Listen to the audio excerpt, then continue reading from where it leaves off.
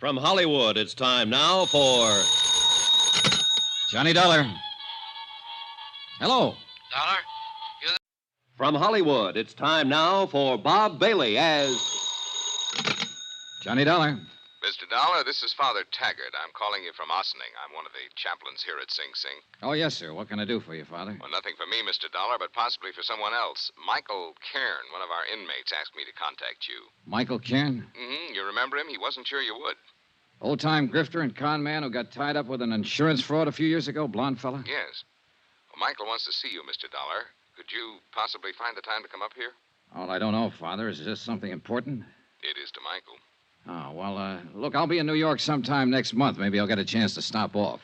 Well, couldn't you possibly make it sooner? What's the rush? He's going to be there quite a while, isn't he? Not very long, I'm afraid. Michael is dying. All right, Father, you can expect me.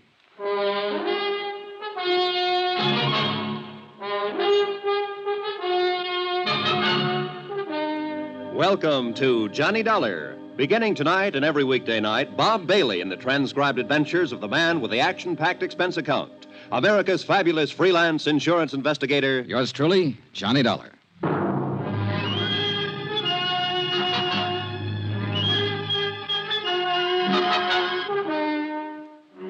Expense account submitted by Special Investigator Johnny Dollar to the Allied Casualty and Insurance Company Limited, Markham Building, Hartford, Connecticut.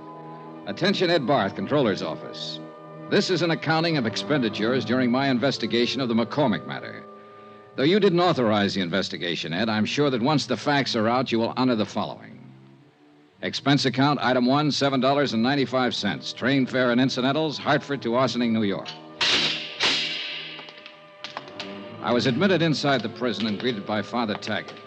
He's a tall, mild-looking man, a Jesuit, I believe. He had a pass all ready for me, and he led me straight to the prison infirmary. Just in here. Michael will certainly appreciate your coming, Mr. Dollar. I hope it satisfies whatever's on his mind. I can't imagine what it would be. You know it was my investigation and testimony that put him in here, Father. He told me all about that, and I'm sure it has nothing to do with why he wants to see you. See, his lungs started to go about 2 years ago, and there's just been no way to arrest the condition. Does he know how close he is? Oh, yes. And he's not afraid to die. Here we are, Mr. Dollar. Oh. What? Hardly the same man I remember, Father. He's had it bad lately. Lost a great deal of weight. Yeah. Asleep? Yes. Michael. Michael. Oh, hi, Father. I brought someone to see you. What'd he say? Hiya, Mike. Oh, thanks for coming. Thanks, Johnny. Thank Father Taggart here. He's an all right guy, Johnny. He's just like you. I always said you were the best insurance cop. Here, what's all this? I'm kicking out, Johnny. Didn't you tell him, Father? He told me, Mike. Guess I didn't live right. I'll be back in a little while. Thanks, Father. You take it easy, Mike. A lousy place to die, prison. But I ain't got my choice, thanks to you. Well, it's just that you picked to do a couple of things that the law and some insurance companies didn't agree with, Mike. I don't hold none of that against you. The guy does what he does. I don't know how to tell you this. Maybe I better get the doctor. You shouldn't be talking so much. No, wait. Johnny, look, you know I'm no crybaby. When the doctor gave me the news, I got to thinking. I ain't scared to blow out, you understand? I know, Mike, I know. It's just that I had a wife once, a long time ago when I started out. Oh? Yeah, then I just kind of drifted out of her picture one day. Ain't got a cough drop, have you? Yeah, I guess it wouldn't cure what I got. Anyhow, I got to do something for her before I... Well, Johnny, I lay here and I get myself an idea. Yeah, Mike? Johnny, if there was some real easy money lying around, would you pick it up for me? Depends on how clean it is, Mike, and where it's lying. Sure. Well, it's clean, all right. You can find that out for yourself. All right. Now, listen. Till they moved me down here in the infirmary, I roomed upstairs with Jojo Penny. You know him? No, don't believe I do. And a car thief from the Hay States. He got his sabbatical 3 weeks ago. Paroled. Uh-huh. Well, I've been in the camp with a lot of guys, but Jojo Penny takes the cake. He's got a little old 5-year trick to put in. This Jojo, he does it like a vacation. You know, a real picnic. Every time he gets a chance out in the yard, he's taking sun. So he don't get the color, see? Yeah. Well, when they push him in with me, I notice this. And I get to going over it in my head. Yeah. Why does a guy whistle in a cell block, Johnny? Why is he treating it like a rest home? Short term. He's got something outside waiting. That's it, baby. He's got something waiting for him outside. Something that he knows will keep safe. Money. Thought you said this was legitimate, Mike. It is. Now, wait. I didn't ask Jojo anything about this. No, I figured it out myself. Then a couple of times I hear him yelling in his sleep. McCormick, he yells. McCormick. Huh? Make sense now, Johnny? Not yet. The big heist, Johnny, the big heist. A few years ago, a rich guy named McCormick out on Long Island or someplace like that gets turned over for $100,000 worth of jewelry. You remember? Vaguely. Yeah, well, I'm thinking that Jojo Penny was in on it somewhere. Else why would he be singing and whistling and chilling himself around this flytrap for 5 years? Else why would he be talking about that when he's sleeping? McCormick. Yeah. Maybe you've got something, Mike. I know I got something, Johnny. And you got something, too. Oh, no, Mike, take it easy. Oh, I'm all right. Don't you see? The insurance company must have a reward out. They always do. A reward. Yeah, but Mike, look. I tell you, Jojo is the ginzo that done the job. Or he knows who did it. So, you look into it. Work on it. Maybe turn up the stuff and get the reward. Good clean coin. Yeah. Yeah. Send half of it to my old lady, will you? You keep the rest yourself. What you say? Huh? Will you?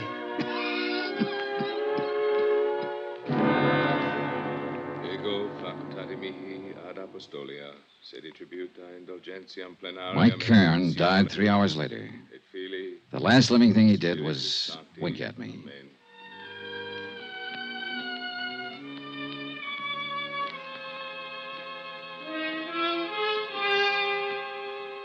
Expense account item 2, $14.20. Train fare and incidentals, Ossining to New York. I arrived at 2:15, dropped my bag off at the New Weston, and went over to the Metropolitan Police Station to find out what I could about the McCormick matter. It was all pretty much as old Mike had told me. A Julian McCormick living on Long Island had suffered a $100,000 jewelry burglary in 1951. 12 suspects had been arrested and released. The case was marked open and unsolved. Allied Casualty had been the insurance company involved. This is the adjustment office. Frank Porter speaking. My name's Johnny Dollar, Mr. Porter. I'm an investigator. Oh, I think I've heard of you, Mr. Dollar. Yeah? Wonder if you could give me a little information about a claim your company handled in 1951. A man named Julian McCormick out on Long Island.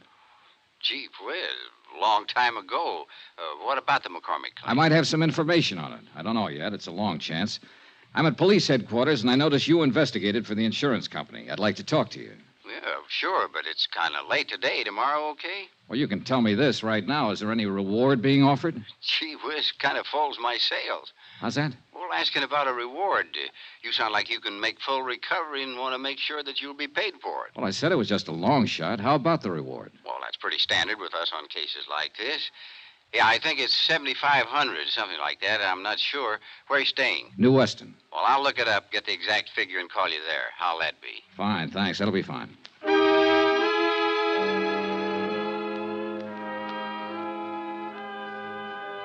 Before I left the police station, I turned out a mug on Jojo Penny.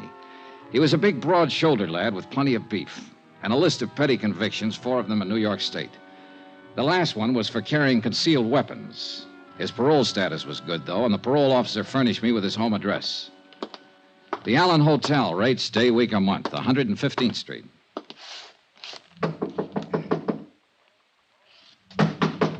It's open. Come on in. Hiya. Looking for Joe Penny. Yes, sir. That's me. My name's Johnny Dollar. Yeah? I just came down from Ossining. I saw a friend of yours up there, Joe. Who was that? Mike Cairn. How's Mike? Not so good. He died today. It's too bad. He was a nice old coot. Kind of liked him. Said if I ever saw you to say hello. Uh-huh. He didn't give you my address. No, I got it from the parole office. You some kind of cop? No, I work for an insurance company. Oh. Buy you a drink? Sure. Why not?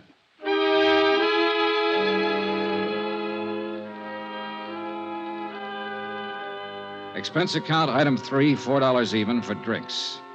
I wanted to look at Jojo Panny and talk to him and figure out how I was going to go about getting information from him. And the more I saw and the more he talked, the more I wondered if whatever he might have said about the McCormick case in his sleep happened to some other McCormick. After all, a man with a long list of petty thieveries is hardly ever involved in a slick, big-time safe-cracking job. That takes another kind of talent, and one I was sure that Jojo didn't have. So I just been taking it easy and looking around. I figure I can get a job pushing a truck or maybe a cab if I'm lucky. Got to get something to do. Parole officer's kind of hard-nosed about things like that. Yeah. Drink up. Want one more? Oh, no thanks. Three's my limit. Like to keep in shape. Sure. Say, you got anything to do? Nothing special. Why? Thought I might go out to Long Island later on tonight to say hello to an old friend of mine. If you haven't got anything to do, come on along. You're okay, Bub. Sure, why not?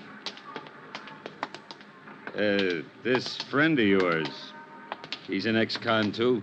No, he never did any time. Just a friend. Want to say hello is all. Oh. Rich fella. His name's Julian McCormick. You're, very big with the hellos around here today, aren't you? Anything wrong, Joe? You probably are. Why do you say that? Nothing. Ever know anyone named McCormick? I knew a guy named Arnie McCormick once back in Salt Lake City. We were pals for a while. Oh. Yeah. Arnie was killed in the war. He'd got himself drafted in the infantry. Maybe he's related to my friend Julian McCormick out on Long Island. He wasn't related to anybody, not that bird. I'm leaving. I want to get up early tomorrow. Why not come with me? Thanks for the drinks. He drifted off down the street and left me standing there. And one thing I was sure of, he had the name McCormick on his mind. Whether it was the right McCormick or the right case, I didn't know. Anyhow, he was my one big lead. So I was back at his hotel early the next morning and talking to the desk clerk. Penny, did you say room 210? Yeah, that's right. Vamoose. What? He left bag and baggage last night. Well, where did he go? What's his forwarding address? He didn't say. Just left.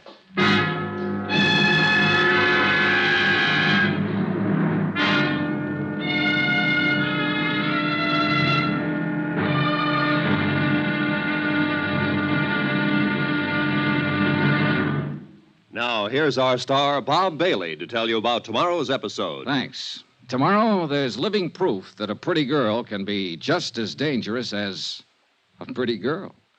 Join us, won't you? Yours truly, Johnny Dollar.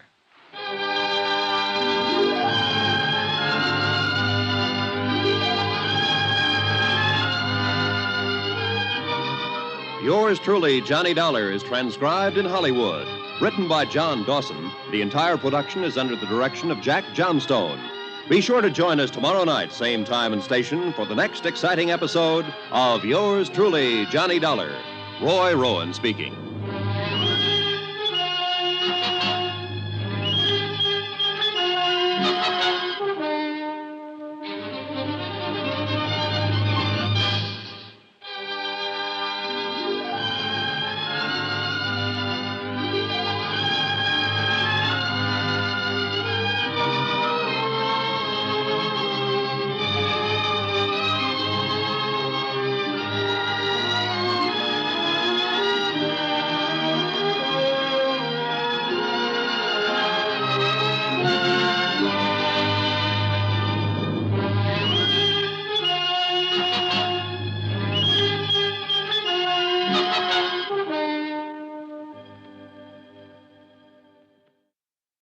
From Hollywood, it's time now for Bob Bailey as... Johnny Dollar. It's Frank Porter, Allied Casualty. Yes, Mr. Porter. Oh, call me Frank, Johnny. You phoned yesterday about the McCormick matter. I got all the stuff about the case on my desk here. We're still offering $7,500 reward. Thanks for confirming it, Frank. Sure. You got a tip or something? An old con named Mike Cairn gave me a tip about a guy named Jojo Panny. I'm working on it. Need any help? No, not yet. I might. Jojo pulled out of his hotel last night, bagging baggage. Oh, what are you going to do? I'm on my way to Long Island. Huh? I want to talk to McCormick himself. Oh. Johnny, Yeah? let me give you a tip for your own good. Don't bother Julian McCormick unless you've really got something. Could be dangerous. I think I've got something.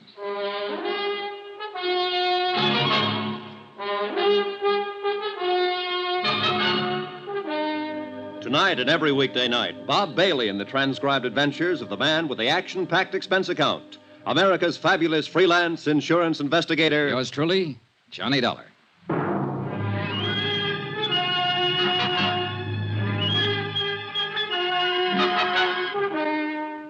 Expense account submitted by Special Investigator Johnny Dollar to the Allied Casualty and Insurance Company Limited, Markham Building, Hartford, Connecticut. The following is an accounting of expenditures during my investigation of the McCormick matter. Item 4, $10 deposit on the car I rented to drive out to Julian McCormick's home on Long Island. And judging by the looks of the place, a safe full of $100,000 worth of jewelry would feel right at home. It was a mansion, and the rugs on the floor were an inch thick.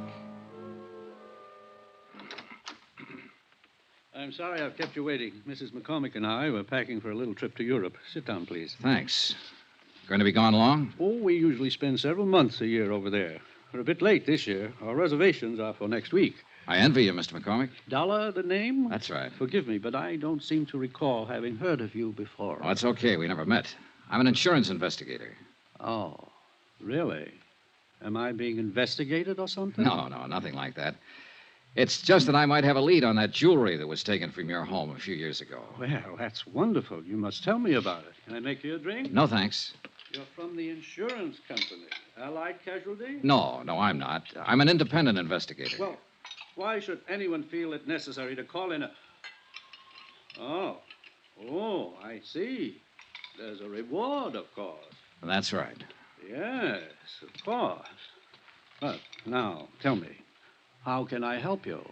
Well, I'm just checking a few things, Mr. McCormick. I haven't even gone over it with the man who handled the case for Allied.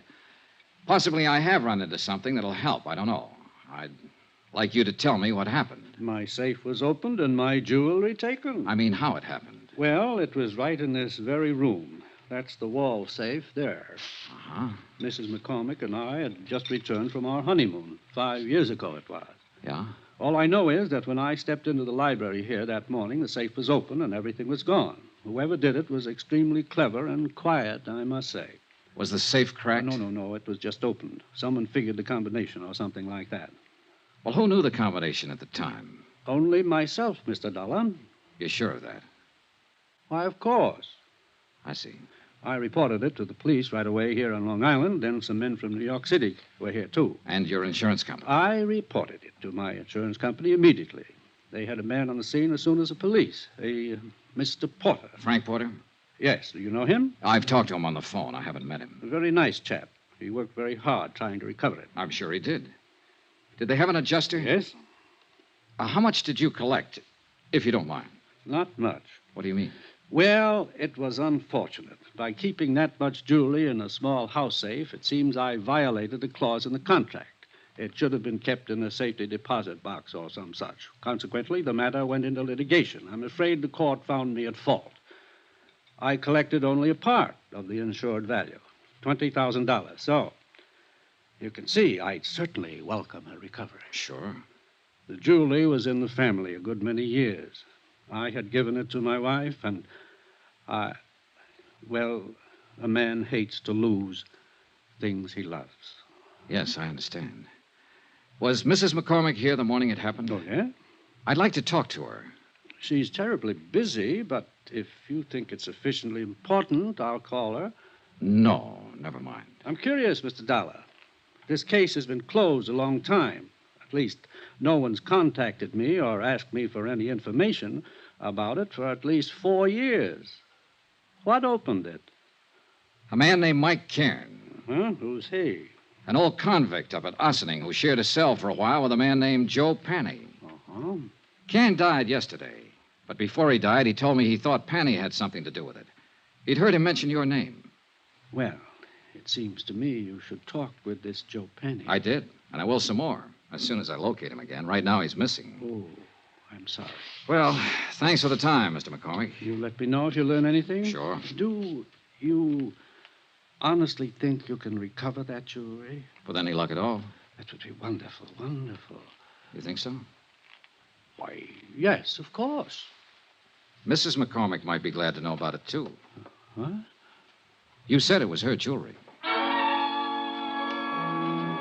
I don't know why I said that to him, just a sudden impulse. But he wasn't smiling when he walked me to the door, shook my hand, and patted me on the shoulder. I had a funny feeling that Mr. Julian McCormick was scared like a rabbit of me. I drove back to the city, had lunch at Walgreens, and dropped into Allied Casualty's New York office to pick up the folder on reward information. I met Frank Porter and liked him right away, a big, red-headed man in a tweed suit. Well, gee whiz, Johnny, it makes me feel older than ever doing this. How come? Well, I weighed 15 pounds less when this case started, June 1951. Here we are. These are pictures of the stuff. Uh-huh. Now, that one they call Tierra del Fuego. Huh? Some necklace, I can see why. Yeah, and this one was called Imperial, in the royal family of Russia at one time. And this is the other one, Placid. Beautiful stuff. Oh, you can say that again. That all of it? Well, that's about the size of it, Johnny. $100,000 gone.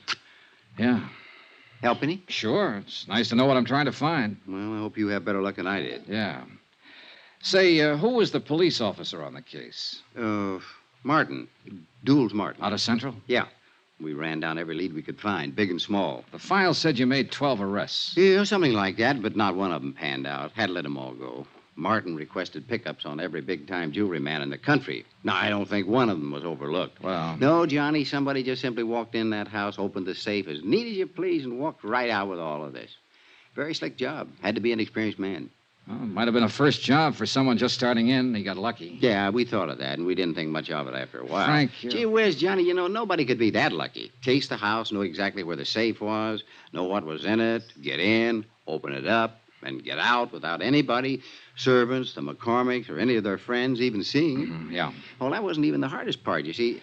Not one scrap of this stuff has ever turned up anywhere. Yeah, well... Anywhere. Now, what did whoever took it do with it? Did he break it down, sell it overseas? What? Not a trace of it. Imagine that. Imagine. You know what I think? I think the guy who swiped all this stuff still has it. I think he's sitting around waiting for it to cool off. Could be, yeah. But it's never going to cool off, Johnny. There isn't a city in this country or across the ocean that isn't on the lookout for these pieces. I suppose... Now, sooner or later, Hot Boy or Lucky Boy, well, whoever he is, will make a move. Meantime, we just wait. Unless, of course, you've got something for us to look into. Not yet, Frank. Yeah, well, when you have, we'll be right with you all the way. Good, good. How about a drink? Take a rain check. Okay. But remember, we got a whole floor full of lawyers upstairs. They can get up warrants, writs, seizure orders, anything you might want. Yeah. You just let me know when you get somewhere, and we'll go to work. I'll do that, Frank.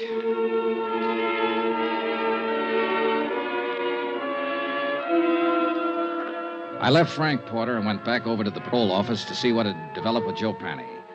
After all, if he didn't report in, he'd be in violation of his parole, be in real trouble. But nothing had developed. He hadn't put in a change of address, nothing. So I went back to my hotel and had some dinner. Then I shaved, changed my clothes. Expense account, item 5, $1.50 cab fare. I garaged my rented car, went back to Central Police Station, and pulled out the mug on Joe Penny once more, hoping to get a line on some friends or relatives of his where he might be staying. Up till then, things had been going pretty routine. Then a clerk from the parole offices stepped across the hall. Hi, Mr. Dollar. Hi. Thought it was you I saw in here. I wasn't sure. How's it going? Fine, fine. Talk to your friend Jojo Penny yet? Not today. Why? Well, you seemed awful anxious to talk to him, is all. I am. Why don't you go see him? You playing games? I've been trying to find out where he is all day. And I already told you. You what? Sure, I gave it to you half an hour ago when you phoned. When who phoned? Sure, about half an hour ago. Look, Joe Penny called in and told me his address. Yeah? I no sooner set down the phone and you call in and said, "This is Johnny Dollar. Have you heard from Joe Penny?" What? I said, "Yeah," and I told you his address, that's all. What address did you say? The Allen Hotel on 115th Street, same place he was before. What's the matter, you forget? It took me 10 minutes to get from the police station over to the Allen Hotel. 10 minutes of wondering who'd put in that call and used my name. I went up the stairs, 2 at a time, up to the second floor. And right at the top of the landing, I bumped into a dark-haired woman wearing a silver fur piece. Oh, I'm sorry. I didn't see you. It's all right. You hurt? No, not at all. Please, let me go past. I'm in a hurry. Yeah, I'd be in a hurry, too. What do you mean? The gun. What? You should carry it on the inside of your purse. Oh, I didn't... Suppose I take it. No, let go of me. Fingernails, son. Give it to me. All right, take it. She'd given it to me, all right on the side of the head. It didn't knock me out, but it did knock me off balance, so I tangled up with the hall table. And that gave her plenty of time to scurry down the stairs while I got out of the furniture and back on my feet. By the time I got down the stairs and out on the street, she was nowhere in sight. No one yelled, "I'm shot." No one did anything but what they were already doing.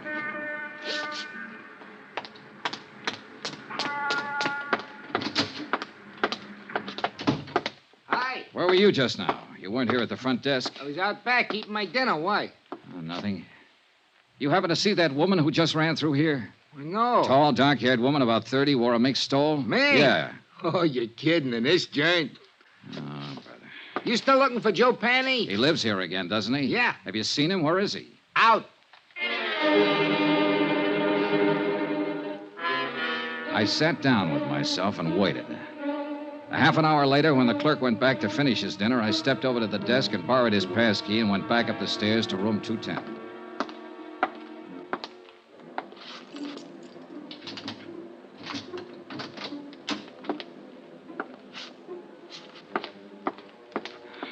Well, I didn't need the pass key, and I didn't need to doubt the clerk. Joe Panny wasn't there. But all of his things were. The curtains were drawn and the windows closed. Every drawer had been pulled out of every dresser. The mattress on the bed was slit from top to bottom, and the rug had been ripped and turned over.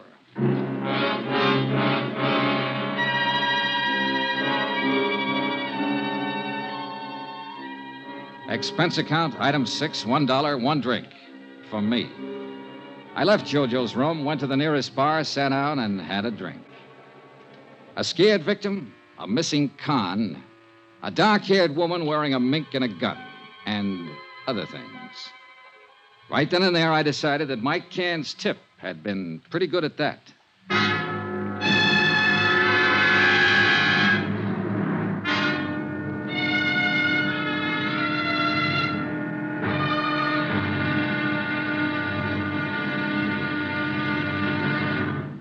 Now, here's our star, Bob Bailey, to tell you about tomorrow's episode. Thanks. Tomorrow, a slight case of mayhem.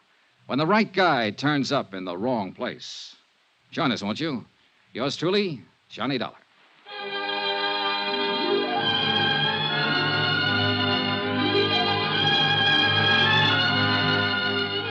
Yours truly, Johnny Dollar, is transcribed in Hollywood. Written by John Dawson, the entire production is under the direction of Jack Johnstone. Be sure to join us tomorrow night, same time and station, for the next exciting episode of Yours truly, Johnny Dollar. Roy Rowan speaking.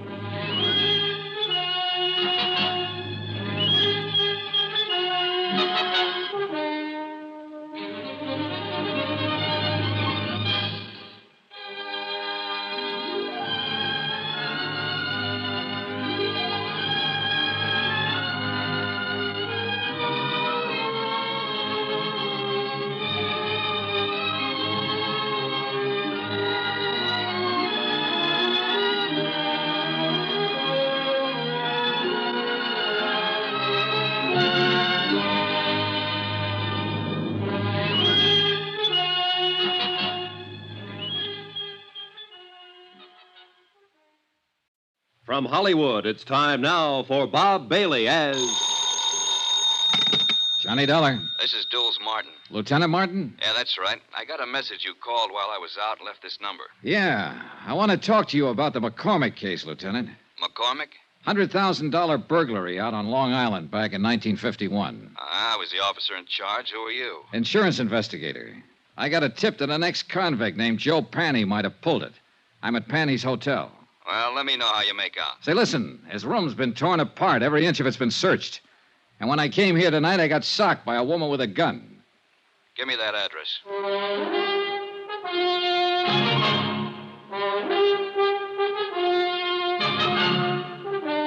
Tonight and every weekday night, Bob Bailey in the transcribed adventures of the man with the action-packed expense account. America's fabulous freelance insurance investigator. Yours truly, Johnny Dollar.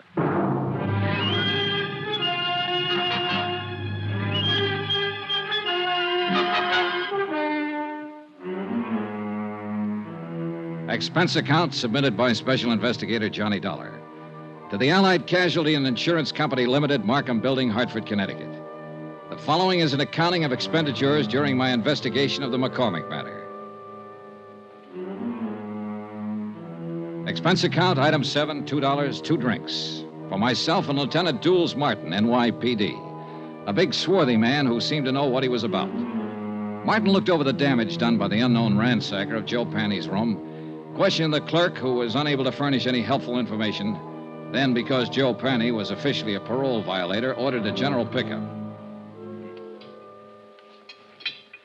We should be able to get our hands on him pretty soon, Dollar. I hope it's that easy, Lieutenant. Any reason why it shouldn't be fairly routine? No, just a feeling, I guess. I don't know. This whole matter's been flimsy. The tip was weak, but it seems to be paying off. Nothing fits, though. I don't quite get all this, Dollar. How'd you come in on this? Old Mike Cairn died up at Sing Sing 2 days ago. Before he went, he told me he believed Joe Panny might have pulled the McCormick burglary. It didn't seem likely then, Panny being a small-time auto thief and whatnot. But now it does, in view of what's been happening lately. Somebody sure wants something Panny might have, judging from that room. I never saw one taken apart better. An expert search job. Yeah. Hey, Lieutenant, when you picked Joe Panny up, I'd like to be in on it. He's my only lead in this case, and I want to talk to him again. And that's not asking too much. Now, Dollar, about this woman you saw. Pretty, about 30, dark hair, good dresser, wore a silver mink stole. The gun she socked me with was a little one, a 25 or maybe 32 automatic. Mm-hmm. You think she might have done the searching in Joe's room? What do you think? She was flustered and upset when I bumped into her, anxious to get away from the place. And, of course, the gun in her hand. Yeah. She sound familiar to you in this neighborhood? No. Could be anybody. Yeah. Well, that's about it, Lieutenant. Yeah? No, I got it. Oh, thanks. I suppose you talked to McCormick, got the full story of the burglary from him? Almost first thing, yeah. Well, I remember him when it first happened. Nice enough, but strange, I thought. This business about somebody phoning the parole office ahead of you to get Joe Panny's address, that stops me, though. That's hard to figure. You sure you're telling me everything? Sure, I'm sure. That part sounds crazy. Not if somebody knew I was looking for him, wanted to get him first. But who? How should I know? Well, we'll see what we will see. Can I drop you anywhere? No, thanks. I'll walk. You let me know when you pick him up. Sure.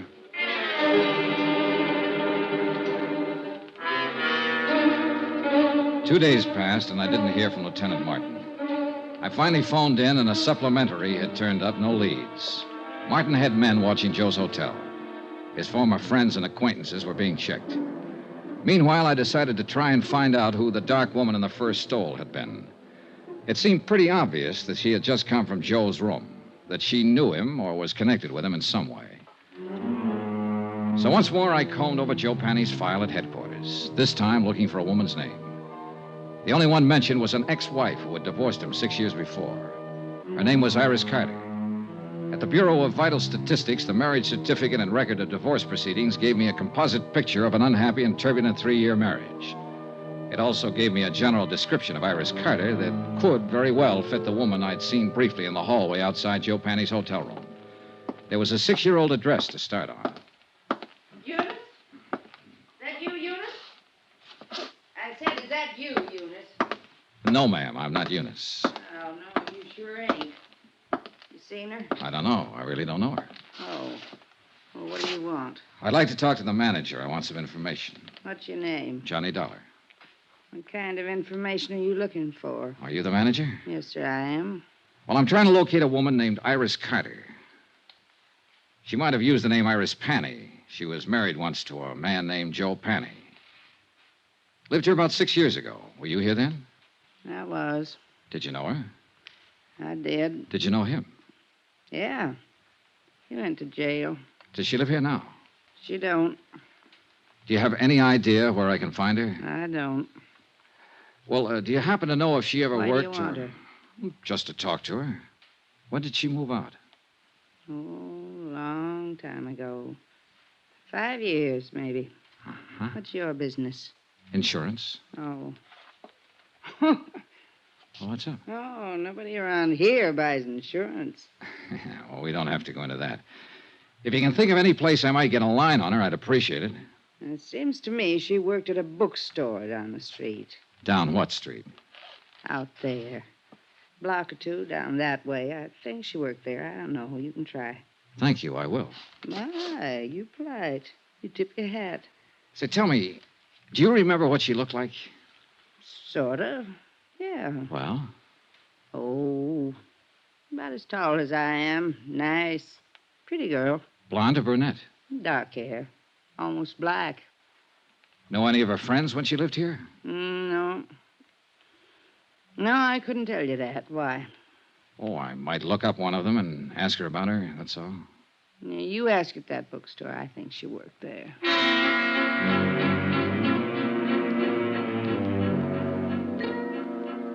The bookstore Iris Carter Panny had worked in was as dismal as the neighborhood. The proprietor, a Mrs. Oles, yielded a little more helpful information than Iris Carter's former landlady. Yes, Iris had worked there for about 6 months. She'd quit almost 5 years before. No, she didn't know where to find her.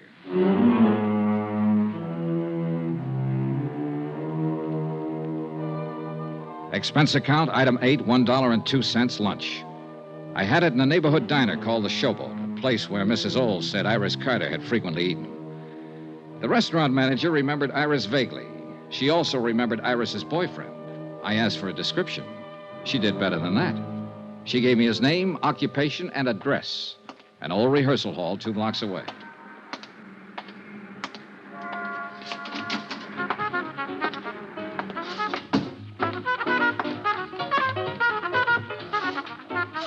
The 5-man combo working there was really putting it out. Yeah, and the minute I saw him, I knew the boy wearing the trumpet was the one I was looking for. Just good looking and smooth enough to go with a girl Iris Carter sounded like. Smooth trumpet, too. Okay, guys. Take 5.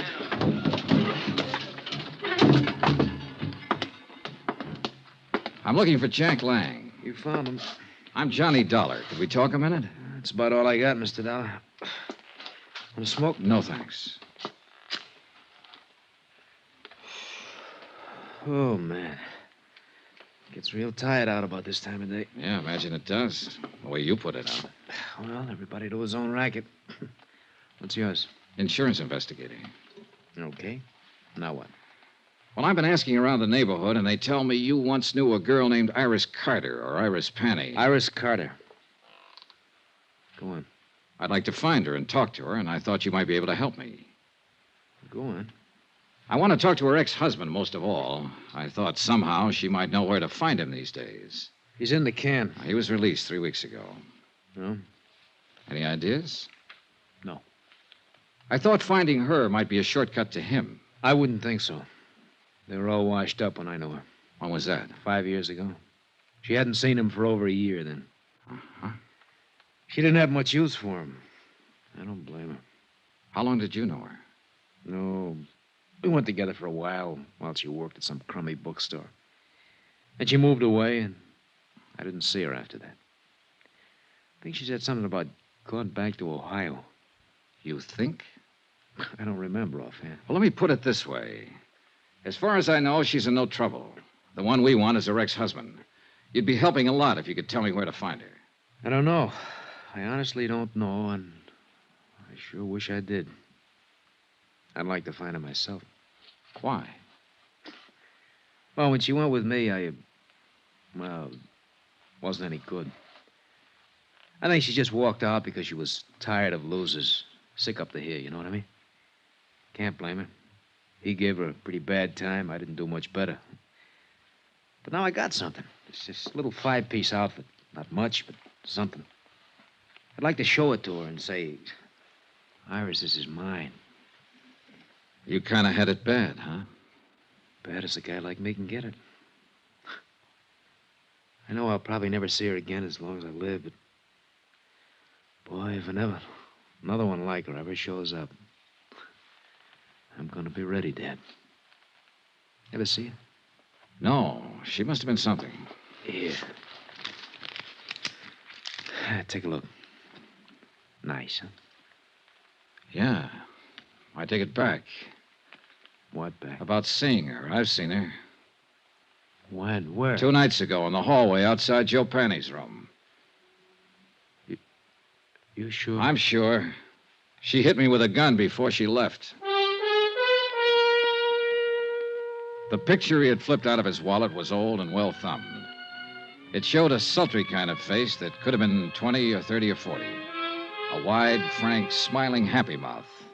Not the kind of girl I would imagine could ever be married to a Joe Penny. But there was no doubt about it. She had been married to him, and I had seen her. On my way back to the hotel, I dropped in to check with Lieutenant Martin. Hi. Hi. Doing any good? Any lead on Joe Penny? Nothing so far. This may take longer than I thought at first. Well, I've been out looking for his ex-wife. I didn't find her, but I found a few people who knew her. She was the one at his hotel the other night. Name's Iris Carter. You sure? Positive. I saw her picture. We better try to pick her up, too. I'll put it out right away. Fine. Well, I'll keep in touch. Oh, wait a minute. Don't go. Huh? We had some action here today. Sit down. Thanks. Julian McCormick called up, reported you. He said you came out there bothering him a couple days ago. He said he doesn't want to be bothered. Well, I only talked to him to get his story on the burglary. And I told him as long as you didn't break the law, there was nothing we could do to stop you from investigating. But he didn't like it. He seemed perfectly willing to cooperate with me when I talked to him before. Yeah, well, sometime these rich... Excuse me. Martin here. That's right. Well, how long ago? Okay. Well, they found your boy, Joe Penny. What? Yeah. He's on his way to the morgue. Harbor Patrol picked up his body a couple of hours ago, loaded down with slugs. Some case. And that ain't all, Johnny. Huh? His feet were burnt.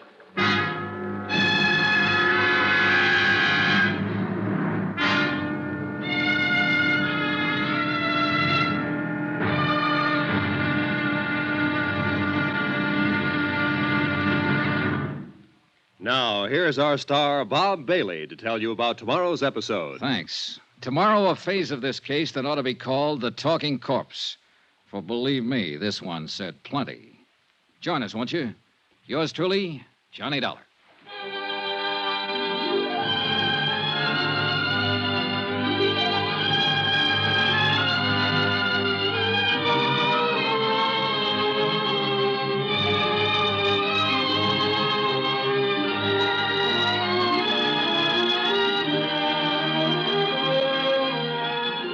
Yours truly, Johnny Dollar, is transcribed in Hollywood. Written by John Dawson, the entire production is under the direction of Jack Johnstone. Be sure to join us tomorrow night, same time and station, for the next exciting episode of Yours truly, Johnny Dollar. Roy Rowan speaking.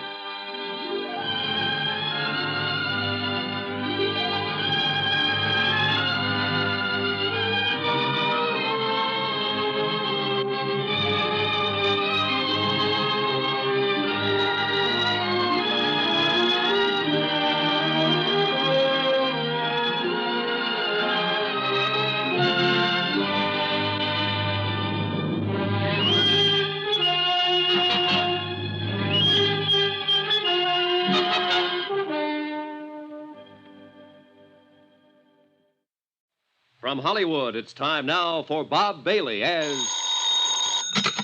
Johnny Dollar. Frank Porter at Allied Casualty. How's it going, kid? I don't know. You ever find Joe Penny? The Harbor Patrol found him floating around the harbor. He'd been shot and his feet were burnt. What? Gee whiz, torture. Well, what can I do to help? Find a girl who was once married to him? Joe Penny had a wife? Yeah, she wears a mink stole these days and carries a gun. She's tied up with it somewhere. Her name's Iris Carter. Iris Carter. You've met her? Just long enough to get slugged with her gun. Well, wait a minute. I'd like to get it all straight. Can I come over? I'll be here.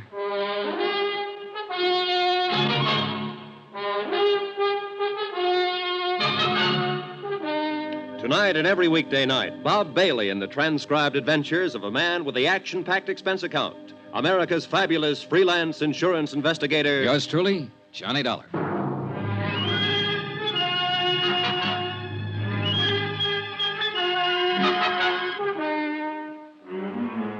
Expense account submitted by Special Investigator Johnny Dollar.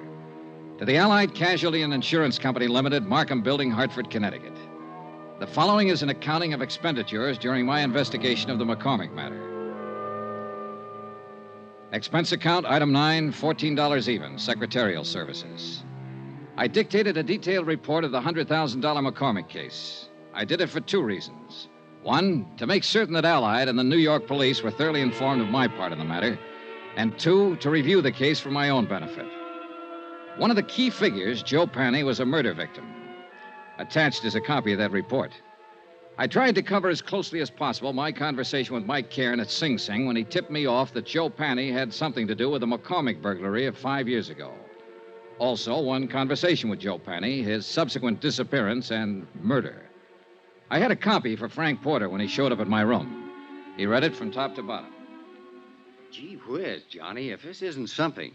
You come here for Joe Panny. It looks like he did the McCormick job. Now he's dead. You're stopped. What can you do? Find his wife, maybe? You're doing this at your own expense, aren't you? Oh, I think your company will pay for it in time. You have to recover the stuff. I know. You think you will? I think so, yeah. Well, your key man's dead. You'll have to start all over again. Maybe not. I don't really know whether Joe Panny was my key man or not. I still can't see a small-time auto thief working a big, slick safe burglary. Every indication is that he was the one. I know. I'd like to find that girl, Iris Carter, and talk to her about it. She's connected with it. No, from what you say on the paper, yeah, very much. Oh, gee whiz, I feel like a fifth wheel. I'm not helping you a bit. You know, I handled this case for the company when it first broke. I worked with Lieutenant Martin for 6 months on it, and we didn't turn up a thing. You're on it 3 or 4 days, and you have all kinds of action. Well, I must have stepped in at the right time. Yeah. Johnny, Mm-hmm. somebody gunned Joe Panny down. Now, I know you like to work alone and do things your own way, but be careful if you stay on this. I get worried when somebody starts shooting. Oh, sure. I didn't get that, though.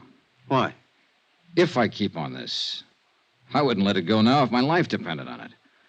I'm going to find that woman, and I'm going to find the stuff. Sure. Well, gee whiz. Don't let anything happen to you. I won't. I talked some more with Frank Porter about the case. He repeated his offer in the name of Allied Casualty to help if he could. I told him I'd take it up on it if anything came up at all. He left. I was at Central Police Station 10 minutes later. And 5 minutes after that, Lieutenant Dools Martin was calling for the medical examiner's report on Joe Panny's death. A uniformed man brought it in. Martin shoved it across the desk at me. The ME says Joe Panny's been dead about 48 hours or longer. 225 slugs right through the chest, penetrated both lungs, one through the neck. It's very neat shooting at that range. What range? Oh, at least 20 feet, maybe longer. Not many people shoot 25s that well. It's a little gun. A woman's gun. Yeah. Yeah, that's what I'm thinking. Now, let's talk about that woman you saw around there that night. Now, you say it was Panny's ex. Yeah. Iris Carter. I don't know whether her gun was a 25 or 32. Well, think about it. I have. Now, look, don't get sore with me. It's just that she looks like better than ever for opening this case up. I put her on all points. Sorry I got riled. That's all right. Now, the ME thinks that Panny was killed before he was dumped in the water, possibly ambushed by someone he didn't know or didn't trust. If he's right about the range, that'd fit in. Someone who knew him would do it close up. Yeah. Hey, wait. You said his feet were burnt. Yeah, I got the pictures here to prove it. Yeah, take a look. And these are the glossies. Uh-huh. Now, these are the burns here, Dollar. Right here. Here and here. Yeah. Then he wasn't ambushed exactly. Look, I don't know what he was. But this is the crazy part. He was already dead when this happened. No rope marks on his legs or wrists. You don't sit still for burning, no matter how tough you are. It's fascinating, huh? Someone shot him down, then tried to make it look like he was tortured for information first. Cover up. He's supposed to look like he knew something or had something. And maybe he didn't know or have anything at all. Oh, how do you feel? Lousy. If the burning was cover up, then maybe the big search of his room was cover up, too, to throw us off. To throw you off. Not me. I wasn't in on it then. Yeah. Well, one thing that's genuine. What's that? The corpse.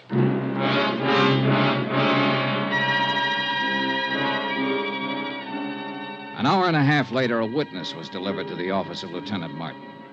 His name was Edmund Thompson. He sold papers in the dock area. Both Martin and I looked at him twice, and I could tell both of us were doubting the credulity of anything he might have to say. Hi. Hi. My name's Martin. This is Mr. Dollar. Yes, sir. Glad to know you both. Would you mind telling us everything you saw the other night? Tuesday night. Yeah, it was Tuesday. Sure, why not? I saw this guy dumped in the water. We understand that. Can you tell us the circumstances? It's against the will of God. Yes, it certainly is. Against the laws of nature, too. What did you see, Mr. Thompson? I prayed for them both. You tried, Dollar? When did you pray? Right after I saw it. Yes, sir. On the street, huh? No. I was on the vacant lot. I was cutting across towards the dock. Oh. Then I see this car pull up. Long black car. A lot of chrome on it. This fella jumps out and goes around at the back. He opens the trunk, and he pulls this other fella out. Hoists him up, and he carries him over the dock. Then he just lets him go. Then you prayed.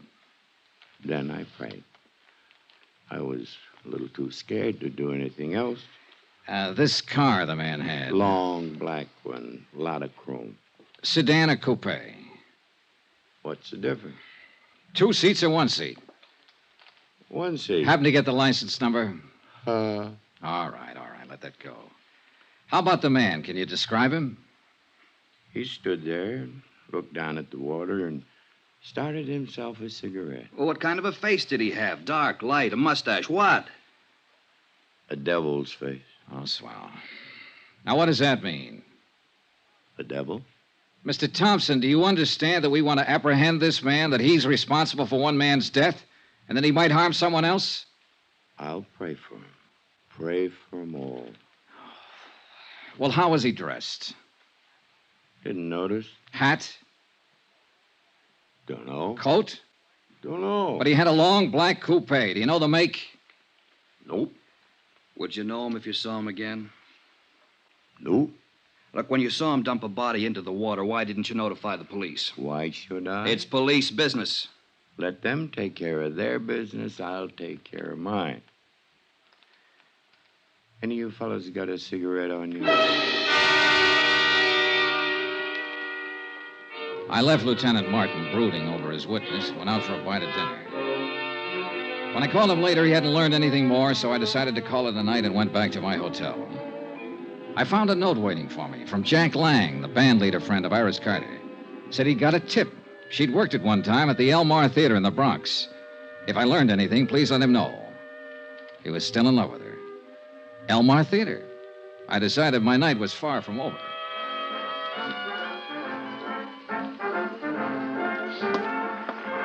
Hey, you. Buy a ticket out front if you want to look at the girl. I only want to see one. Her name's Iris Carter. Does she work here? I just told you, go buy a ticket out front. Just tell me this. Does Iris Carter work here? Is the name familiar to you? Have you ever seen her or heard of her? You give me any more trouble, I'll clouch. I told you, go out front. Can't you answer a simple question? I'm looking for Iris Carter. Iris Carter. You don't have to yell at mister. He never heard of it. What? Call me a cop, Gloria. This Never mind, guy's Pop. giving me... Never mind. I'll take care of him. Come on, you.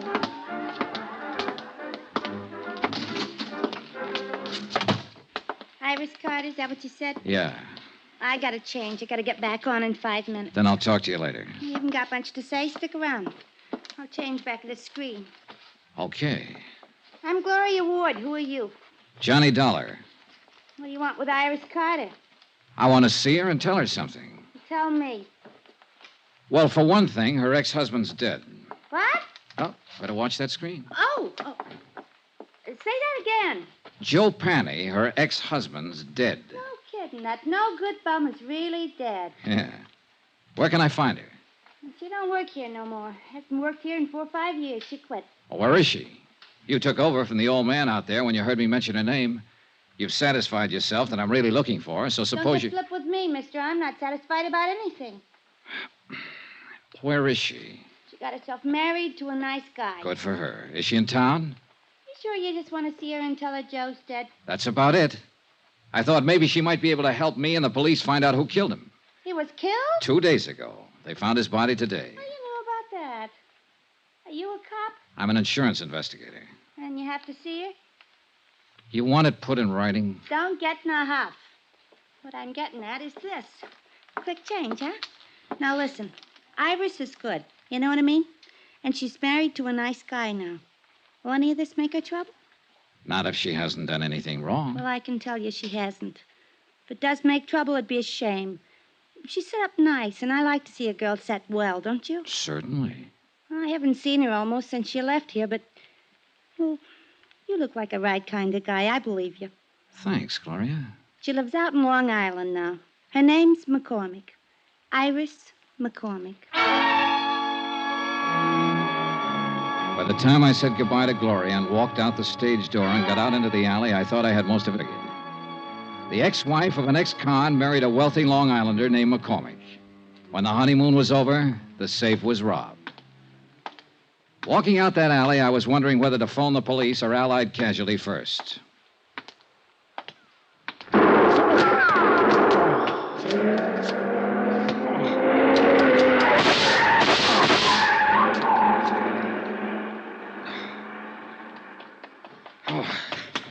Shooting. You've been hit. Oh, it isn't bad. Did you see him? I didn't see nobody. The car. See the car, the one that just gunned out. Oh, the car. We had a long black coupe, a lot of chrome. A fella didn't have his lights on. Hey, that's against the law. Hey, you need help, mister. No. No, I'm all right.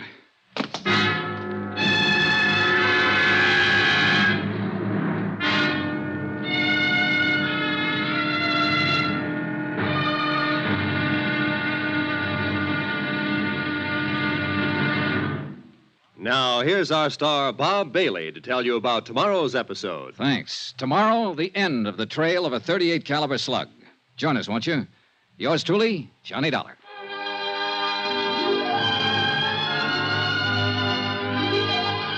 Yours truly, Johnny Dollar, is transcribed in Hollywood.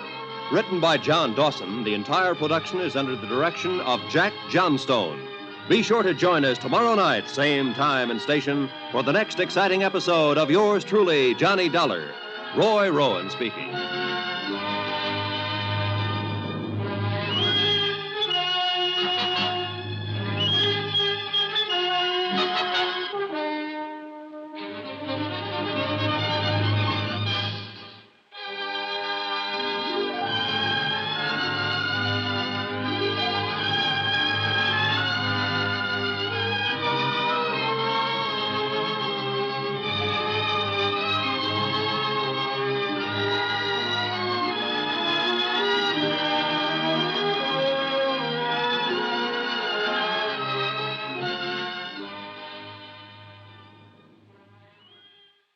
From Hollywood, it's time now for Bob Bailey as...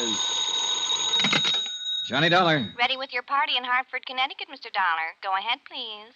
Hello, Mr. Barth. Yes? This is Johnny Dollar. Johnny, what's up? Now listen carefully, Ed. I've just been shot.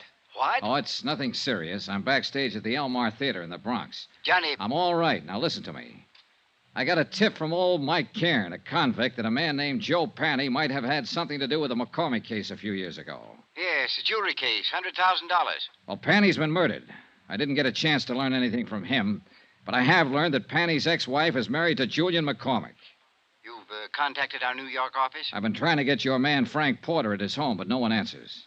It's going to be pretty nasty for Allied Casualty if she plotted with this Joe Panny to rob McCormick. Yeah. Do you want me to wait and let Frank Porter handle it? No.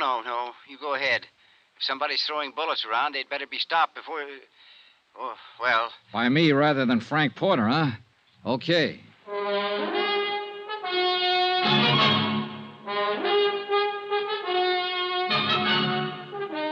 Tonight and every weekday night, Bob Bailey in the transcribed adventures of the man with the action-packed expense account, America's fabulous freelance insurance investigator... Yours truly, Johnny Dollar.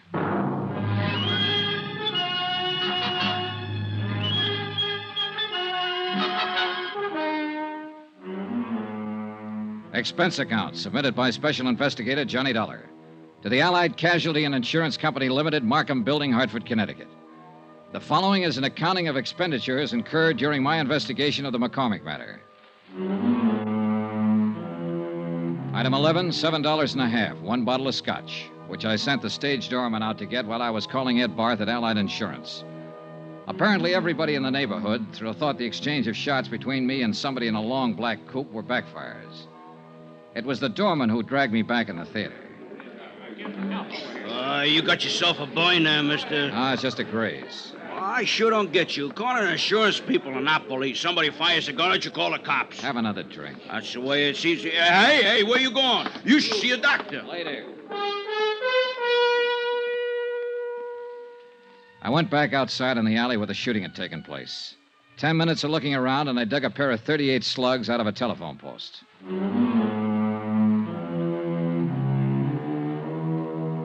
Expense account, item 12, $4.35, cab fare, Elmar Theater to Long Island. It was 12 o'clock straight up when I got to the McCormick home. There were no lights burning, and apparently everyone had retired for the night. I checked the garage first. A 55 Cadillac convertible and a 4-year-old Jag. No warm motors, no black coupes. I went to the house.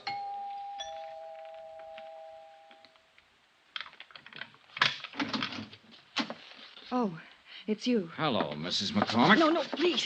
Please don't come in here. My husband. Oh, please. I don't know who you are, but I remember meeting you at the hotel the other I'm day. Johnny Dollar, an insurance investigator. Insurance? Oh. Well, there must be some way we can fix this up. Talk to me tomorrow. I'll meet you somewhere. How can you fix up murder? Murder? What are you talking about? Joe Panny's dead. Your ex-husband. He was shot with a .25. Just like the one you swung at me at the hotel. Oh, no. You want to tell me about that? All right, I'll tell you. Joe was your husband once. You helped him rob this house 5 years ago. He couldn't have done it alone. He wasn't that slick. He wasn't that good. He could steal a car, but a safe lock's different from ignition. Well? Yes. Yes, I helped him do it. He made me. He promised me if I helped him, I'd never hear from him again. I opened the safe for him. But you were down to see him at his hotel the other night. You searched his room. Searched his room? Yeah. Well, I don't know anything about that. He called me, said he wanted money. I didn't know where he'd been for these last few years. Up the river. Oh, well, he wanted money. Only he wasn't there when I went there. And I was. Yes. And the gun? I went down there to kill him. But I didn't see him. Not then. Later somewhere. I haven't seen him at all, I tell you. Just talked to him on the phone. I don't suppose it'd make any difference if I told you I had a good reason. If I told you I love my husband very much. Not likely, in view of the fact you helped your ex-husband rob him of $100,000 worth of jewelry 5 years ago. Oh, I can explain that.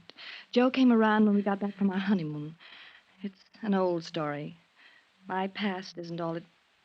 Well, anyhow, Joe threatened to tell my husband about it, unless I gave him money. I didn't have any, so I opened the safe for him that night. It was all I could think to do. Yeah. Then you split with him later on. I told you I haven't seen him. Why would I want to do that? I have everything I want in life right here. Mostly my husband. Well, it's still a police matter, Mrs. McCormick. I spent a long time looking for you. Maybe you better get your coat. Iris, Oh, you'll remain exactly where you are. Julian. And so will you, Mr. Dollar. Julian, you heard what I said. Don't worry about it, my dear. Mr. Dollar, I'm a gentleman, but this is a gun. I noticed. A .38. I got a couple of slugs in my pocket that came from it. Stand over there. Now, this is pretty silly. You can put that thing away and we can settle this the only way it can be My wife has settled. told you the absolute truth, Mr. Dollar. She's innocent of any wrongdoing so far as I'm concerned. Is that clear? It's pretty glib, McCormick. She's accessory to a $100,000 heist and she hasn't done anything wrong. If she wanted to give them away... To an ex-husband. To anybody. That was her affair. I would not press charges. Well, that takes care of you. How are you going to square it with Allied casualty in the state of New York? And you also forget a little matter of a dead man. But I haven't forgotten you, Mr. Dollar. Julian, please don't. I've caused enough trouble, please. Calm yourself, my dear. This is the least I can do for you after what you've done for me. Just being my wife. Mr. Dollar, will you accept money? Not enough for murder. 50, 100,000. I'd hate to kill you, Mr. Dollar. You tried once tonight. You've referred to that before. But you weren't very good, and now you're even worse. You forgot to take the safety off that gun. The Give me safety? that. Oh, you've killed him. You've killed him. Ah, he's all right. Get out of the way and let me see that gun.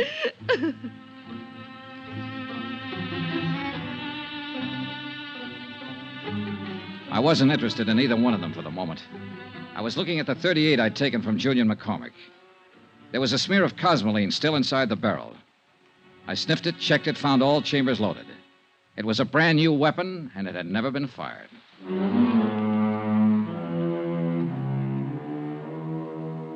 Expense account item 13, $5.50, cab fare again, this time from Long Island to an apartment in Queens. The man I wanted to see was Allied Casualties man Frank Porter. He lived in a very polite neighborhood. That's apartment 203, but Mr. Porter is not in, sir. I'll wait for him. Yes, sir. It's all right if I sit in your lobby, isn't it? Oh, yes, sir, but I'd prefer that you waited somewhere else. You would? Well, this is a rather exclusive apartment building, sir, and we don't like people loitering in the lobby. Well, I'm on a pretty exclusive mission. But you don't like the mud on my clothes and the tear on my coat, huh? Are you a friend of Mr. Porter's? Yeah. Good friend? He wouldn't mind if I waited in his apartment, if that's what you mean. No, sir. Impossible. But a couple of bucks can do wonders sometimes. It was quite a layout. Books, pictures, furniture, and whatnots that make living at home pretty agreeable. I propped myself up on a stool at Frank's little bar, poured myself a drink, and sat there waiting for him. I was like that a half an hour later when he showed up. He looked a little unsteady on his feet. Oh, gee whiz. Johnny Dollar. Hi. You're the last person in the world I expected to see. I'm glad to light and let you in. I didn't think you'd mind. No, not at all. I tried to phone you earlier tonight. You were out. I'm sorry. Gee whiz. What's on your mind, Johnny? I wanted to tell you I was shot at tonight. What? I wanted to tell you I found out who Mrs. McCormick is and was. Since you were on the case first for Allied, I thought I'd tell you first. Well, gee whiz. Say, this is a nice setup. Full of nice things. Yeah? I've been in places like this before, Frank. They usually start at $300 or better a month. Good maid service, phone service. All those things cost money. A lot of money. Don't they, Frank? Gee whiz. When'd you tumble to it, Johnny? A little while ago, when I was out on Long Island, Julian McCormick made me a proposition. He finally offered me $100,000. A lot of money. He sounded like he'd had experience making propositions. I should have tumbled to it a couple of days ago when you phoned the parole office after I left you. You used my name when you asked for Joe Panny's address. Yeah. I wondered if your tip was on the right track. I didn't figure Joe Panny was eligible for parole so quick. I had to get to him before you did. He wasn't the kind to keep his mouth shut. You shut it for him, didn't you, Frank? Mind if I sit down, Johnny? Now, go ahead. They'll be strapping you down one of these days. Gee whiz. No $150 a week investigating claims by nice places like this. It was one of those lucky things, Johnny. When I was called to Long Island to investigate that heist 5 years ago, I met McCormick's wife. Happened to recognize her as Joe Panny's ex. And you knew McCormick was in love with his wife enough to pay you to keep quiet. I gave him service for his money. The cops would have broken that case in 24 hours, but I covered up all the tracks I could find. And I made it real safe by seeing Joe sent up the river. How? Just tipped off the cops to some of his hot car deals, and they picked him up. He happened to be carrying a gun, so he got to works. Then you just sat around drawing blackmail from McCormick. Gee whiz. Don't look at me like that, Johnny. Every guy has his price. How about you? That's the second offer I've had tonight. It's a good one.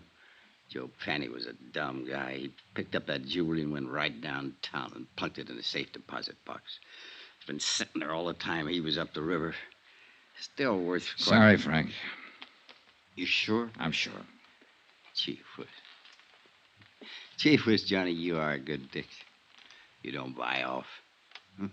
I just wanted to see, I guess. Sure, Frank. Well, do we go in quietly? You'd be surprised, Johnny, how quiet.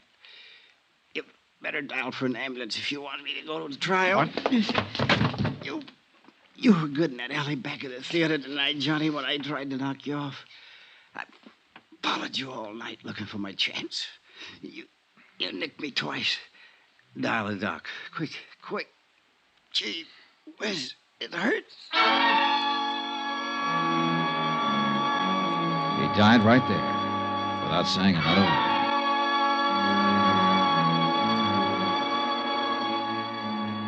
The disposition of the case and what to do about Frank Porter, an insurance adjuster who goes bad, is a matter I don't have to handle. And I'm glad. Expense account item 14, hotel and board in New York City, $79.30. Item 15, $84, legal fees and incidental expenses involved in locating the widow of Mike Cairns, who it seems is still alive somewhere in Iowa and will accept half the reward as promised. Item 16, $14 even, transportation back to Hartford. Expense account total, $265.91. Remarks? Gee whiz. Yours truly, Johnny Dollar.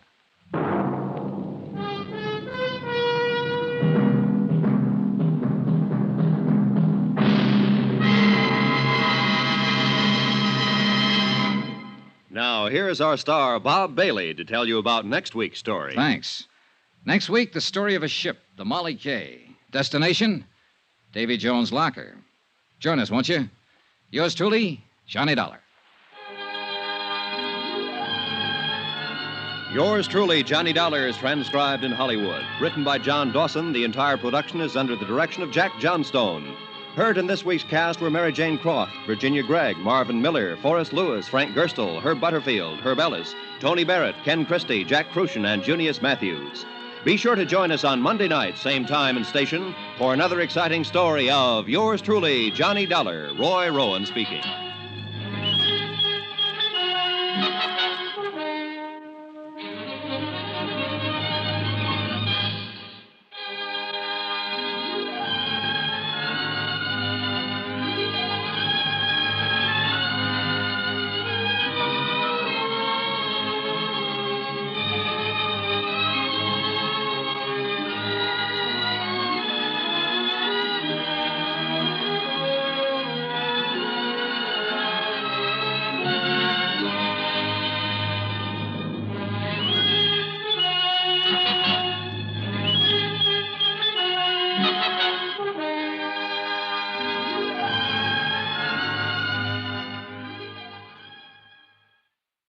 From Hollywood, it's time now for Bob Bailey as Johnny Dollar. Dave Borger, Johnny, Marine and Maritime Casualty. Hiya, Dave. Awful. I'm in mourning, Johnny, for Molly K. Oh, sorry, Dave. You have my sympathy. Save it. This is money, not sentiment. We had her insured for a cool $500,000. You mean dames come that high these days? No, but a rusty old tub of a freighter does. What happened? She steamed out of San Francisco Bay bound for Yokohama. 20 miles off the Golden Gate, she upended and departed this world forever. Real sudden, huh? Too sudden. I don't like sudden things. Why don't you fly out there, Johnny? Take a look at the remains. Sure, as long as you're willing to pay for it. You're hired, but be careful. Don't get yourself killed. While I'm on an expense account? Dave, you've got a lot to learn.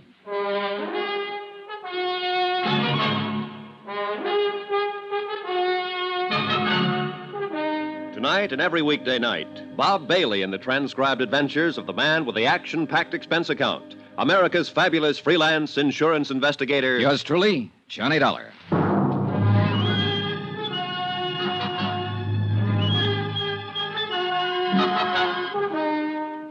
Expense account submitted by Special Investigator Johnny Dollar to the Home Office, Marine and Maritime Casualty Limited, Hartford, Connecticut.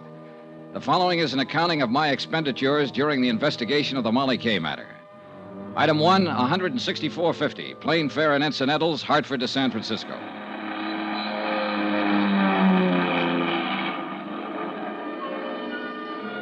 It was mid-morning when I landed, and the city on the Seven Hills glittered under the bright sun like a fabulous hoard of jewels. A cool, crisp breeze was driving the usual night's bank of fog out toward the open sea, and the clear waters of the bay danced and sparkled from the touch of the wind. It was a day and a place that felt lusty with life and the joy of living.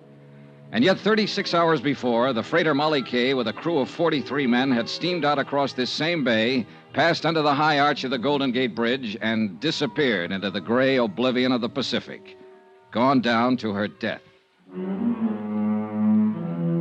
Item 2, $1.55, local transportation. Limousine to my hotel, where I barely had time to check in, Then a taxi down to the foot of Market Street, where Harbor Master Tim O'Rourke, a grizzled old veteran of the port, was about to preside at a preliminary board of inquiry in the ferry building. All right, boys, all right. Let's have it quiet.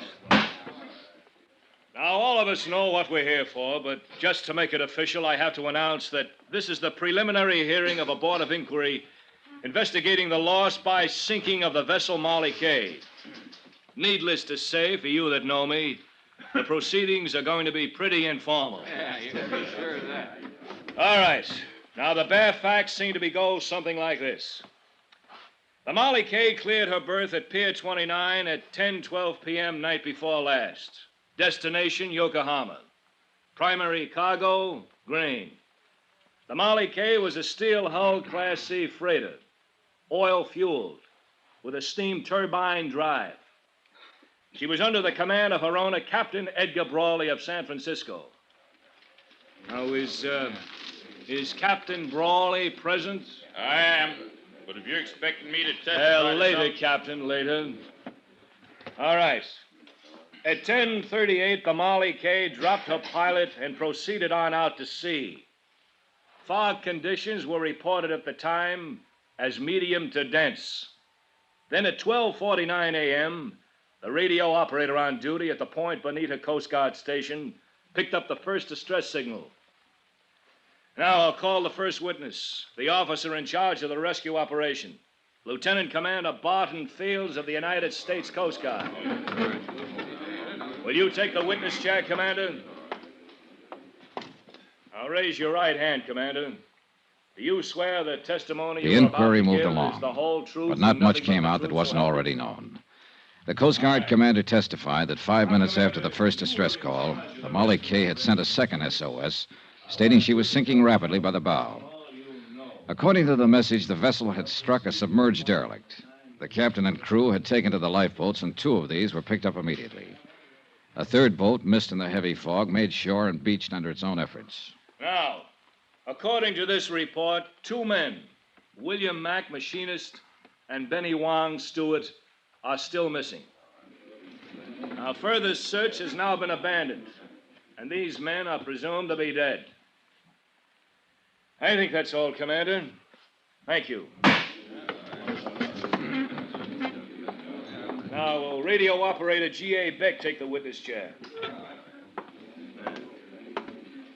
While the testimony went on, I studied the teletypes from the home office that I'd picked up at the hotel. Again, nothing much that wasn't already known, with a few exceptions. A stray fact or two, a couple of odd details, nothing else. But the seeds of suspicion are pretty small, and if they're kept well watered, sometimes they grow up into nice, tall, blooming hunch plants. Then Chairman O'Rourke called the witness I was most interested in. Will Captain Edgar Brawley please take the chair? The man who stood to collect $500,000 if the sinking was legitimate. But I was pretty sure it wasn't. Raise your right hand, Captain. Do you swear that the testimony you are about to give is the whole truth and nothing but the truth? I do. You can sit down. He was a man about 50, maybe older, but he had the body of a young bull. Hard, stubborn, belligerent. He figured to be a tough lad to tangle with in court or on the deck of a ship. Now, Captain, will you tell us what happened in your own words? Starting where? From the time you dropped the pilot. Unless something happened earlier that might have some bearing on this case. There wasn't nothing happened earlier or later that got any bearing on it. We hit a submerged derelict, that's all. Now, what more do you want to know? Your story, Captain. Just for the record. Be no different from what you've already heard from all the rest of them here. This is an official board of inquiry, Captain, whether you like it or not.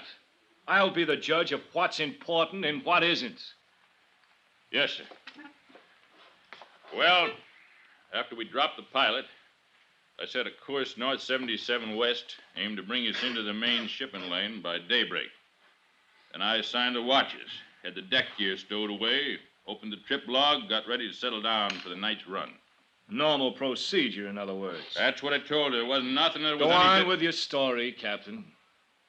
My first officer took over the bridge, like he already told you he did, and I went to my quarters. What was the weather like at the time? Same as it'd been all evening. So foggy you couldn't see 100 feet from the bridge. And you took all the usual precautions prescribed for such a condition? Of course.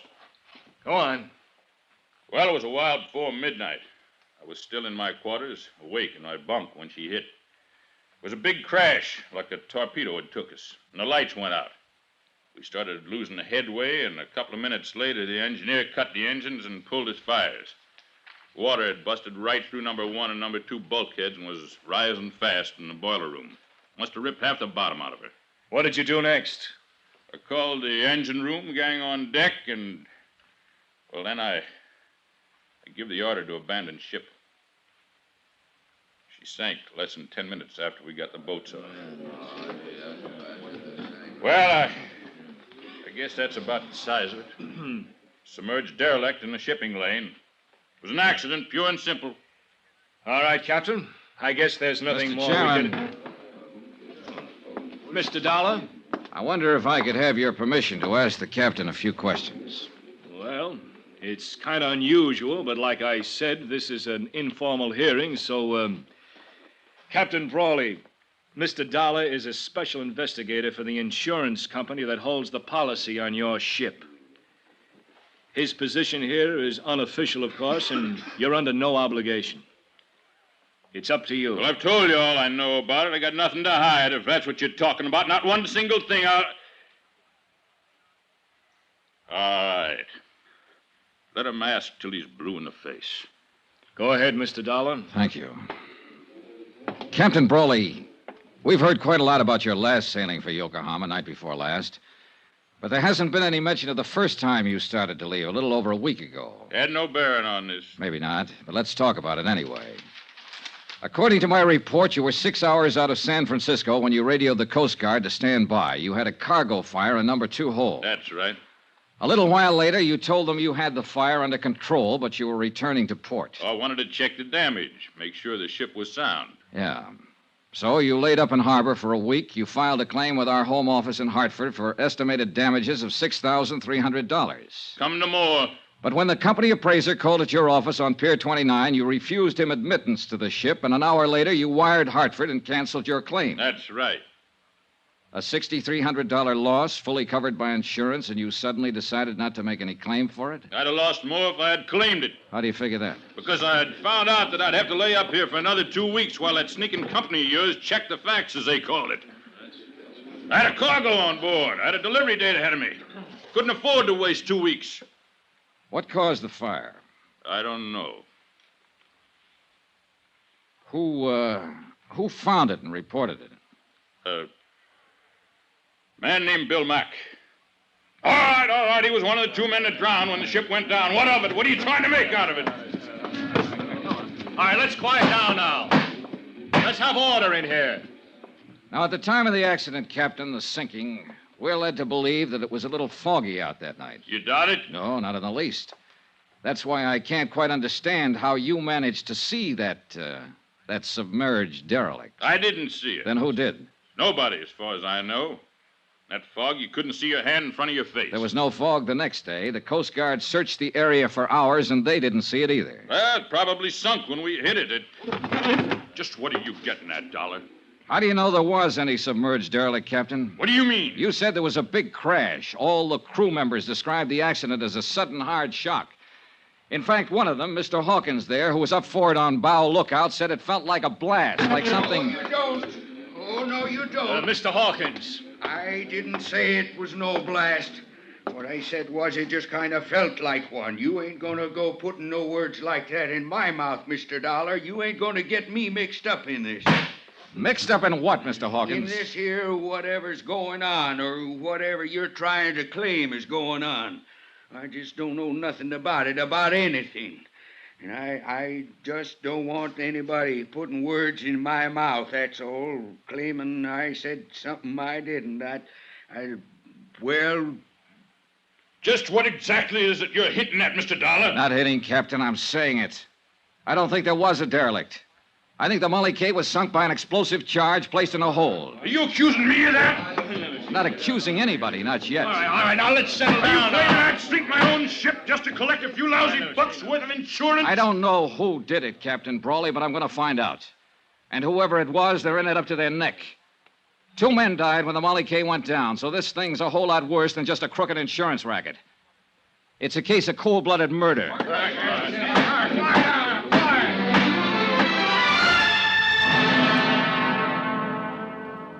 Outside, after the hearing adjourned, I turned west and walked along the Embarcadero. I looked at the crowds and the sunshine and the seagulls out over the bay. It was all brisk and bright and cheerful. But I felt cold in the pit of my stomach. They were scared in there, all of them, scared to death. The smell of fear in that hearing room was so thick you could cut it with a knife. And I meant to find out why.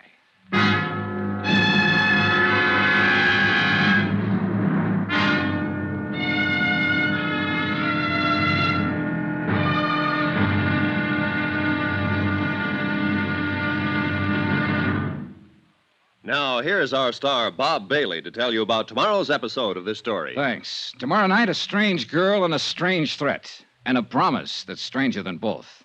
Join us, won't you? Yours truly, Johnny Dollar.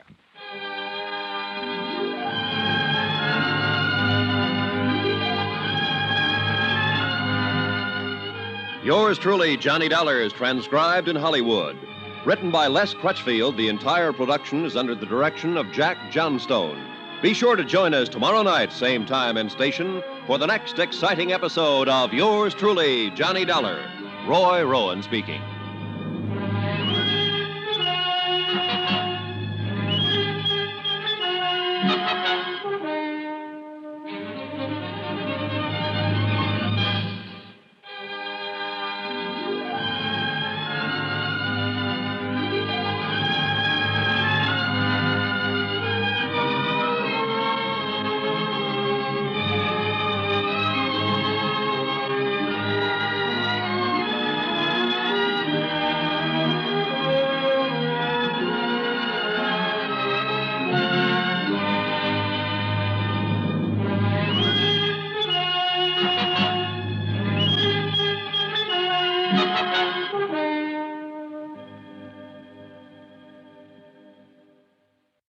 From Hollywood, it's time now for Bob Bailey as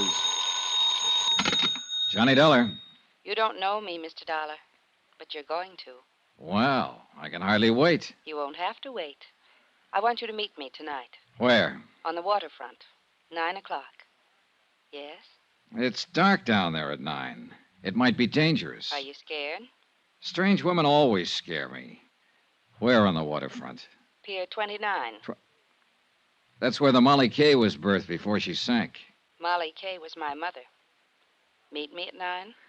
I don't know. Blind dates never work out for me. I'm always sorry afterwards. You won't be sorry this time. Is that a promise? That's a promise.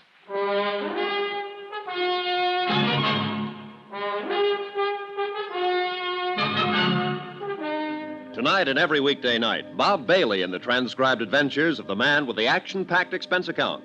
America's fabulous freelance insurance investigator. Yours truly, Johnny Dollar.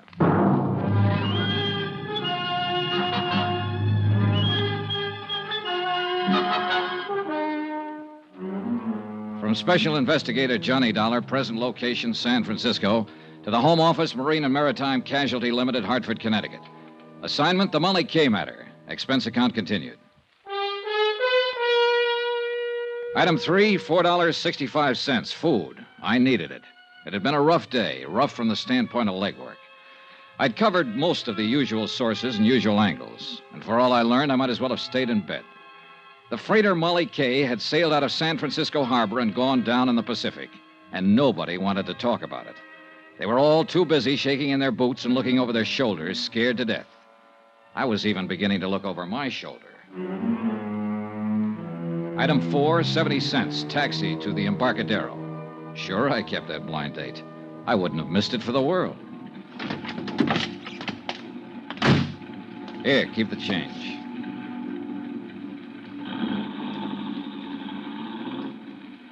It was dark and lonely along the waterfront.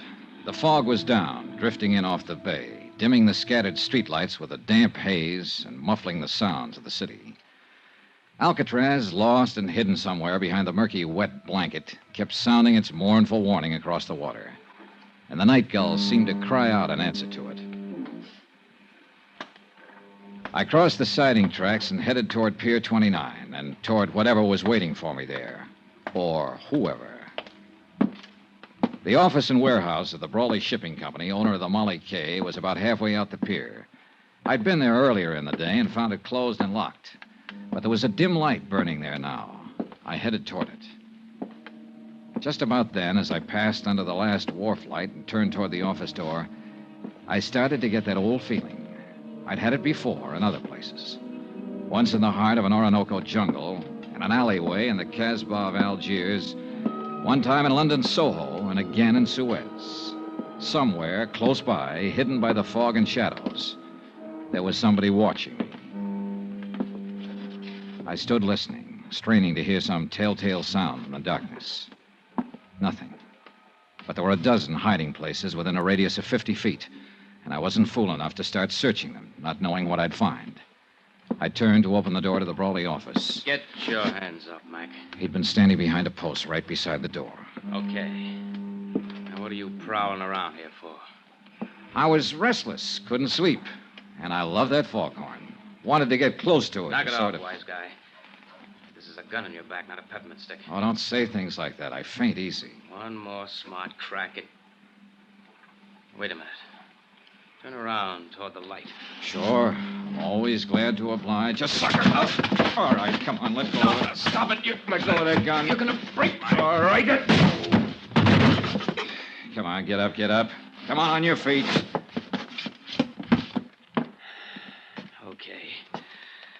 Okay, Dollar. So they're right about you. You are tough. Is that what they say? I've heard it around. Then how come you jumped me? I didn't know it was you, not till you turned toward the light. Just saw somebody was prowling around the office here. Who's there? What's going on?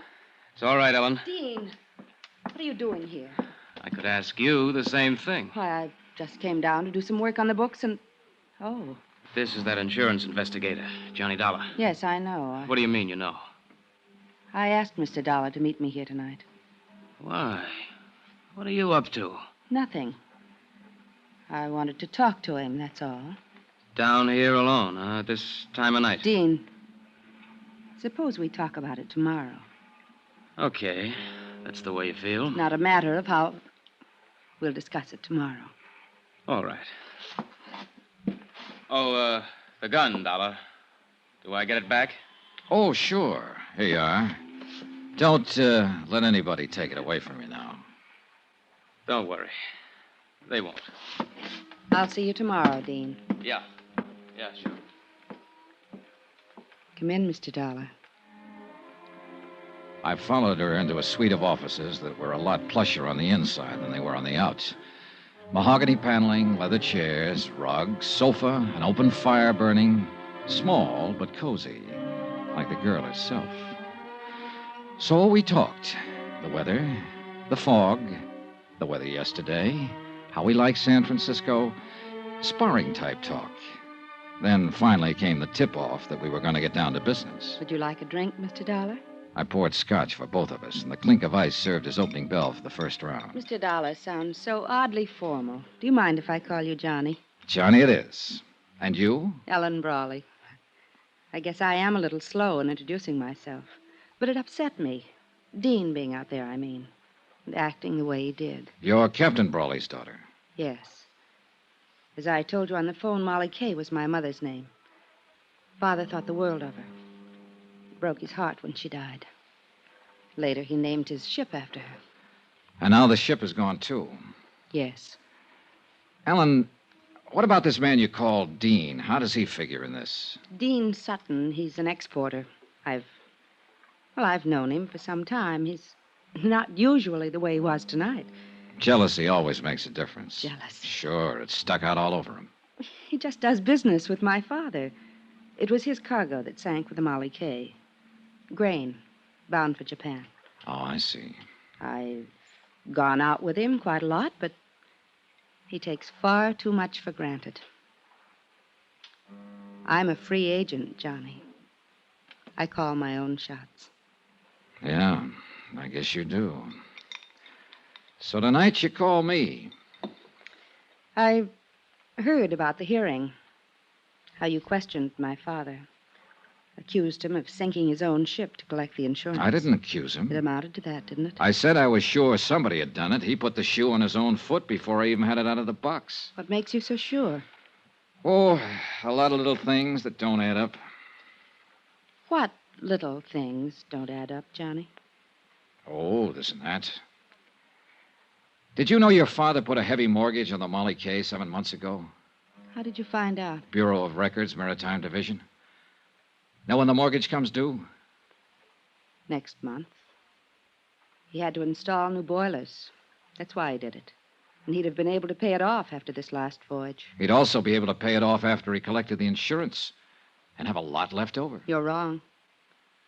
You don't know my father. No, I don't.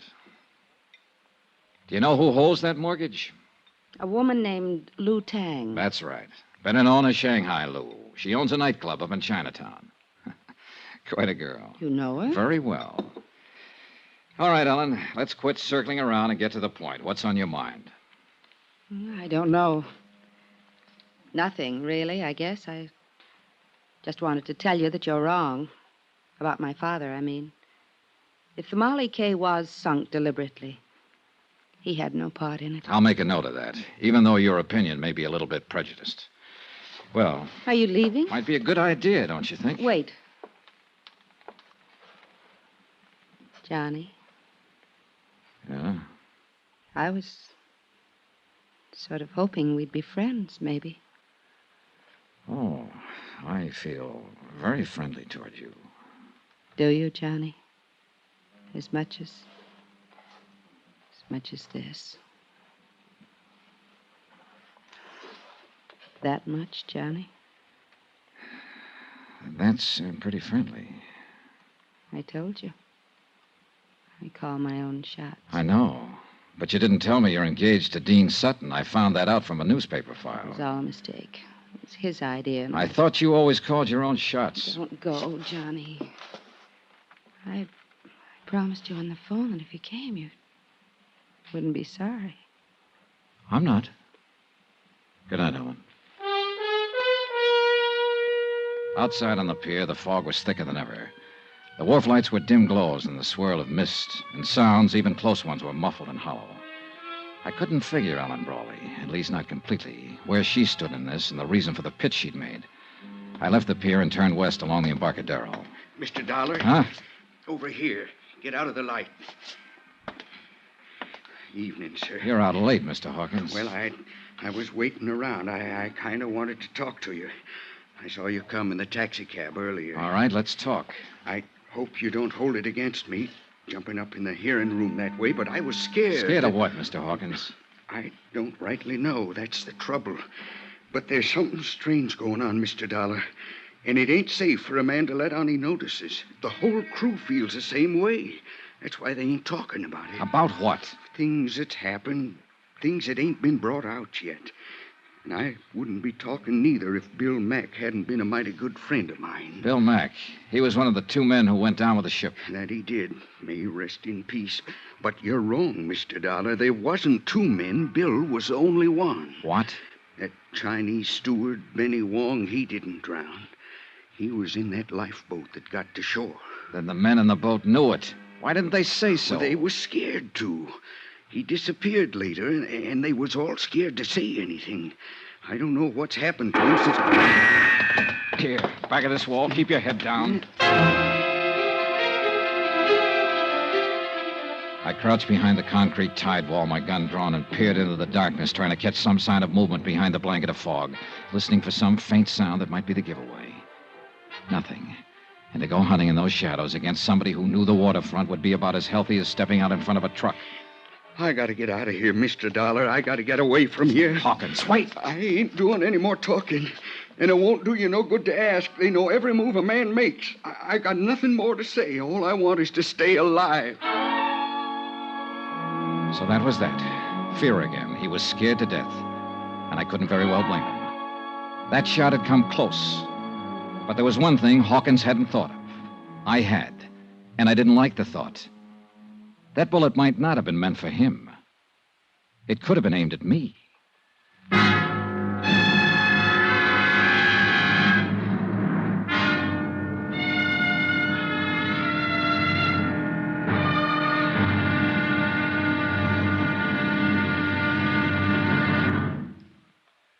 Now, here's our star, Bob Bailey, to tell you about tomorrow's episode of this story. Thanks.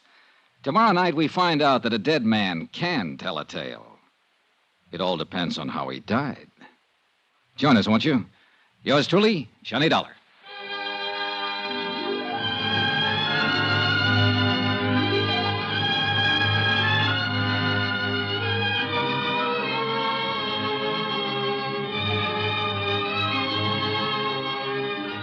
Yours truly, Johnny Dollar, is transcribed in Hollywood. Written by Les Crutchfield, the entire production is under the direction of Jack Johnstone. Be sure to join us tomorrow night, same time and station, for the next exciting episode of Yours truly, Johnny Dollar. Roy Rowan speaking.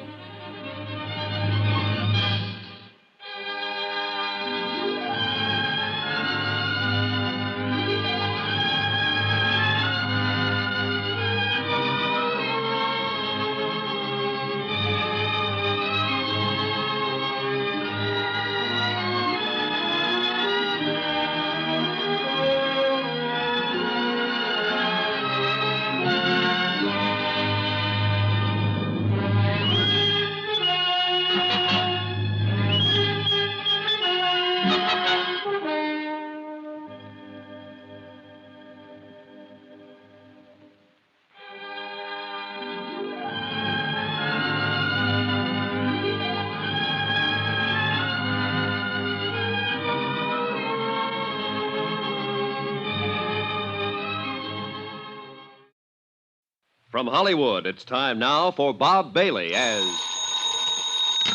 Johnny Dollar. Guess who, Johnny? Lou. Lou Tang. When they told me you had called, my heart jumped and beat faster. It has been a long time. Too long.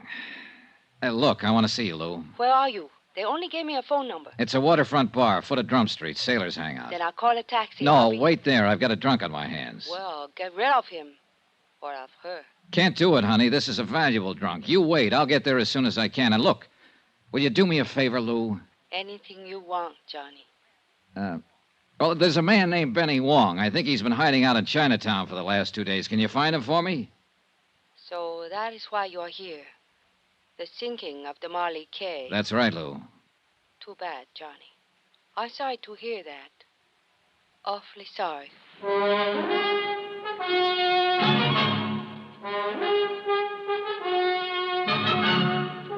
Tonight and every weekday night, Bob Bailey in the transcribed adventures of the man with the action-packed expense account. America's fabulous freelance insurance investigator. Yours truly, Johnny Dollar.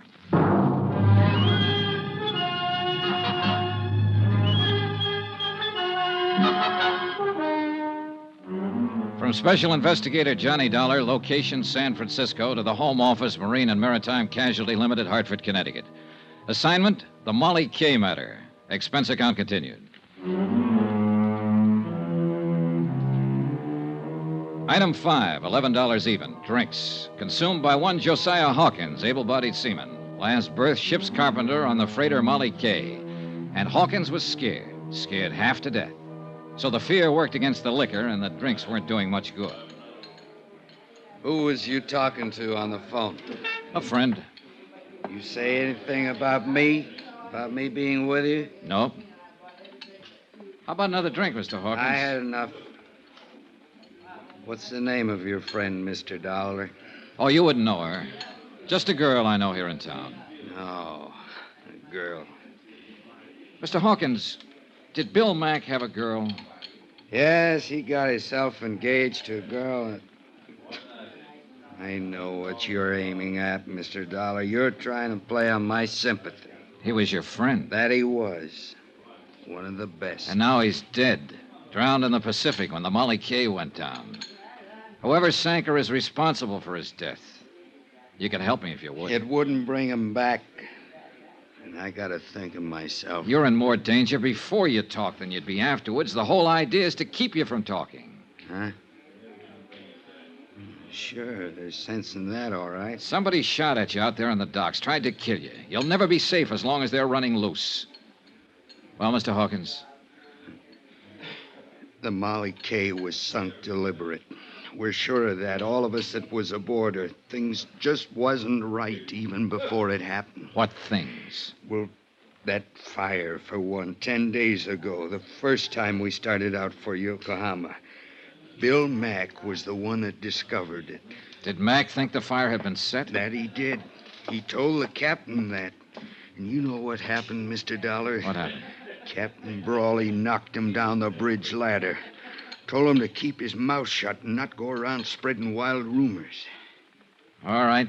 The second time you sailed, what happened?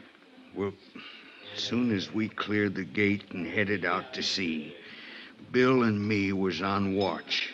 He had me cover for him while he sneaked down in the hold to see what he could find out.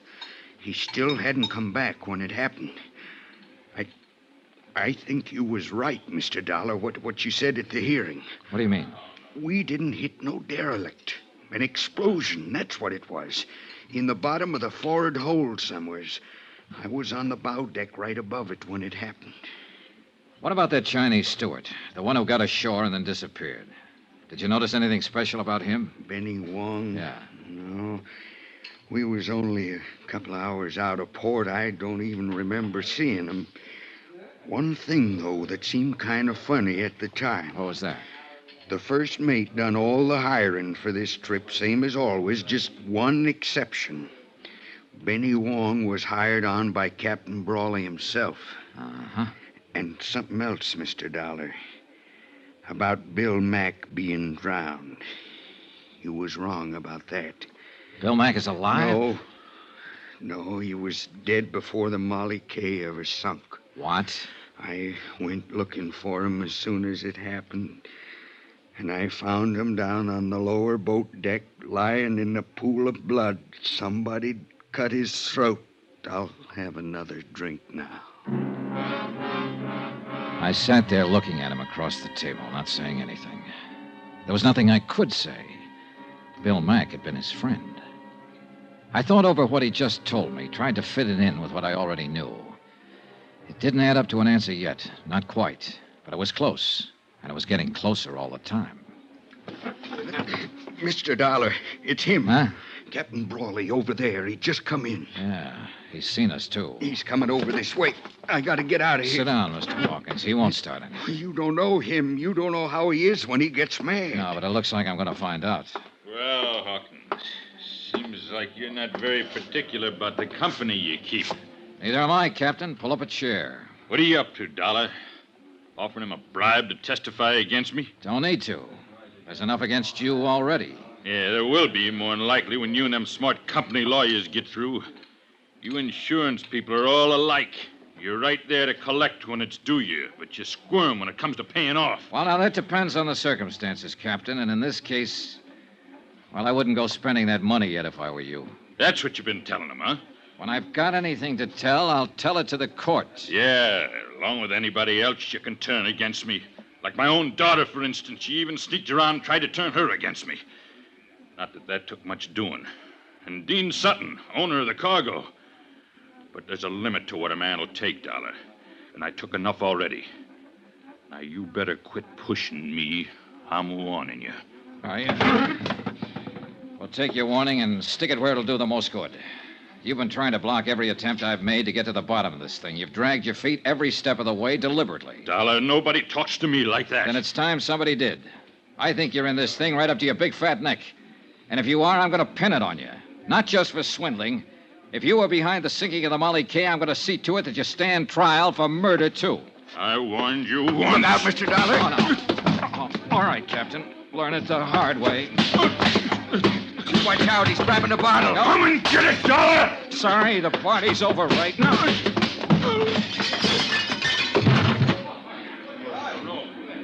You better get out of here, Hawkins. He's not going to feel very friendly when he comes to. You're the only man I ever seen stand up to him, Mr. Dollar. There was one other one. Bill Mack. I left Captain Brawley lying there on the floor. They were throwing water on him when I walked out. I hadn't wanted the fight, but there'd been no choice. And it had given me one new fact to fit in. The captain's coat fell open when he hit the floor, and I saw he was packing a gun. Expense account, item 6, 80 cents. A taxi fare to Chinatown and a rendezvous with Lou Tang. Shanghai Lou. A strange woman, this one. Wise, shrewd, and alert. Hard and tough when she feels that way. Soft as a kitten when she feels that way. Her nationality, history, age, nothing certain about any of that. But there's one thing that is certain. She's the most beautiful woman I've ever known. It is good to see you, Johnny. How long has it been? Last year, Lou, in Paris. How could you forget? I didn't forget. I only wanted to see if you had. Kiss me, Johnny. Oh. I came here to talk business. Oh, business. I don't feel like talking business. Simmer down, baby. Let's get married. All right. But first, When? let's tomorrow. Now, if Why you... not tonight? It's too late. We'd have to wake somebody up. Always problems, reasons. I don't think you even want to marry me. Sure I do. I've been mad, too, for years. Then why didn't you in Paris? Lou, it's no time to go into that again. Look, I'm on a case, a rough one. And it's just possible that you may be mixed up in it. Johnny, I did not sing the Molly case, so there you are. That takes care of the business. Let's get married. Will you sit back down there? That does not take care of the business. What more do you want to know? Several things. Benny Wong, for instance. That man you asked me about? Yeah, they said he went down with a Molly K, but I found out different from one of the crew. I have not found Benny yet, but I have people looking, so why don't you and I... Lou, I've known you too long. You're not fooling me. Fooling you? The patter is good, but it's not covering the fact that you're bothered. You've always bothered me, Johnny. That's not it. How do you figure in this thing, Lou? I don't really know what you mean by this thing, Johnny. You had a pretty heavy stake in the Molly K. A $100,000 mortgage loaned to Captain Brawley. A sound business deal, that's all. I have investments in many ships that sail out of San Francisco. Ah. And, of course, the investment was covered by insurance. Naturally. I made sure of that before I advanced the loan. Don't let the soft brown eyes fool you, Johnny. I'm a hard-headed businesswoman. Yeah, I know. It was a business deal, nothing else. Showed every chance of being a profitable voyage. He was carrying a cargo of wheat. The Tokyo grain market has been advancing steadily for 3 months. As to what happened, I don't know anything about it. I don't understand it. That's straight, Johnny. That's all I know. What about this fellow, Dean Sutton? Do you know him, Lou? I've met him. I understand he's engaged to Captain Brawley's daughter. But beyond that... Pardon me a moment. I'll see who it is. The visitor was a young Chinese lad. She stepped outside to talk to him, and I lit a cigarette and waited for her. I thought over what she'd said, tried to see behind it, and to decide whether to believe it or not. Lou Tang was not a person you could push. I stood up when she came back into the room. You're not leaving, Johnny. Yeah, I think I'd better. Will you see me tomorrow? You know I will. What if I were mixed up in this? Would you send me to jail? You know the answer. Yes. And you're the only man I know who would. I'd be gentle about it, though. I think you really would. You're sweet, Johnny. Awfully sweet. I'm a doll. I've made up my mind to take no part in this, to stay completely out of it. But I'm going to tell you something. What do you mean? That man who just came to the door, I've had him out looking for Benny Wong. Has he found him? Not yet. But he's found out something about him. Johnny, if the Molly K was sunk on purpose, how do you think it was done? By an explosion in the bottom of the fort hold. Benny Wong was a demolition sergeant during World War II. He's rather well known as an expert on explosives.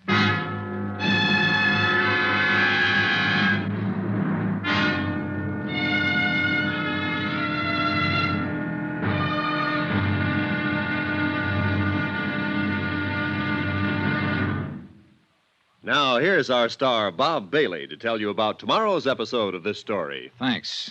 Tomorrow night, a double cross, a double play, and a lovely girl forces the jealous sea to give up its dead. Join us, won't you? Yours truly, Johnny Dollar.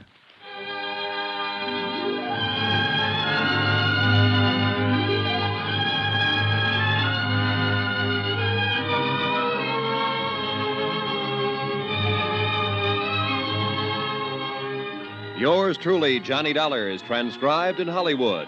Written by Les Crutchfield, the entire production is under the direction of Jack Johnstone. Be sure to join us tomorrow night, same time and station, for the next exciting episode of Yours truly, Johnny Dollar. Roy Rowan speaking.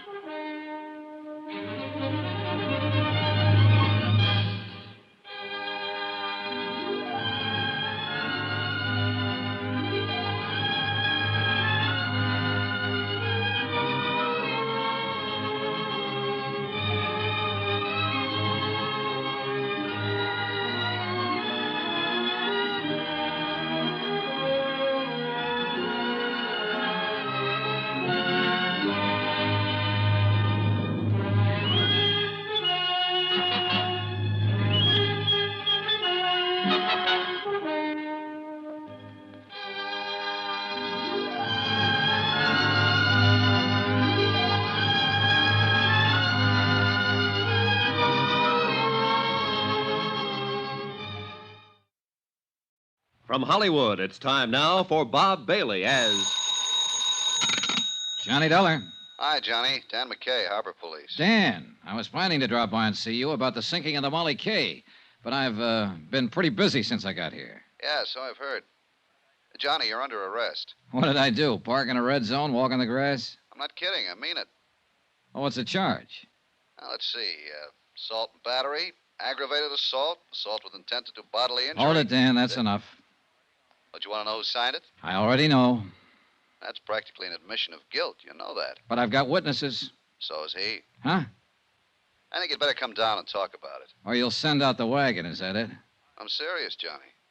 All right, Dan. I'll be down.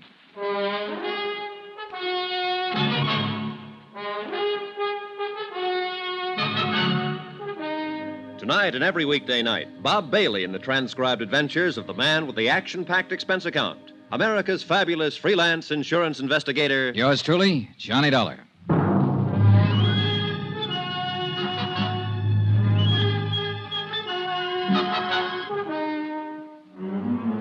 From Special Investigator Johnny Dollar, location San Francisco, to the Home Office Marine and Maritime Casualty Limited, Hartford, Connecticut. Assignment, the Molly K matter. Expense account continued. Item 7, a mere 60 cents. Taxi from my hotel to the foot of Market Street and headquarters of Inspector Dan McKay in charge of Harbor Police. I'd known Dan for years, well enough to realize that knowing him wouldn't make any difference. Not when he had a warrant to serve. I knew the charge wouldn't stick, of course, but it could slow me down.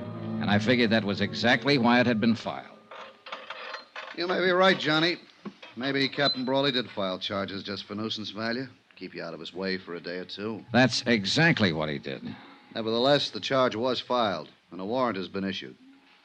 So what are you going to do about it? I know what I'd like to do about it. That's against the law, too. You know, you could be wrong, Johnny. Brawley may not be guilty of the Molly K sinking. I told you the whole story, Dan. The facts add up. What do you think?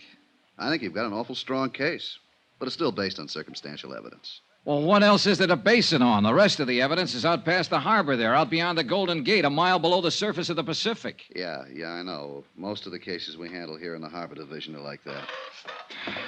Well, then you can see the problem I'm up against.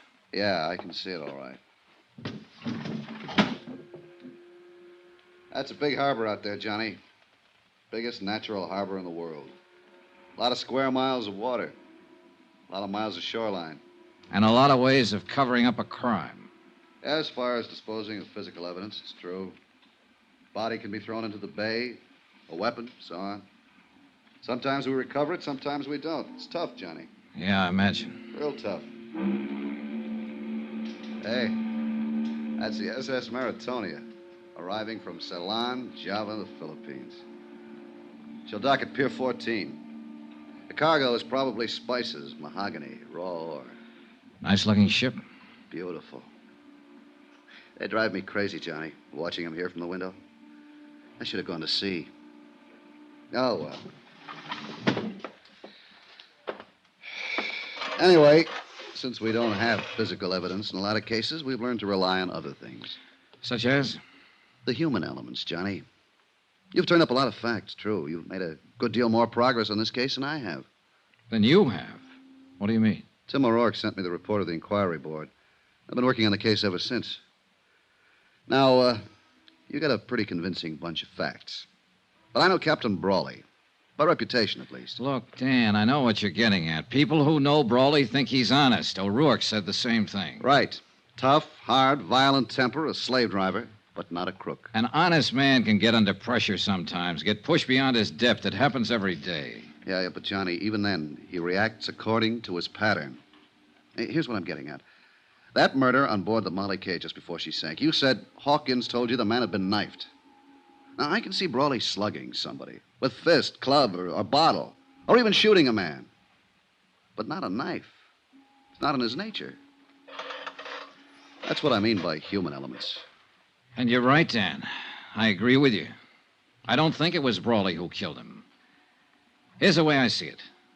Brawley was pressed for cash. The mortgage on his ship was due in 30 days. He was carrying that grain for Dean Sutton on a contingency basis. He might not make any money, or at least not enough. He was probably doing it as a favor to his daughter. She and Dean Sutton are engaged. Yeah, I know, So Johnny. the first time out, he tried setting that fire on board. It didn't work. One of the crew, Bill Mack, discovered it before it got started. The Molly K returned to port, and Brawley filed an insurance claim. Then he got scared off an investigation and withdrew it. That's all guesswork, Johnny. So far, his second attempt, he contacted an expert on explosives, Benny Wong. And Benny pulled off the job for him, blew the bottom out of the ship and sank it. And what about the knifing? Well, Bill Mack was suspicious. He was prowling around the hold and caught Benny in the act of setting the explosive. Benny killed him, figuring the sinking would cover for him. But by accident, Hawkins stumbled onto the body before the ship went down.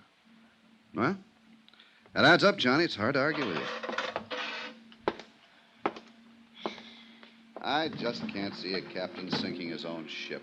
It's been done before. Yeah, I know. Not everybody feels about them the way you do, Dan. And $500,000 is a lot of money. That's true. But 25 years of command means a lot, too. Deep sense of responsibility, integrity. Oh, pardon me. Inspector McKay. Oh, yeah. Just a moment. It's for you, Johnny. It was Lou Tang, Shanghai Lou. She'd called the hotel and found out where to reach me. For once, she didn't try to play games. She spoke briefly and straight to the point. And she told me what I wanted to know the most. When I hung up, I knew I was on the last lap. I had the case right in my hand. Well, what's up, Johnny? What is it? Dan, how would you like to come along and talk to the man who blew up the Molly K?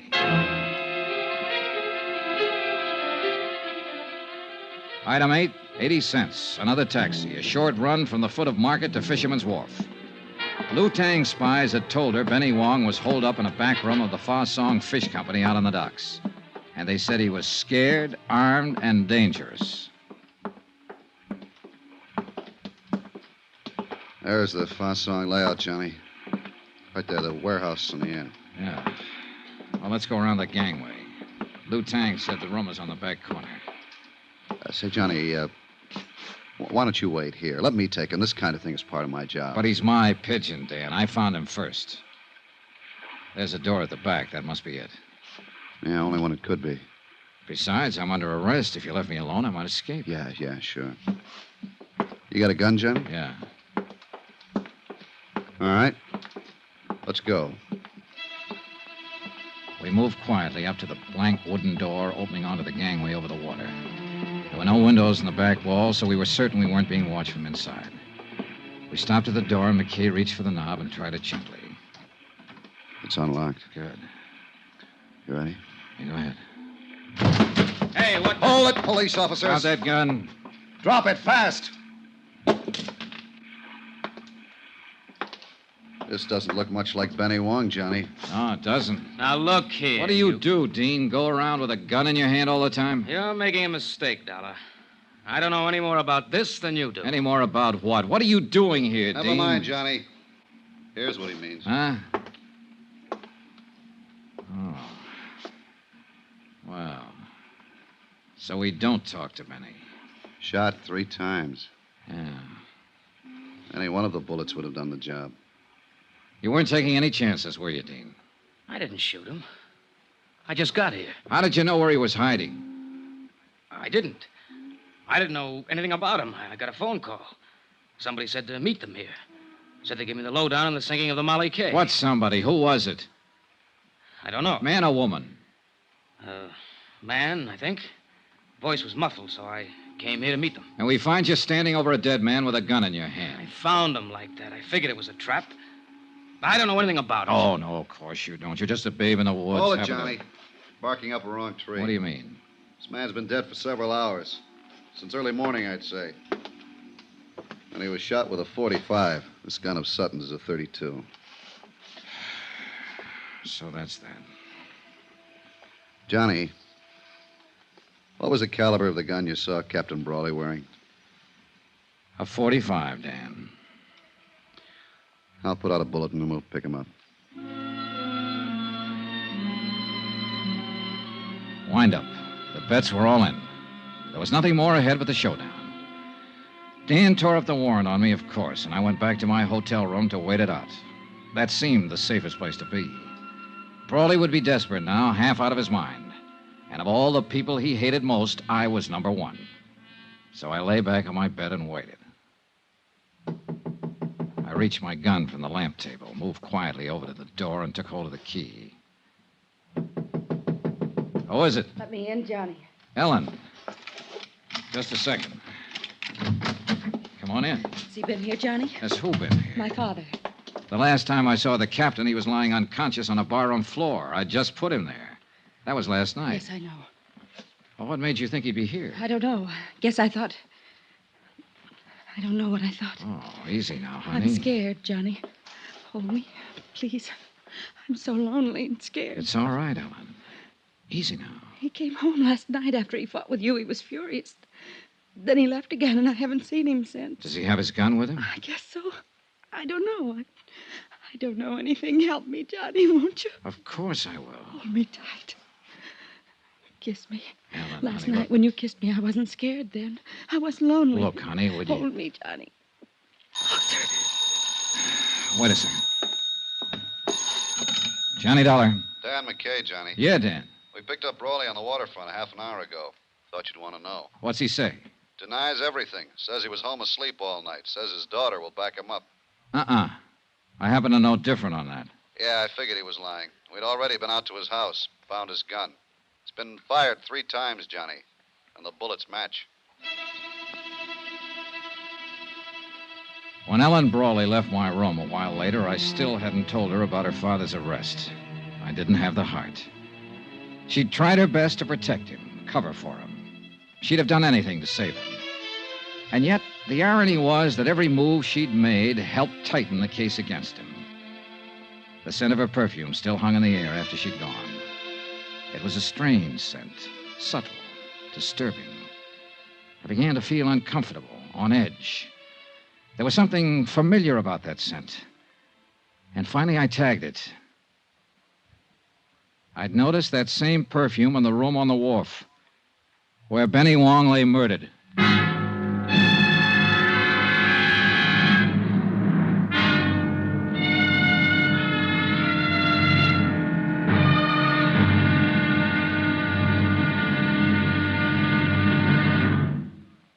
Now, here's our star, Bob Bailey, to tell you about tomorrow's episode of this story. Thanks. Tomorrow night, a deadly rendezvous on the fog-shrouded waterfront, and an explosion that rocked the city. The payoff. Join us, won't you? Yours truly, Johnny Dollar.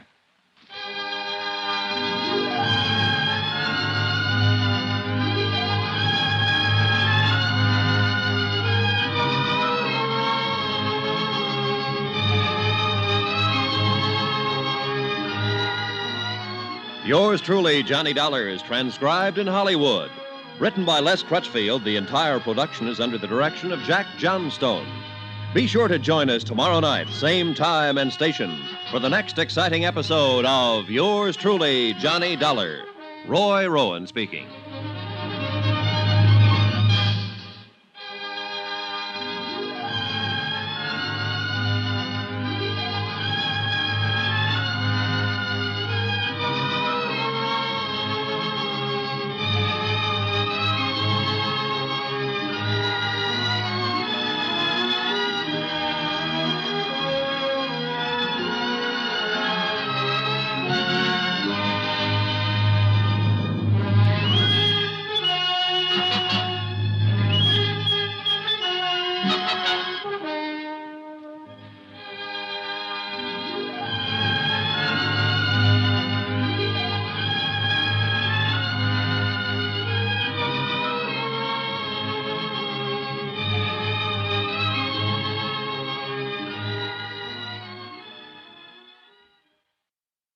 From Hollywood, it's time now for Bob Bailey as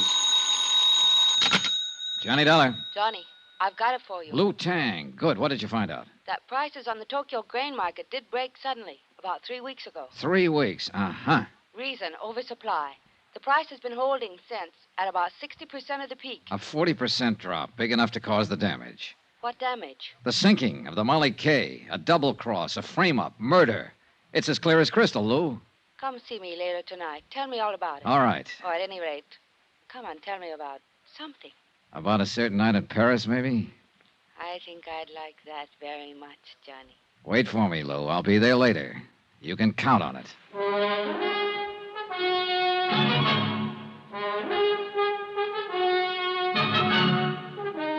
Tonight and every weekday night, Bob Bailey in the transcribed adventures of the man with the action-packed expense account. America's fabulous freelance insurance investigator. Yours truly, Johnny Dollar.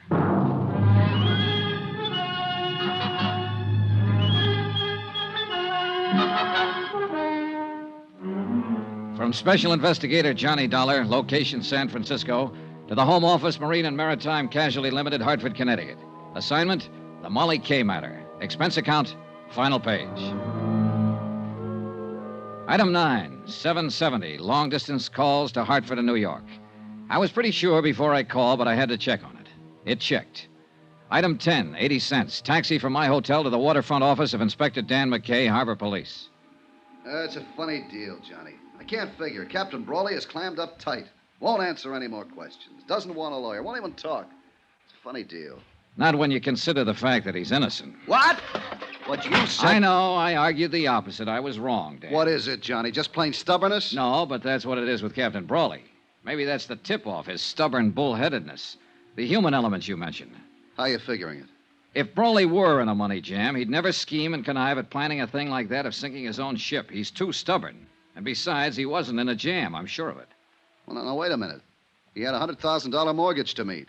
I finagled some information out of the bank. The Brawley Shipping Company has a free balance of nearly $150,000 in cash assets. But look here, Johnny. No, you look. I started out with a motive, and I built a pretty strong case on it. Even you agreed. Everything pointed toward Captain Brawley. Sure, because somebody was helping things point toward him. What do you mean? It wasn't just the ship itself that was insured.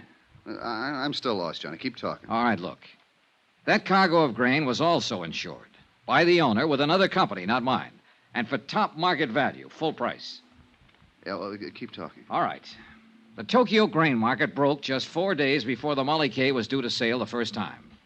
The shipper stood to lose nearly half his investment if the grain reached Yokohama at that time. Well, it didn't reach there. It's lying out there on the bottom of the Pacific. Net result, instead of taking a loss because of price, the shipper gets full price from the insurance company. It adds up, Dan. Yeah, it sure does. The shipper. I think Captain Brawley suspected him, too. That's what kept the old captain on the prod. His ship gone, under suspicion for the sinking, yet not wanting to hurt his daughter. He was caught right in the middle. But keep on holding him to make it look like we still think he's the guilty party. Well, it's that girl of his I feel sorry for, Ellen. She's the one caught in the middle. Yeah, I know. And it's going to be rough on her when she finds out. Engaged to a killer who's been using her to smash her own father. Great setup. Yeah. Well, I'll get a bulletin out. We'll pick up this Dean Sutton and bring him in. Yeah, but you know something? It's going to be awful hard to pin it on him. Need evidence, something definite. Look, why don't you let me have a go at him first? Oh, it's out of the question, Johnny. Of course, if you should happen to find him before we do, well... Yeah, I might just do that, Dan. In fact, I've kind of got a hunch I will. It was a hunch, but it might be a good one. I left Dan's office and walked east along the waterfront, following the long curve of the Embarcadero with its miles of docks and wharves. The night had settled down over the bay and the city, and with it a dark, damp blanket of fog, even heavier than the night before. And because of that and other reasons, I felt cold and lonesome and alone.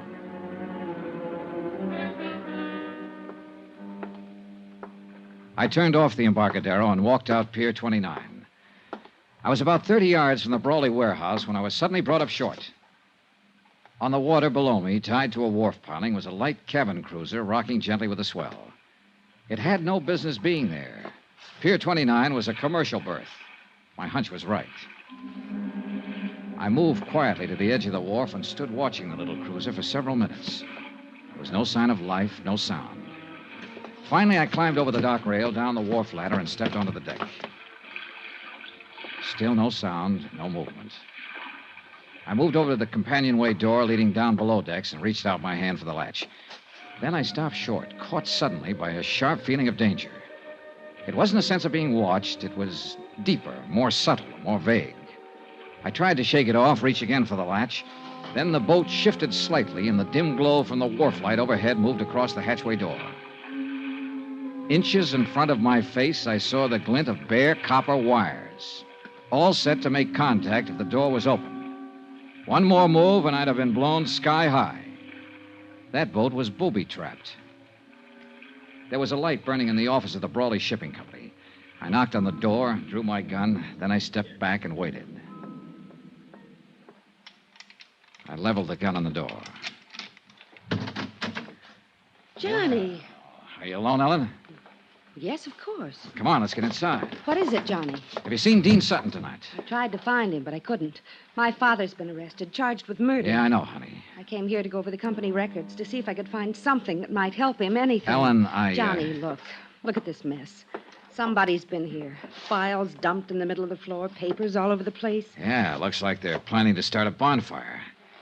Say, tell me something, Ellen. Does Dean Sutton own a boat? Yes. A light cabin cruiser named the Piper. Why? It's tied up at the wharf. He's around here somewhere. Well, what of it? What do you mean? Your father didn't sink the Molly K. Dean Sutton did it. But he wasn't even on board. He didn't have to be. He hired an explosive expert named Benny Wong to do the job. He got your father to take Benny on as steward.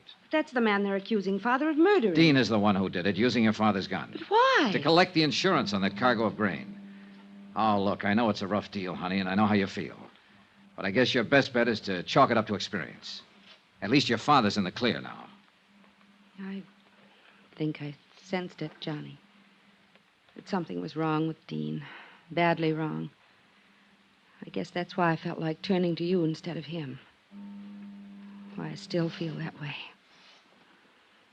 I think I'm going to cry. Then cry. Cry it out and get it over with. Come here, Ellen. I held her close and tried to comfort her.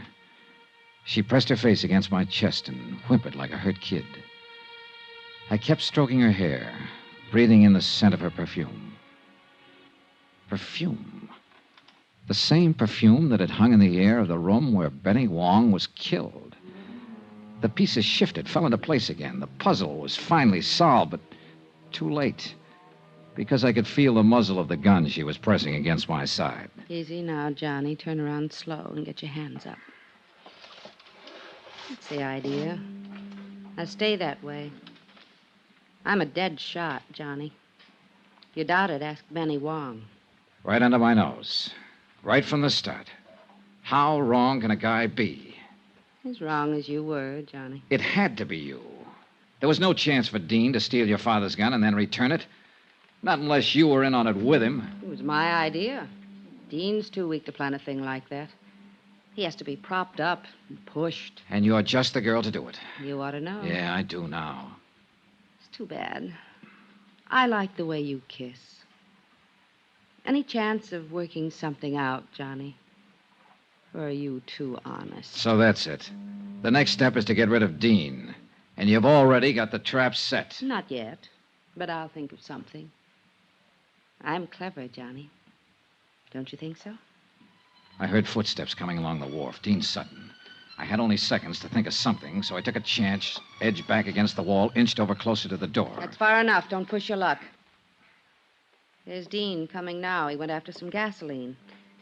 We're going to build a nice, warm fire, and you're going to have a ringside seat. Come on in, Dean. We've got a visitor. Dollar. What do you know? So you walked right into it. Just like a The chance paid off. He walked between us, blocked Ellen's line of fire, and I jumped him. I grabbed him around the neck, held him as a shield, dragged him back out through the door, out to the wharf. Dean! Break loose! Let me get a shot at it! I was trying to get clear of the light before Ellen could blast me with that gun, and I made it. But Dean broke loose, came in me swinging. He slipped and staggered up against the dock rail. The railing broke, split in two, and we went over the side. We struggled back up to the surface. Dean's hands were clenched on my throat, and I couldn't break his grip. Ellen started firing from the wharf above us, not knowing who she'd hit and not caring. I took a deep breath and dragged Dean onto the surface. But his hands were still on my throat, and I couldn't break loose. My lungs were bursting. My strength was going fast. I brought up my knee. He fell away from me. I was free to fight my way back up to the surface. I swam around in circles, getting my breath, watching for Dean, but he didn't come up. He didn't come up for 2 days.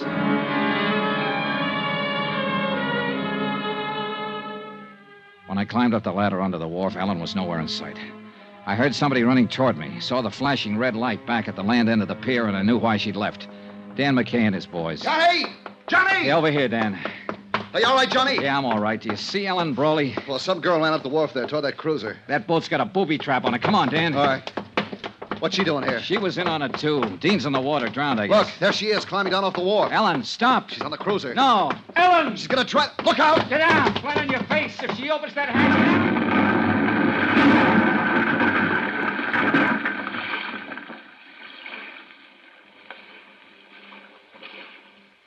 Blown to bits. Booby trap. They had it rigged for me, and she... No. She didn't know about it. That wasn't meant for me. They were both pulling a double cross. Dean set that trap for her. End of expense account, except hotel and plane fare back home. Total $547.60. Well, it looks like the company pays off on this one, Dave. The ship owner was innocent. But you'll make it back. I really feel sorry for Captain Brawley. He commanded his own quarterdeck for 25 years. Strong and proud and unafraid. He had a wife once named Molly Kay, and a ship named Molly Kay. And he had a daughter, too. And now the sea has taken all of them away from him and left him cast up on the beach, a broken old man. Bitter, beaten, alone. Yours truly, Johnny Dollar.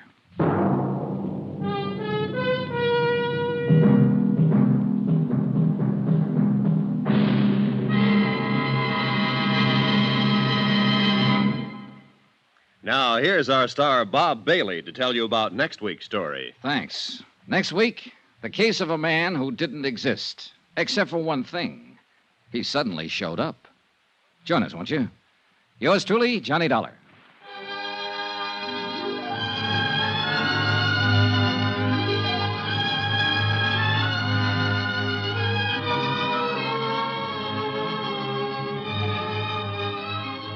Yours truly, Johnny Dollar, is transcribed in Hollywood. Written by Les Crutchfield, the entire production is under the direction of Jack Johnstone.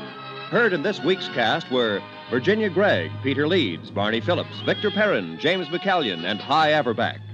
Be sure to join us on Monday night, same time and station, for another exciting story of Yours truly, Johnny Dollar. Roy Rowan speaking.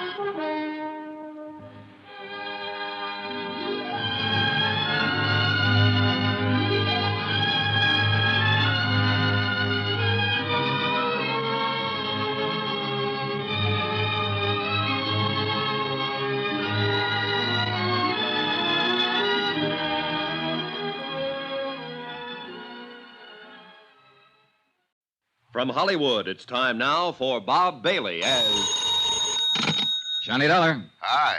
Pat Kelleher, Universal Adjustment Bureau. Good to hear your voice, Patsy. Thought you were transferred to Baltimore. That's where I am. Say, John, can you handle one for me? What kind of one? It's a life and accident policy Eastern Fidelity paid off 5 years ago. A man named John Reardon was the insured party. He died in 1950. Wife was a beneficiary. It's a crazy one. Well, go on. Eastern wants us to look into the matter QT. One of their officers has reason to believe Reardon is still alive, Why would he think that? because he saw him 2 days ago. I'll get the first plane.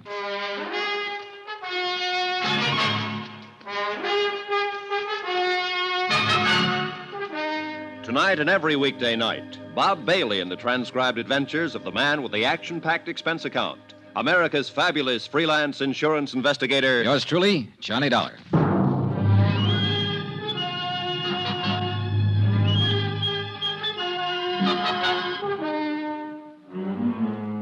Expense account submitted by Special Investigator Johnny Dollar to the Universal Adjustment Bureau, Baltimore, Maryland.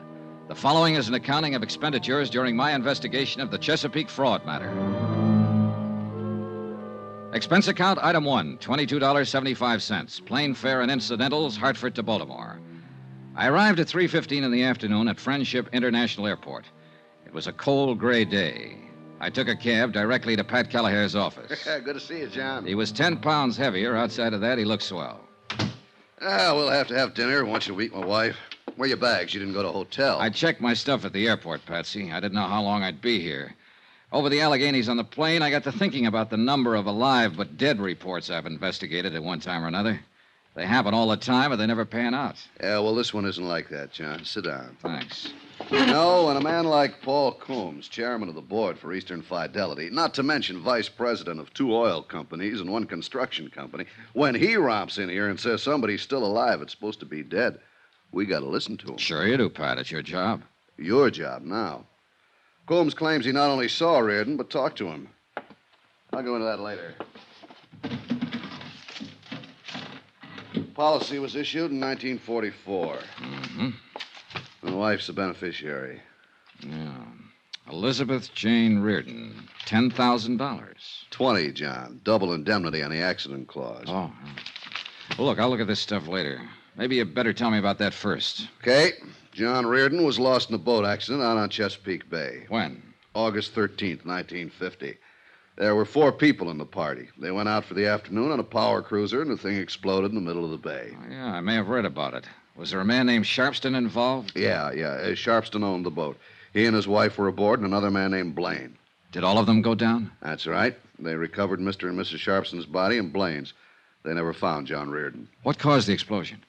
No explainable reason. It was never determined. Oh, there's always a reason. Yeah, well, that probably blew up with the boat, too. As it happened, we conducted the investigation for Atlantic States Limited. They held the insurance on the Sharpstons and the boat. These are our findings in the matter. We found no reason for Atlantic not to honor the claim made by Sharpston's estate. Mm-hmm. How about the other man who was killed, Blaine? His case was adjusted by another company.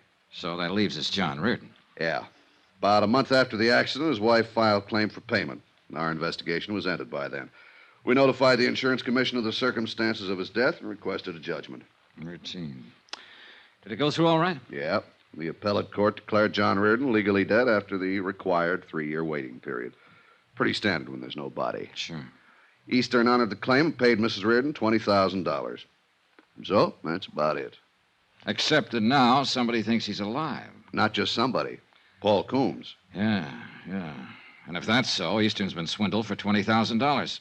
Tell me about the beneficiary. Miss Reardon? Mm-hmm. Nice woman. Met her a couple of times.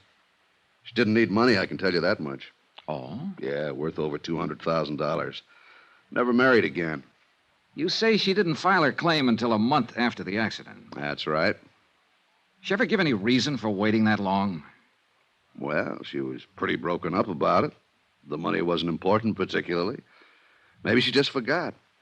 Pat, I've got a question. What's that, John? How can you forget $20,000? Expense account item 2, $10 for drinks I had with Pat Callaher while we talked some more about the Reardon case. At 7 o'clock that night, I had on a fresh shirt and a press suit. They seemed to impress Paul Coombs, vice president, chairman of boards, etc. Dollar? That's right, Mr. Coombs. Universal Adjustment. Oh, yes, of course. Come in. I talked with Mr. Kelleher there. He sent you? Yes, sir. Yes. Oh, yes. I recall your name now. Yeah. Mm-hmm. Well, we can sit here, Mr. Dollar. Now, you hear about John Reardon, of course. That's right. I'm glad they sent a man like you. I'm glad you're the one who's going to look into it. You puzzle me, Mr. Coombs. No, I don't. And that's a compliment to your perceptive abilities, young man. As a matter of fact, you're here because you're only curious about me. You want to have a look at the man who thinks he saw John Reardon alive, right? I suppose so. You don't believe he is alive? I didn't say that. I admire your caution. I'm glad you're the one who's going to look into it because, well, John Reardon was a close friend of mine. Oh, I didn't know that. Yes, I knew him for a number of years, and Mrs. Reardon. He was a fine, sensitive man. I'm sure you'll know how to handle him when you meet him. You sound very certain that I will meet him, Mr. Coombs. There's no doubt in my mind about that. 3 nights ago at the Brown Palace Hotel in Denver, Colorado, I saw John Reardon. I walked up and spoke to him. I talked with him for 15 or 20 minutes. I know it was him. He didn't admit it. He denied it completely. He told me his name was Frank Bauer and that he had lived in Denver ever since the war. Frank Bauer? Yes. I was so certain it was John Reardon, I insisted. He laughed at me, seemed good-natured about it, even bought me a drink. I see. I asked him where he had lived before Denver. He said something about Toledo. I asked him if he'd gone to college there. He told me he'd gone to Ohio State. Told me he was an engineer, a mining engineer. Everything he told me seemed plausible and reasonable, except that all the time I knew he was lying. I knew his name wasn't Frank Bowers. That was John Reardon. How did you leave it with him? Well, the whole thing unnerved me somewhat. I'm afraid I looked like rather a fool. I simply caught my limousine out of the airport and came back here to Baltimore. Did you get his address in Denver? No. Any of his business connections, anything like that? No. Was he alone when you met him? There was no one with him. At the bar, he even ordered his drink the way John always ordered it. You know, like this. Oh, yeah. Well, a lot of people make that signal for 2 fingers of bourbon. Wore clothes the same way, too. Have you spoken of this matter to anyone outside of Pat Kelleher? No. No, I thought it should be looked into before I called up Elizabeth. Elizabeth? Elizabeth Reardon, John's widow. Oh, yes. It'll do no good bothering her just now. I'm afraid she'll have to be bothered. Why? Can't you investigate the information I've given you without upsetting everyone? With this kind of information, somebody's bound to get upset. Look, don't put restrictions on me, Mr. Coombs, or we won't get anywhere. You say John Reardon was a close friend of yours. Yes. I presume his wife was, too. That's right. A lovely, lovely person. Yeah, I'll keep that in mind when I talk to her. Maybe you aren't the man for this. You can get somebody else, Mr. Coombs. No. It's just that I suddenly had a strange feeling about it all. Depressing. If John Reardon is alive, and you seem to be certain of it, then I understand your feeling. How's that? Your friend's party to a $20,000 fraud, not to mention his wife. Possibly he's not as sensitive and she's not as lovely as you thought.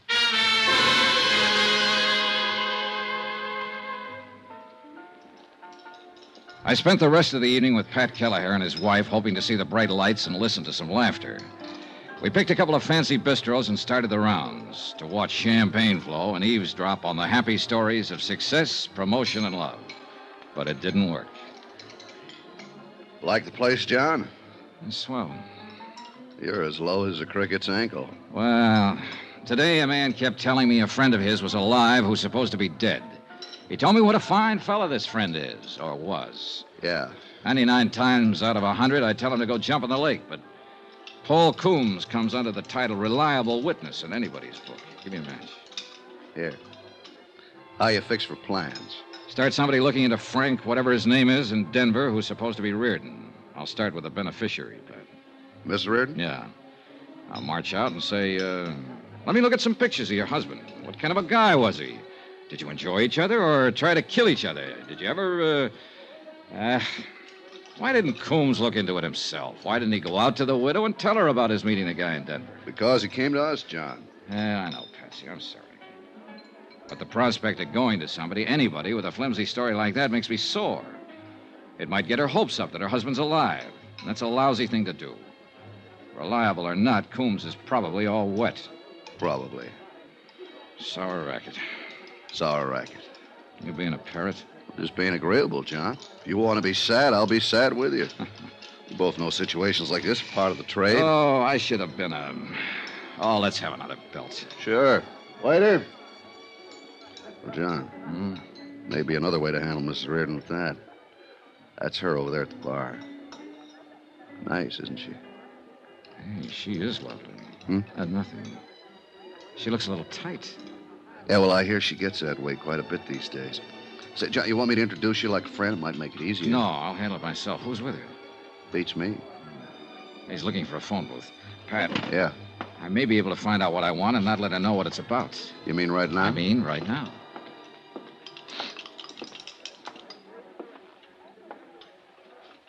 Hello. You're Elizabeth Reardon, aren't you? Why, yes. Oh, probably you don't remember me. My name's Johnny Dollar. We met some time ago. I'm afraid I don't remember, Mr. Dollar. I'm in the insurance business. Don't remember? Well, where was it we met? No, I can't remember.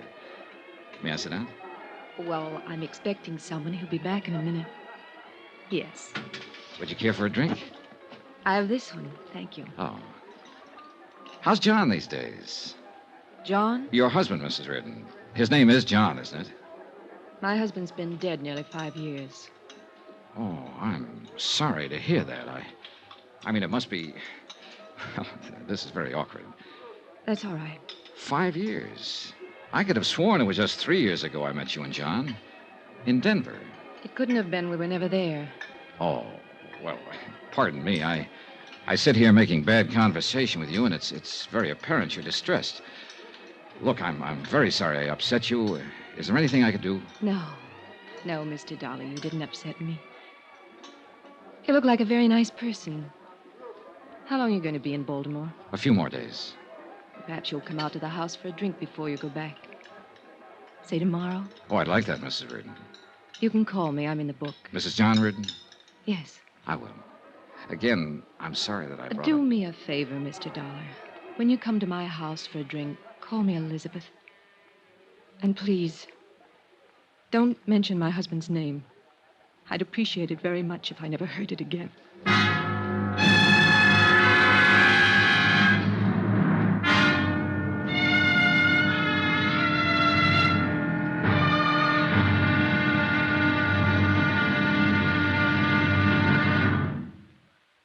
There'll be another exciting episode in our story of the Chesapeake fraud matter tomorrow. Tomorrow, a little talk to a widow who might not be a widow at all. And a strong feeling that a smile can sometimes be more dangerous than a gun. Join us, won't you? Yours truly, Johnny Dollar.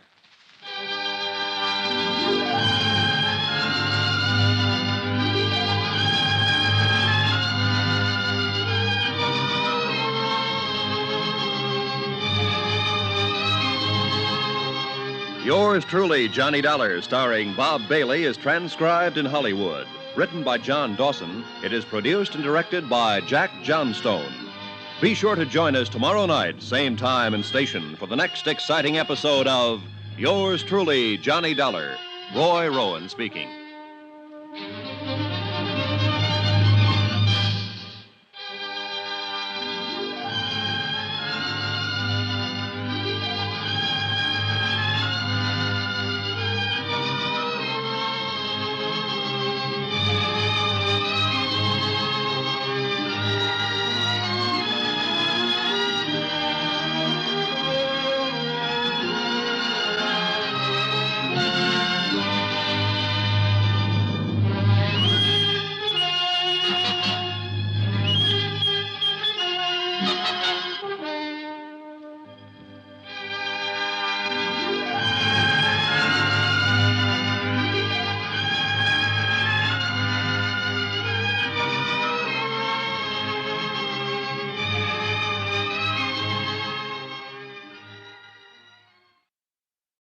From Hollywood, it's time now for Bob Bailey as Johnny Dollar. Pat Gallagher at Universal. How'd you make out with Miss Reardon? I met her. She thinks I'm an insurance broker or something. I told her I knew her husband when he was alive. Industrial hazard lying. Part of the business, John. Did you find out anything that'll help you? I found out she's pretty upset about everything in the world. That's the only report you have for Universal Adjustment Bureau? Oh, she invited me for cocktails. I'm going to call her later this afternoon and keep the date. Maybe I'll get some information then. Cocktails, say. You made out okay. Oh, shut up.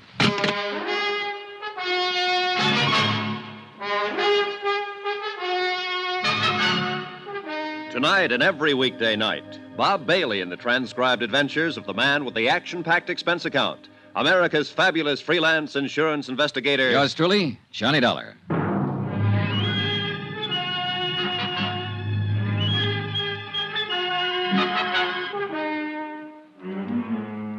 Expense account submitted by Special Investigator Johnny Dollar to the Universal Adjustment Bureau, Baltimore, Maryland. The following is an accounting of expenditures during my investigation of the Chesapeake fraud matter. Expense account item 3, $23.60, long-distance telephone call to George Hanley in Denver, Colorado. George is an old friend of mine in the private detective business. I told him about the report that John Reardon was still alive and living in Denver under the name of Frank Bowers. I requested him to gather information that would help in determining whether Bowers was really John Reardon or not. I spent the remainder of the day reading over the facts of the case as supplied to me by Pat Kelleher of Universal Adjustment. Expense account item 4, 10 cents, another phone call. This one to John Reardon's widow.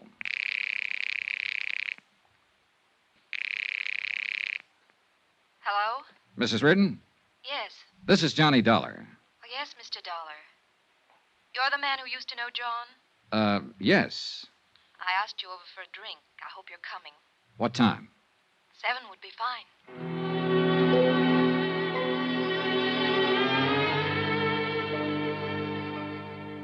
I was at her home at 7 o'clock, knocking on the door.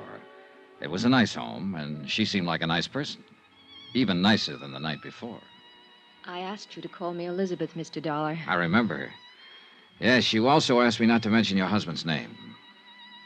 I wish you'd forget that. I was upset last night when we met. Forgive me? How's your drink? Oh, it's swell. I don't know why, but I feel I should explain myself a little more about saying what I did about John. I was very shocked at his death. I suppose I still am, even though it was 5 years ago. It always disturbs me when I'm reminded of it.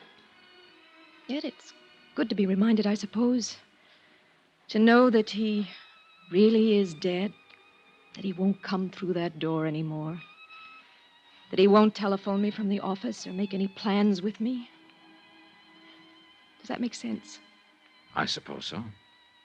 Oh, we can drink another one. Sometimes things make more sense with a few drinks. Sometimes they don't make any sense at all, Elizabeth. That's right, too, Johnny. You know, I like you. I like you. Tell me about your business. You said insurance? Yes. You're a broker? Well, not exactly. A salesman? No. I'm an investigator. That must be terribly interesting work. I suppose you travel everywhere. Have you ever been to... She had a nice mouth. Soft, frank, wide-open eyes. A couple of times I was on the verge of telling her exactly what I was working on and why I was talking to her. But I didn't. Somehow I felt comfortable in the house. Over the drinks and music, we eventually got around to John Reardon. She told me of their 4 years' marriage that ended with his sudden death. Gave me everything I could possibly want to have. Why do I tell you all this? I never talked to anybody about it. Oh, I don't know. Possibly because you just want to talk to somebody about it. You're easy to talk to, Johnny. I was 19 when I was married. I'd never known another man. It was wonderful at first. Wonderful all the time, I suppose. I just wasn't grown up enough to realize it. Can I ask you a question? Surely. Did you really love him? Yes. I'm not convinced. Why? Oh, just a feeling. Well, I did. I'm not so sure he loved me. That's an awful thing to say. No, I don't think so. It's probably been on your mind a long time. You don't know me from a load of coal, but we've sat here and talked an hour. I think I know you. I think so, too. You still seem very despondent about his death. Yet you aren't sure he loved you. I loved him. Oh. Here I am explaining things again, I suppose because they sound so foolish. Once, we both loved each other. Very much. But we kicked it away. We just didn't get along. He was out spending his money on other people, and I was taking up this pastime. Can you tell when I've had too much? No. Thank you. Thank you awfully. Oh, Hugh. Elizabeth. Johnny, this is Hugh Bryan. This is Mr. Dollar, Hugh. Hello, Mr. Dollar. How's your drink, Liz? Fine. Now tell me again, who is this? This is Mr. Dollar. What's your business, Mr. Dollar? I haven't seen you around before. Obviously, you just met Miss Reardon, or you'd never start drinking with her. I wouldn't. No. That's true, Liz, isn't it? He was a friend of John's, Hugh. Well, that's nice. I don't think I ever heard him mention your name. I was a friend of his, too. As a matter of fact, his attorney. Hugh, you don't have to do this in And front since of John is no longer here, I've undertaken to look after some of the problems he left behind him, as an old friend would. Elizabeth, say good night to Mr. Dollar. Now, look here, say good Hugh. night to him. He's just leaving. Maybe it's better right now, Johnny. Good night. Do you want me to leave? She just said it would be better. I'll call you at your hotel. Good night. Good night, Mr. No, you still have something in your glass. Finish your drink. Okay. An old friend of John's. That's good. Very good. It is? She picked you up in a bar last night. I saw her. I was with her. You never knew John Reardon in your life. You have no business being here, and I don't like cheap opportunists invading her home. Evidently, you can talk to her any way you want to, and she'll take it. Why, I don't know. But don't talk to me that way. I don't have to take anything. You were just leaving, weren't you? Hugh Bryan was a large, bristling sort of man with a smooth manner. I didn't like him, and he didn't like me. Expense account item 5, $18. Even cab fares, lunches, etc., in and about Chesapeake Bay, talking to the principals connected with the boat explosion death of John Reardon. One of these was Lieutenant Jack Halverson, United States Coast Guard. You want some coffee? If I have to go out in that wind to get it, no. Make it right here for just such occasions. Just a sec, I'll plug her in. There. Brother, someday. It's nice in the summertime. Now, what can I do for you? Tell me about the boat going down. You made out the report for the Coast Guard. You mean the Sharpston's boat? Yeah. We have a reliable witness who thinks that one of the passengers, a man named John Reardon, didn't go down with it at all, that he's still alive. You said you had my report. Those are the facts. But you picked up 3 bodies. Why not the 4th? Why not Reardon's? Well, we searched the bay for a solid week looking for his body. We used every piece of equipment at our disposal. We did everything we could. But you didn't find him. First you come in here complaining about our weather, now you're mad about the way we run the Coast Guard. I'm sorry. It's a very lousy-sounding apology. What do you want to find out? How that boat exploded? Why you couldn't find Reardon's body if you found the others? Now, look, if a bunch of rich jerks want to take a high-powered boat out and they don't know the first thing about high-test fuel or engine running, they're doing it at their own risk. That help? Yes, something. I wish you could have put it on the report. That's my ideas, buddy. The report just has the facts. Now, for the other, about finding Reardon. I don't know why. He blew up, went down, or drifted out to sea. If his body had been in the bay, we'd found it. Was there a chance he might have survived and been rescued? All we had left of the boat was pieces of wreckage. And if he was rescued, it was never reported, and I wouldn't know about that. Could that have happened? Sure. I could be an admiral tomorrow, too. It was 4 o'clock in the afternoon when I got to Elizabeth Reardon's house. You? Hello, Mr. Bryan. Is Mrs. Reardon in? No. Then I'll wait. It's important that I see her. I thought I made it clear to you last night I didn't want her being molested. You did make it clear and cruel, Mr. Bryan. Now, I'm here Any business for her comes to me first. I'm an insurance investigator. I know that. She told me. But she didn't tell you because she didn't know, and I didn't want her to know, that I'm working on a case that involves her. What? I have a report that her husband might still be alive. Come in, Mr. Dollar. I'll have to admit that Hugh Bryan's concern was as genuine as his surprise. He led me into the house and we sat at the bar. Only this time, no one had a drink. He listened while I told him about the report of Paul Coombs, that John Reardon was living in Denver under the name of Frank Bowers. Do you think there's any truth to it? It doesn't matter what I think, Mr. Bryan. I have to investigate it. Yes, of course. And if he were alive, it'd be the best thing in the world. Would it? Of course. She's been lost without him all these years. She needs him, Mr. Dollar. She always needed him. This little bit of drinking has been going on too long. These tearful little episodes with one man or another. Oh, yes, I mistook you for one of those last night. I apologize for that sincerely. Actually, Mr. Dollar, she's been quite a task. Uh-huh. Well, maybe I better talk to her now. Do you have to? There's certain information I'd like to get. I think she's the only one who can give it to me. You'll have to tell her about the report? Yes. And there's probably so much talk, but it'll give her a terrible kind of hope. All right, I'll get her. Oh, you'd better mix one for her. She'll need it. Wait a minute. Yeah? I need vital statistics on Reardon. Pictures, handwriting samples, everything. Could you help me gather them? I'll do anything I can. Well, then there's no need to bother her, is there? You're a gentleman, Mr. Dollar. I don't know why. I do. You don't want to hurt her any more than I do. An hour later, I was back in my hotel room. The next day, I had an appointment to meet Hugh Bryan and get all the material I had asked for. I was more depressed than ever about the case. About then, the phone rang. Johnny Dollar. Johnny? Yes. This is Elizabeth Reardon. Please. Please don't look for him. What? Just forget it. Did Hugh Bryan tell you what I was about? I overheard you two talking. Don't bother with it. John's dead, and that's that. Promise me. Promise you won't do anything else. I'm sorry, Elizabeth. I have to investigate it. Johnny, is that final? I'm sorry. I don't have any choice. Elizabeth? Elizabeth!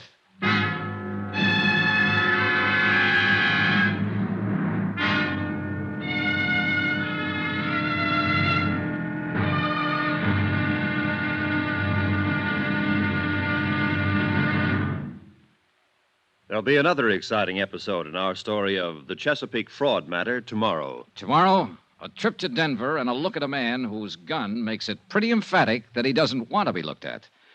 Join us, won't you? Yours truly, Johnny Dollar.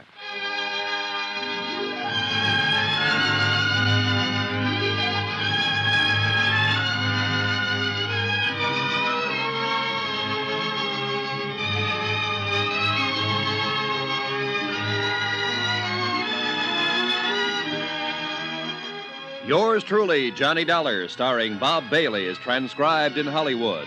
Written by John Dawson, it is produced and directed by Jack Johnstone. Be sure to join us tomorrow night, same time and station, for the next exciting episode of Yours truly, Johnny Dollar. Roy Rowan speaking.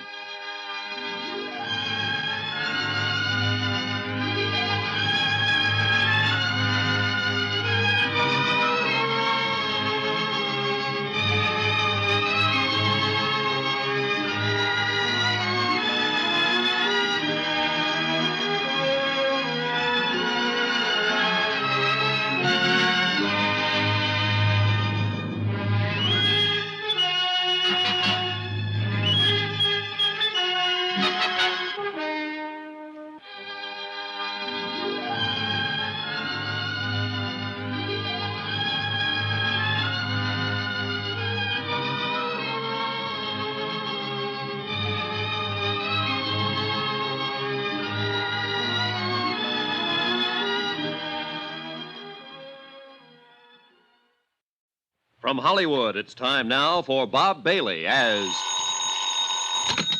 Johnny Dollar. Hugh Bryan, Mr. Dollar. How are you this morning? Not so good. I didn't sleep very well. How'd you do? I think I have about what you want on John Reardon. Well, if you haven't, I can get it from Mrs. Reardon. What? Well, I thought you didn't want to tell her about the report, that her husband might still be alive. She knows. She overheard us talking last night. Oh. Well, what do you want to do? I might as well look at what you have and get this over with. How about an hour from now? I'll be waiting for you.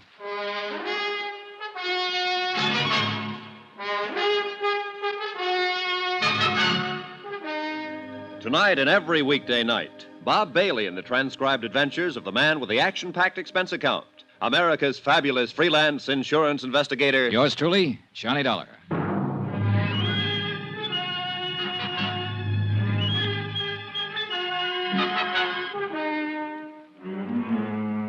Expense account submitted by Special Investigator Johnny Dollar to the Universal Adjustment Bureau, Baltimore, Maryland. The following is an accounting of expenditures during my investigation of the Chesapeake fraud matter. Expense account item 6, $1.50. One collect telegram from Denver, Colorado. I've located Frank Bowers as per your request. Cursory investigation discloses little evidence that would lead me to believe he might be the John Reardon of Baltimore. Looks like a ham bone to me, Johnny. What do I do now? Signed, George Hanley, George Hanley Investigations Incorporated, Denver, Colorado. Item 7, $2. Same thing. Telegram from me. Things are about the same way here. Sit tight. I'll see you in a day or two. Love, Johnny. Once the telegrams were out of the way, I walked 3 blocks from my hotel to the office building of Hugh Bryan. It was an impressive place full of lawyers and doctors. Hugh Bryan looked a little haggard when I saw him. It took me a while to get all this together. Half the night. There wasn't that big a rush. Oh, get it out of the way. The sooner you have what you need, the sooner you can make sure, and the sooner I won't worry about it anymore.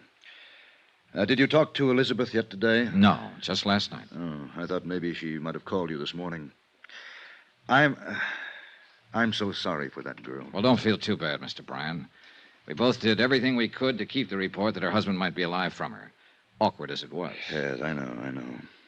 I still don't understand it, I guess. Well, a man named Coombs, an insurance official, thinks he saw Reardon in Denver last week using the name Frank Bowers. He's sure that Bowers was Reardon. If he turns out to be Reardon, the insurance company's been taken for $20,000 they paid to Elizabeth Reardon, just to set you straight. That'd make Elizabeth party to a fraud. And John. Lord knows that's silly. Well, silly or not. Yes. Well, here's what I have. Now, this is one of the last pictures taken of John Reardon. Mm-hmm. Have the negatives? Yes. Here. And these are some vital statistics on him. The physical part I got from his doctor. Mm-hmm. He stood an examination about a month before the accident. This the doctor's name here? Yes. Now, these other things are in his background and education. Here, a copy of his marriage license, birth certificate. How did you get hold of these things? Well, I handled a lot of business for John, filed a lot of his papers for him. These were just packed away. It took a while to find them. Hey. Hmm? A copy of his fingerprints? Oh, would those help? More than any of this other stuff. Fingerprints aren't standard papers in anybody's file. Before John went in the Army, he did some engineering work for the proving grounds in Aberdeen. Oh. He was fingerprinted there. It was a gag at the time. He had a set of his own blown up and put on the wall in a picture frame. You know, just a joke. Yeah. I dug them out of his personal things. Now then, here's a copy of his financial records, tax returns and whatnot.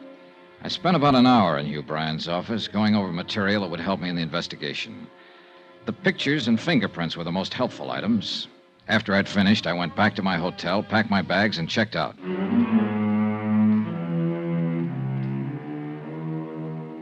Expense account item 8, $398. My hotel and incidentals in Baltimore and plane fare to Denver. I got there at 9 in the morning. The air crisp, thin, and full of sunshine. I rented a car at the airport and drove into town. A half an hour later, I was talking to my detective friend, George Hanley. How do you like Denver, old pal? I haven't been here for a few years. Doesn't look the same. Bigger and better, huh? They're thinking of putting up buildings as big as those mountains over there. I love it. So does the wife. I'm glad. You ought to try a place like this for a while, Johnny. Maybe I will. Ought to find yourself a girl and settle down. Let's us settle down, Georgie. Huh? Oh, sure. How'd it go? You asked me to look into Frank Bowers. I looked into him as much as I could without talking to him. There you are, Johnny. His bank account, his friends, his troubles, his enemies, everything. Mm-hmm. How about his police record? One traffic violation 2 years ago. Never been in any kind of trouble around here. Gets along fine with everybody. Well, tell me about everybody, Georgie. His laundryman, the milkman, the guy who tends bar in his neighborhood, the man he buys gas from. I talked to all of them. How about the people he works with? Well, he don't do much of that as far as I can see. He's got an office downtown, calls himself a consulting engineer. Goes there once or twice a week to pick up his mail. Well, now, that's a very nice way to be able to live. Is he starving to death, Georgie? No, he's got a good bank account. Makes regular deposits. Money comes from a New York bonding firm. He owns a little two-bedroom house out beyond Park Hill. Paid $38,000 for it. Wow. Sleeps in one bedroom, uses the other one for a kind of studio. Putters around with clay, oils, and according to the nosy dame who lives across the street, he tries to write. How about his friends? Lots of them. Pays his bills, gets drunk now and then, normal. Tell me about his wife. He hasn't got one. Lives alone. Find out who he goes with, Georgie? No. As much as I could find out, he doesn't go with anybody. Enemies? Well, the guy in the cleaning shop hates his guts. Bowers doesn't like his shirts with starch. Did you check out the residency business? As far as I could. He bought that house out in Park Hill in 1951. Paid cash for it. Record of the sale gives his former residence as Toledo, Ohio. Well, how long has he been a resident here? As near as I can figure, and this is just rough, 4 or 5 years ago, the first financial transaction was the house he bought. The next was a car. He could have been here a long time before that, though. Well, the time element would fit for Reardon. What do you think, Georgie? I think you're probably wasting a lot of money investigating this guy. He doesn't seem like the kind of man who's hiding out from anybody. Here, look at this photo. Is this Frank Bowers? Yeah, I'd say so. 5'11", 170, olive complexion, no scars, no glasses, brown hair, about 35. Could be him from that, yes. This is a picture of John Reardon, and the description is Reardon's. What do you want to do now? Keep on it.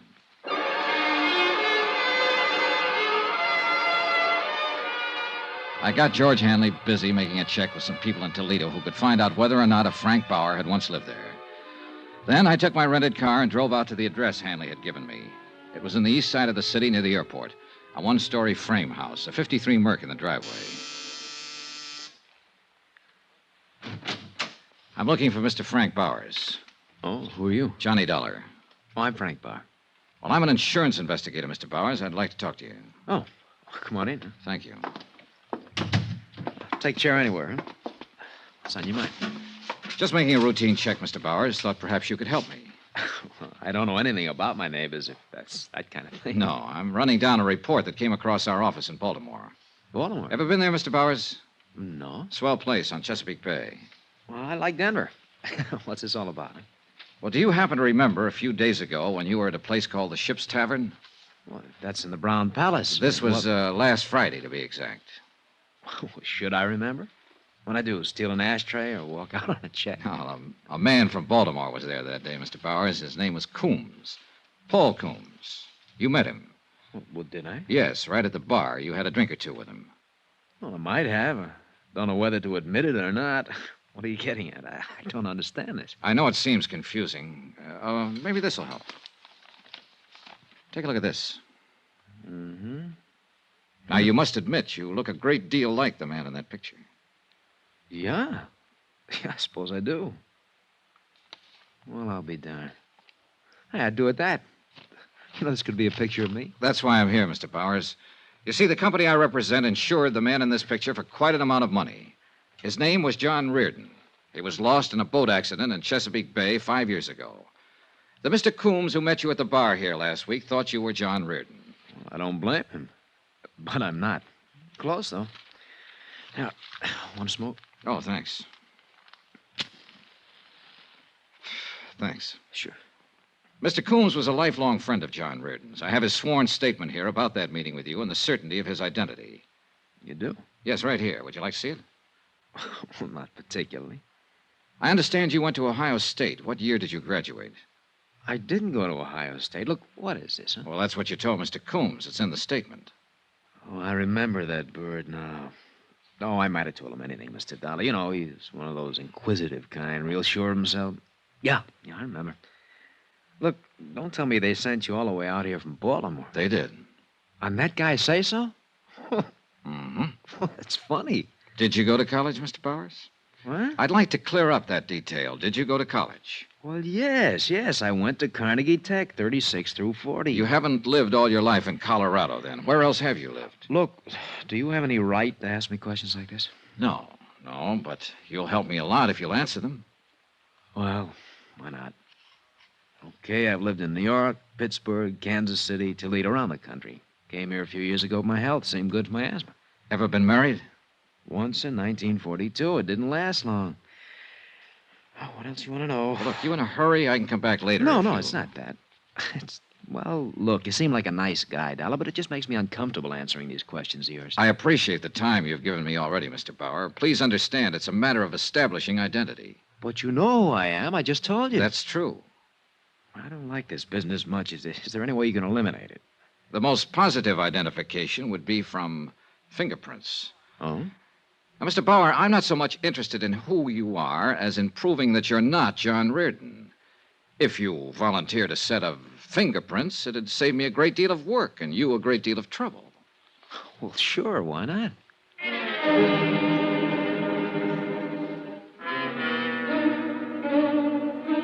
We drove downtown together to George Hanley's office and used the portable fingerprint kit.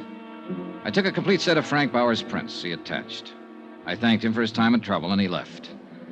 If he was trying to cover something, it certainly wasn't apparent from his conversation or reactions. There had been a moment when I was sure he wasn't Frank Bauer. On the other hand, I was sure that he wasn't John Reardon. That cuts it, Johnny. Right thumb and index prints don't match at all. Oh, not even close, George. And I thought I was getting somewhere. I found out he was never in Toledo, or at least never registered or licensed as an engineer. Well, these prints do it. When you going home, Johnny? Oh, I don't know. There's no reason to stick around any longer. This is crazy. You proved your case with the prints. He was too anxious to help me prove it, Georgie. You ask any ordinary man on the street 2 personal questions about himself, and he'll tell you to go jump in the lake. You ask him for his fingerprints, and he's liable to smash you. So? Get on him. Stay with him 24 hours a day. Get a couple of other men. It'll cost you money. Get busy. Expense account item 9, $200, detective service. I didn't believe Frank Bowers. I didn't believe his background. And most of all, I didn't believe his fingerprints.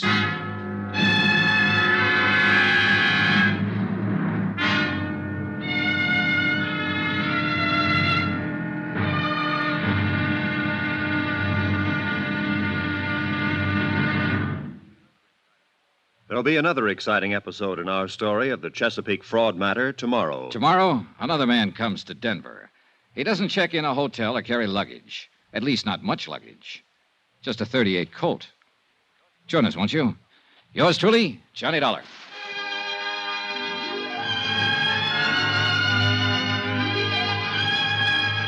Yours truly, Johnny Dollar, starring Bob Bailey, is transcribed in Hollywood. Written by John Dawson, it is produced and directed by Jack Johnstone. Be sure to join us tomorrow night, same time and station, for the next exciting episode of Yours truly, Johnny Dollar. Roy Rowan speaking.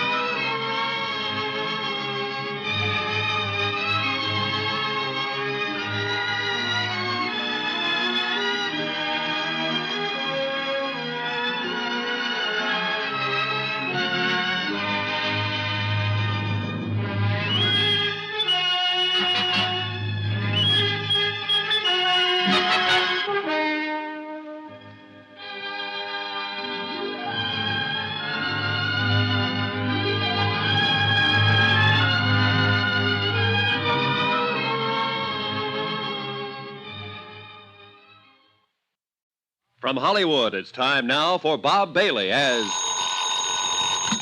Johnny Dollar. This is Western Union, Mr. Dollar. Message for you from Baltimore, Maryland. Okay, go ahead. Received your air special regarding investigation of the Chesapeake matter. You've proved Frank Bowers of Denver is not John Reardon of Baltimore. Fingerprints don't lie, therefore logical to believe John Reardon really dead. Come on home. Your expenses are running too high. That's signed Pat Kelleher, Universal Adjustment Bureau. Should I mail this to you? No, that's all right. Can I send an answer? Yes, sir. Pat Kelleher, Universal Adjustment Bureau, Baltimore, Maryland. Fingerprints don't lie, but people do. All the time. For all sorts of reasons. It may be finished as far as you're concerned, but I'm just beginning. Love, Johnny.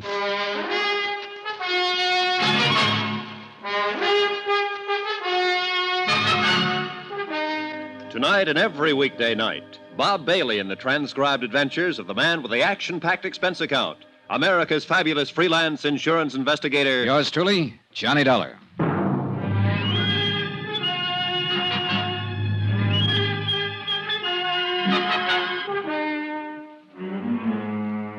Expense account submitted by Special Investigator Johnny Dollar to the Universal Adjustment Bureau, Baltimore, Maryland. The following is an accounting of expenditures during my investigation of the Chesapeake fraud matter. I'd set out to prove that John Reardon had not died back in 1950 in a boat accident on Chesapeake Bay. To prove that he was still very much alive in the person of one Frank Bowers, currently living here in Denver, Colorado. Everything, all I could learn of the man's history, reports from his neighbors, friends, even his fingerprints, everything indicated he really was Frank Bowers. And yet, for some fool reason or other, I wasn't convinced.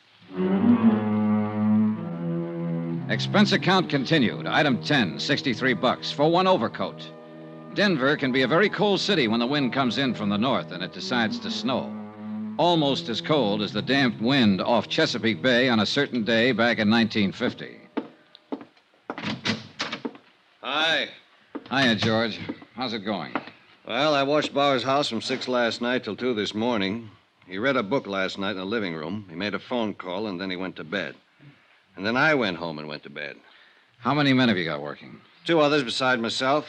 We're keeping an eye on Bowers round the clock. I go on again at 6. Okay, good.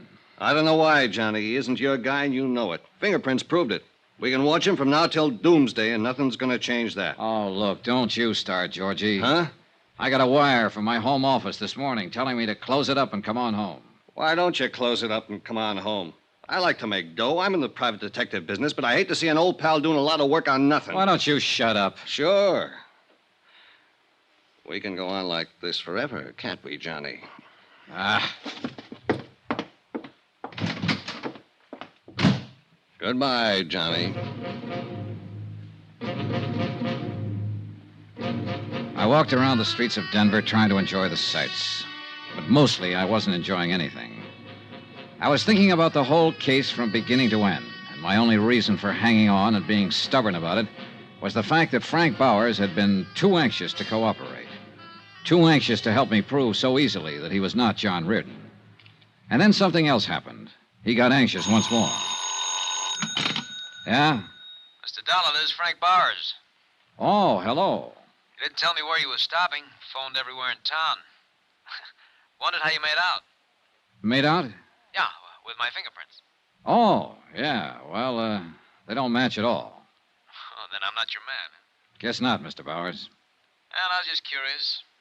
Didn't hear from you after you took the sample of my prints. Well, that was pretty nice of you to help me out. How can I thank you? You could buy me a drink if you want to. Hey, you're on. All right, meet you at 6 at the Ship's Tavern. It was the voice of a confident man again. An overconfident man.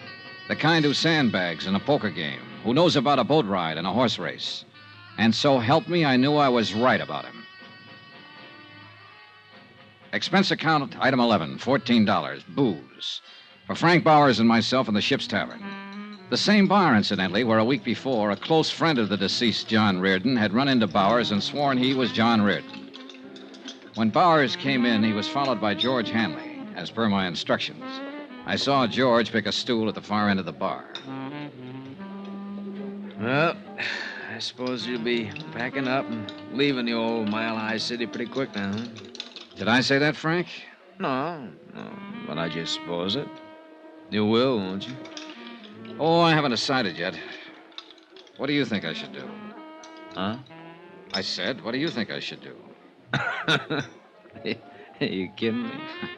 Well, maybe I'm just kidding myself. But you don't seem like the kind of fella you should be, somehow. Oh, I don't, huh? No. Now, you were too nice about answering questions when I came out to your house the other day. Too nice about letting me fingerprint you so I could compare the samples with John Reardon's prints. Too nice about calling up and asking how it all came out. Came out bad, thank you. I'm a pretty nice fella. Yeah, that's what the book says. What book? I had a private detective friend make one up on you before I even got here. Friends, enemies, money, and whatnot. All very nice. Of course it is. You know what your trouble is, Dolly? You don't trust anybody. I'm a nice fella, and you don't trust me. You don't believe what you see. I believe the fingerprints don't match, if that's what you mean. You're the bird I don't believe. Hey, should I get sore? If you want to. I'm not gonna. You know why? Because I'm a nice fella. Sure you are. But you ought to get mad when a man calls you a liar. Oh, you didn't call me a liar. I meant to. You're a liar. You know what? I'm not a nice fellow all the time. I'd kind of like to hit you in the face or something right now. You're needling me. Am I? Uh-huh. I think I better call up a girl I know, see what she's doing for dinner. Well, see if she's got a friend. No, you're too nasty, friend. You sit tight. Order me a drink. I'll be back in a jiffy. He's a little drunk. Sure he is, George. He's also worried. Any particular reason for getting him that way, Johnny? Yes, he's using the booth in the lobby. Scoot out there and see if you can get a line on who he might be calling. Right.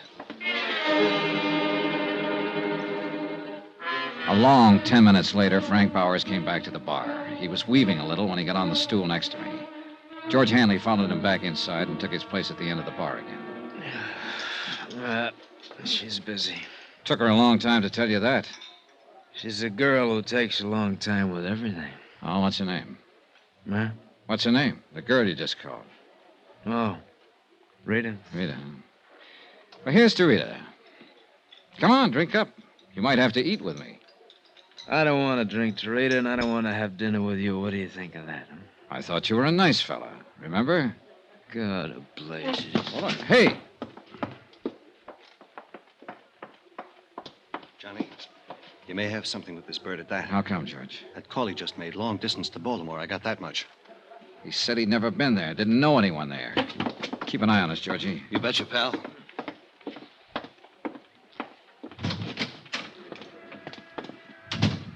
Hey, Frank. Hey, look, what's the matter, friend? I just left you, I thought, for good. Oh, come on, I'll buy you dinner. You buy me nothing, Dollar. Go on back to Baltimore. Why don't you? What? Why don't you go back to Baltimore? What's that supposed to mean? Just what it means. Well? Maybe we better talk some more. Fine. My car's in the lot here. Okay. You're after me, aren't you? Well, let's say I met you yesterday to get some facts. Let's say I drank with you tonight to find out what kind of a guy you are. I've done most of the talking up to date. Now it's your turn. Uh-huh. Well? I don't know whether I got anything to say to you. Oh, make up your mind, will you? Look, suppose I were John Reardon. I'm not. But suppose I were. I can't tell you what a court would do about an insurance fraud. No, you're just a clumsy ox stumbling around for some answers and you haven't got any yet. Get out of my way. Wait a minute.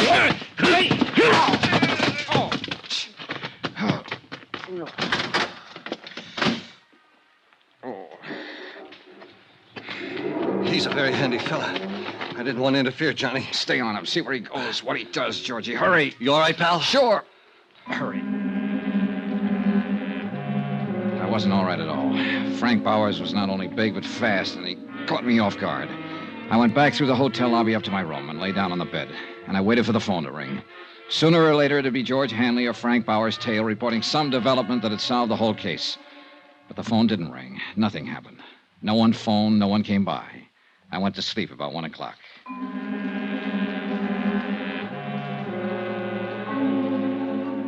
The next morning, George Hanley called and asked me how I was feeling after the punching session in the parking lot. He reported that Frank Bowers had jumped in his car, driven straight home, and gone straight to bed. Expense account item 12, 48 cents. Postage. Cost of mailing a sample of Bowers' fingerprints to Washington, D.C. At 8 o'clock that night, I had another phone call. Hi, baby. This is George Hanley. How do you feel? Okay. What's up, Georgie? I'm still keeping my eye on Frank Bowers. He's nervous, all right. Been staying in the house all day. I can see him walking back and forth in the living room. He must have smoked a package of cigarettes every hour. Uh-huh. Has he used the phone? Yeah. Looks like long-distance stuff again. You know, place the call, hang up, then wait for the operator to call back. Possibly Baltimore again. Possible. How about it? I'm thinking. Where are you? Right across the street from his house. Be right out. The heater in my rented car wasn't working that night. I remember that part very well. My feet and hands were numb with the 10 below weather when I flicked off the lights and pulled up alongside George Hanley, stationed across the street from Frank Bowers' home. It's some weather. Yeah. How's Bauer doing? I think he's got a visitor with him now, Johnny. Must have showed up while I was calling you. Big guy wrapped in an overcoat. I've seen him move around the room a couple of times. George, let's go in and shake him up. I'm tired of all this. You think he's Reardon? I don't know, but I want to wind it up one way or the other. Okay. Want to wait for his friend to leave? Nope. No, it's a nutty thing. You're the one who's nutty. You already proved he isn't John Reardon. That's all you wanted. I know. Now I want to prove I'm getting old and crotchety and don't believe what I see and hear. Bear with me, Georgie. Sure, pal. You're crazy, but I love you. Hey. Huh? Visitor's leaving. Make him? No. An overcoat and a hat aren't much to go on. He's... Georgie, come on! Hey, Johnny, look out! Before I went down, the gun of the man in the overcoat had gone off a couple more times. The nearest bullet came 6 inches from my head. Without my gun, all I could do was hug the ground for cover and try to stay out of his line of fire. The shots deafened me for a moment. When my hearing came back, I heard someone very close to me. It was Georgie. He was dying.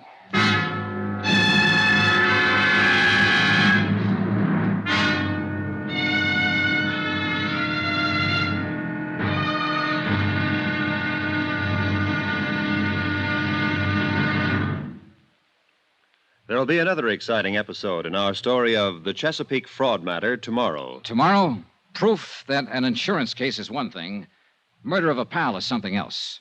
Tomorrow, the wind-up. Join us, won't you? Yours truly, Johnny Dollar.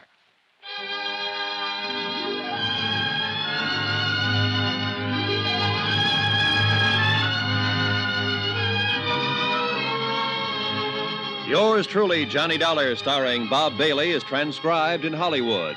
Written by John Dawson, it is produced and directed by Jack Johnstone. Be sure to join us tomorrow night, same time and station, for the next exciting episode of Yours truly, Johnny Dollar.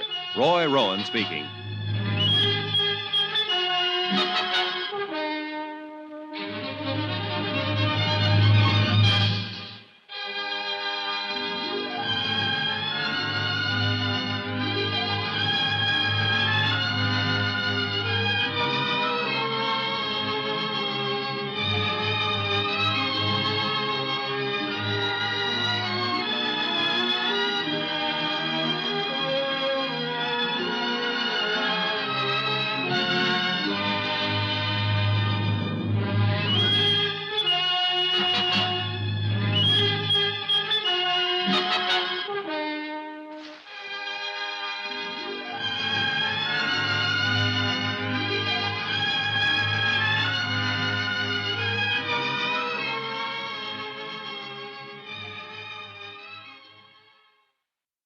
From Hollywood, it's time now for Bob Bailey as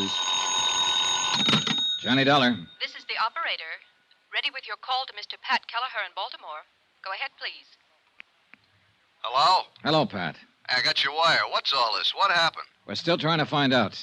The man calling himself Frank Bowers was killed an hour ago. George Hanley, one of the operatives I had watching him, was killed, too. We've got a vague description of the killer. Are you all right? Yeah, but I'm going to be tied up with the police here. Well, you need money for bail or anything like that, just draw a draft on the company. I'll confirm it. Thanks, Pat. Too bad about your friend. Yeah, he was a good guy. I want to find out who killed him.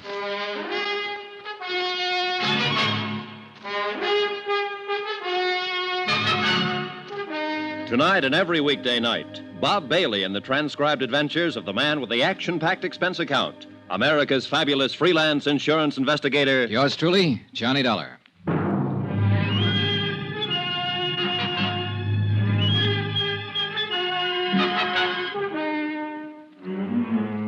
Expense account submitted by Special Investigator Johnny Dollar to Universal Adjustment Bureau, Baltimore, Maryland. The following is an accounting of expenditures during my investigation of the Chesapeake fraud matter. Expense account continued. Item 13, a quarter for some aspirin. It turned out to be a long night. Several homicide officers arrived at the double murder scene within a matter of minutes and got right down to the business at hand. Frank Bowers had been shot to death. George Hanley had been shot to death. Lieutenant Tom O'Neill was in charge, a big blond man who seemed to know what he was about. Okay, let's see that ID again. Here you go. Insurance investigator, hmm? That's right. Okay. What was your business here with these two men? My home office in Baltimore had reason to believe that Frank Bowers was really a man named John Reardon. Reardon was supposed to have died 5 years ago.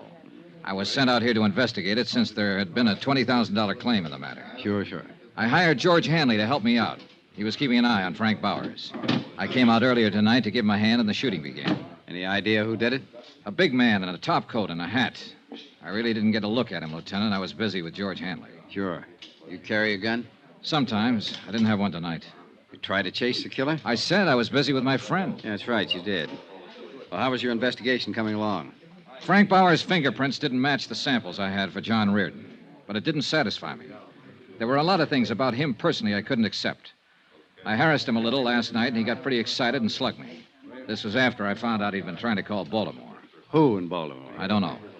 Well, tell me about this harassing. We'll make a check with the phone company. Well, I needled him purposely, trying to scare him into a blunder. I think I was doing pretty good. I'll never know now. Uh-huh.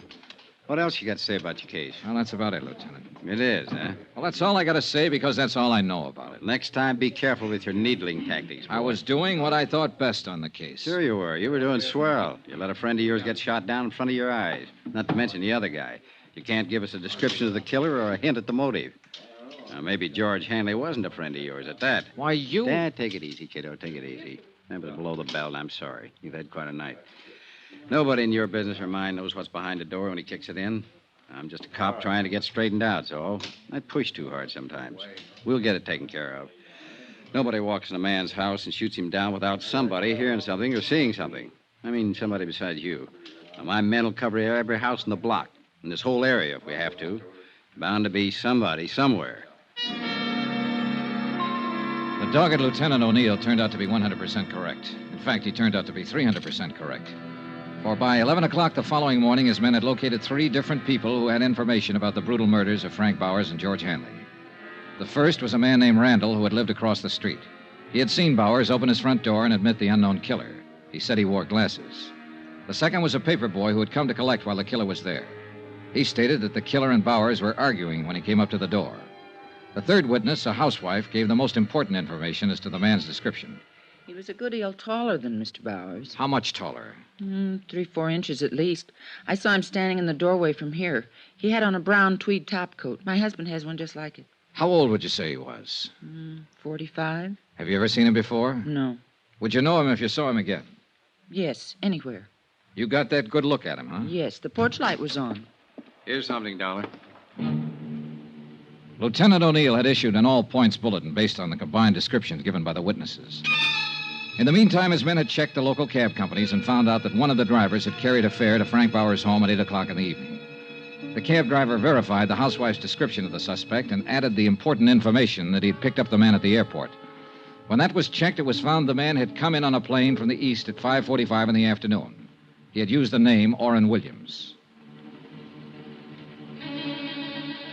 Expense account item 14, $8.95. Another long-distance phone call to Baltimore and Pat Kelleher. Well, I'll be darned. Do you have to stay there, John? Of course I have to stay here. I'm a material witness. Not to mention the fact that a pal of mine was shot down. Don't get on your high horse, John. It was just a question. Have any idea what it was all about? Well, at the moment, I'm just sure a guy named Orrin Williams flew in, shot up 2 people, and beat it. If we had Williams, I'd give you the whole thing on a silver platter. You're awfully touchy. Well, this thing has gotten out of hand. Well, I won't press you on it anymore, John. You do what you think is best. As far as the company's concerned, it's really not our business anymore, is it? It's our business until it's cleared up. Well, I mean Bowers. He wasn't John Reardon. Dollar? Hold it, Pat. Yeah? Answer from Washington on your wire. Yeah? Here. Let me see. Pat. Yeah? It is our business after all. Huh? The lieutenant here sent a hurry-up request to Washington on some of Bowers' fingerprints I mailed a couple of days ago. They check out. I don't get it. Bowers was John Reardon. Oh. Well, where'd you get the samples of Reardon's prints that didn't check out? From Hugh Bryan, Reardon's attorney. Well, I better call him. Don't you dare. Don't open your mouth. I'll handle it when I get there. Tell me about this fella, Hugh Bryan. According to the phone company, that's the man Bowers was trying to call in Baltimore. I told him all I knew, and Lieutenant O'Neill listened thoughtfully. It became apparent from that point on, since Bowers' true identity had been established through Army records, that the bulk of the case could be concluded not in Denver, but in Baltimore. Expense account item 16, $216, plane fare and incidentals, Denver to Baltimore. I arrived at 10:15 in the evening, checked with the Baltimore police, who had been informed of the case by Tom O'Neill in Denver. At his request, they'd taken no action as yet. From the police station, I went directly to Hugh Bryan's residence. The house was English, conservative, and expensive. The fire in the living room looked cheerful when the door opened. Elizabeth Reardon did not look so cheerful. Hello, Johnny. Hello, Mrs. Reardon. Didn't expect to find you here. No, I suppose not. I never expected to see you again. Elizabeth, I have something to tell you. Don't tell me now, Johnny. It's about your husband. All right. I want to tell Mr. Bryan, too. He's upstairs in his study. Wait. Look, I've done what I thought best about all this, and I'm trying to do what's best now. It doesn't make any difference, Johnny. I'm a married woman again. Huh? Yes. Hugh and I were married this morning. Excuse me. I walked in and watched John Reardon's widow, alias Frank Bauer's widow, now Hugh Bryan's bride, disappear up a column stairway. The news that she had married Hugh Bryan cleared up some of the small doubts in my mind. When Bryan came back down the stairs with her, he looked anything but the happy bridegroom. Hello, Dollar. You're a late caller. Yeah, I'm sorry about that. Congratulations. Thank you. How did you come out in Denver? Everything okay? No, everything's not okay. Well, what's the matter? Do I have to tell you? I'll run along upstairs, Hugh. It's getting terribly late. All right, dear. Good night, Mr. Dollar. Good night, Mrs. Bryan. There'll be some men out to see you pretty soon, Bryan. Policemen. Oh. Liz, Yes, dear. I think you'll be interested in what Mr. Dollar has to say. What? I don't understand, Hugh. I wasn't in Philadelphia yesterday, Liz. I was in Denver, Colorado. What? I flew there to see John.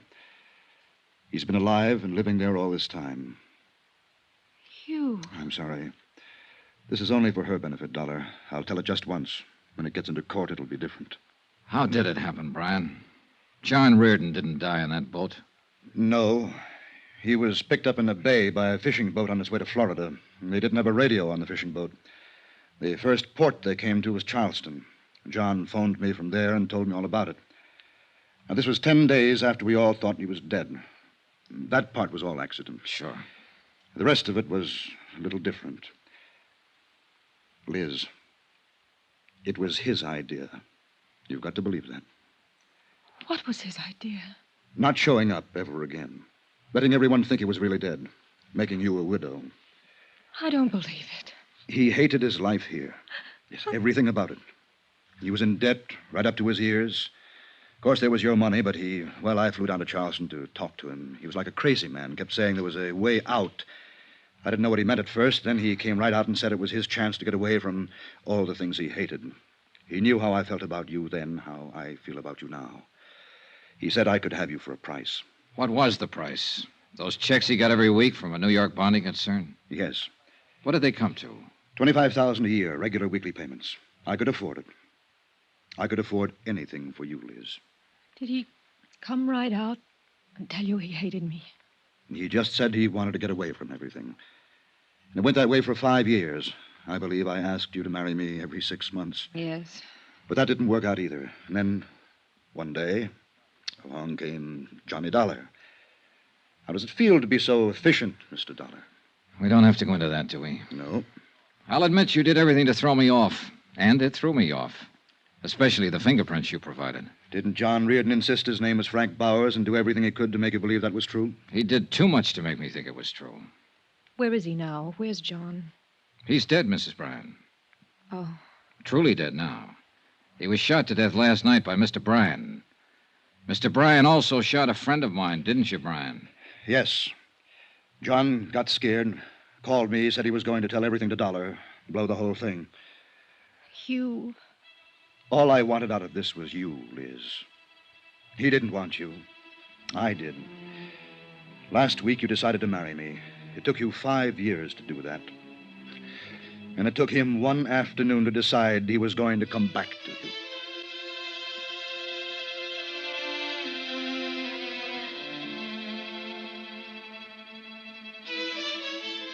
The proof that John Reardon's widow is guilty or not guilty of a fraudulent insurance claim is a matter for Eastern Fidelity to decide. The matter of Hugh Bryan and 2 murders is a matter for the courts.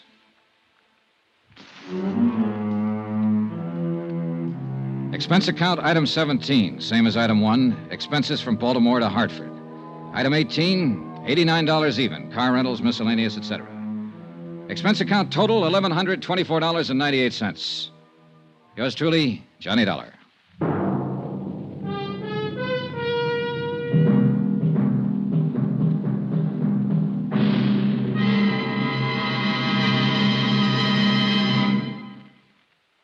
Remember, please, there'll be a new exciting story on Johnny Dollar beginning next Monday. Next week, a quiet, sleepy little town in Mexico and a beautiful senorita that, well, things didn't stay quiet and sleepy for long. Join us, won't you? Yours truly, Johnny Dollar.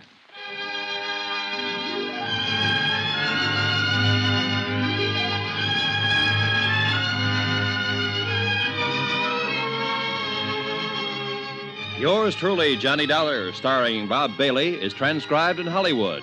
Written by John Dawson, it is produced and directed by Jack Johnstone. Heard in this week's cast were Gene Bates, D.J. Thompson, Hy Averback, Will Wright, John Daner, Tony Barrett, Paul Dubov, and Forrest Lewis. Be sure to join us on Monday night, same time and station, for another exciting story of yours truly, Johnny Dollar. Roy Rowan speaking.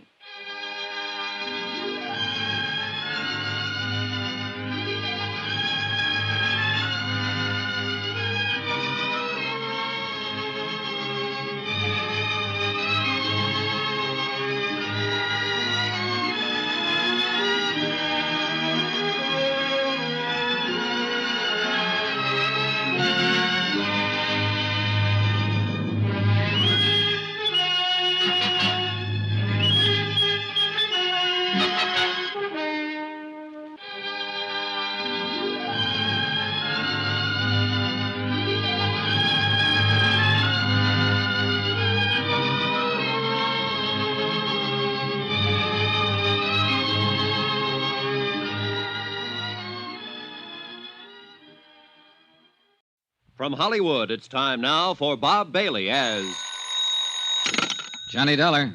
Fred Wilkins at Northeastern Fidelity, Johnny. Oh, hi, Fred. I got a case for you. Remember the Alvin Summers embezzlement? Sure, he took off with $75,000 about 6 months ago. Right. We held a bond on him, so we're stuck with it. So?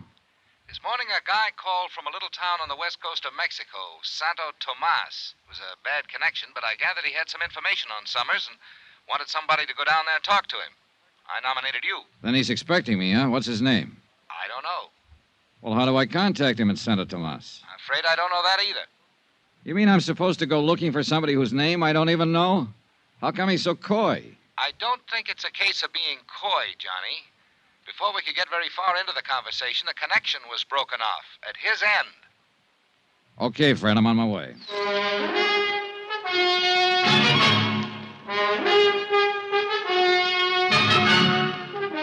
Tonight and every weekday night, Bob Bailey in the transcribed adventures of the man with the action-packed expense account, America's fabulous freelance insurance investigator. Yours truly, Johnny Dollar.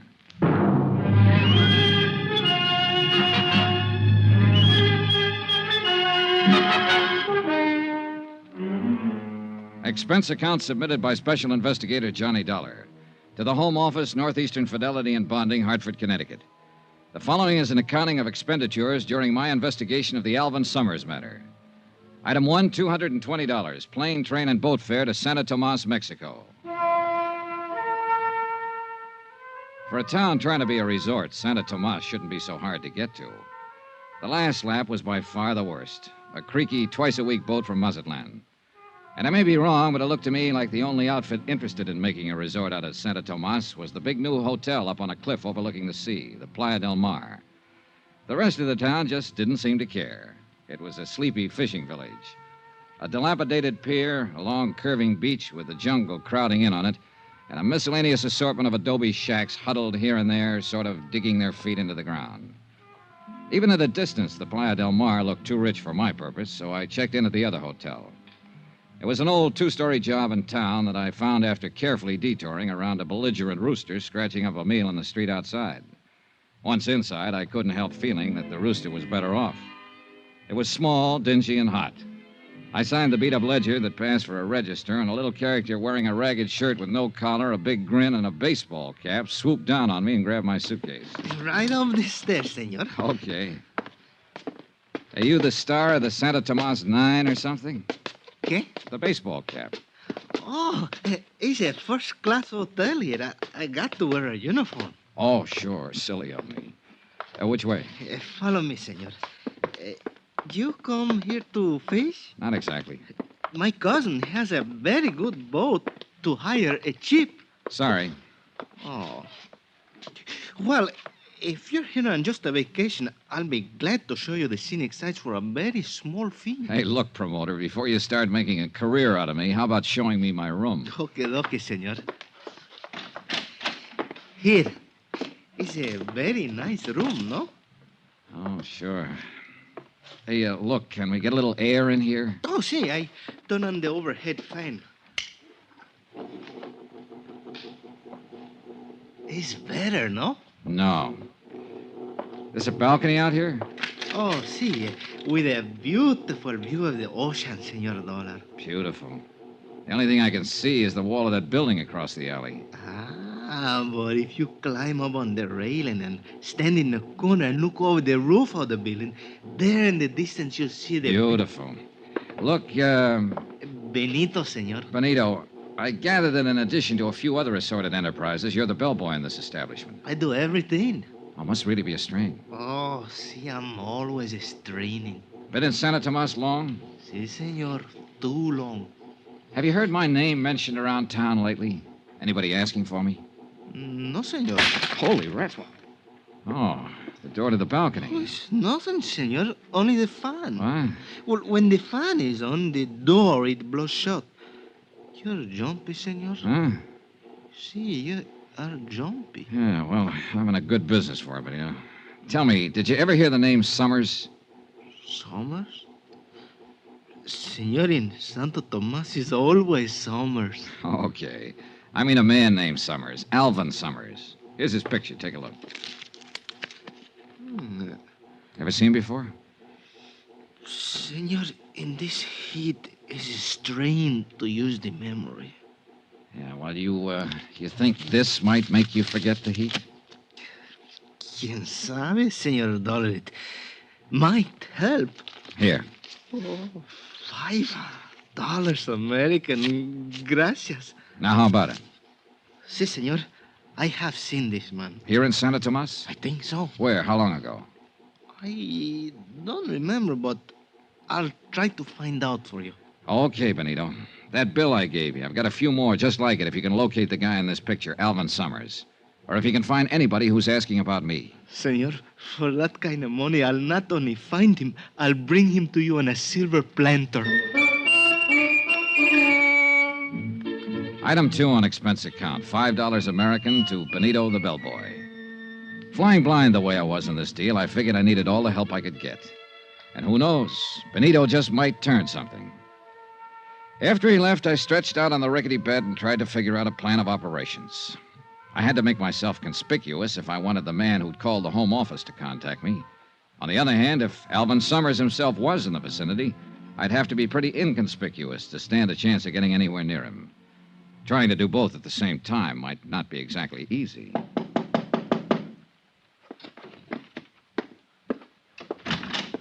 Yeah? Dollar? Well, yeah. Who are you? Carson's the name, E.K. Carson, and I'm sure glad I found you, friend. Hey, you the guy who telephoned and wanted to see me? I sure am. Well, my luck seems to be holding up pretty well. Not too well, I hope. Huh? Yes, sir. As soon as I saw you check in, I phoned a desk clerk to ask who you were. I says to him, he looks like an American to me. See, I'm in room Wait a 10 minute. downstairs. Desk clerk? I thought you meant that long-distance call. Well, the reason I hope your luck's not too good, friend, I'm sure hoping to get you into a little cribbage game. Cribbage? You play, don't you?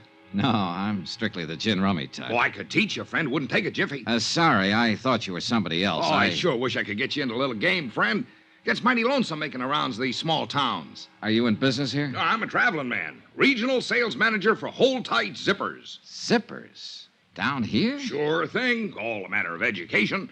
As I often say, business is where you find it. Why, half the world is just waiting to be zipped up. Great thought, ain't it? Terrifying. Look, Mr. Carson, if you'll excuse What me. about that cribbage game, friend? Sorry, as I told Now, you. I'll bet if you just learned to play the game, you'd find out it was a whale of a lot of fun. I'll wait. Well, then, why don't we have us a good talk about business? Look, if you don't mind, I've got a few things to do around here, so. Sure, I know. To tell you the truth, I guess I'm just plain lonely. Daytimes aren't so bad when I'm out on the road, but nights I don't seem to be able to find anyone to talk to. Now that you're here. Well, maybe we can have a drink sometime. Say, I'd sure like that. Then maybe we can get up a little game later. Well, maybe. I ushered E.K. Carson, the cribbage king, politely but firmly out of the door. I'd figured him for the man who wanted to talk about Alvin Summers, but all he apparently had on his mind was cribbage and zippers. I ambled on downstairs into the cantina next door. I cut my way through the smoke to the bar and looked around. A few tired-looking characters at the tables, and over in one corner, a little fellow bent over a guitar, eyes closed, in a world all his own. Then I saw the girl, 3 stools down the bar from me.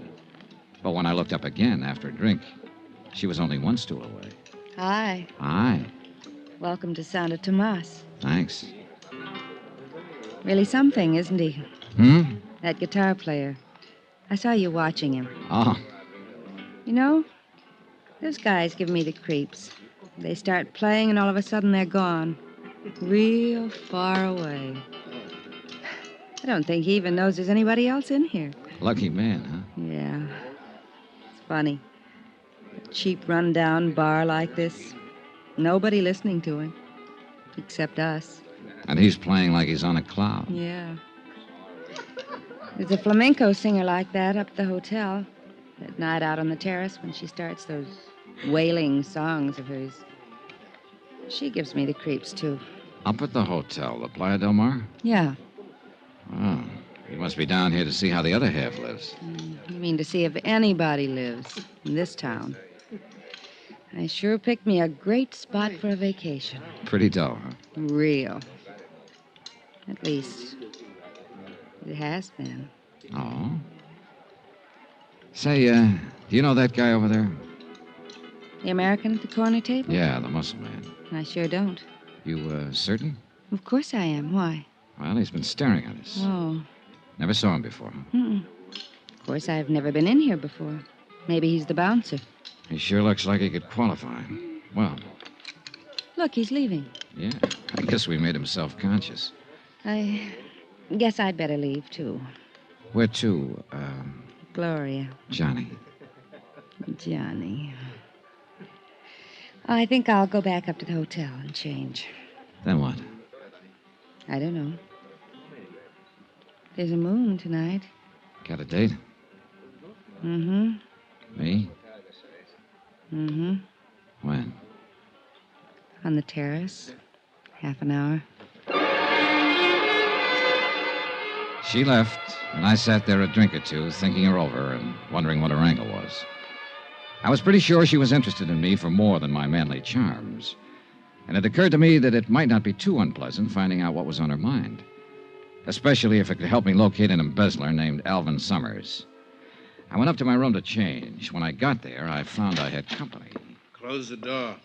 Well, my friend from the bar downstairs. I said close the door. Okay. Why the gun? Turn around. Face the wall. Okay. Hands against the wall. Hey, look, what are you... Shut up. Well, if you're looking for my gun, it's under my left arm. Thanks. Now turn around. So what's this all about? That's just what you're going to tell me. What's your name? Johnny Dollar. I'll bet. Cross my heart. We'll try again.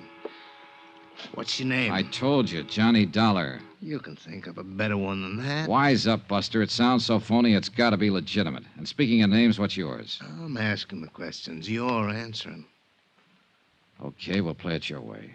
What are you doing down here, Dollar? Look, I'll make a deal with you. You tell me why you want to know, and maybe I'll be... Don't play games with me, Dollar. Next time you get more than the barrel of the gun. Hey, look, I don't know what this is all about. Okay, we'll cut out the question and answer routine. I know why you're here. Oh? So forget it, Dollar. Drop the whole thing and beat it. Maybe I like it around here. But you won't like it around here anymore, Dollar. You'll learn to hate it. You and that gun put up a pretty convincing argument. I'll give it to you once more, Dollar. Slow and easy so you can get it this time. Go on away. Don't ever come back. If you don't go now, you won't ever go.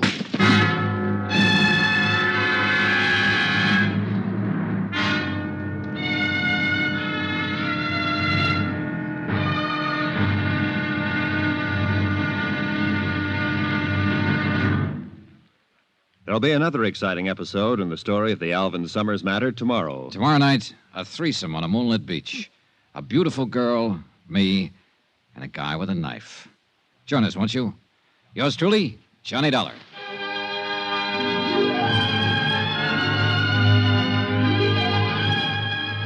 Yours truly, Johnny Dollar, starring Bob Bailey, is transcribed in Hollywood. Written by Robert Reif, it is produced and directed by Jack Johnstone.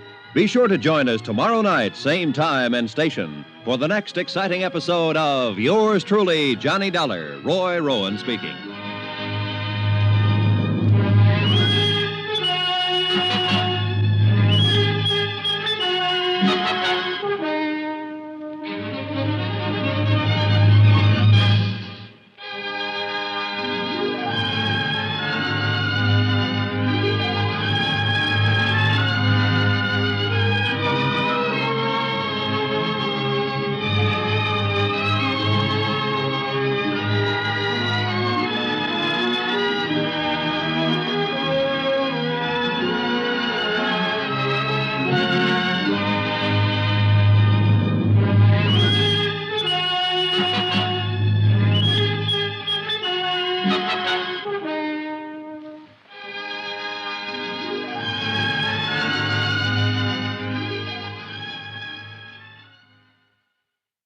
From Hollywood, it's time now for Bob Bailey as Johnny Dollar. Where have you been, Johnny? I thought we had a date. Oh, Gloria. I'm sorry, baby. I've already had a date. What? Remember the big gorilla at the corner table downstairs in the cantina? The one who kept staring at us? Sure. What about him? Well, he was waiting for me in my room just now. He didn't like the way I parted my hair, I guess, so he changed it with a gun barrel. Johnny, are you all right? Aside from a lump or two, sure. Sounds to me like you need a little nursing, Johnny. I always do. It's beautiful out on the terrace tonight.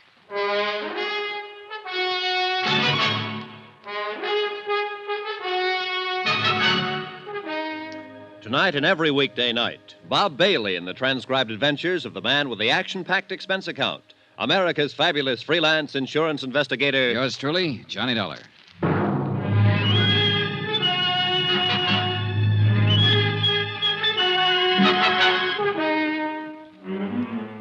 Santo Tomas, Mexico. Expense account submitted by Special Investigator Johnny Dollar.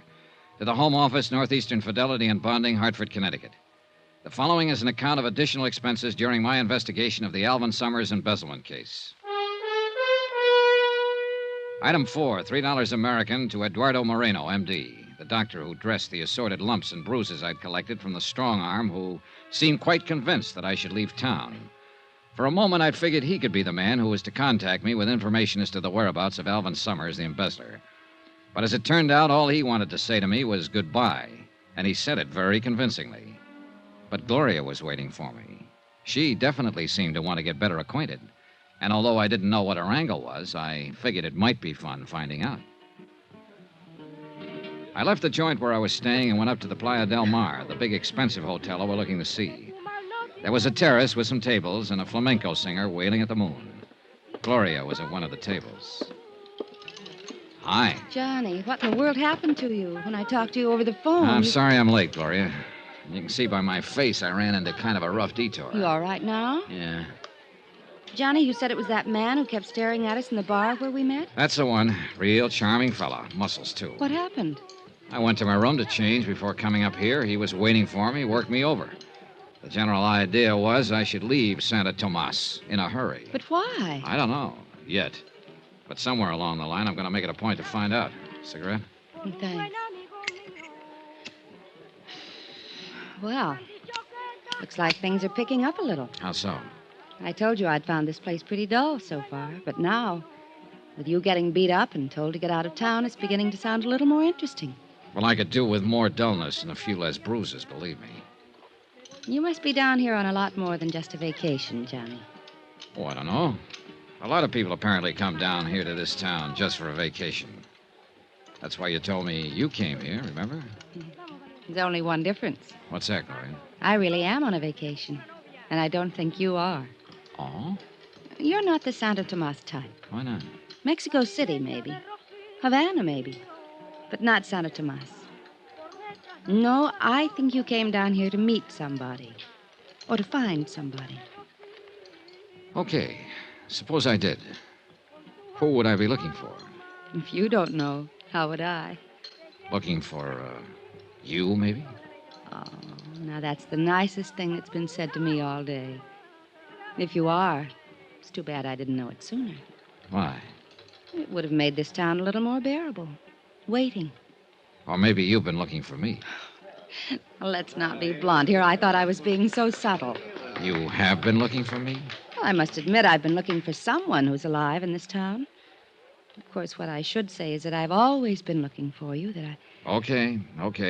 I guess that leaves me right where I started from. Skip it. So, we're just two happy people on a vacation. Yeah. Okay, Johnny. Okay. Hey, that music. That the flamenco singer you were telling me about? Mm-hmm. Sounds pretty weird, doesn't she? But I like it. You know something? Sounds even weirder from down below on the beach. Oh? Like to see for yourself? Yeah, I think I'd like to. Well, give me a minute. What's the matter? Speaking of people staring at you. That guy again? Where is he? No, it's a little man this time. Over at the end of the terrace, see him? Oh, that's Benito. Who? The bellboy at my hotel. Excuse me a minute. Be right back. Sure. Senor Dollar. Hiya, Benito. The desk clerk told me you'd come up here. What's on your mind? You told me you'd pay me money if I could get some information for you. That's right. I want to know if anybody's been trying to contact me. You turn up anything? Not about that, senor, but the picture you showed The me. one of Alvin Summers? See, I told you I thought I'd seen him here in Santo Tomas. Now I'm sure of it. Good boy. Tonight I talked to a friend of mine. I described Senor Summers to him. He told me he used to work for him as a houseboy. Good. Did he tell you where Summers is now? No, he could not tell me that. Couldn't or wouldn't? I do not know, senor, but he told me where the house is that Summers lived in. Where is it? You could not find it, senor. It's in from the beach in the jungle a little way. I would have to take you there. All right, let's go. Well, not now. I'm supposed to be on duty back at the hotel. I must get down there at once before the hotel clerk finds out I'm gone. When do you get off duty? At midnight. I'll come to your room then and take you to Senor Summers' house. Okay, midnight. Good boy, Benito. A real good boy, senor? Oh, yeah. Here. Oh, gracias, senor. But you should not have come here. Now, look, I've already had one guy tell me to leave town tonight. Don't you start. No, I mean you should not have come here to the Playa del Mar. Oh, why not? Because after you pay your check here, senor, you'll not have any more money left to pay me with. Well, don't worry about it, Benito. I'll bully it through somehow. See you later. Si, senor. Well, hello, Dollar. Oh, no. Carson, E.K. Carson, remember? Sure, the zipper salesman. What brings you up here? Oh, same thing as you, friend. Out doing a little stepping. I thought you told me down at the hotel that you figured half the world was just waiting to be zipped up. How can you afford to take the time off? All work and no play, friend. Haven't you heard? Yeah, well, I have a date. See you later, Carson. I'm still waiting to get you into a cribbage game, friend. Good. That's just what you do. You mean play cribbage? No, I mean keep waiting. When I got back to the table, Gloria was gone. I looked around, no sign of her. This I didn't get, and I didn't like. Why would she pull a disappearing act on me now? Johnny. Then I spotted her, just off the terrace on the path that led to the cabanas on the beach. I went over. She was carrying a scarf and wearing a one-piece bathing suit. The scarf looked bigger. Hi. Wow. I thought as long as we were going down to the beach, we might as well go for a swim. Why not? Be right with you. Item 5 on expense account, $7 for one pair of swimming trunks, $5 for the trunks, and $2 to get the hotel shopkeeper out of bed to sell them to me. After all, I figured I ought to stay close to Gloria. That's the way she seemed to want it, and I wanted to know why. She could have some information on the whereabouts of Alvin Summers I could use. Well, she might.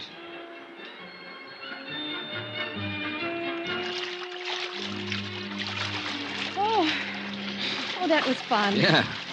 Come on, there's a place over against the rocks at the foot of the cliff. Okay. What do we do now? Build a fire and roast marshmallows? I'm sorry, I didn't bring any marshmallows. Oh, it's just as well. I'm strictly the hot dog and beer type anyway. Here we are. This is my place, Johnny. I come down here almost every night. Oh, it's nice. I told you there was a moon tonight. Yeah. And the flamenco singer. Music comes right down the rocks to us. Doesn't she ever get tired? Doesn't seem to. What's she singing about? Do you know? Uh-huh. It's about a man in jail in a little town. His sweetheart tosses a rose to him through the bars.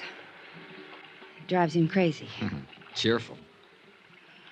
There aren't any walls around you, Johnny. Oh?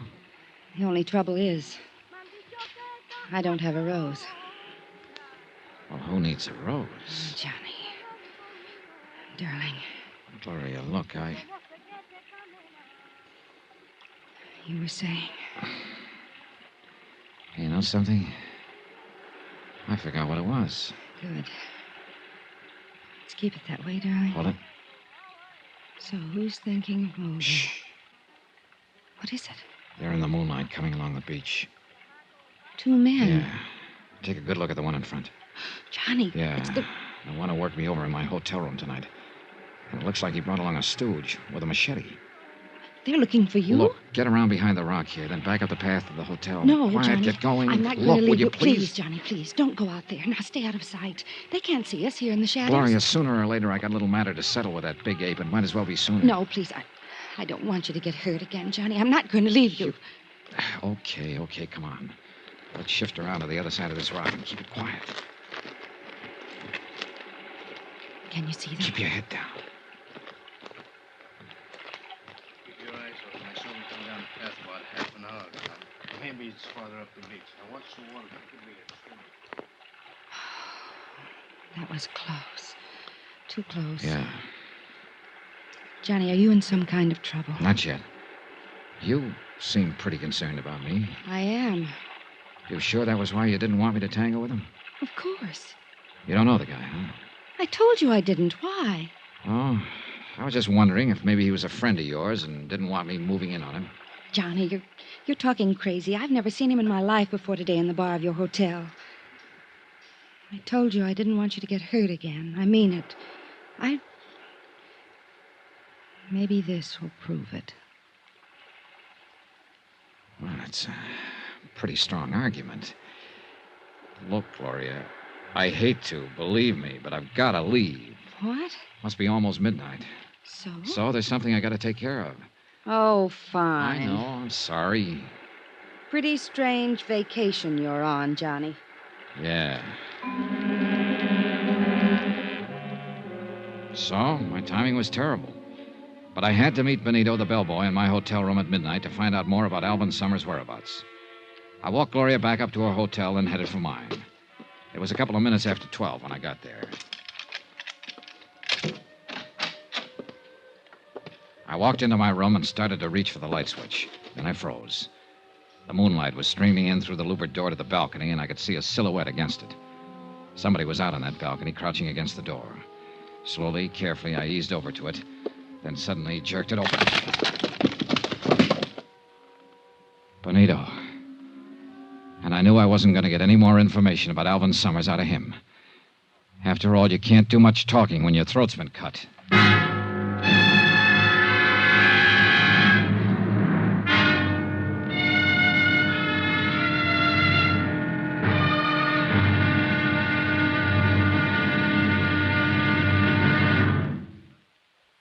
There'll be another exciting episode in our story of the Alvin Summers matter tomorrow. Tomorrow? Well, there are some people you just wouldn't want to meet in a dark alley. But sometimes it can't be helped. Join us, won't you? Yours truly, Johnny Dollar.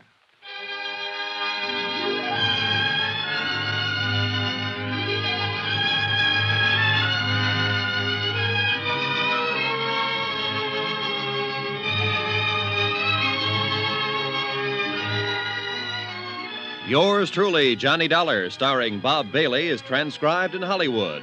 Written by Robert Reif, it is produced and directed by Jack Johnstone. Be sure to join us tomorrow night, same time and station, for the next exciting episode of Yours truly, Johnny Dollar. Roy Rowan speaking.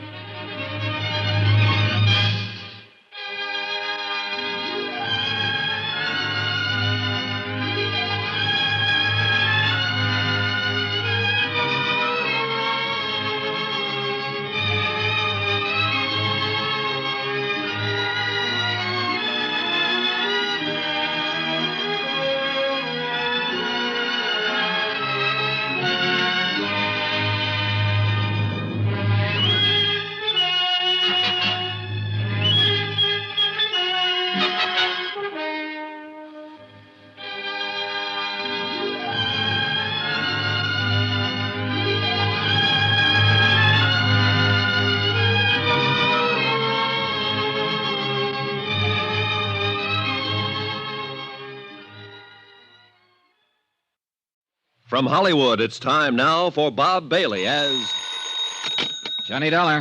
This is Lieutenant Gomez of the Santo Tomas Police Department. Oh, yeah, Lieutenant. I have been trying to reach you for some time. Sorry, I was out making some funeral arrangements. It is about the dead man that I wish to speak to you, senor. Fire away, Lieutenant. What's on your mind? Precisely the question I was about to ask you. What do you mean? Surely I do not need to remind you that Benito Escanza was found dead in your hotel room earlier this evening. You certainly don't. But I've already told one of your cops the whole story. Perhaps not. I suggest that you come to see me so that we can discuss it further. Is that an invitation or an order? Let us call it an invitation. But if you do not accept, we will have to come and get you.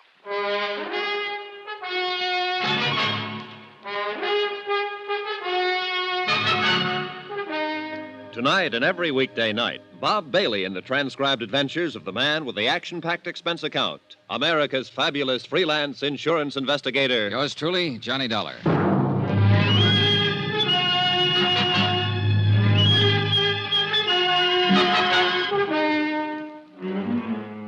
Santo Tomas, Mexico. Expense account submitted by Special Investigator Johnny Dollar. To the Home Office, Northeastern Fidelity and Bonding, Hartford, Connecticut. The following is an account of additional expenses during my investigation of the Alvin Summers $75,000 embezzlement case. Item 6, $25 American. Funeral and burial expenses for Benito the bellboy. Somebody had to do it, and he apparently had no family. After I made the arrangements with the town's undertaker, I went back to my room and received Lieutenant Gomez's polite but firm invitation to drop in on him. So I went on down to police headquarters.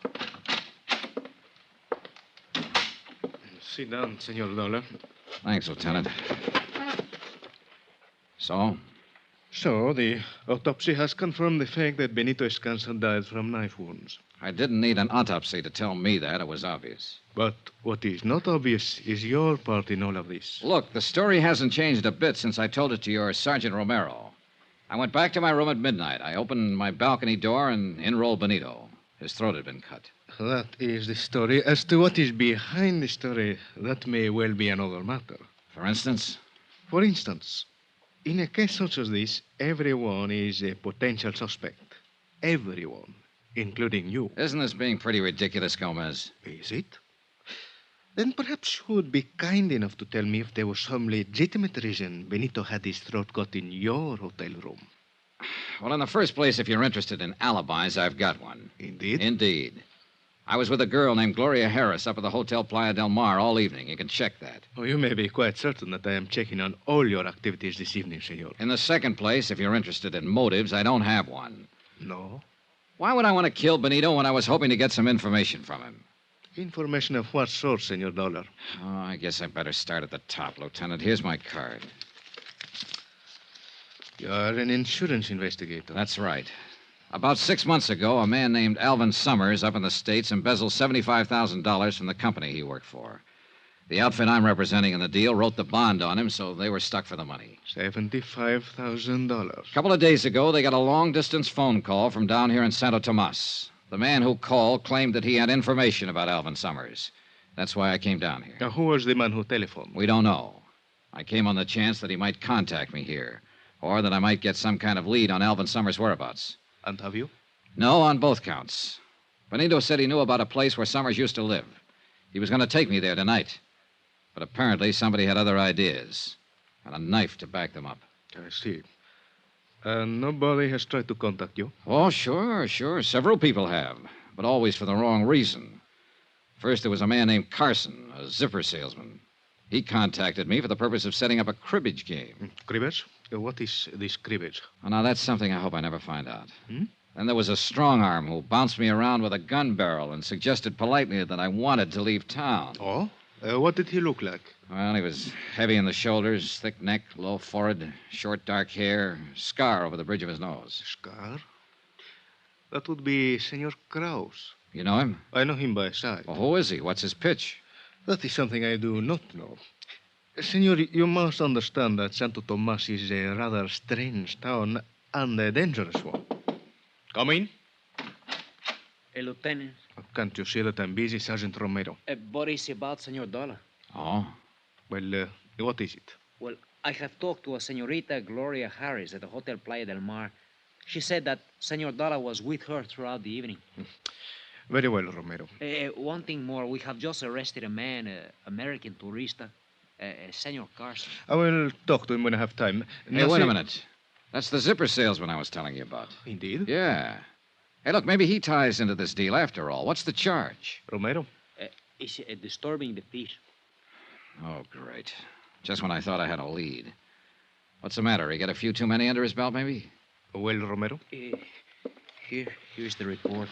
The Senor Carson is outside. Gracias. That will be all. I will talk to the man. See you, Lieutenant. Senor Dollar, if you know this man, perhaps you had better come with me. Okay. Dollar! Say, I'm sure glad to see you. Hiya, Carson. What seems to be the trouble? Well, it wasn't as much as they made it, Dollar. A fella goes out stepping. Sometimes he, well, you know. Hey, he steps a little too far. Well, I was only having a little fun. Senor Carson, this report states that you are at the Hotel Playa del Mar this evening. That's right. But now, Lieutenant... It further states that you became increasingly noisy and that at one point, during a dance by an entertainer, you grabbed a serape from one of the musicians and attempted to join in the dance. Now, Lieutenant, maybe I was a little out of line, but Further, that when the dancer refused to dance with you, you chased her around the patio several times. Trying to sell her a zipper, maybe? Oh, no, Dollar, let up on a guy, will you? And that finally, when the musician attempted to get his serape away from you, you broke his guitar over his head. Say, when you get going, you're a real tiger, aren't you? Are these things true, Senor Carson? Well, I suppose the facts are correct, but they sound different somehow down here. I was just trying to have a little fun, you know. See, Sergeant Romero will conduct you to the magistrate. Romero! Well, Dollar, you're just going to stand there and not do anything? After all, we both live at the same hotel, and... And? Oh, you're a big help. What'll happen to him, Lieutenant? Oh, you will have to pay the damages, and there will be a fine. Which will probably go on his expense account. Lieutenant, you started to tell me about this Beetlebrow Kraus who put a few dents in me. I started to say that before the people from Mexico City built the new hotel, this town unfortunately used to be something of a haven for undesirable characters from the United States. Fugitives, huh? Some of them still remain. And although I know very little about Senor Kraus, it is probable that he is one of them. Could be. You say that he and Senor Carson are the only ones who have made any effort to contact you? Yeah, except for Gloria Harris, of course. I still haven't found out what's on her mind. I mean, what else is on her mind. She says she's down here on a vacation. Indeed. In that case, it has certainly been a long vacation. What do you mean? She has been here for several months, to my knowledge. Well. Now, that's very interesting, Lieutenant. Thanks. Anything else you want to ask me about Benito? Not at the moment, but I suggest you remain available. You know where to find me. One moment, Senor Dollar. Hmm? A word of warning. As I told you, this town can be a dangerous place. I would suggest that you be quite careful. Yeah. And one thing I wish to impress upon you. If you are at any time tempted during your investigation to take the law into your own hands, I assure you that you will regret it. Well, in that case, I hope you're around when and if I need you. Whether or not I am available, the warning still applies. Okay. Be seeing you. Johnny, Wow, Gloria. I thought you were tucked in for the night. I couldn't sleep, so I called your hotel. Oh? They told me that the bellboy had been murdered, that you were at the police station, so I came down here. Is there anything I can do? Not for Benito, I'm afraid. He was killed in your room? Yeah. You think he could have been killed by mistake? Mistake? You mean maybe I was supposed to be the target? Hey, it's a thought. Johnny, you're in trouble of some kind. I wish you'd tell me what it is. You're not just down here on a vacation. Speaking of vacations, Gloria, let's Johnny, what is it? keep looking straight ahead. There's somebody across the street in the shadows. He's tailing us. Can you see who it is? When he goes past that light, I'll be... Well, what do you know? My old friend Krause again. You mean the man who came to your room and was looking for you on the beach? That's the boy. Funny how he always seems to pop up when I'm with you. Johnny, I tell you, I don't know Doesn't him. matter right now. Come on. Turn into the alley here. Okay. Now keep going straight down this alley and out the other end. Go back to your hotel, and I'll call you there later. I may be a while. What are you going to do? Wait for him. No, Johnny. Look, Gloria, don't give me any argument this time. Get going. After she was out of sight, I ducked into a doorway. Then I waited. Yeah, Krause was following all right. I waited until he got right up to me. Then I dove at him. You! That's right, me. Drop the gun. Drop it. Yeah, this time I'm ready for you, sweetheart. Funny thing about me, Krause. I don't like guys working over me with a gun barrel, ever. All right.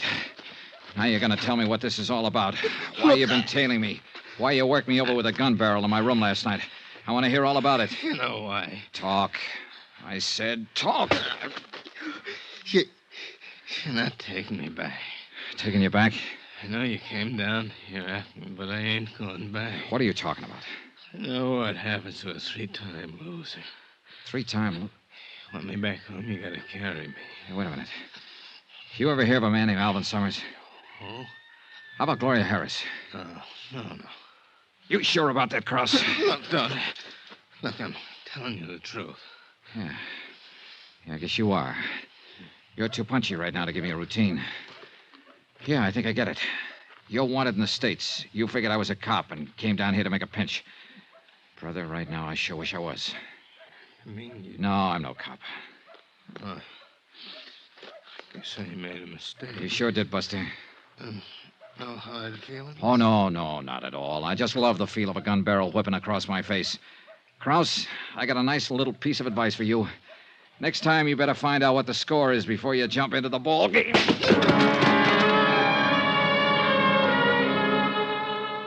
I left him there in the alley and went back to my hotel.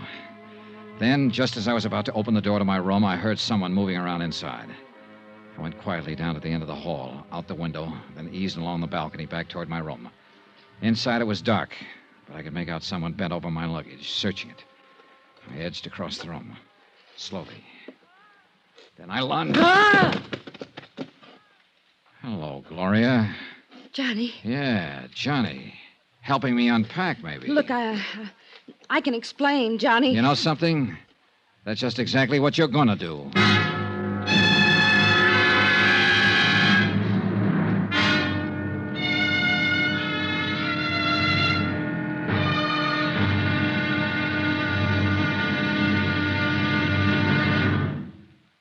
There'll be another exciting episode in our story of the Alvin Summers matter tomorrow. Tomorrow night, how to fall into a trap in one easy lesson.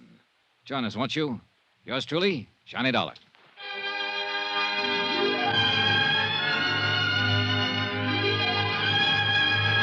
Yours truly, Johnny Dollar, starring Bob Bailey, is transcribed in Hollywood. Written by Robert Reif, it is produced and directed by Jack Johnstone.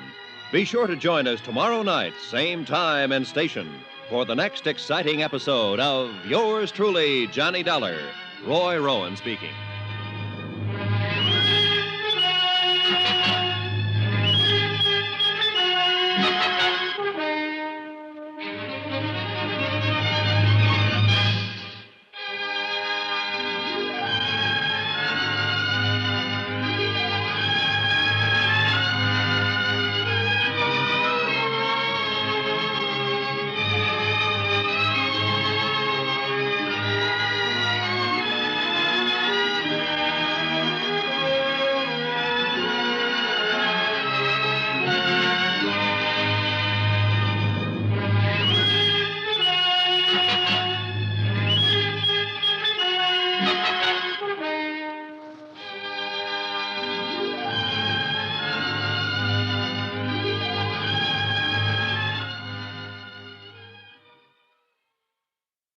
From Hollywood, it's time now for Bob Bailey as Johnny Dollar. Yeah, remember me, sweetheart? Johnny, I didn't I'm think the guy you were making the big pitch for.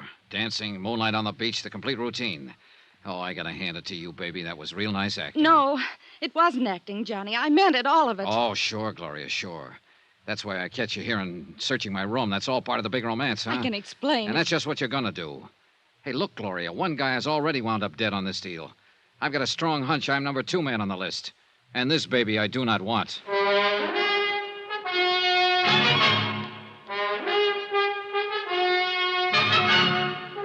Tonight and every weekday night, Bob Bailey in the transcribed adventures of the man with the action-packed expense account, America's fabulous freelance insurance investigator. Yours truly, Johnny Dollar.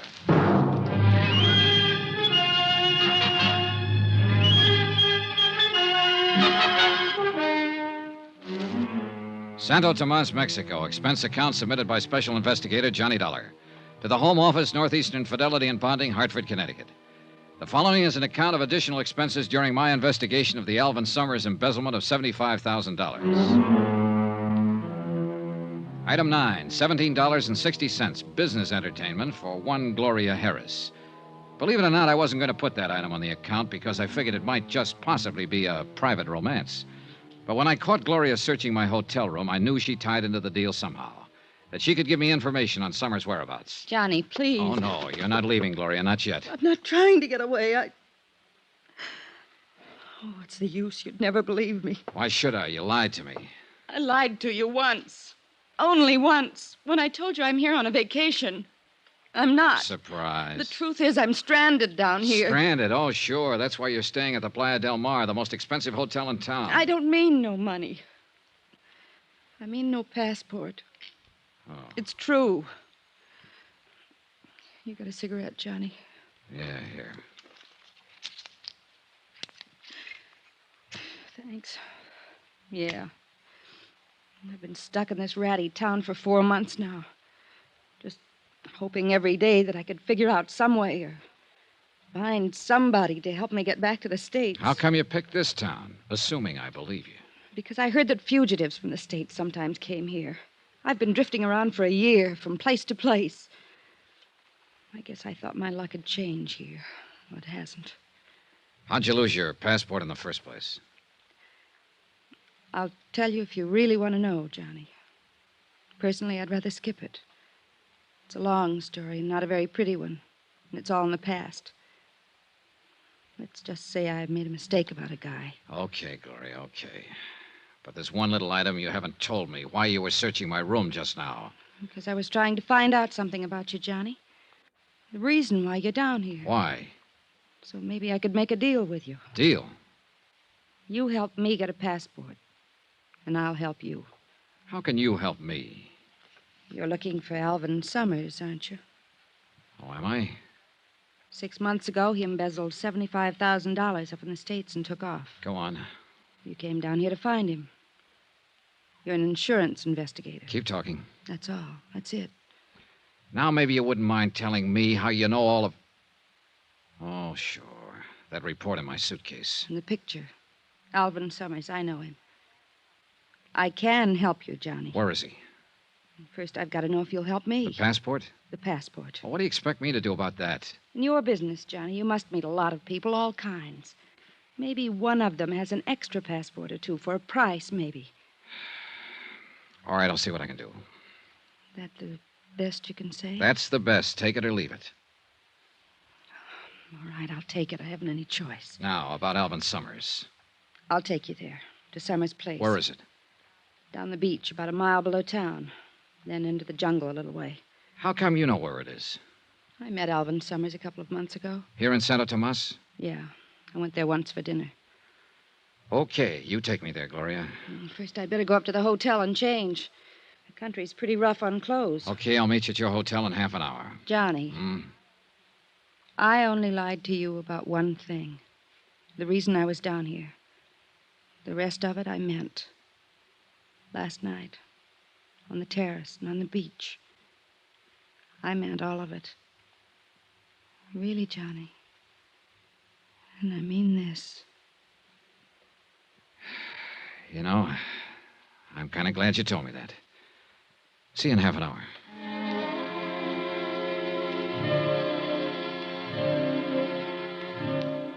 I stayed there a while after she left, going over the case in my mind. Maybe she was telling me the truth.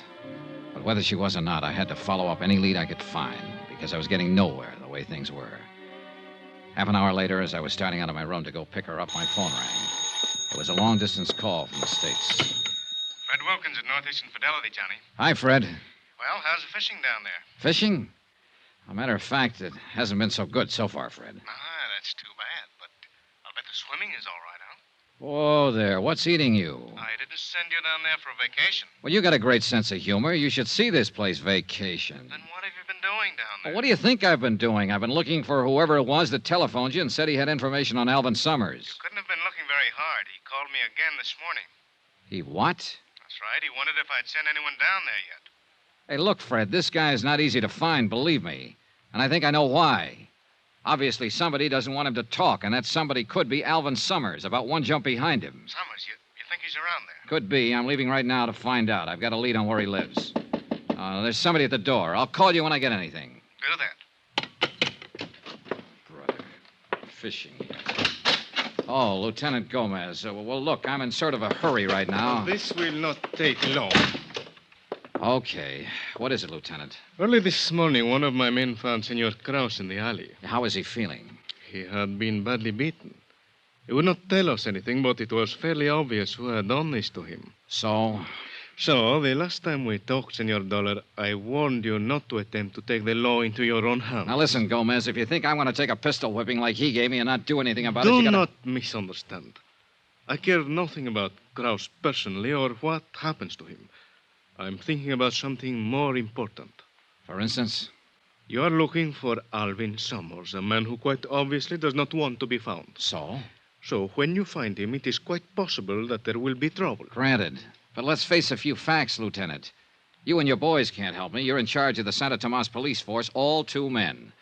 And I imagine you've got a few other things on your mind besides an embezzler from the States and an insurance investigator. That may So well that be means true. I've got to do it on my own. Very well, Senor Dollar. This morning I attended the funeral of Benito Enscanza, who was killed because he had information about Alvin Summers. If you find Summers and take the law into your own hands again, I fear I may have to attend another funeral. Yours. That's what I liked about Gomez. He was the cheerful type. Well, I picked up Gloria at her hotel and we headed for Summers' place. We walked down the beach about a mile below town. The beach kept narrowing as the jungle crowded closer and closer to the water. This place is in from the beach a ways. There's a little path pretty soon that leads in. You could walk right by it and never see it. Here it is. And that's just what we'll do. Hmm? Walk right by it. I don't want to lead anyone else here.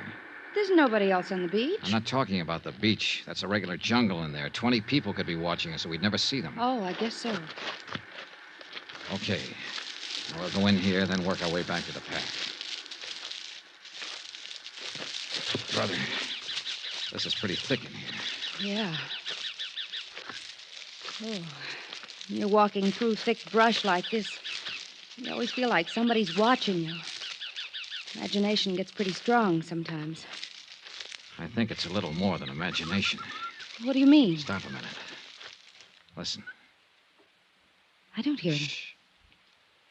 Johnny. Yeah, somebody's tailing us again. Look, keep moving straight ahead. I'm going to circle and see if I can intercept him. All right, but be careful. Gloria moved on, and I started circling to the right. Every few seconds, I'd stop and listen. Yeah, he was still there. I pegged the direction of the sound and started edging toward it slowly. Then my foot caught on a buck. I scrambled to my feet and kept going in the same direction. There was a small clearing ahead. I reached it, stopped, and listened. Nothing. Whoever I was chasing seemed to know the country better than I did. He'd disappeared. I caught up with Gloria a couple of 100 yards farther along the trail. Any luck, Johnny? No. Whoever it is pretty good at keeping out of sight. Are you sure it was a person? Might have been some kind of animal. Yeah, maybe. You can see a corner of Alvin Summers' hut from here. Past that big tree. Yeah, come on. And stay behind me. All right. If there's any trouble. You think there will be? Look, a guy who's this careful about hiding doesn't usually welcome visitors. Quiet now. No sign of life. Keep back against the wall. I'm going to open the door.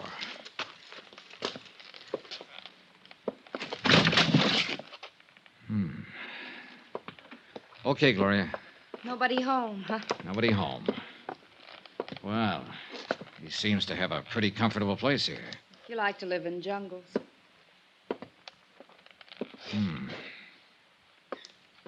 Yeah. What? Looks like he hasn't been around for several days. Oh? The food in these cupboards, pretty moldy. Yeah, I guess they've cleared out. They? Uh-huh. He and whoever was here with him. What makes you think someone was? For one thing, 2 sets of dirty dishes over there. Maybe he just wasn't neat. He'd have to have been awfully neat to use 2 toothbrushes and 2 kinds of toothpaste, and 2 people have been eating at this table. See the crumbs? Maybe there's something around here that could give you a clue to where he might be now. Maybe. If he's still alive. What do you mean? You think he isn't? Oh, I don't know. But if somebody else was living here, too, it could mean he had a partner in this deal. And it's a funny thing about that kind of playmates. Sooner or later, they start quarreling about who's going to hold the marbles. $75,000 worth in this case. Johnny, if he is dead, that leaves you nowhere. Maybe not. Hey, listen. What? Yeah. Sounds like our shadow is somewhere outside. Keep talking, Gloria. Normal tone. I'm going out the back way and see if I can spot him. Why don't you look around the hut, Johnny? Gloria kept up a line of patter while I slipped out the back door and into the brush. I listened. Do you want me to do anything? Nothing but the sound of Gloria's voice. Johnny? He had to be somewhere near. But where? I worked my way around to the front of the cabin, still under cover. No sign. I kept on around the other side. Then, as I started to climb over a fallen tree trunk, I saw a shadow out of the corner of my eye. Hold it. Don't turn around. The voice was behind me. I could see the rest of the shadow now, a hand with a gun. And I knew it was zeroed in on my backbone. I said hold it. I'm holding. Drop your gun. Kick it backwards, quick. Hey, look, whoever you are... Don't turn around. Okay. And don't try to move. Mind telling me... Keep your eyes straight ahead. Any move at all, it'll be your last.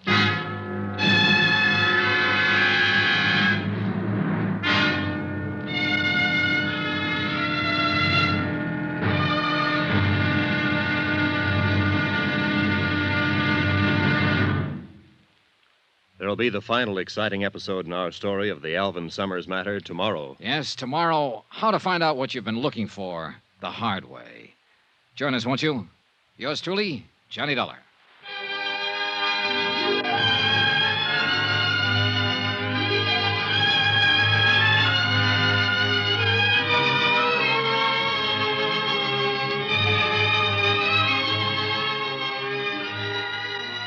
Yours truly, Johnny Dollar, starring Bob Bailey, is transcribed in Hollywood. Written by Robert Reif, it is produced and directed by Jack Johnstone. Be sure to join us tomorrow night, same time and station, for the next exciting episode of Yours truly, Johnny Dollar. Roy Rowan speaking.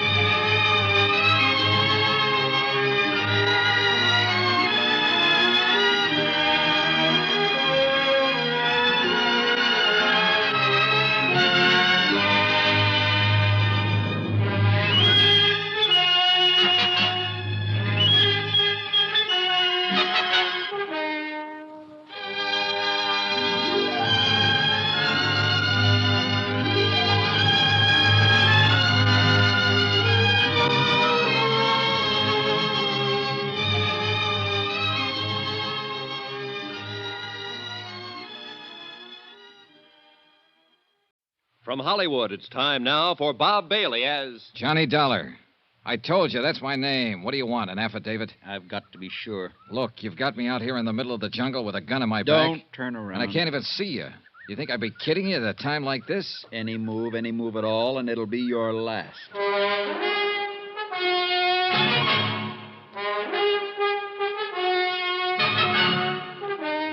Tonight and every weekday night, Bob Bailey in the transcribed adventures of the man with the action-packed expense account, America's fabulous freelance insurance investigator. Yours truly, Johnny Dollar.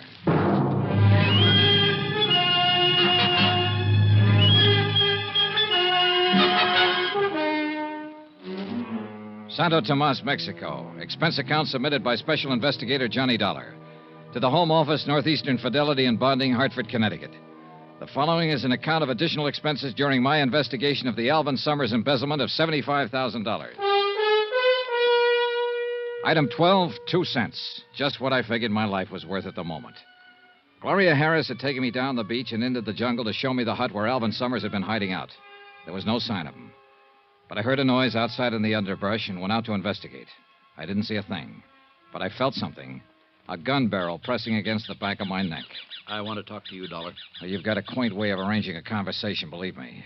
I could do better if you'd take away that gun. Johnny. Don't answer. Who's answering? Johnny? Wait. Well?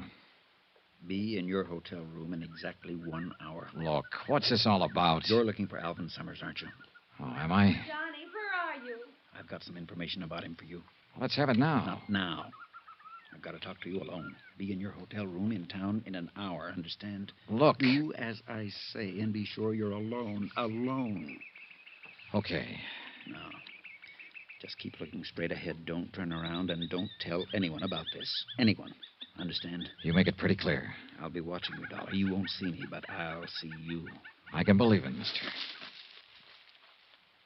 Johnny, please. Johnny, where... Oh, here you are. Yeah, here I am. Why didn't you answer me?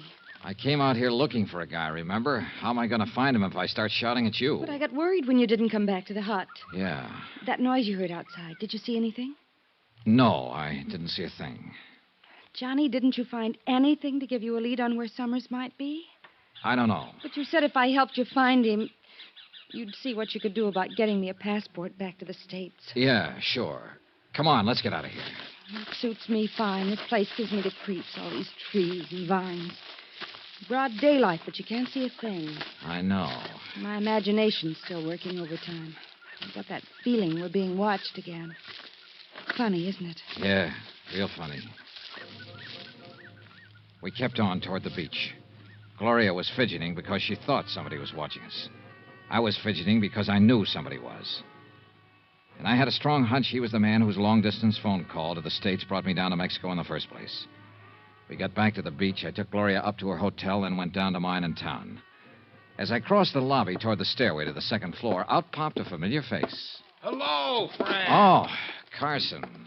Lieutenant Gomez let you out of jail, huh? Oh, now let's get one thing straight, friend. I never was actually in jail. Well, you're lucky. I've seen the jail. Huh?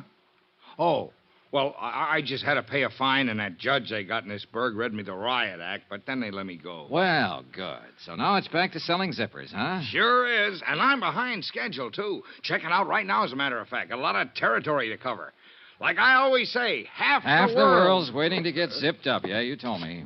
Oh, I did? Say, Dollar, I'd like you to do me a favor. Oh? That little trouble I got into last night up at the Playa del Mar Hotel, I'd sure appreciate it if you'd keep quiet about it when you get back to the States. You mean you don't want anybody to know you got plastered, grabbed a serape, and did the fandango? Now, Dollar. Broke a guitar over the musician's head? Now, can't we just forget about Believe me, that? I had until you reminded me.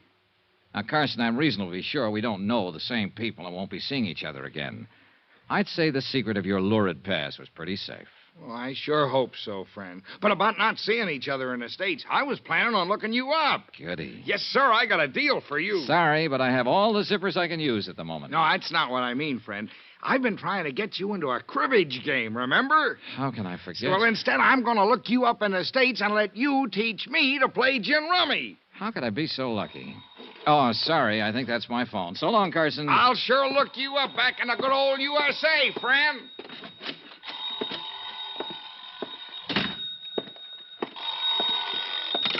Hello?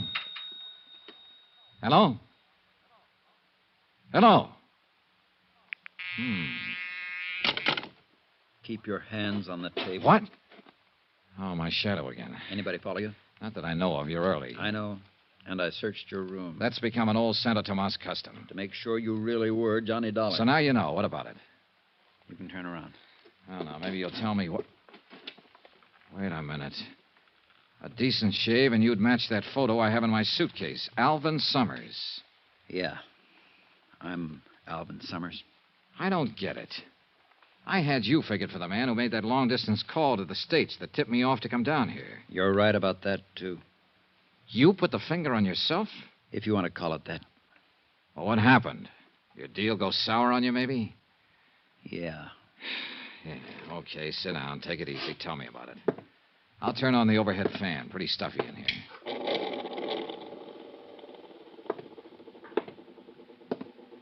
Dollar, that phone call you got just now. Hung up. Clerk downstairs must have rung the wrong room. Or somebody was checking to see if you were here. Could be. Okay, suppose you start from the top. What was that? Relax. What are you... Just one of the charming features of this room. You turn on that big overhead fan, it slams the balcony door. Oh, well, turn it off, will you? I'm kind of edgy. Yeah, sure. You asked me if my deal had gone sour. It went very sour. Oh, I had it all figured out. I was planning it for a year. I was going to embezzle the $75,000 and really live big. Yeah. Instead of that, I spent all my time hiding. Mexico City, Cuernavaca, Tampico, you name it, I was there. Always undercover, always hiding. Did you ever spend much time hiding, Dollar? No, not much. Oh, it's a great life. Great. Every time somebody looks at you on the street, you're sure he's after you, tailing you. You wake up in the middle of the night, you see a shadow outside. Turns out to be just a bush, but you spend the rest of the night sweating. Finally, I just couldn't take it anymore. The rest of my life that way. You know, Summers, a lot of guys figure that out before it's too late.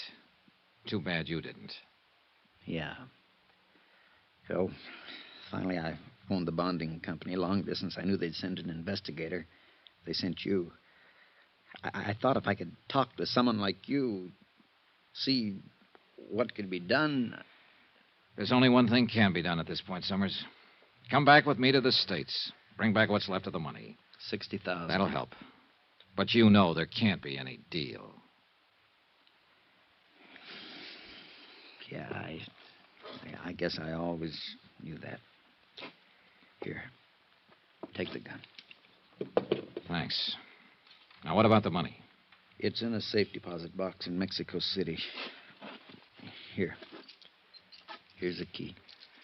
One thing I don't get, though, Summers. Yeah? You wanted me to contact, but you were sure playing hard to find. Well, I had to be careful. I got a look at you the first day you arrived. I wasn't sure you were the one, so I decided to come to your room that night, but then I saw somebody else coming here, so I gave up. Who was it? The bellboy. Benito? Hey, that'll be just before he got knifed. Oh, no. I wasn't the one who killed him, Dollar. I'm no killer. Just the fool who runs away with somebody else's money, remember? Anyway, I didn't have another chance to get to you till today. I had to keep undercover so they wouldn't find me. Wait a minute. Who's they? The man who arranged for me to come down here and the girl who was going to make it all worthwhile. The girl... Summers, don't... me, Johnny. Gloria. Hello, baby. Here, let me... Leave the gun right where it is, Johnny. Put that safe deposit key on the table. I guess you're calling them. Thanks. And it all adds up. You found out Summers here was planning to turn himself in. You didn't want that money to slip through your fingers. But Summers disappeared from his hideout. You couldn't find him, so you figured you'd let me find him for you. That's right. And it worked. And you're so right about that money. You think I'd give it up now? Gloria. Keep out of it, Alvin. If you want to go back and be a Boy Scout, that's your business. The money stays with me. Johnny. Yeah? This doesn't have to be the end of it for us. Oh. So now we get the pitch about making beautiful music, huh? I'm not kidding, Johnny. 60,000's a lot of money. You know, you put on quite an act. Maybe I believed a little bit of it. But if I did, I quit the moment you walked through that door just now. Okay, Johnny, that's enough. I thought maybe you'd be smart, but if you won't, you leave me no choice. No, Gloria, don't. Gloria! The balcony. Out on the balcony. Hold it! Carson. Stay right where you are, friend. Oh, shut up. She's dead. She crossed me. You and she were working against each other. She wanted me to lead her to Summers. You wanted to find him yourself. That's right. And Summers, you took a lot of finding. That's why you killed Benito the bellboy, to shut his mouth. Then you went up to the big hotel and clowned around so you'd get arrested and that way set up an alibi for the evening. I was pretty proud of that little idea, Dollar. And it's all worked out just the way I wanted it. You see, right from the start, Carson was holding all the trumps. They were made out of lead, and I knew he was going to start dealing them any second. Then I remembered the overhead fan. The switch was right next to my elbow. The balcony door was open, and Carson had his back to it. What are you doing? Just turning on the fan. I need some air. Can you blame me? Yeah. You're sweating, aren't you, Dollar? What's the matter? You losing your nerve? Well, it really doesn't matter. What the... The door slammed. Carlson whirled, and I knocked the lamp off the table. By the time I hit the floor, my gun was out.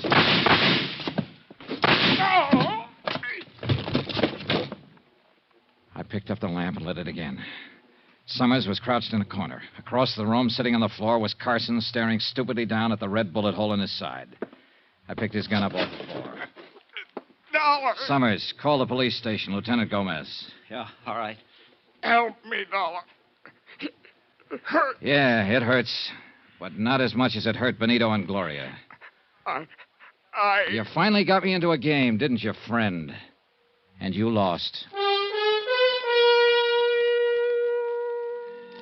Expense account item 13. Double the amount of item 1. $440. Transportation back to the States for Alvin Summers and me. And you know, I turned him over to the authorities as soon as we got back. That's the way he wanted it. Gloria? Well, once in a while I get to wondering if she really meant some of the things she told me. Not that it matters. Conclusion of report. Expense account total $923. Yours truly, Johnny Dollar.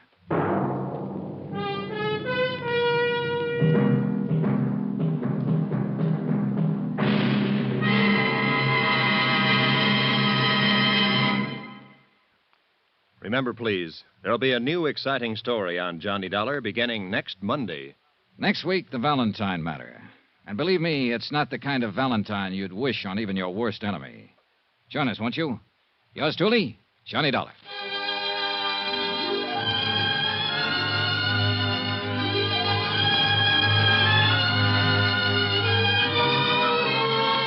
Yours truly, Johnny Dollar, starring Bob Bailey, is transcribed in Hollywood. Written by Robert Reif. It is produced and directed by Jack Johnstone. Heard in this week's cast were Virginia Gregg, Marvin Miller, Don Diamond, Tony Barrett, and Parley Bear. Be sure to join us on Monday night, same time and station, for another exciting story of Yours truly, Johnny Dollar. Roy Rowan speaking.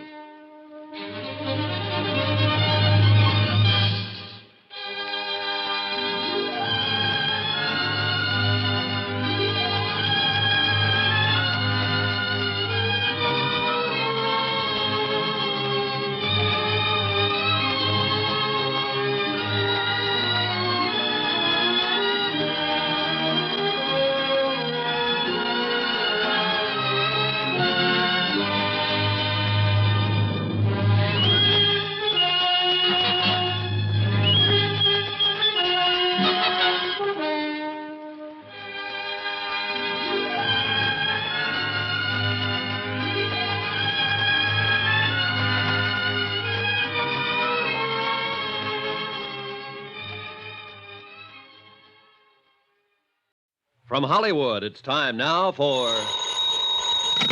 Johnny Dollar. Roy Vickers, New Britain Mutual, Johnny. Hi, Roy. How'd you like to try some Creole cooking? Okay, what's up? One of the bellhops at the St. Agnes Hotel in New Orleans had quite a time last night. He opened the safe and walked out with $7,500 in cash and a diamond necklace worth a cool $25,000. So help me, Roy. I didn't know bellhops had so much fun. That isn't all. He also stole a station wagon belonging to the hotel manager, not to mention the manager's wife. What do you want back? Mainly that necklace. It's the property of one of our clients. She was stopping at the St. Agnes and had it stowed in the hotel safe. Any line on the bellhop? Not a trace so far. The wife? Don't be funny. Can you hop a plane down there and see what's happened for us? Sure, Roy.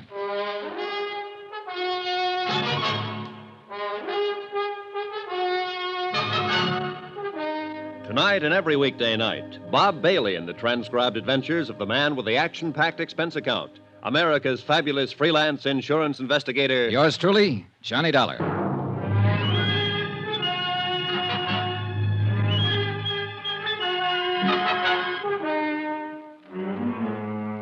Expense account submitted by Special Investigator Johnny Dollar to the New Britain Mutual Insurance Company, Hartford, Connecticut.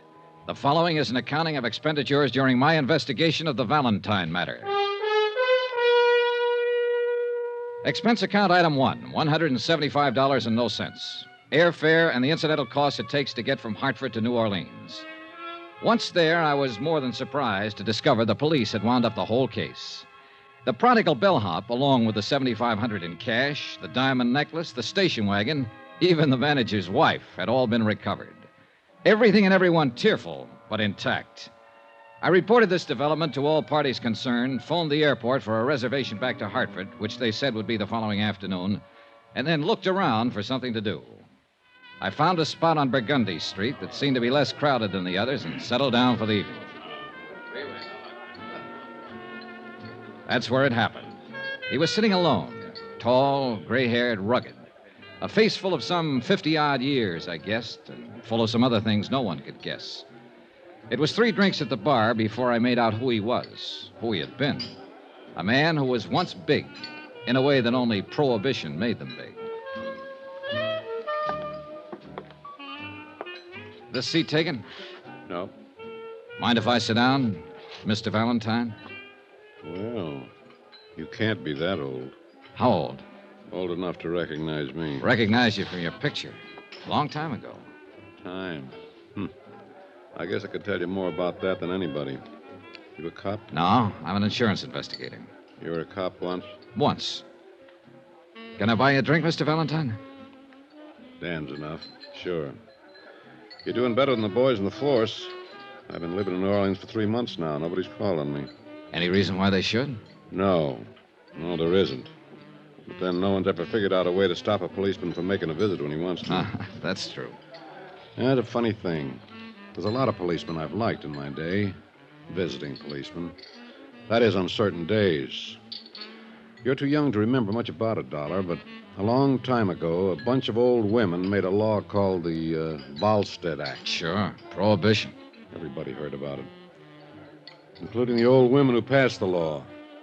You see, this law was supposed to be for the other guy, not for them. Anyhow, a lot of people started bottling up violations of this Volstead Act. You tired? No, not a bit, Dan. Well, it got me a lot of money and a lot of trouble. 13 years for income tax evasion, finally. Ended just 3 months ago, and I came here to live happily ever after. Funny. No. New Orleans is a nice, quiet place to live. Better still, no one's bothering you. That's the way I want to keep it. And they can pass 1,000 stupid laws, and I'm not going to fall for any of them. Everything the book says, everything in order. How's that sound? Pretty good. Do you believe it? Yes, I do. Then I've got my point over. I'm flattered that you recognize me, Dollar. I paid back 10 days for every one I took. Now, all I ask is that you don't ask the police to bother me. Okay. As far as I'm concerned, Dan, you didn't even have the dinner I'm about to buy for you. Dollar, it's nice to come out of prison and be recognized by a nice guy. Where'll we go, Jimmy Moran's? That's where we went, and it was a swell dinner. Only Dan Valentine didn't eat much of it. He tried to smile and crack wise, but there was a sadness about him that stood in the way. I wanted to ask him more questions about those days back when, but I didn't. We dropped into a couple of other places. The Absinthe House, Joe Glorioso's. We listened to some jazz and drank Sazeracs and walked along Canal Street. Finally, we shook hands and said goodnight. Expense account item 2, $26.26. Hotel, board, and miscellaneous.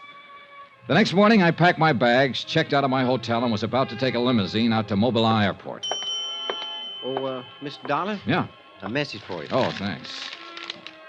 It was from a police officer on the New Orleans force, an Inspector DeBaca. Could I drop by before I left town? I went right over and met DeBaca, a tall, lean, gray-haired man with 30 years' service who kind of puzzled me at first. Thanks for coming by, Donna. Sure. Sit down. What's up? The bellhop take back his confession on that necklace theft? No. This is something else, Donna. Dan Valentine. Oh. You met him about 6:30 last night. You had 2 drinks with him, and you went over to Moran's and had dinner. You went to 2 other places. You left him at 11:30. Yeah, I also brushed my teeth when I got back to the hotel, but I bet you can't tell me what color my pajamas Now, take it easy. Just take it easy. Maybe I'm saying this bad.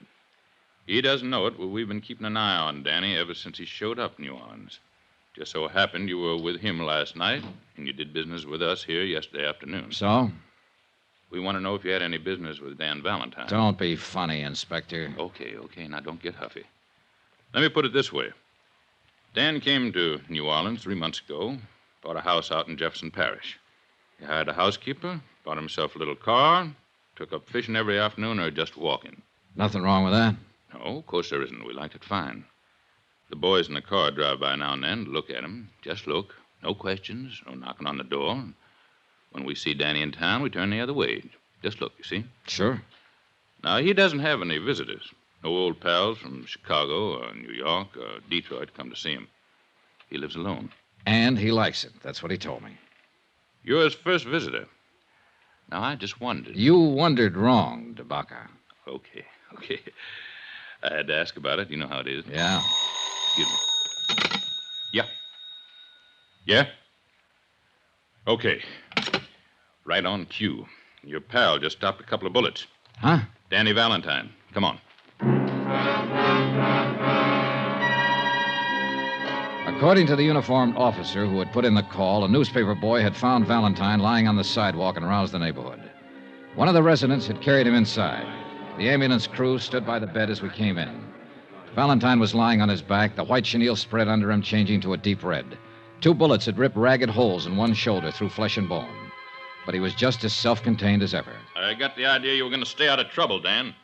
I didn't know I was in any trouble. Hiya, Dollar. Okay.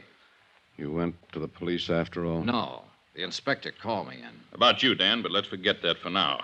How'd this happen? This? Cleaning my gun. You're a loser, Dan. You're not supposed to have a gun. Oh, you know me and the law. We sometimes didn't hit it off. Art, where is the gun?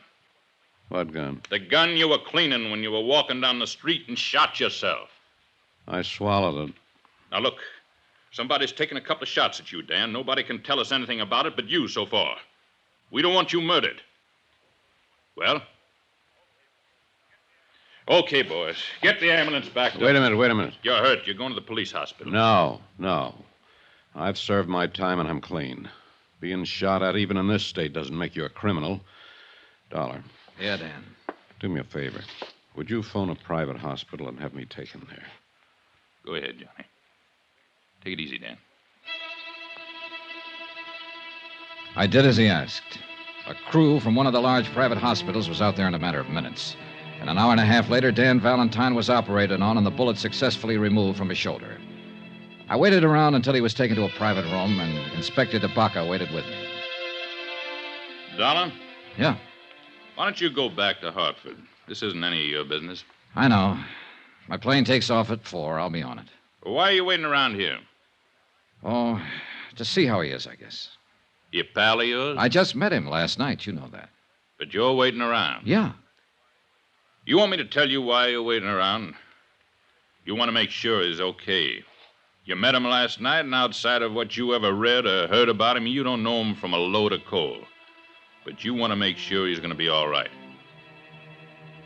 Well, so do I. Because in that room and on that bed lies quite a man. Well, that about summed it up. No matter what he had been or what he had done, Dan Valentine was quite a man. It was the same thing that had caused me to go over to him the night before and start a conversation. The same thing that caused me to believe his plans for living a quiet life in New Orleans. He came out of the anesthetic a half hour later, and he sent for me.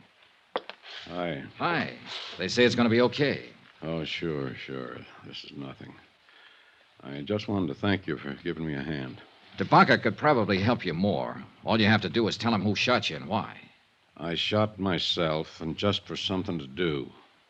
Well, look, Dan, I have a fair idea of how tough things were for you and how tough they can be now. But Inspector Tabaka understands it, too. He'll do everything he can to help you. But you have to help him, Dan. Tabaka's a good boy. You're right. You'll tell him who shot you? If there was any way he could help me, I'd let him know first. I'll handle this myself. Guess you'll want to be getting your airplane. Yeah. Good luck, kiddo. Same to you. I went back to my hotel, picked up my bags, and took a cab to Mobilan Airport. My plane had developed engine trouble, and there was going to be a 5-hour delay. I killed time at the bar and in the restaurant and just standing around looking at the field at night. By that time, the newspapers carried the story of the attempt on Dan Valentine's life. It was as skimpy as the story Dan had told himself, and it troubled me. Mr. Dollar. Yeah? Long distance call for you from Hartford. You can take it right in there. Oh, thanks.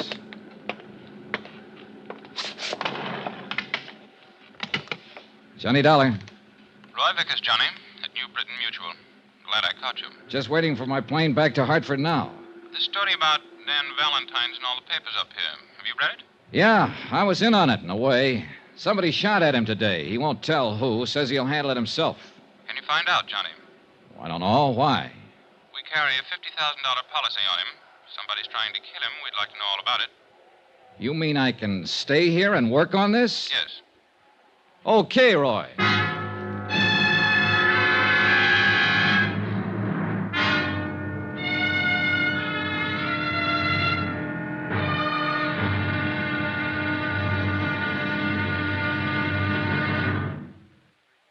There'll be another intriguing episode in our story of the Valentine matter tomorrow. Tomorrow, all the King's men that could be the New Orleans police force try to keep one man alive. And they almost do it.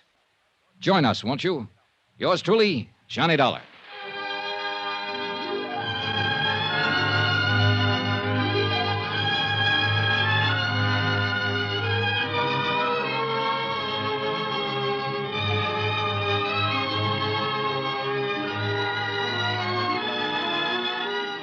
Yours truly, Johnny Dollar, is transcribed in Hollywood. Written by John Dawson, it is produced and directed by Jack Johnstone.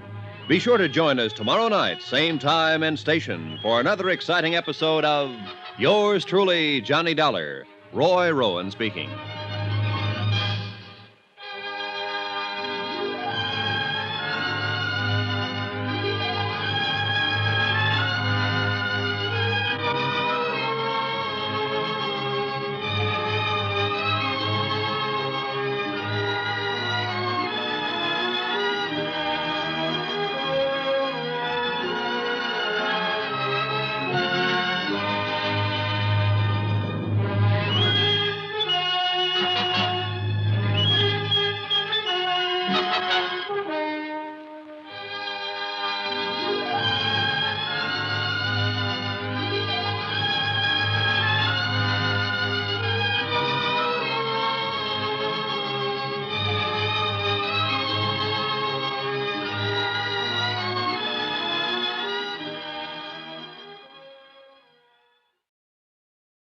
From Hollywood, it's time now for Johnny Dollar. This is Charlie DeBaca down at headquarters. You left a call for me? That's right, Inspector. Thought you went back to Hartford.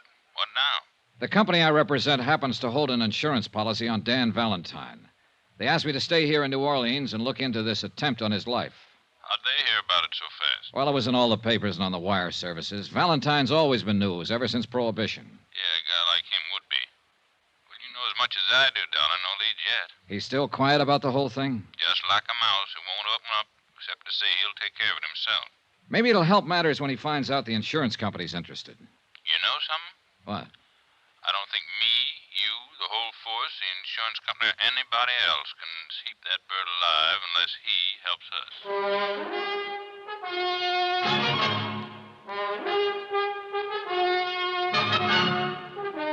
Tonight and every weekday night, Bob Bailey in the transcribed adventures of the man with the action-packed expense account, America's fabulous freelance insurance investigator. Yours truly, Johnny Dollar.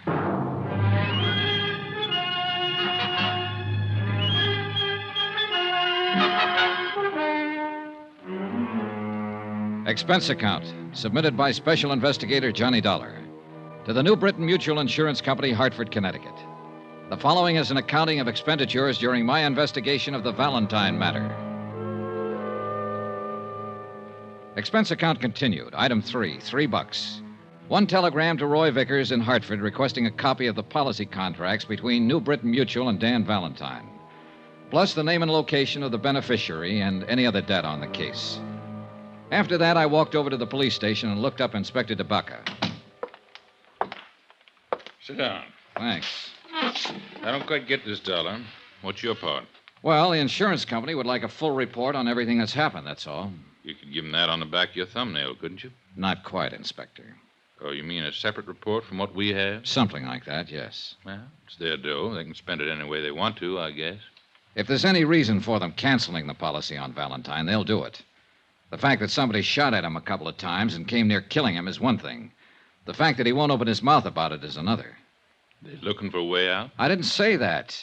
They just want to make sure about everything, that's all. An insurance policy's a contract, mutually beneficial to both parties. Both parties have to keep the line of that contract. They don't figure Danny Valentine's running around shooting himself for insurance money. Inspector, they don't figure anything. Well, now that you've been official, be unofficial. What's your idea? Well, Valentine's got a legitimate policy with the company. They don't want to see him killed. They tell me to investigate the shooting. Actually, they're telling me to see to it that he stays alive and well. Well, that makes sense. Good luck. If you'll sort of let me tag along on the case, I'd appreciate it. Well, we'll see. Oh, what's the matter now? It just occurred to me. Valentine bought a house out in Jefferson Parish 3 months ago, a couple of days after he was released from a federal pen. Now, he's lived there quiet, minding his own business, keeping his nose out of trouble. Yeah.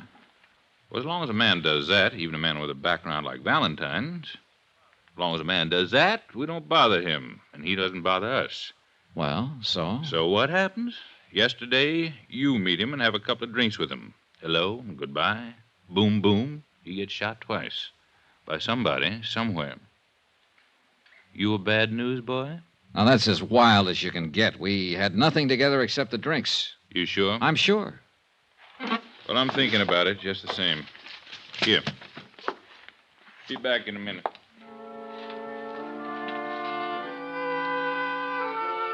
The bulky, thick folder Inspector DeBacca shoved across the desk at me was marked Valentine Daniel. It started in 1915 and was fat with yellowed clippings all the way through 1942. There was a pretty good history of Dan Valentine and the age he lived in. He was born in Ireland and had fought in the Irish Rebellion. He was regarded as both hero and scoundrel. For his own good, he came to America. Somehow, he started out in the wholesale drug business. And understandably, it was an easy step to making prohibition alcohol, and an even easier step to make prison on an income tax evasion charge. The folder mentioned a wife and a daughter who seemed to have successfully avoided most of the newspaper headlines that had involved Dan Valentine. There was one picture of Mrs. Valentine taken in 1928. That's about as far as I got when DeBacca came back into the room, not alone. Interesting stuff? Very, Inspector, very. Well, here's something more interesting. My men have been covering the neighborhood where the shooting happened yesterday afternoon. This man's a witness. This is Mr. Dollar. He's an insurance investigator. It's Willie Blakely. Oh, how do you do, sir? Hope you can help us, Willie. Well, I can try, I really didn't see too much. You see, I was on my milk truck, and I saw this fella, this big fella, walking down the street. What's his name? Dan Valentine. Yes, sir. Well, he was just walking, like for an early morning walk, and then I saw this car come around the corner, and there were a couple of men in it. What kind of car?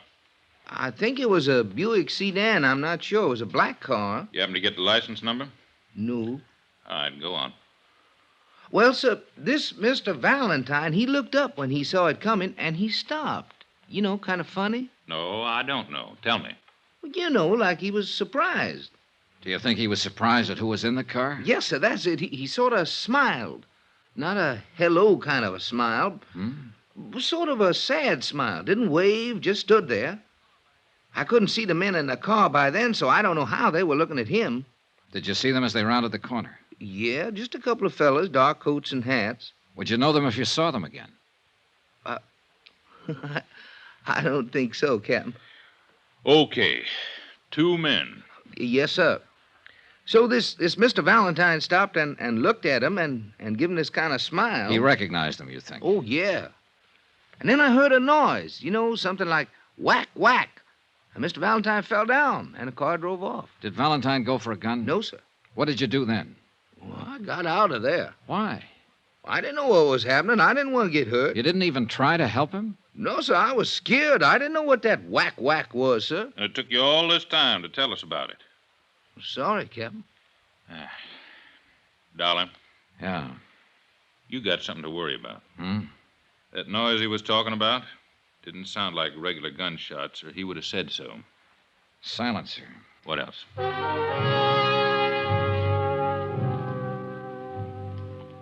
Inspector DeBaca continued to question the witness, trying to ascertain more details about the shooting, the car, and the men inside the car. 4 hours later, when I left, he was still at it. Some more expenses. Item 4, $2.50. Cab fare from police station to hospital. I thought I'd drop in and take a chance on Dan Valentine coming across with some information.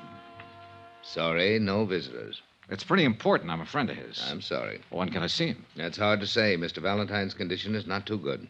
What? Well, nothing to be alarmed about. He lost so much blood that he's in a weakened condition. The doctor's ordered a transfusion. Oh. You can phone in later if you like. Excuse me. Yes, ma'am? I should like to see Mr. Valentine, please. I'm sorry. I was just telling this gentleman. That's impossible. How is he? He needs rest. The doctor feels he'd be better off without visitors at the moment. Thank you. I had a feeling about the gray-haired, well-dressed woman, and I hurried after her down the long corridor outside the hospital. I was just in time to see her take a cab that had been waiting at the curb. I managed to hail one myself, and we tagged along Canal Street behind her until she paid off the driver in front of the Roosevelt Hotel. I was right behind her when she stopped in the lobby and got a key to room 1016. I gave her 5 minutes, then I knocked on her door.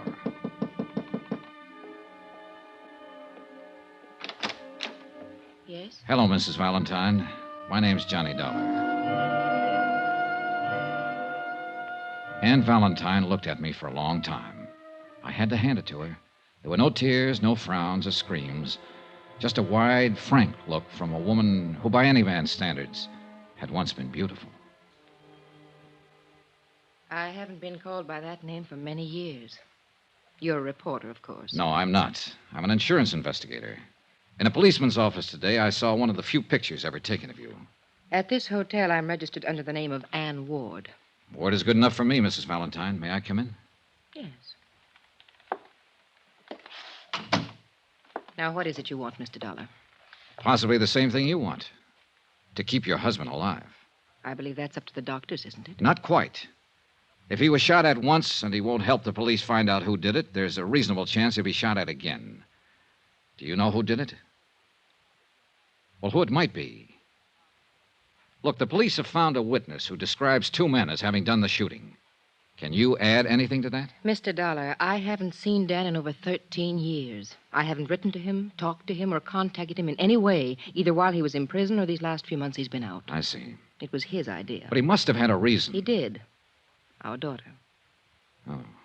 She believes that Ward was her dead father's name. Do I make myself clear? Yeah. I read about the shooting. I caught the first plane here because I thought I might help Dan. My daughter thinks I'm on a little vacation by myself.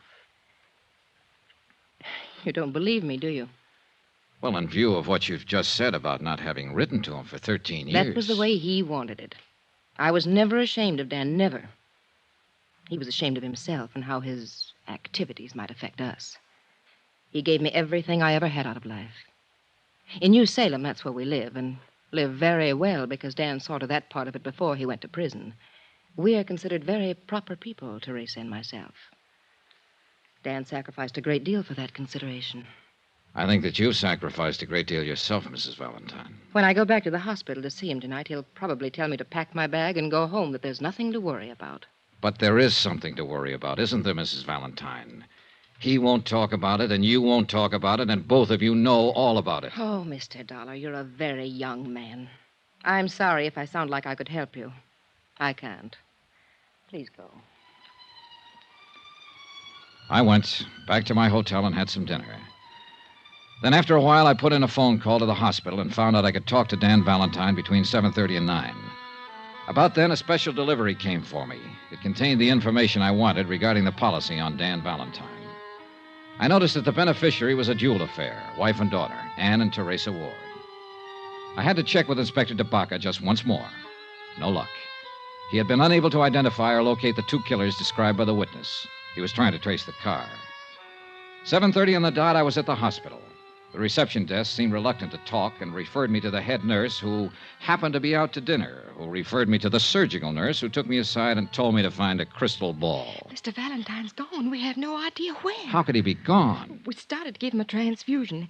He jumped up suddenly, knocked down one of the male nurses, grabbed his clothes, and ran out of the hospital. Just as simple as that. I thought he was in a serious condition. Keep your voice down. He was in a serious condition, and it's going to be critical pretty soon. Running around town bleeding from 2 bullet wounds. If you want to keep him alive, Mr. Dollar, you better find him and find him fast.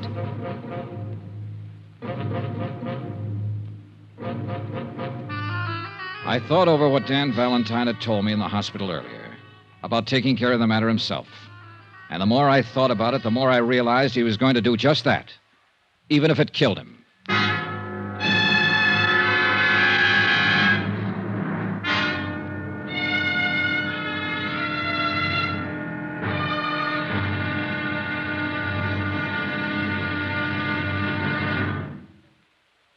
There'll be another intriguing episode in our story of the Valentine matter tomorrow. Tomorrow, what happens to a 30-year-old grudge when somebody explains it with bullets? Join us, won't you? Yours truly, Johnny Dollar.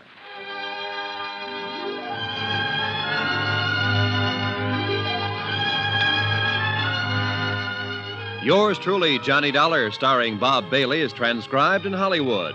Written by John Dawson, it is produced and directed by Jack Johnstone. Be sure to join us tomorrow night, same time and station, for another exciting episode of Yours truly, Johnny Dollar. Roy Rowan speaking.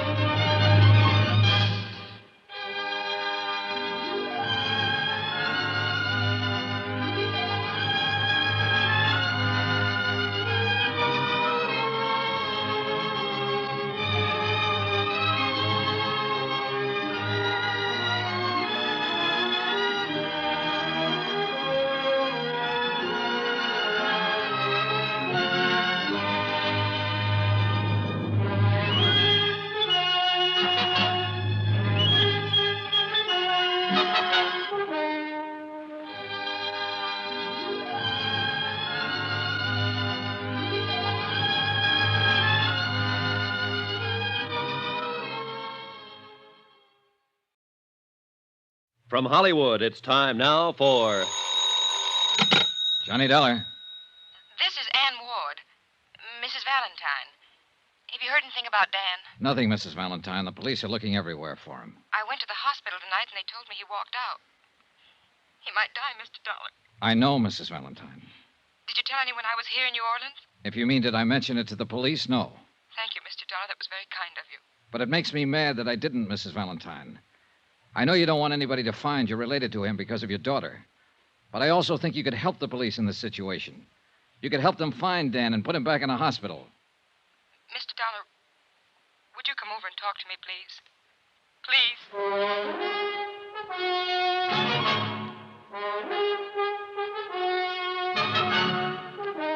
Tonight and every weekday night, Bob Bailey in the transcribed adventures of the man with the action-packed expense account, America's fabulous freelance insurance investigator. Yours truly, Johnny Dollar.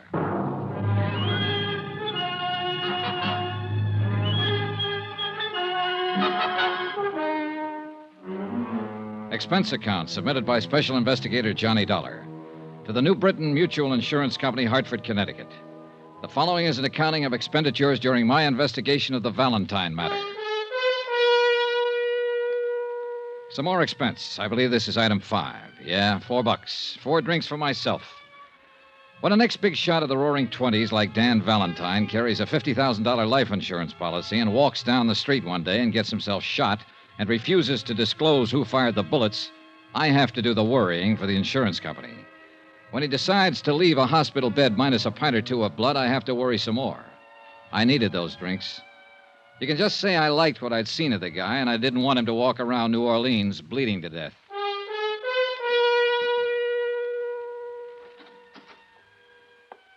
In here, please, Mr. Dollar. The wife, who hadn't seen or heard from him for 13 years, looked pale and wan. It was obvious that the strain was beginning to tell on her, although she tried hard not to show it. Doesn't it ever cool off in New Orleans? Sometimes. But I'm not here to talk about the weather, Mrs. Valentine. You know that. Yes, I know. Well, don't just stand there and give me the tears, then. If you've got anything to say, say it. If you know anything that'll help, let me know about it.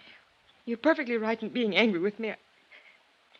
Mr. Dollar, I honestly don't know where Dan is. Well, do you know why he'd get up out of a hospital bed and endanger his life? I have an idea he might have wanted to see somebody. Who? I don't know. The 2 men who shot at him? Perhaps. I just don't know. We aren't getting anywhere, Mrs. Valentine. Look, I'm going to talk to you frankly. Why did he come here to live in New Orleans? Well, You live in New England with your daughter, Teresa. Obviously, Dan thinks a great deal of you and her. He's given you everything, provided for you with all of his troubles. Spent 13 years in prison. I can imagine his thoughts about you and her while he was in there. And yet he comes out and lives 2,000 miles away from you. he didn't want to interfere with Teresa in any way. Sure. But it seems to me he'd want to look at you, at her, certainly. Even if it was a matter of living in Boston and taking a bus to New Salem and standing on a street corner one day to watch the two of you cross the street. That sound reasonable to you? If you put it that way. Well, look, there's some reason he picked New Orleans. Some reason he didn't give himself the little gratification of just looking at you and Teresa. Why? Why here? I'm sure I don't know. And why is he running around now? I can't answer that either. But it must have something to do with you and your daughter. Obviously, you're the only ones he ever cared about. Well? I honestly don't know. Well, and I can't help you, and I can't help myself or him. You mentioned his having a reason to be in New Orleans. Maybe What? there was a man named Webster, Conrad Webster. He was a member of the Illinois Bar once in those days. Did a great deal of work for Dan and friends of Dan. I think he lived here. Wait a minute. I've seen that name. Yeah, on copies of the insurance policy. A man named Webster had the power of attorney. He bought the insurance. There's a trust in there for your daughter. Yes, Conrad Webster was an old friend of Dan's. I don't even know whether he's alive now or not. He drank a great deal later on. I think he lived here. Was he the kind of friend Dan would go to if he needed help? Yes, I think so. All right. What are you going to do? It's just something to look into. I'll try and find Webster, and maybe I can find your husband. Thank you for coming by. I needed somebody to talk to. What? I hope he stays alive, Mrs. Valentine.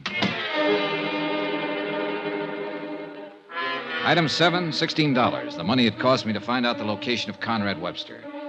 I started at his last known address, followed a series of bars, and finally got information from a bartender that led me to the crummier half of a decaying duplex on Gentilly Street. Everything was quiet for Gentilly Street.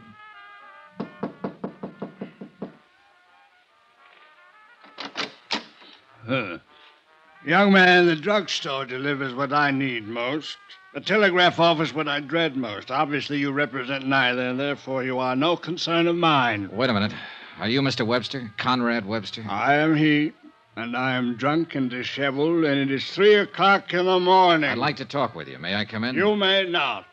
This isn't exactly the hour for making calls, but I did stop by and pick up something to take the edge off. Sid. Huh? It's bonded. Oh, inside. Now then, you were going to apologize. Here you are, Mr. Webster. Oh, well.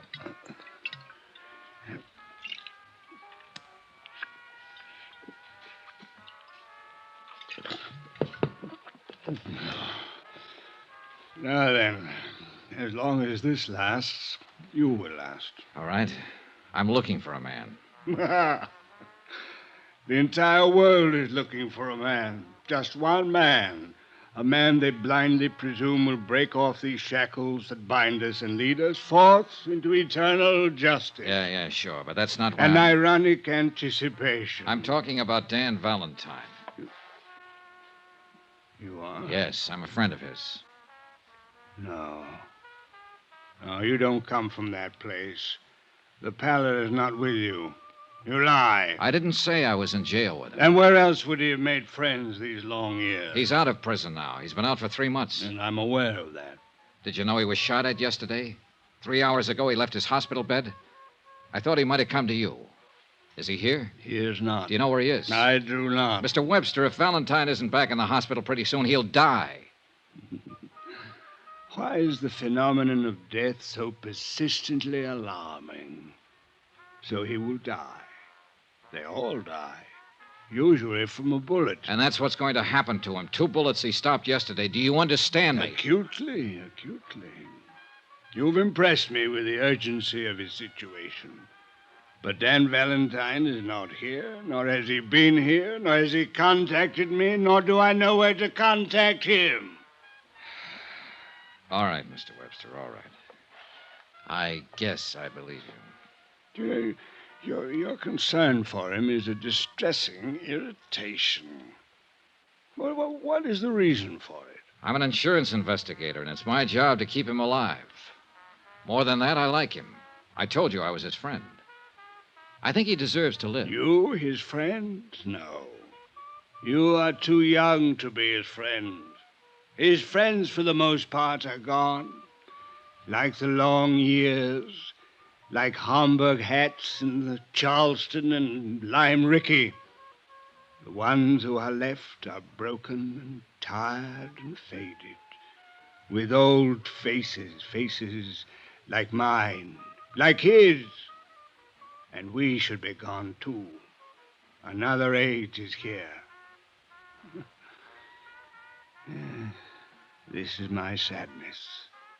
As for yours, Dan Valentine should never have lived in that age or this age. He was meant to be an explorer, a pioneer who conquered a wilderness, not a racketeer who conquered a west side. Are you sure you're his friend, Mr. Webster? I once thought so. He once thought so. Now, I haven't strength enough to be anyone's friend. What's your name? Johnny Dollar. Good night, Mr. Dollar. The look in Conrad Webster's eyes held the same sort of sadness I had seen in Valentine's eyes. But they were different, too. They held a weakness. The strong, sad eyes were somewhere else in the city, walking alone, probably looking for 2 gunmen, and the lifeblood was slowly draining from the body that sparked them. I went back to my hotel and tried to sleep, but sleep wouldn't come. I was still rolling and tossing at 7:30 the next morning when orange juice coffee in the morning paper came up. A nationwide syndicate had picked up the new development in the Valentine shooting and gone to work on it. Among other names they mentioned in giving a resume of Valentine's career were his wife and daughter, living in New Salem under the name of Ward. Hello? This is Johnny Dollar. I just read the morning paper, Mrs. Valentine. Oh, yes. I'm sorry it broke for you this way. That's very kind of you to say so. Maybe it's for the better, anyhow. For years I've been wanting to tell Teresa who her father is, what he's like. I'm going to call her later today. Tell her where I am, explain why I'm here. I think she can take it. You're doing pretty well yourself. Thanks again. Any word yet? No, we still can't find him. Mr. Webster, did you find him? Yes, he wasn't much help. The New England paper said that Mrs. Ward was out of town. Sooner or later they'll find out what town Mrs. Ward is in, I'm afraid. Well, maybe you'd better get another hotel, use another name. Yes. All right, I'll wait to hear from you. Mr. Dollar. Yes? Thank you. I put in another call to Inspector DeBaca and asked him about developments. Valentine was still unlocated. They were covering drugstores and doctors' offices where he might seek assistance. The 2 unidentified men who had shot him were still unidentified. The police weren't able to dig up any more witnesses or get any line on the car. By 4 in the afternoon, Mrs. Valentine had still not called me to report a new address. I got worried and went over to the Roosevelt to see what was what. I was surprised to see Inspector DeBacca in the lobby talking to the bell captain. All right, son. If you remember anything else, call me here. Yes, sir, I sure will. Hi. Hi, Dollar. Well, you want to talk first or you want me to? All right, I'll talk first. Mrs. Valentine's been staying here under the name of Ann Ward. You knew that. Yeah. Why didn't you say anything to me? She asked me not to. Doesn't make any difference now, anyhow. That boy over there called us a little while ago. He said that Dan Valentine came in here this afternoon, went upstairs, came back down 15 minutes later with Mrs. Valentine. They both left together. Yeah, he must have seen the story in this morning's paper and guessed she was in town. That's the way I see it. Well, we're right back where we started from, and I'm about sick of it. We're a little better off. 2 people are easier to find than 1. We found them, all right, at 7 o'clock that night. And it was easy. 3 squad cars were already drawn up in front of the little hotel. And I noticed with a sinking heart that a hearse was there also. Dan Valentine and his wife were dead.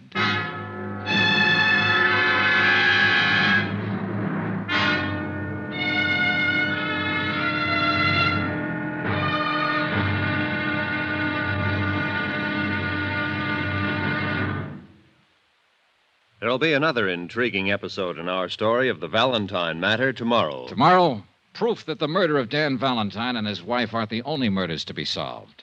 Join us, won't you? Yours truly, Johnny Dollar.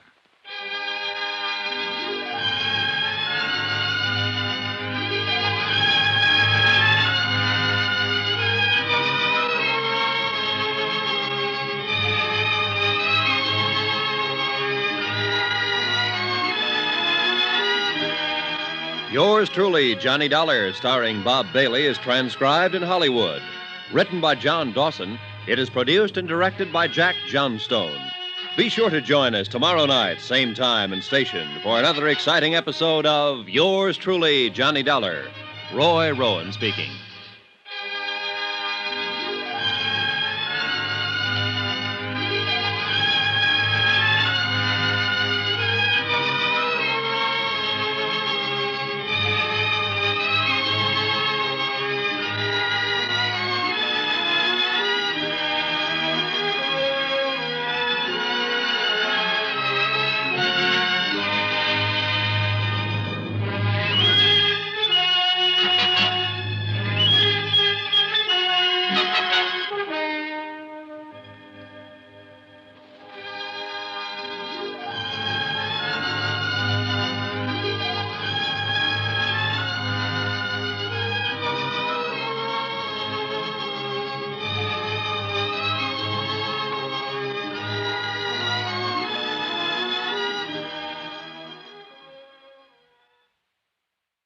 From Hollywood, it's time now for... Johnny Dollar. What is all this, Johnny? Who's this? Roy Vickers, New Britain Mutual. What happened to Valentine? He was gunned down last night going into a hotel with his wife. No. The police here are turning the city upside down, trying to get a line on 2 unidentified gunmen. Well, couldn't you keep him alive? I couldn't even find him. Well, this is no time to be yelling at each other. I just left his daughter. Huh? She filed claim already? Through that lawyer Webster? No. She didn't even know anything about him until the papers broke the story. Well, I'm sorry I got annoyed for a second. Do what you can, Johnny. They'll want a full report. Sure, Roy, sure.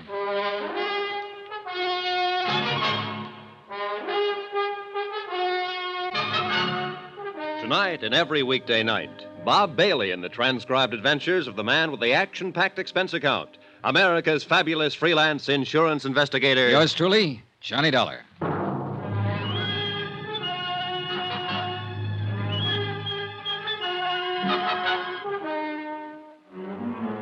Expense account submitted by Special Investigator Johnny Dollar to the New Britain Mutual Insurance Company, Hartford, Connecticut. The following is a further accounting of expenditures during my investigation of the Valentine matter. Item 9, $7 for dinner. I had it with Inspector Charles DeBacca, New Orleans Police. He was a haggard, tired-looking man about that time. All of us were. You want some more coffee? No, thanks. 2 men, both about 6 feet, wearing dark suits and hats, Medium to slight builds. One possibly 35, the other possibly 40. Well, that about ties up with the description of the two men who plugged Valentine earlier and earned him a place in the hospital. Yeah. We got more of a chance this time, though. Be some other witnesses. Somebody has to tell us what kind of a car they had and what direction they went. One thing, they weren't using silencers anymore. No, but they did a professional job. I think Valentine knew him, climbed out of that hospital bed to go out looking for him. Sounds reasonable. How do you figure the rest of it, Inspector? Well, Valentine saw the newspaper story and knew his wife was in town. He went over, got her, and I take it they were going to check into a new hotel when their friends showed up. She just happened to get in the way, huh? Sure. Why'd anybody want to shoot her? Why would anybody want to shoot him? Well, because no matter what he was now or how he was playing it, he still lived pretty hard way back then. A man who's lived the kind of life he has and done the things he has is bound to make a few enemies who'll remember him. No, I think it has something to do with his family. I agree with you that Valentine probably made enemies all over. But he wasn't the kind of man to get excited about any of those kind of people. He pretty well knew how to take care of himself and handle trouble. That's why he was out looking for them. You sound pretty certain. It seems to me that if Valentine had been expecting trouble from some of the old-timers, he'd have carried a gun. You got a point. But then again, he was pretty gentled up. You know how he spent most of his time? Painting. Huh? And that house he bought out in Jefferson Parish is covered with pictures he's done since he's been out. Oils. Pretty good, too. When he wasn't painting it, he was listening to music. You'd hardly think of Danny Valentine taking up the arts. Hardly ever. Well, I gotta make a call and get busy. Yeah. Inspector. Yeah? Any objection to me going out and looking around that house? It's your privilege. Personally, I'm gonna look around town for a couple of gunmen. Anyone out there now? His cook, name's Giacchino. Nice woman. Okay, I'll keep in touch with you, Inspector. Do that. Dollar. Now what? You forgot to tell me you looked up the old family lawyer, Conrad Webster, the other night. Oh, I was trying to find Valentine, the same as you. Well, if you happen to run into Webster again, you tell him to drop in and see me. Huh? He's missing. I didn't know what to say to that, so I left him standing there and went back to my hotel and shaved, changed clothes, and tried to go over the whole thing in my mind. I did phone into the police station and find out that the slugs that had killed Valentine and his wife were from an Italian-make pistol, a Rombero, 37.5 caliber. So far, untraced. Expense account, item 10, cost of cab, from my hotel to Danny Valentine's house in Jefferson Parish.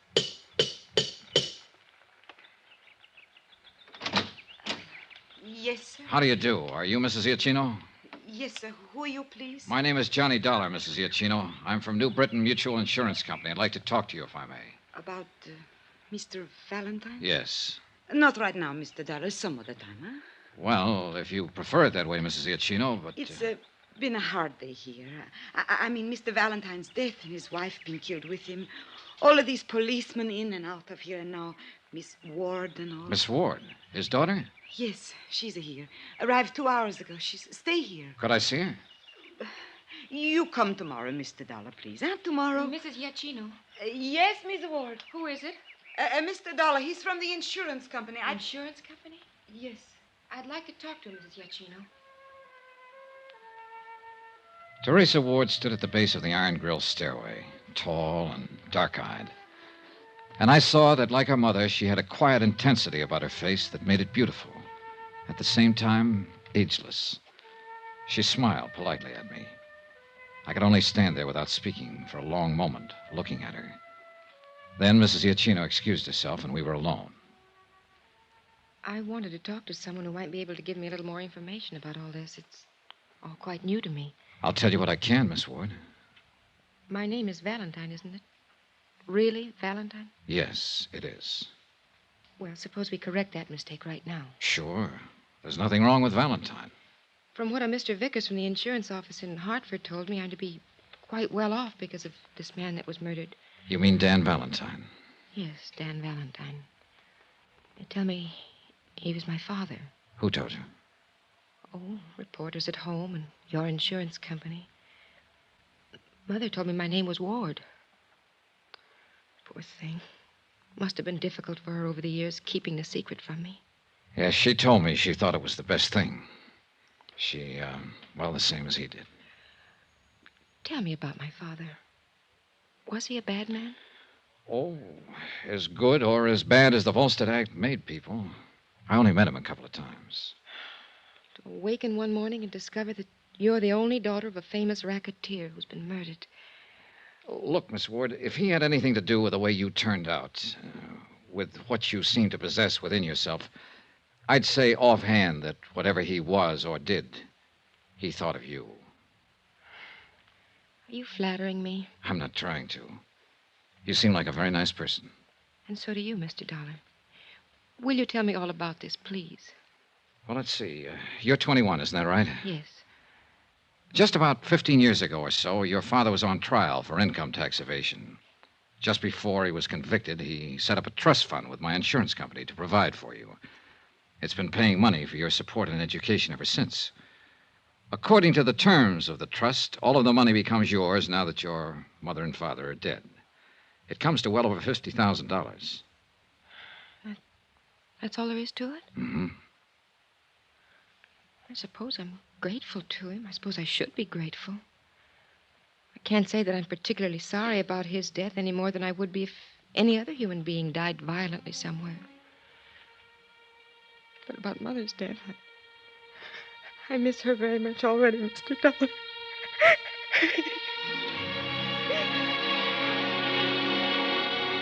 She was holding up pretty well until that point. Then she let go. I held her in my arms and I talked to her. I told her what I knew of her father's life and death. She told me how she'd been reared so far removed from anything that might have connected her in the least way with the Valentine name. Altogether, it was a revealing conversation for both of us. Mrs. Iacchino brought us some food and wine. How long will you be in New Orleans? Until all of this is straightened out? You mean until they find out who killed my mother and father? Yes. How about you? Oh, I really don't know. After the funerals, I suppose I'll go back. But I wanted to see him, to see what he looked like, what kind of life he led. He was just an ordinary man, wasn't he? You seen these pictures before? No, this is my first time in the house. Looked like Italian landscapes to me. Very good. Mm-hmm. Must have been something he had with Mother. She was from Italy. May I ask you something? Yes. How do you feel about him now? Is this for your report? For myself. Well, since you've been here, these last 2 hours, I've begun to think of him for what he was. My father, I mean. I'd like to know why he was killed and who did it. Will I see you again? I hope so. Terry. Yes? I hope so very much. So do I, Johnny.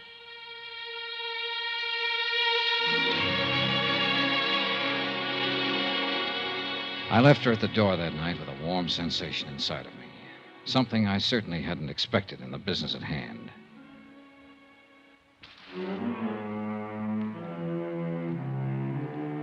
The next morning, I was back at the house talking to Mrs. Iacchino. She gave me all the information she could remember about Valentine's activities. All of it accurate, but lacking in any possible clue as to the identity of the two men who had killed him and his wife. I had breakfast with Terry there and helped her with funeral arrangements. Then I spent a solid 12 hours with Inspector DeBacca, who had still not located or identified the two mysterious men. However, there were other developments. This may be something, Johnny. Oh? Conrad Webster's been found. Huh? Up by Lake Punch train. Just identified him. He was shot to death with a 37.5. Italian gun? Yep. Just like the one that killed Dan Valentine and his wife.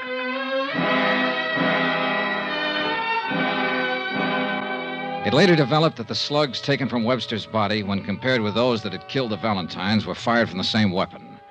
The case took on proportions. Every available bit of information regarding the two ex-big shots of the 20s was located, read, and reread. It meant activity in cities like St. Louis, Chicago, Detroit, and New York.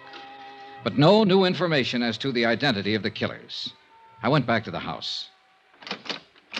Johnny. Here. What is this? You're shaking. Hold me, please. Sure.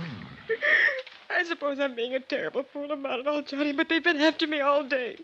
Cheap little things. Newspaper syndicate wants me to write my exclusive story as the shadow daughter of Dan Valentine. Fairy princess of a racketeer. Take it easy. Take it easy. Even Hollywood called some producer. Oh, Johnny, I shouldn't have come here at all. Then what would I have done, Terry? And what would I have done? Make yourself a drink, Johnny. I'll go put on a new face.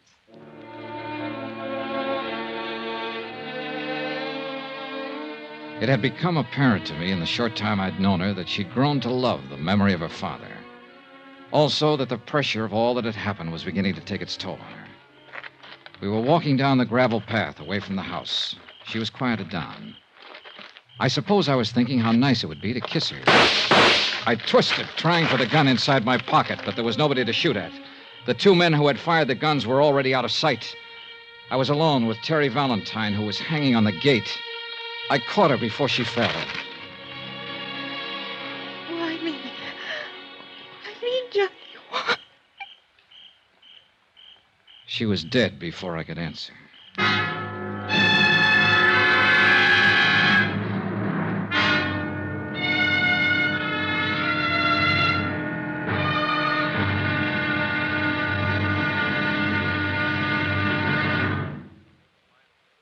There'll be the final intriguing episode in our story of the Valentine matter tomorrow. Tomorrow, a sober lesson in how long, how far, and how deadly one man's hate can be. Join us, won't you? Yours truly, Johnny Dollar.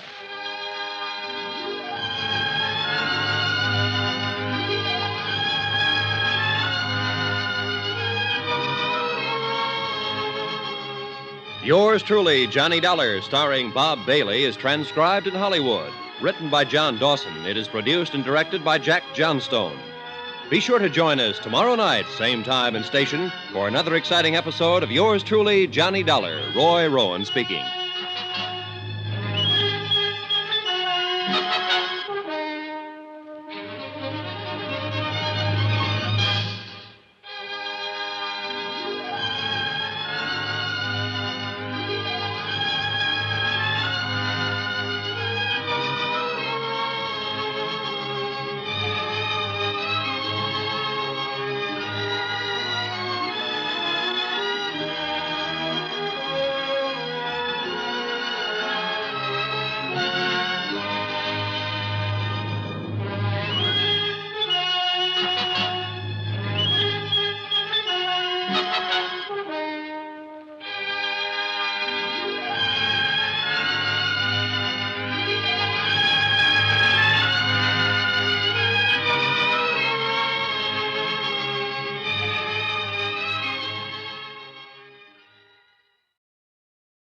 From Hollywood, it's time now for Johnny Dollar. Hey, what are you doing at the Valentine house? Get a car out here quick, Inspector. Terry Valentine's just been shot. Two guys showed Slow up. Slow down. When did all this happen? A few seconds ago. Ambulance? No good, DeBaca. She died in my arms. Well, do you think they're still around there? They must be. I'm going looking. Now, wait a minute.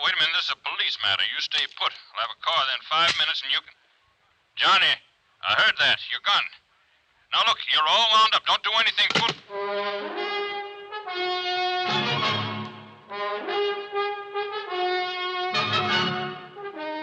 Tonight and every weekday night, Bob Bailey in the transcribed adventures of the man with the action-packed expense account, America's fabulous freelance insurance investigator. Yours truly, Johnny Dollar.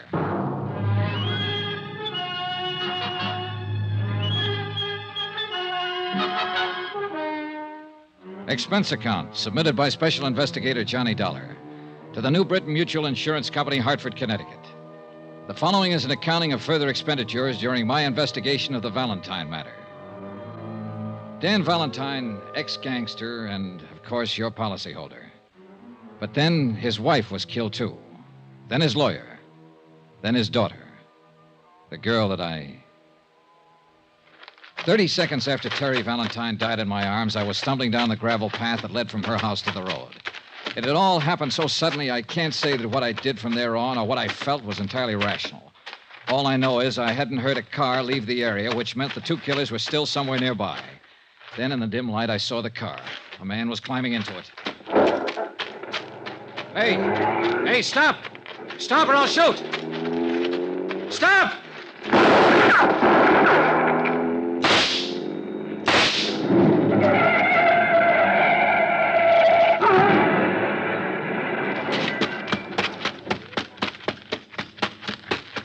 Get out of there. Get out of there and get your hands up. I'm a hit. I'm afraid to move. Come on, get out. Come on. I'm coming. You two, come on. It's no use on him, mister. He used up. You got him real good. Ooh. I need a doctor.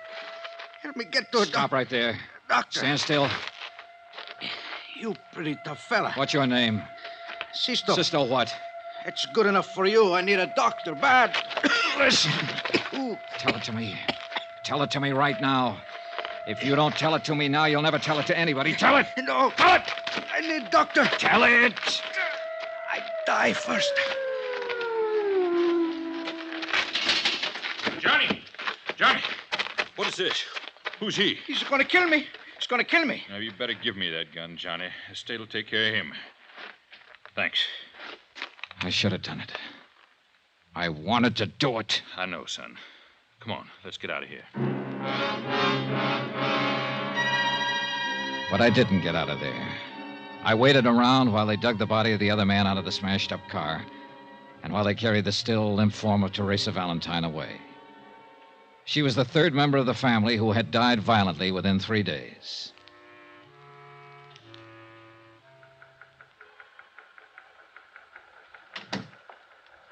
I'm sorry about it, Donna. Inspector, I was hoping I might have been wrong, that she wasn't dead. Oh, you weren't wrong. Which one shot her? Huh? The dead one or the one we still got in the hospital? Oh, I don't know. Both of them, I guess. You don't feel like talking to it. I'm just trying to pin it down. Well, what about him? Can't get much out of him so far.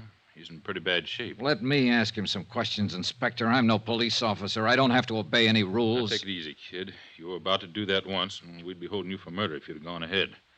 I know how you feel about Teresa Valentine. Has he said anything at all? Nothing. We found papers on him and the other one that makes them brothers, Sisto and Darby Chianti, from New York. So far, there doesn't seem to be any connection with the Valentines. But people like Valentine make a lot of enemies. But that girl doesn't figure. Yeah. I know you talked to her a lot these last couple of days, Johnny. What'd you say? Oh, nothing that had anything to do with this. You know yourself, she didn't even know her name was Valentine until her father got shot at. Yeah, that could have been an act. And you could have been 20 feet tall. Just trying. Try with that punk you got upstairs in the hospital. We will, Johnny. We will. Just... Pardon me.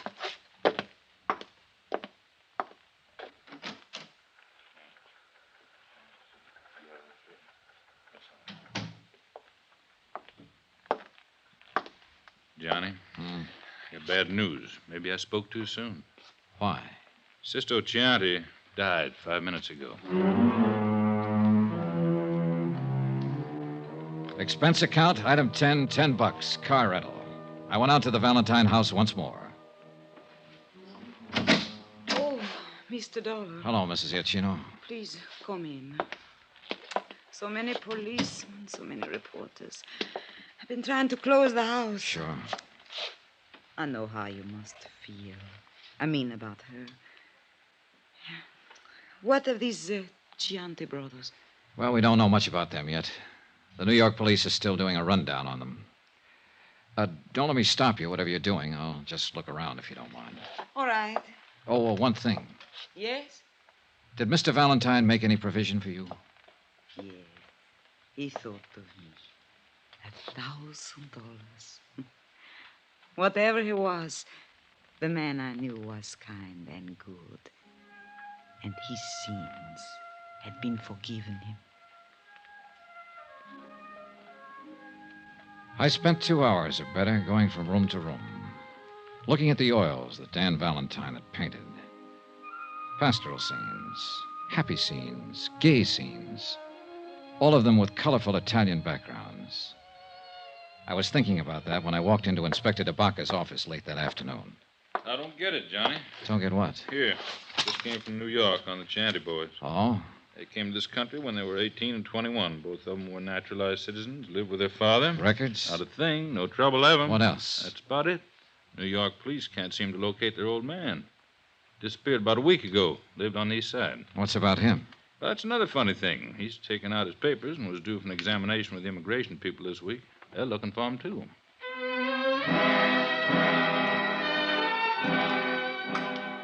We went out and had dinner together and talked about the case.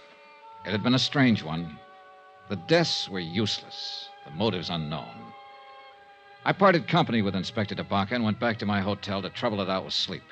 About 11 o'clock, I had a phone call.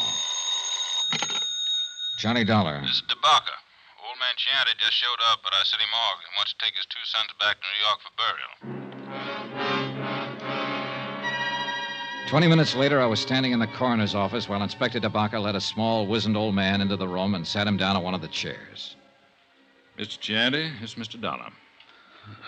How do you do? Mr. Chianti? I read about you. You killed my boys. Is it so? Yes. They'd killed 4 other people. I know. Bad. Why did they kill the Valentine family, Mr. Chianti? Why did they kill Conrad Webster, the lawyer? Do you know why? I know. Then tell me. They're all dead now. I'm still alive, Mr. Dollar. He refused to talk about his sons or any of their activities. DeBaca held him to answer to the immigration officials. He remained in his cell, silent and noncommittal to all visitors, including the chaplain. I appeared before the coroner's jury the following morning and was cleared of any charges. Pietro Chianti still had said nothing. And he looked at me as though he was going to keep on saying nothing. Mr. Chianti? I see you, Mr. Dollar. More questions? Dan Valentine's wife was your daughter, wasn't she? Wasn't she? All right, you don't have to admit it. I have a copy of the marriage license right here. It came from New York this morning. She was my daughter. Is that all you have to say now? I no talk. Then I will, Mr. Chianti. Because your daughter, Mrs. Valentine, had a daughter herself, Teresa. A lovely, wonderful girl that your 2 sons killed. I happen to know that girl. I might have been in love with her, I don't know. But I do know. She had to die, too. What? This Conrad Webster, Mr. Valentine, and my own daughter and granddaughter, they had to die. All bad. You? See, I order it. You ordered it? And who are you? God? I am the father. When a daughter marries a bad man, only bad can come from it. The granddaughter was then bad. He come to our village many years ago. Take her away. He and the man Webster help him. It lived with me. The stealing of my own flesh and blood. All this time it grow inside of me. I am old, but I keep on living. Only so I can come here and find him and destroy him. And her. And the daughter. And the lawyer man who helped him. And I destroyed them through my sons. A whole family. Vendetta. Was that it? If you like. Vendetta. He was a bad man who did bad things. Batman.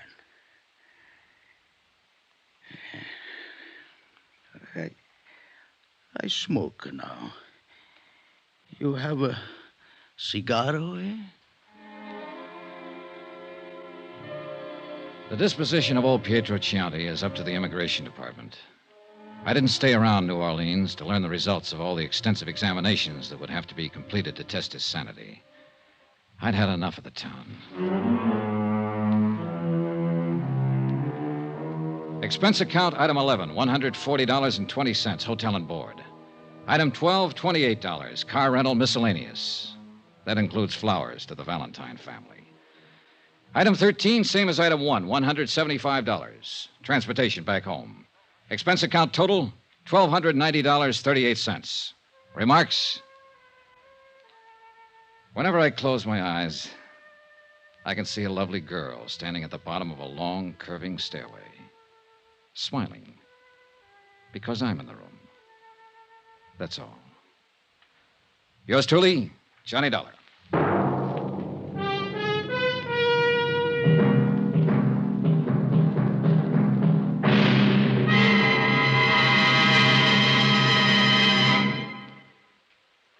Remember, please, there'll be another exciting story for you beginning next Monday night. Monday, the Lorco Diamond Matter, in which a trip to Algiers makes Come With Me to the Casbah sound like an invitation to a Sunday school picnic. Join us, won't you? Yours truly, Johnny Dollar.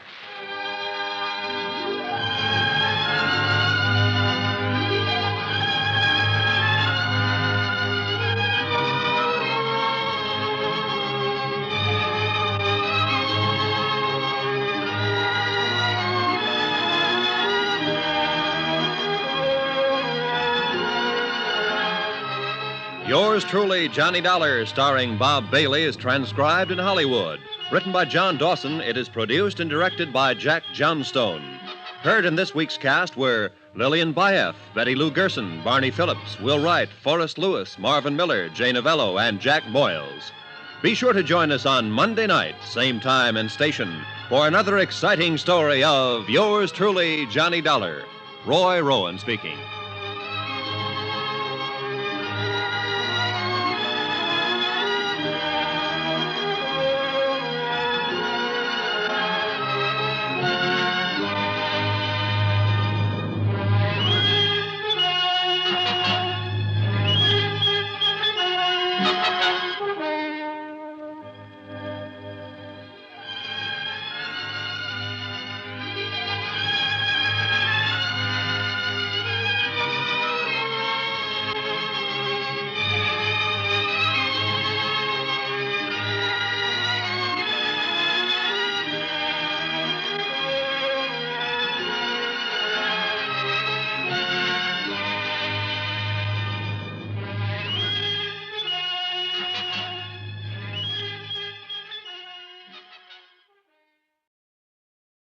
From Hollywood, it's time now for Johnny Dollar. Ben Tyler, Johnny. Transworld Fidelity. Oh, hi, Ben. Are you free at present? If the price is right. I mean, are you on a job? It's beginning to sound like it. Can you be on a plane for Algiers in 2 hours? Sure. Who's the client? Lorco Limited, Amsterdam. You know, they're the... Diamond Cutters, an old firm. Big-time deals all over the world. Check. What happened? Oh, one of their couriers just dropped dead in the Algiers airport. Oh, too bad. He was carrying a briefcase with $100,000 worth of set stones. Top-grade diamonds. Don't tell me, Ben. Let me guess. That's right, Johnny. The briefcase is missing.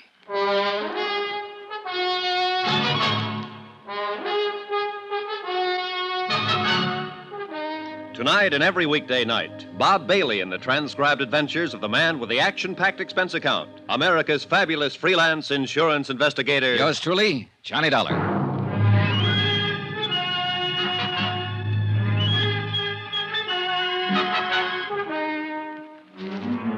Expense account submitted by Special Investigator Johnny Dollar to the Home Office, Transworld Fidelity Company, Hartford, Connecticut. The following is an accounting of my expenditures during investigation of the Lorco Diamonds matter. Item 1, $324.60, transportation. A routine plane flight to North Africa and the city of Algiers.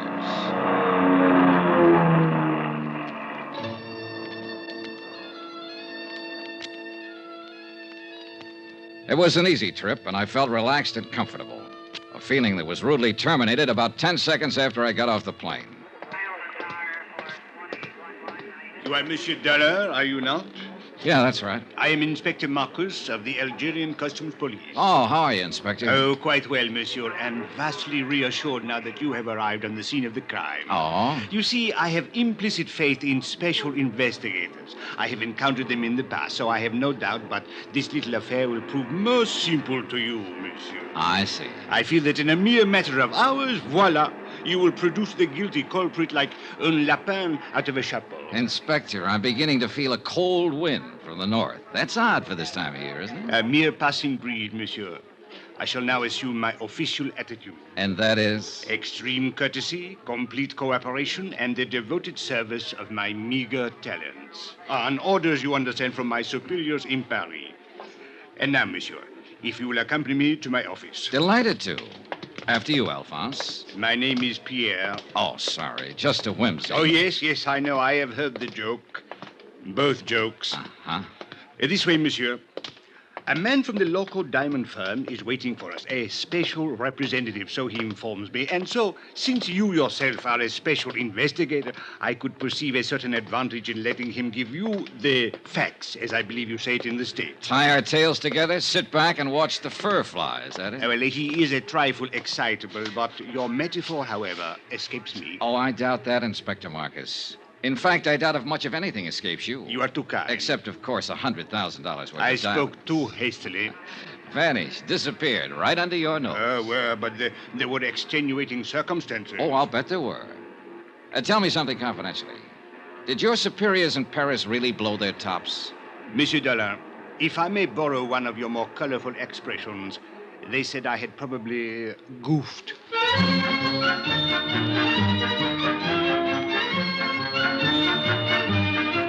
I'd met that same attitude before with local officials. To them, sending in an outsider implied they couldn't do the job themselves. And Inspector Marcus was on an even hotter spot. The air terminal was a port of entry to Algeria, under his jurisdiction, Customs Police. As he said, he'd goofed. Maybe. It is a matter which hath entire past all apprehension. But he was right on I one know that thing. in London Hans this thing is Zeindorf, not have happened. the local In representative, Paris, too, it was is not a have trifle happened. excitable. In Amsterdam, it is unthinkable such thing have happened like this. Even in your New York, mein Herr Dollar, it cannot have happened. But here, in Algiers... It have happened. Yeah, this beautiful diamond gone. All gone. It's like barbarians. This Africa is no place for diamonds. Maybe you ought to tell him that in Kimberley. It's differently there. It's entire different. All right, Mr. Zeindorf. Suppose you tell me just what happened.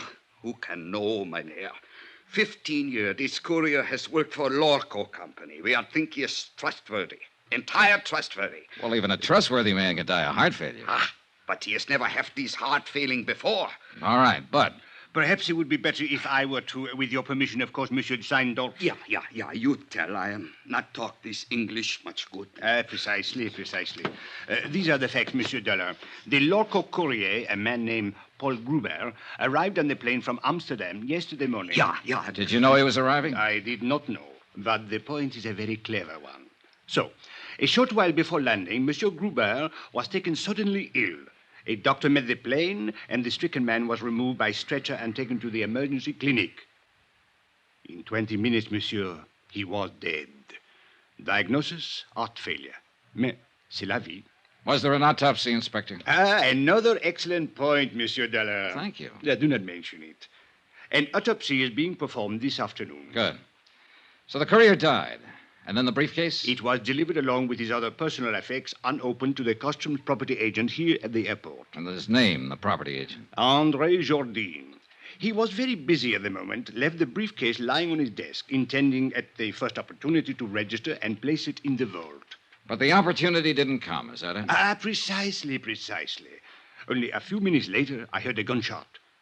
Monsieur, he was lying on the floor in a pool of blood. He had been struck on the head. The briefcase was gone. All gone. This beautiful diamond gone entire. Yeah. When did you find out what was in the briefcase, Inspector? Almost 2 hours later. I radioed the local firm in Amsterdam, informing them of the death of their employee. They replied immediately and stated that the briefcase contained $100,000 worth of diamond set pieces. Works of art. Beautiful. One brooch, one necklace, 2 bracelets. Precisely. Yes. The jury was being flown here on approval for examination by a prospective buyer. Name of the buyer? The Countess Maria de Tolia. What do you know about her? Monsieur Dollar, if you had seen her, you would not ask. She is exquisite, lovely, chic, charming, spirited, full of the joie de vivre. And no doubt loaded with potatoes. With a woman like that, who would ever inquire? I would. Since it looks as though she might be the only person in Algiers who knew that $100,000 worth of jewelry was coming in on that plane. May we.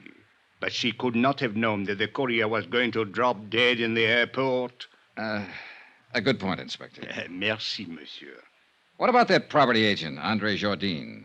Any chance of talking to him? But of course, if he is yet able to talk. Then I guess I'll... Talking is not enough, mein Relax, Herr. Mr. Zeindorf. You're covered by insurance. Insurances is money. It's not my diamonds. Oh, well, if you don't want the money, you can always waive your claim. Waive my... Mein Herr Dollar, are you think that I am entire crazily? I talked to the plane crew who'd come in on the flight with the dying courier. I talked to Inspector Marcus's men, who'd been with him when he found the property agent lying on the floor of his office. I didn't expect much, and I got just that. But it didn't matter. I figured I may have had my man spotted already. The same old story. An ambitious and underpaid government agent opening a briefcase to register its contents and seeing the diamonds there for the taking. Hiding them quickly, then a fake slugging and firing a gun at a non-existent thief. Yeah, an old story. Expense account item 2, $3.40. Transportation into town and taxi fare to the Hospital of Our Lady of Sorrows. Inspector Marcus had phoned ahead to authorize my visit. One of the sisters led me down the corridor to the door of Andre Jourdain's room. She motioned silently and then turned away. I stepped inside and closed the door. Monsieur? You're Andre Jourdain? Mais oui, but yes. What do you want? My name is Johnny Dollar. I'm an insurance investigator. My company is the underwriter on the Lorco diamonds. Why have you come here? Well, to ask a couple of questions. Of course, if you'd like to consult an attorney before I have nothing to conceal, monsieur. What do you wish to know? Just exactly what happened when that briefcase disappeared. I have told it already to Inspector Marcus. Yes, I know. So now would you mind telling it to me? But there is no... Bien. I was working at the files when someone entered my office. I turned around and saw a man standing there, pointing a gun at me. Ever seen him before? No, monsieur. What did he look like? Well, he was quite tall. Heavyset? No, very thin, tall and thin. European, I believe. All right. What did he do? He ordered me to turn around, stepped up behind me, struck me with the gun. I fell against my desk. He grabbed the briefcase and ran to the door. You were still conscious? Oui, monsieur, but in terrible pain. I fumbled for my gun in the drawer of the desk and fired one shot. It is all I can remember. Uh-huh. You hadn't by any chance opened that briefcase? I had been too busy. And you didn't know what was in it? Not until they told me today. Andre, I wonder if you'd mind if I lifted a corner of that bandage and took a look at that wound on your head. If you are careful, it is very painful. Oh, sure, I'll be careful. Lie still now, please. It'll just take a second. I'll lift this edge and... I think I am lucky to be alive. Yeah, very lucky. Okay, thanks. It is nothing. Andre, do you happen to know the Countess d'Attolia? The Countess? Oh, monsieur, she is unquestionably... Yeah, I know. She's lovely, exquisite, charming, chic. Well, thanks for your cooperation, Andre. A pleasure, Monsieur Dollar. Take care of that head. It's the only one you've got. You Americans are so whimsical. Oh, yeah, we're all crazily, entire crazily. My pet theory was starting to limp. That slugging wasn't phony. It had taken 14 stitches to close the cut in Andre's head. Whoever hit him hadn't been kidding. They meant it for keeps. I walked down the corridor and stood waiting for the elevator, thinking it over, trying to figure it out. But no go. I needed more facts. And a moment later, I got more facts. Monsieur Dollar, I thought I would find you here. A clever piece of deduction, Inspector. Merci bien, monsieur. Don't mention it. What's on your mind? There should be something. Well, there's got to be some reason for that smug grin. What happened? Did the thief confess? Au contraire. I was on the point of asking what progress you were making on the case. You will be happy to hear none at all. Oh, that is too bad. Inspector. Eh? Extreme courtesy, complete cooperation, the devoted services of your meager talents. Remember? Touché. Actually, I came to tell you that I now have the report of the autopsy. The courier who died of heart failure. Only he did not die of heart failure, monsieur. Except, of course, in a very literal sense. Well, what did he die of? Poison. Well, that was the end of a good theory. The courier had started to get sick on the plane, so the robbery and the murder had been planned well in advance of his arrival. By somebody who'd known he was bringing in diamonds. And so far, only one person fit the bill. As lovely, charming, and chic a suspect as you could ever hope to meet. The Countess d'Etolia.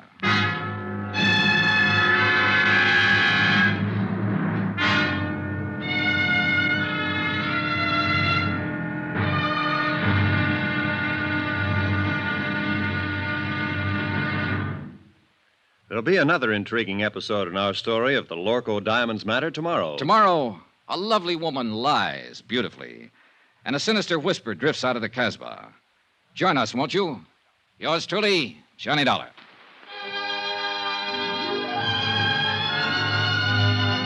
Yours truly, Johnny Dollar, starring Bob Bailey, is transcribed in Hollywood. Written by Les Crutchfield, it is produced and directed by Jack Johnstone.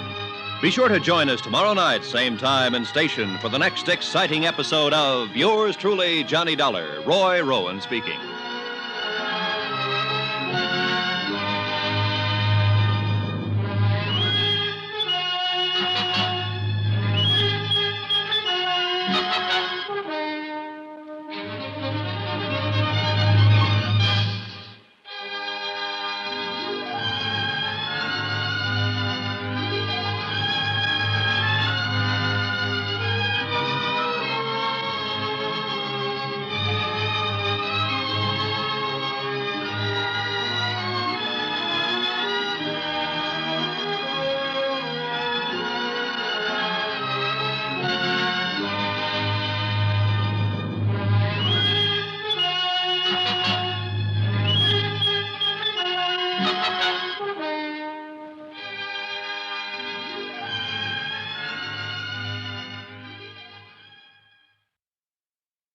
From Hollywood, it's time now for Johnny Dollar. This is the Countess d'Etolia. Oh, yes. My maid tells me that you were trying to reach me by telephone. That's right, Countess. I want to talk to you. Where are you now? At my residence, of course. Did you think I might come running immediately to your hotel, Mr. Dollar? Not after hearing your description. I'm seldom that lucky. What is it exactly that you wish to talk about? $100,000 worth of diamonds and a dead man. I'm a special investigator. I know who you are. I investigate before I call you. Wow. Not only beautiful, but clever. This ought to be interesting. I'm afraid I don't entirely understand your flippancy. Then suppose I come over and explain it to you. Say around 8 o'clock? I'll make a definite effort to be here. You know something, Countess? I think it's about time somebody built a small fire right under that lovely little complacency of yours. I'll be there at 8 with matches.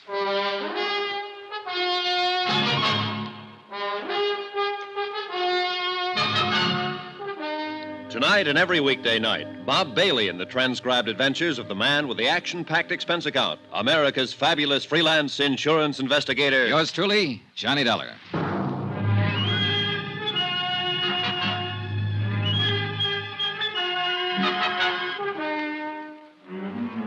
From Special Investigator Johnny Dollar, location Algiers, North Africa, to the Home Office, Transworld Fidelity Company, Hartford, Connecticut. Assignment, the Lorco Diamonds matter. Expense account continued. Item 4, $6.80, dinner and appetizers. I'm never any good trying to spar with a lovely female suspect on an empty stomach. I was finishing up on black Algerian coffee and white Algerian brandy when a slightly green-eyed Algerian police inspector sauntered up to my table.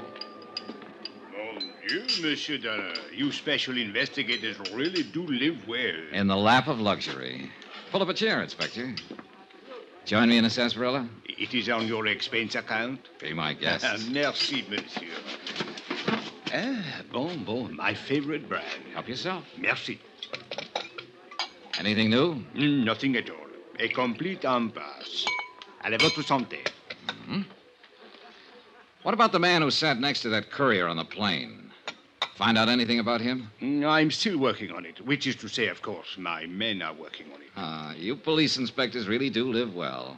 I have to do my own legwork. Ah, but the glory, Monsieur Dollar. To come into a mysterious affair which has all the local police baffled, and to solve it immediately in one brilliant feat of deduction, to leave everyone gasping with admiration, to make one's exit to the sound of great applause. Not so fast, Inspector. I'm still back there with that brilliant feat of deduction. You have not yet found the solution? Just on the verge. Then I will drink to your success. With your brandy, of course, and with your permission. Go ahead, drink up a storm. But I'm afraid I'll have to leave you pretty soon, but you can still go No, ahead. no, monsieur. I suggest you change your plans. You will learn nothing which has any bearing on this matter. Which plan do you mean? That of questioning the Countess d'Ortelier. Now, who found that out? Well, as a matter of fact, she phoned me and inquired about you. Oh, so that's how she investigated me. Went straight to headquarters. Ah, mais oui. Ah, remarkable woman. Talented, beautiful. Et cetera, and so on. And along with it, it's 9 to 1. She's in it right up to her pretty neck. Ah, no. She's really not the type. This is an excellent brandy, monsieur. An Algerian brand, I notice. All right, Inspector. Let's bypass the byplay and lay him out face up. I think I prefer it to cognac. I don't know how she does it, but she's got you hypnotized. Just mention of her name and you go into a tailspin. Every cockeyed one of you. Exquisite. Lovely. Maybe so, but in my book, she's a real suspect. Elucidate, monsieur. Well, it's simple enough. She's the only person in Algiers, that we're sure of at least, who knew that a shipment of diamonds was coming in on that plane. Why? Because she's the one who ordered them. Monsieur, it is even simpler. She could not have poisoned the courier because she was not on that plane. She could not have stolen the briefcase from the customs property agent because it was done by a man. So, where is your case? An accomplice, a man, with the Countess calling the shots for him. What man, monsieur? Well, you got a good point there. Merci bien. Monsieur. Don't mention it. But from the influence she seems to have, it might be any man in Algiers. Inspector, it wasn't you by any chance. You raise a very interesting point.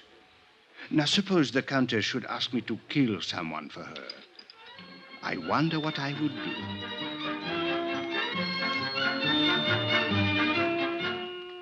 A page boy came into the dining room looking for me.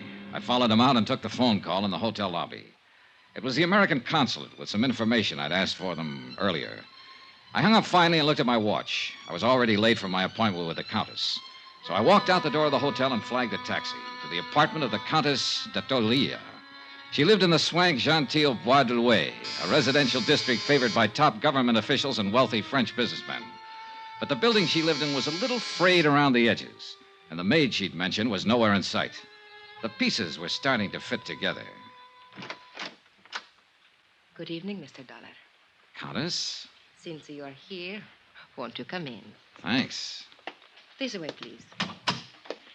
I'm rather surprised that you came. I was really not expecting you. Yes, I know. Did Inspector Marcus find you? Look, suppose we get it straight right now. You seem to have a lot of influence with the inspector, and probably with his superiors, too, from what I hear. Sit down, Mr. Dollar. Thanks. Well, do we play cat and mouse for a while, or do you want to give up right now, hand them over, and, as they say, throw yourself on the mercy of the court?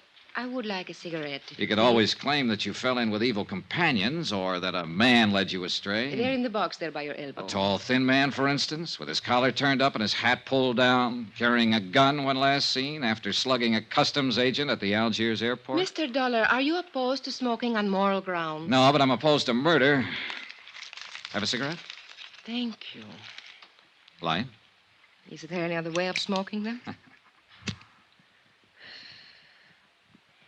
Mr. Dollar, I expected you to come here and be annoying, but I didn't know you were going to be insulting as well. That's just my mean personality. You seem to be under the ridiculous impression that I actually had something to do with this crime. I think you had plenty to do with it. A sort of arch criminal, perhaps? Or what is it you call them in the States? Big shot? Oh, Countess, you're a scream. I'll bet that courier died laughing.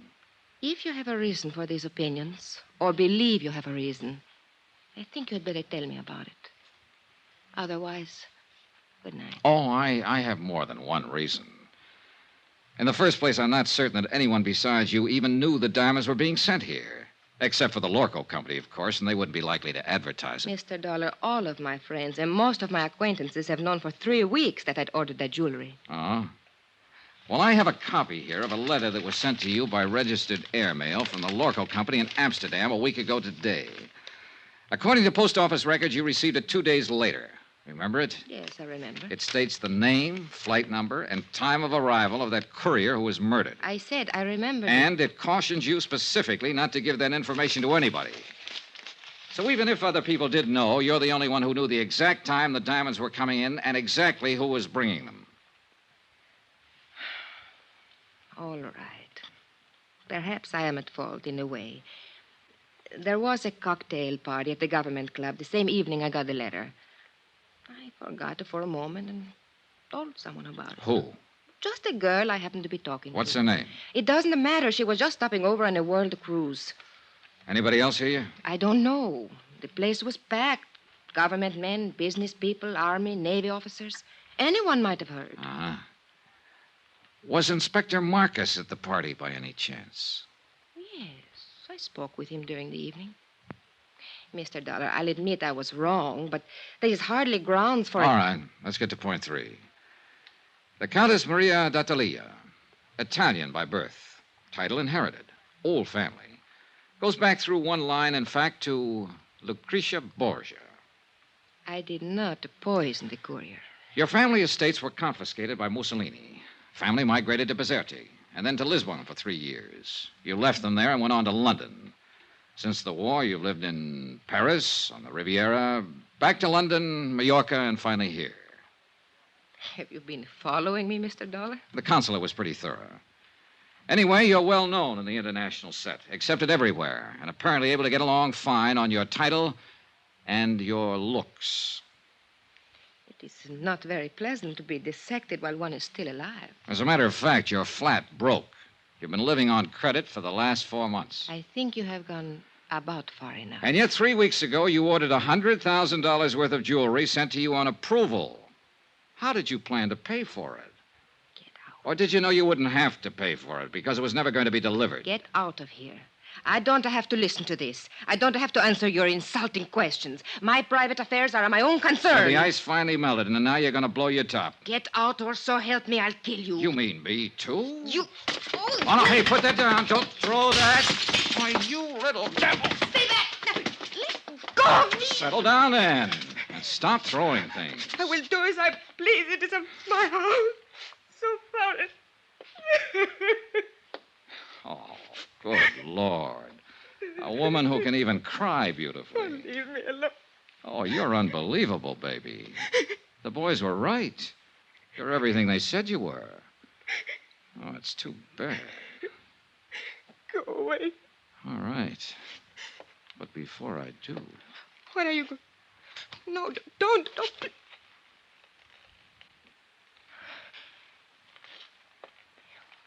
Why did you kiss me? Oh, it beats me. Just call it a sudden impulse. Then you have changed your mind? You don't really think I'm guilty? Oh, honey, I still think you're in this up to your ears. And I'll still bring you to trial if I can. And I still want to kiss you. You figure it out. Why figure, Johnny? I liked it, too. Oh, you ought to be locked up. If for no other reason, just to protect the guys who... What is it, Johnny? What are you going... That cigarette in the ashtray. Put it out fast. Get the windows open, all of them. Where's your kitchen? Back through the hall. Johnny, what are you going to do? Stay alive, if I can. It was gas fumes, one of the bottled gases they use for cooking in the higher-priced apartment districts. The concentration had been building up and finally seeped into the drawing room. If we'd lit another match, we'd have been blown to bits. The kitchen was dark, but I didn't dare snap a light switch. One spark would do it. So I held my breath and followed the sound and finally found the range. Every burner valve was wide open. I could vaguely make out a glass-pane door opening onto a terrace. I grabbed a breath of air and moved toward another door that looked as though it might open into a hall. It didn't. It opened into a closet, and on the closet floor there was a body.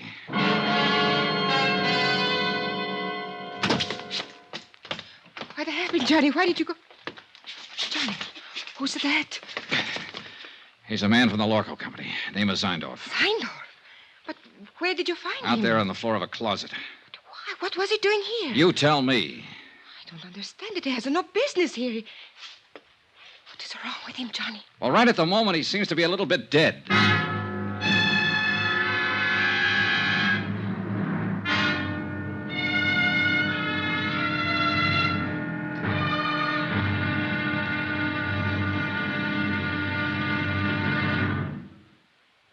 There'll be another intriguing episode in our story of the Lorco Diamonds matter tomorrow. Tomorrow, a desperate fight in an Algiers alley, a killer is named, and a lovely lady confesses her shame. Join us, won't you? Yours truly, Johnny Dollar.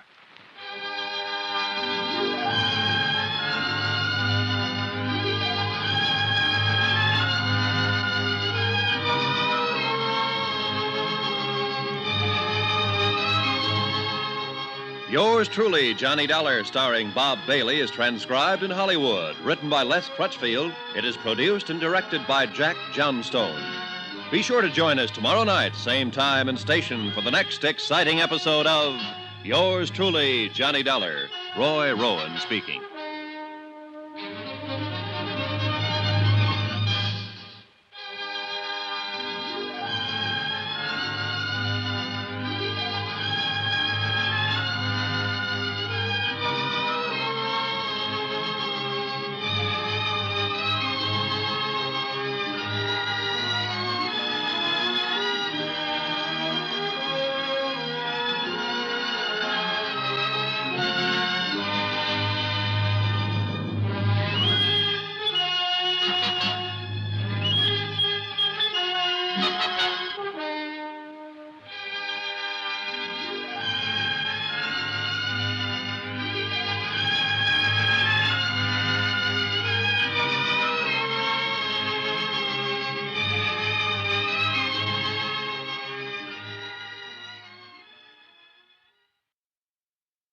From Hollywood, it's time now for Johnny Dollar. Hello? Who is it? Hello? Hello? Johnny, who is it? I don't know, Countess. Maybe they weren't expecting a man to answer, or at least not me. I would not know about that. What about this guy who was lying unconscious in your closet? Would you know anything about that? No, Johnny. I didn't think you would. I'll give him another shot of those smelling salts. I think he's coming too. Good. Maybe he'll know about some of these things. Yes, he will. Some of them. And of course he will tell you. I was hoping it would not be brought out. I did not want you to know. Murder is usually brought out sooner or later. Not murder, Johnny. It is not that simple.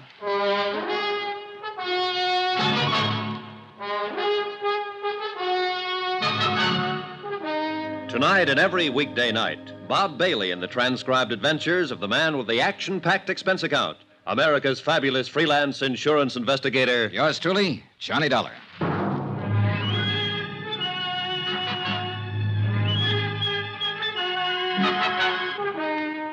From Special Investigator Johnny Dollar, location Algiers, North Africa, to the Home Office Transworld Fidelity Company, Hartford, Connecticut.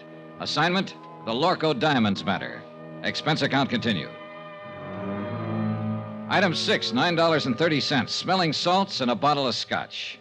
The smelling salts were needed for a double-talking fellow named Zeindorf, who'd managed to get himself gassed half to death in a closet. A representative of your client who suffered the $100,000 loss, Lorco Diamonds of Amsterdam. The scotch was for me. Johnny, he doesn't like it. Should I go on holding them under his nose? Yeah, sure. Keep shoving him at him until he's strong enough to fight you off. That's how smelling salts work. A person has to come to in sheer self-defense. Nine, stop. Is more too plenty already. My nose is killed. Dead. No more. Maybe you've been poking it into the wrong places. What were you doing in that closet, Mr. Zeindorf? It's nothing. I can tell you the entire thing in 2 words. Use more if you need them, but make it good. Nobody has found this beautiful diamond. Nobody has do anything. So I'm come looking for mine own self. In that closet? 9 is only for hiding. I am wait for everybody going away, going at sleep. Then I am going to looking. In my apartment. What made you think they would be here? You are pleased to forgiving me, Fräulein, but I am not taking the chance. I'm think to looking every place. Who turned on the gas out there? Do not ask, kid. I know nothing. I think I have sleeping some, maybe, and when I have waking, I am died almost. Yeah. Well, apparently somebody was out to get one of us at least. Hey, what about that maid of yours, Maria? Or is there one? Of course. She. You know, that is strange. She disappeared about the time you arrived, slipped out without a word. Does she live here? I think she lives up in the Casbah. I hire her through the agency. I see. Do you think she did it? Oh, the more I find out, the less I'm sure of. Maybe Mr. Zeindorf did it, trying to commit suicide over his missing trinkets. Nein. Suicide is one thing I am not. And I desist to listen no more. I am to leave here immediate. Oh, by the way, Mr. Zeindorf. Yeah, what is it? As I understand it, you boys in the international jewelry business are ordinarily pretty cautious in your dealings. Yeah, the prudence, mein Herr. Always the entire prudence. That's what I mean. You always investigate a new client thoroughly before you take any chances, is that right? Is entire correct? Johnny, no. Then why did you send $100,000 worth of diamonds here to Algiers at the request of a woman who doesn't have a cent to her name? Why, it is to me these things are always happen. Mein Herr Dollar, I am the highest ethic of business. I cannot give you answering. Well, one of you better give me an answering. Oh, it is all right, Mr. Zeindorf. Please, you tell Contessa. All right. What he is trying to say, Johnny, is this. It did not matter about my financial standing because I was not actually a client. What do you mean? You ordered the stuff? Yes, several pieces on approval, so I could make a selection. Anything up to $20,000. Somebody else was paying for it. It was being given to me as a gift. By whom? A fellow countryman of yours, a man named Charles Barrett. He's been here 3 months, lives on his yacht. Mr. Zeindorf, how did you know this man Barrett would pay for the diamonds? By the letter, mein Herr. What letter? When I wrote to the local firm, I took the liberty of enclosing a letter written to me by Mr. Barrett. His own authentical signings. We investigate immediately. What sort of a letter was it? He promised to pay for a gift of jewelry up to $20,000 of my own selection in return for certain considerations. What considerations? Romantic, mein Herr. It is a little present of the engagement. Is that what it was, Maria? An engagement present? Yes. I see. I think I go now. It's too much has happened in this place. Is it all right to smoke now? Yeah, sure. The gas is cleared out. Here. Thank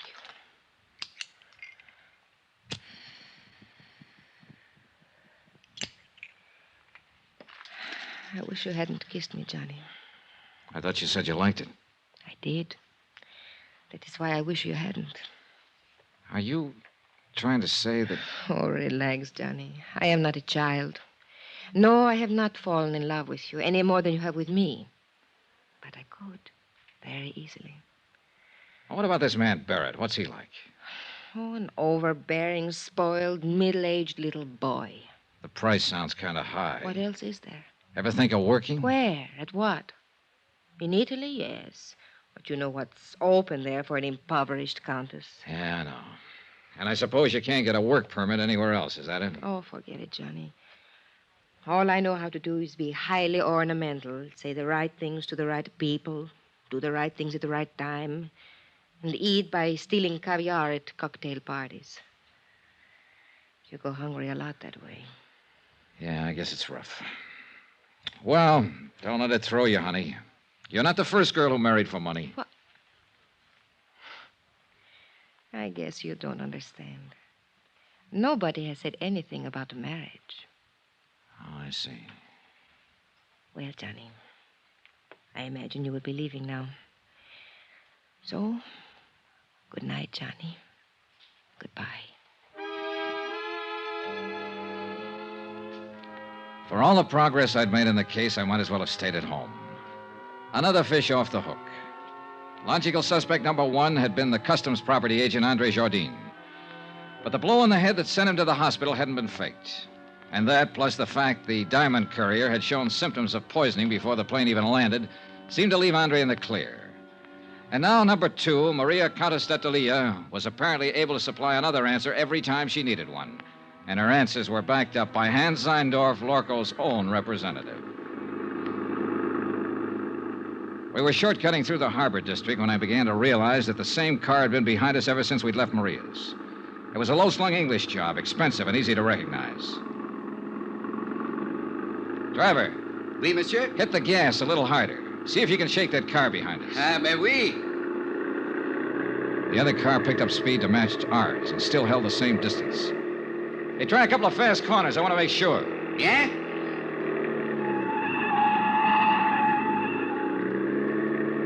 The next place where the street narrows down. Stop fast. Swing crosswise. Block off the road. I want to stop that guy and have a talk with him. Hey, you understand what I mean? Mais oui, monsieur. Just like in the movies. Yeah, well, something like that. Hey, there's a place coming up. Let's have a go at it. You do not worry. I will do it good. Yeah, I only hope we've seen the same movies. Now, monsieur.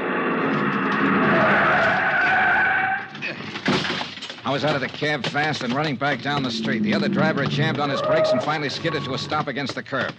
I reached for the handle, jerked the door open, and the man inside came out swinging. A big man, little on the beefy side, but plenty tough. I didn't know him, never seen him before. He fought silently and fought hard, but he was a sucker for a left. I knelt down on the pavement and started to go through his pockets. I hadn't even noticed the other car pull up. Nom de chien, Monsieur Dollar. Huh? Do you merely plan to rob him, or do you also intend to cook him and eat him? Oh, you really get around, Inspector. A policeman must socialize, monsieur. It broadens the outlook. Come, we walk. My chauffeur will take care of reviving your victim. Do you happen to know the victim? May we? He's Monsieur Charles K. Barrett of Chicago. Maria's ex-boyfriend. Something of the sort, I believe. How did you happen to get here so conveniently? Oh, I was following you. Farther back, of course. Then why didn't you pitch in when the fight started? And spoil such a remarkable display of fisticuffs? Okay. It is true the footwork was mediocre, but the verve, the enthusiasm, the violence, superb, monsieur. I can't quite figure you, Inspector. Well, sometime we must talk about it. Monsieur, you will be most happy to know that we have identified the person who occupied the plane seat next to the Diamond Courier. Oh? They shared a bottle of wine during the flight. Undoubtedly, that is how the poison was administered. And who is the person? A man named Bobo. Bobo? Oui. He is well known in the Casbah. He is a thief, smuggler, dope peddler, and it is said he can be hired as a killer. Have you picked him up yet? Well, I have not tried to. Why not? Why not? Monsieur, in the Casbah, at the sight of a uniform, everyone vanishes, zzzt, like rabbits in their holes. The Casbah, huh? Another thing. The property agent who was struck on the head, André Jourdain, he has disappeared from the hospital. Disappeared? How? His window was open. The room was upset. It was very odd. Yeah. Well, look, Inspector, I think I'll get on back to the hotel and get some sleep. No, as you wish. Yeah, I'll talk to you tomorrow. Maybe. Oh, there is one more thing, Monsieur Dollar. Huh? I think perhaps I should warn you of something in the event you should call again on the Comtesse. Warn me of what? Well, 2 days ago, I installed a dictaphone in her apartment. You what? I must admit I found your conversation this evening most entertaining. Inspector, you are a rat. Oh, please do not concern yourself in the least. I am the soul of discretion. Maybe. Monsieur, I am a Frenchman.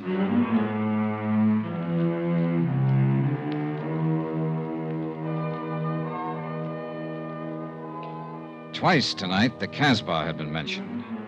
The strange, mysterious native quarter on the steep hill behind the city. Maria had said her maid lived there. And now Bobo, who'd given poisoned wine to the Diamond Courier. I had an angle, and I had some ideas. The picture was finally starting to make sense. But I needed some more answers. And the trail led into the Casbah.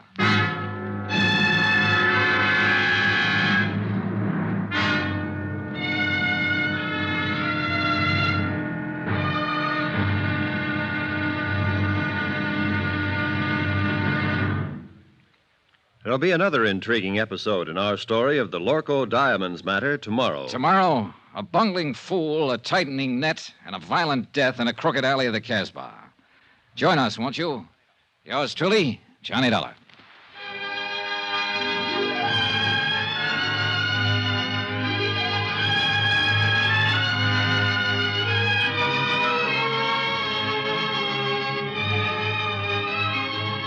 Yours truly, Johnny Dollar, starring Bob Bailey, is transcribed in Hollywood. Written by Les Crutchfield, it is produced and directed by Jack Johnstone. Be sure to join us tomorrow night, same time and station, for the next exciting episode of Yours truly, Johnny Dollar. Roy Rowan speaking.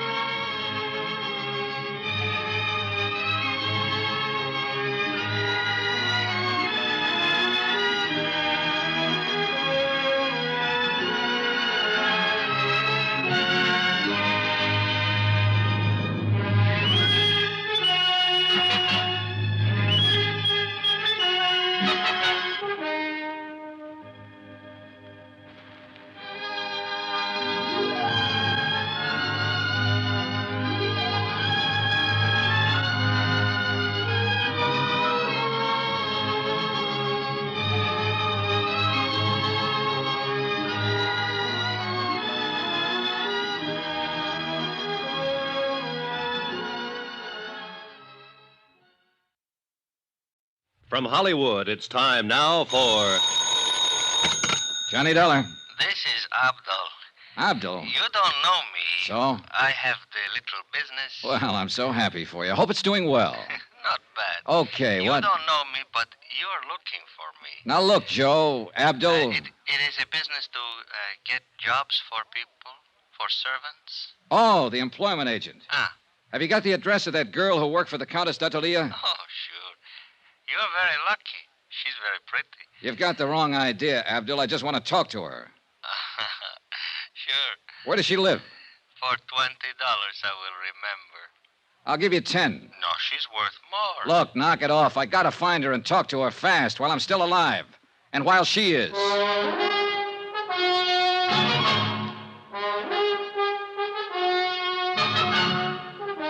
Tonight and every weekday night, Bob Bailey in the transcribed adventures of the man with the action-packed expense account, America's fabulous freelance insurance investigator. Yours truly, Johnny Dollar.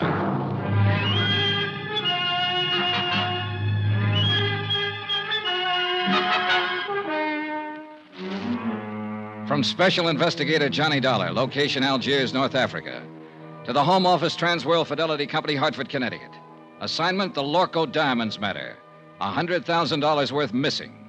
Expense account continued. Item 9, $15 even. Gratuity, tip, gift, bonus. Why kid about it? It was a bribe. To a man named Abdul for the address of a girl named Chada. An address up in the native quarter, the Casbah. But the idea wasn't romance, no matter what Abdul thought. 4 hours earlier, in the Countess d'Atalia's apartment, somebody had turned on the gas and tried to kill one or both of us. It was 9 to 1 that the somebody was Chada the servant. I wanted to ask her why. I'd put my coat on and was just on the point of leaving my hotel. I slipped a gun into my side pocket and moved over to the door. Yeah, who is it? Charlie Barrett. The guy you beat the daylights out of a couple hours ago, you know what I mean? No hard feelings, Dal. I just want to talk it over.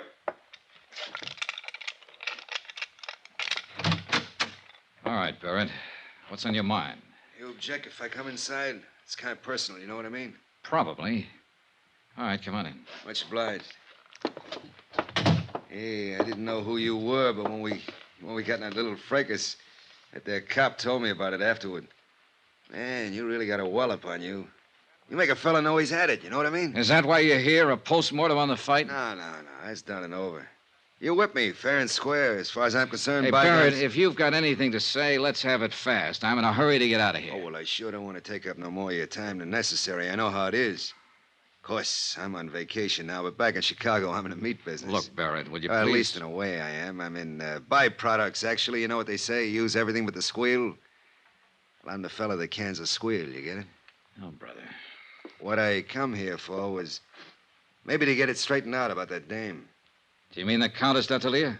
Counters. Them titles are a dime a dozen. I can buy 'em, sell 'em like sausages. Well, what about her? Now, look, neighbor, I was figuring to come here and put it to you man to man. You know what I mean? I know what I'm beginning to think you mean. I figure when you seen my position, you'd want to do the square thing. Like anybody on the right side of the fence would. You with me, neighbor?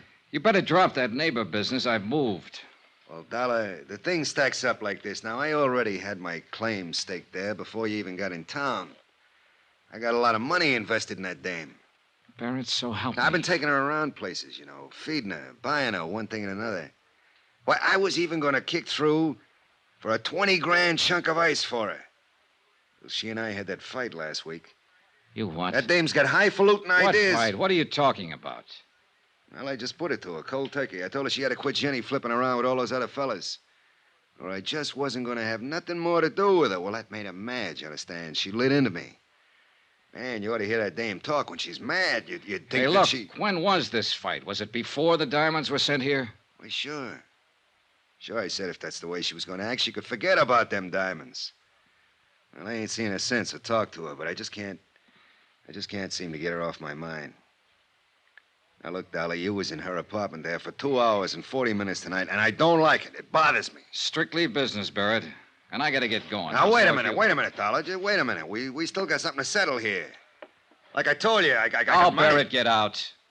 You better hold your horses. I don't know if you know the name C.K. Barrett, if that means anything to you. But I got influence back there in them United States. So it's the hard way, huh? Look, you just work for that company of yours. You're nothing but an employee. And if you think you can talk to me like you can to some of these foreigners, then here, now. Still a sucker for a left. Hello, room service. This is Johnny Dollar. Some drunk just wandered in here and passed out. Would you send up a couple of boys to drag it out in the hall?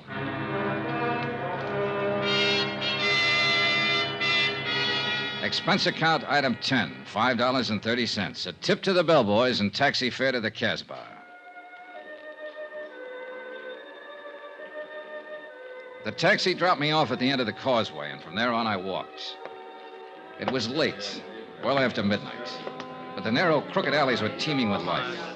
Some of it out in the open, some of it under cover. Small groups of people met together here and there along the cobbled streets. Men of 24 tongues and dialects. And women, too, slipped silently in and out of the dark doorways, or crouched over tables in the dim-lit cafes and coffee houses. Groups usually fell silent when I passed and stared with hostile curiosity. The Casbah, backwash of North Africa. Little known, seldom bothered, and scarcely policed. And for an outsider, especially at night, more dangerous than dynamite. The address Abdul had given me turned out to be a coffee house, but it could still be legitimate. And there was only one way to find out.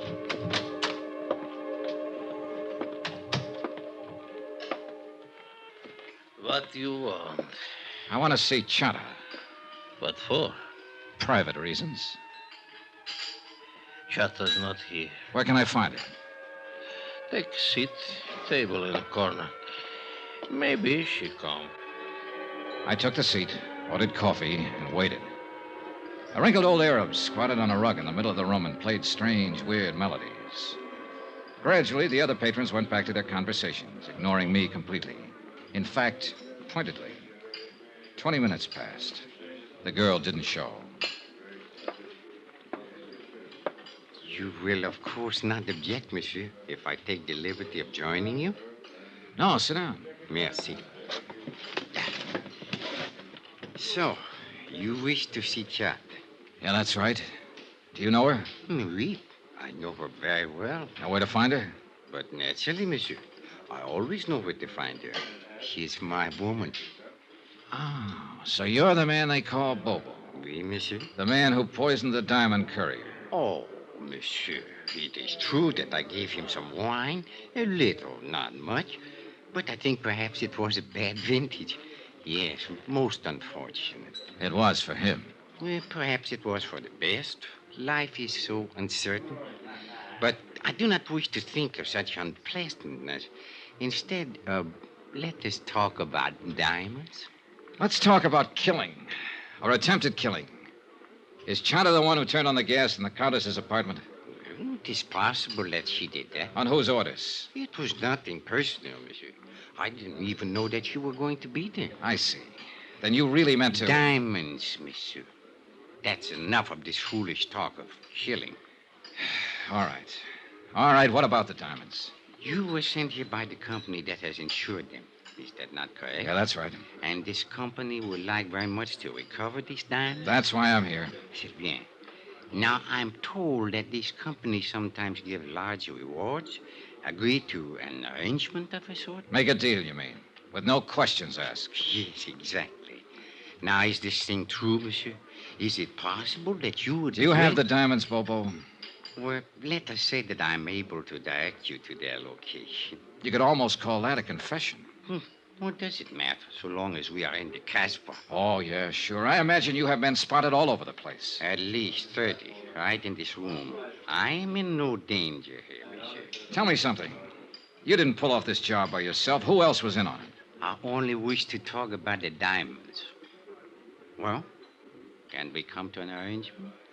Bobo, I don't make deals with murderers. It is better that you do not use such words, monsieur. It's true, though, isn't it? That is not the question. It is only that I resent the insulting way in Bobo! which you... Bobo, descend down. Why you coming here? Bobo! Wait. Did you arrange for the police to come here, monsieur? I'm as surprised as you are, Bobo. Consider this matter of the deal. We will talk more at some other time, eh? The patrons rushed for the doors, and in 1 minute flat, the coffee house was empty. Even the owner was gone. I was the only one left. 3 minutes later, the inspector, with a flying squad of 20 men, came bursting in from the street. Well, Monsieur Dollar, I'm happy to find you are still alive. Why don't you get lost somewhere? For you, I think it most fortunate that we arrive in time. Oh, sure, in time to foul up the only lead I had in this case. To lose a suspect is better than to lose one's life, monsieur. Look, Inspector, I was holding a gun in my pocket, covering Bobo from the second he sat down at the table. But, monsieur, So 30 men or not, if it had come to a showdown, he couldn't have done a thing. Because he'd have been the first one to get it, and he's smart enough to have known that. But I thought Let's face it, Inspector, you've done it again. You goofed. But I was only thinking that perhaps... Mon Dieu, what is to happen next? The shooting was somewhere outside, but it hadn't been the police. All of the inspector's men were inside the coffee house. He gave them orders quickly, and they fanned out to search the area. The streets were empty now, dark and silent, not a soul in sight. We split up into pairs. I worked with Inspector Marcus for a while, then left him and searched alone along a narrow side passage. And that's where I found him. He'd been shot 3 times in the back, and he was dying. Monsieur Dollar. Yeah, Bobo. You can't forget that deal, I think. Yeah. It's a little too late for deals now. Who was in on it with you, Bobo? Look, you've got nothing to lose by talking. You know that, don't you? Accept my honor, monsieur. As a citizen of the Casbah. Who shot you? A dragon, monsieur. 12 feet tall, with fiery eyes. All right, Bobo, all right. But just tell me this. Just one thing. Are you the man who attacked the property agent at the airport? The man who slugged Andre Jourdain? Oui, monsieur. I do it very good. No. Almost I kill him. It's too bad.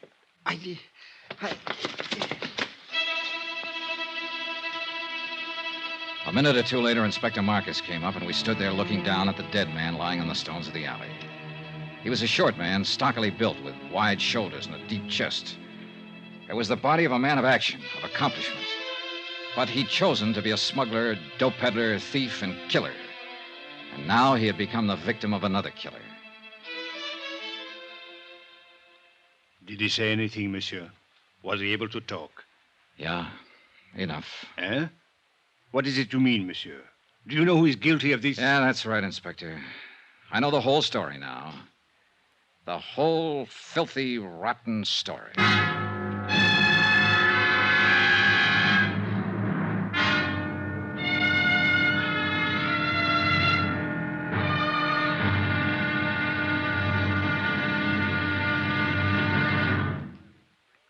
There'll be the final intriguing episode in our story of the Lorco Diamonds matter tomorrow. Tomorrow night, the odds are set. The last chip is down. It's the last spin of the wheel.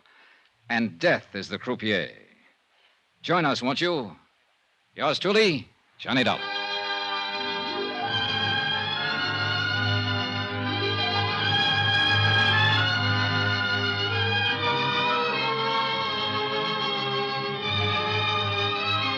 Yours truly, Johnny Dollar, starring Bob Bailey, is transcribed in Hollywood. Written by Les Crutchfield, it is produced and directed by Jack Johnstone. Be sure to join us tomorrow night, same time and station, for the next exciting episode of Yours truly, Johnny Dollar. Roy Rowan speaking.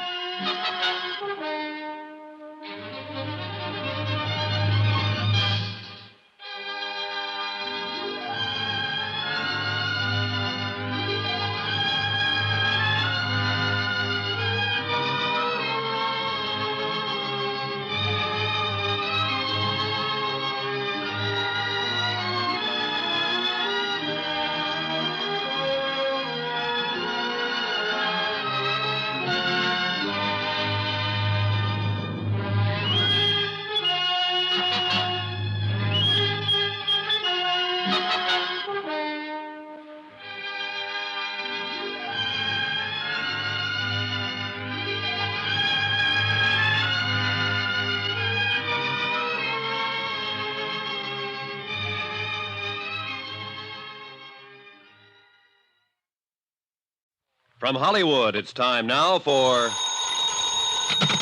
Johnny Dollar. Johnny, this is Maria. Maria.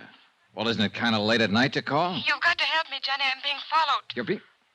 Aren't you at home? No, it's a little cafe on the waterfront. I came in here to phone. Why the devil did you have to go out? Everything was set up. If you'd stayed home, you'd have been safe. What are you trying to do? Get yourself killed? Johnny, this is no time. Where are you? What's the name of the place? The Marrakesh, number 41 Rue de la Mer. I'm afraid to go outside. No, whatever you do, don't go outside. Stay right where you are until I get there. But, Johnny, Take your choice, Maria. It's either that or wind up on a marble slab. What do you mean? You know what I mean. You know better than anybody. Now stay there.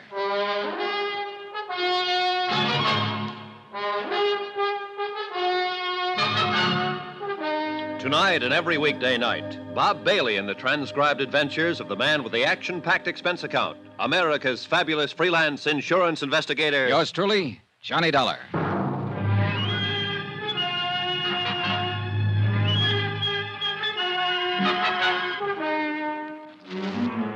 From Special Investigator Johnny Dollar, location Algiers, North Africa, to the Home Office Transworld Fidelity Company, Hartford, Connecticut. Assignment, the Lorco Diamonds matter. $100,000 in jewels stolen and a murder. Expense account continued. Item 12, $2.20. Taxi fare to the waterfront of the Marrakesh Cafe. There was no time to lose and no time to get help from Inspector Marcus. A half hour earlier, he'd set a trap, and he and his men were staked out around Maria's apartment house waiting. But apparently, she'd gone to the cafe before he got there. So now the whole thing had blown wide open.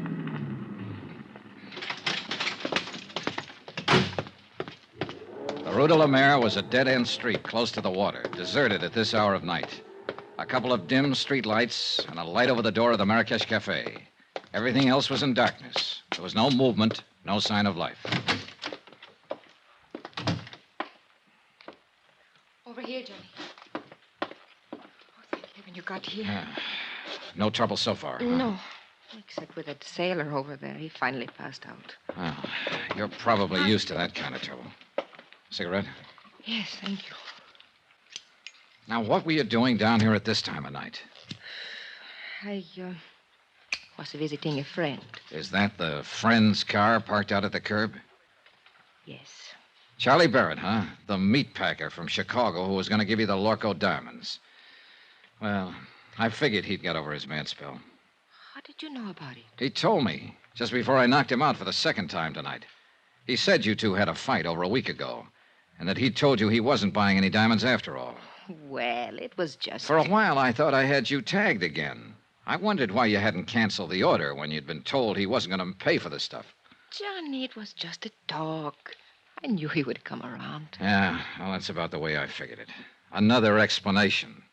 So I let you off the hook again. Why, Johnny? Why have you been trying so hard? Trying what? To find some way of involving me in this. Well, the facts just seemed to turn up. I wasn't trying to find them. It made a big difference, didn't it? Learning about Mr. Barrett. Learning what about him? That I was accepting a $20,000 gift from him. Why should it? Your life's your own. It did, though. Before that, you were... Well, seemed to be interested. Sure. You're a very beautiful woman. And that's all it was? What more did you want? All right, Johnny. Forget it. I don't blame you. Hey, tell me something. What about Barrett? Now that you've kissed and made up, is the engagement back on again? I haven't decided yet, Johnny. Ah. Well, come on. Let's get out of here. I'll take you home. Do you think it's safe? There was no sign of anybody around when I came in. Whoever it was probably got scared off. Oh, I was scared to death. When I saw the lights of the cafe, I jammed on the brakes and ran for the door. There, the car was right behind me. Get a look at the driver? No. How'd you get hold of Barrett's car? Borrow it? He gave it to me. Not a bad night's work. It's a good car. Get in. You really play rough, don't you, Johnny? Sometimes. It depends on... Get down, quick, back of the car. It came from across the street. It's pitch black over there. What are you going to do? Look, Maria, you're safe as long as you're back of the car here. What about you? I can't get a shot from here. I'm pinned down. I'm going to make a run for that stone curb. Try to draw a shot and see where the flash comes from. Be careful, Johnny. Oh, don't worry, kid. I'm the carefulest guy you ever saw. All right, now sit tight. Here goes. Are you all right, Johnny? Yeah, I think I got him spotted. Let's see just how close I can... There's somebody running away. Yeah, so do I. Now, where the devil? Why don't they get some streetlights down there? Car that's starting up. Yeah, I see it. They're getting away. One lucky shot, my... Ah. Give me your keys. Wait here. I'm going after him. No, I'm going with you. Then pile in. Hurry up. Let's go. A few blocks away, I picked up the taillights of the other car and poured on the gas to keep hanging on. We roared through the empty streets along the waterfront, then swung into the coast road and headed out of the city. The model I was driving had been built for road racing, and barring accidents, I didn't figure the car ahead had much chance of shaking me. It was a narrow, winding road following the rocky edge of the headlands, and the curves were sharp and dangerous, especially at the speed we were traveling. Finally, it happened. The car ahead roared up a steep grade and missed the curve at the top. It rolled over and over, the headlights cutting crazy patterns in the blackness as it plunged down towards the beach. I finally braked to a stop about 30 yards from the wreck, jumped out and started toward it, and just then... the gas tank caught and burst, and the car exploded into a tower of flames. I caught a glimpse of the driver, pinned in the wreck. Then the fire took over and covered him. And I knew one thing was certain. He'd had it.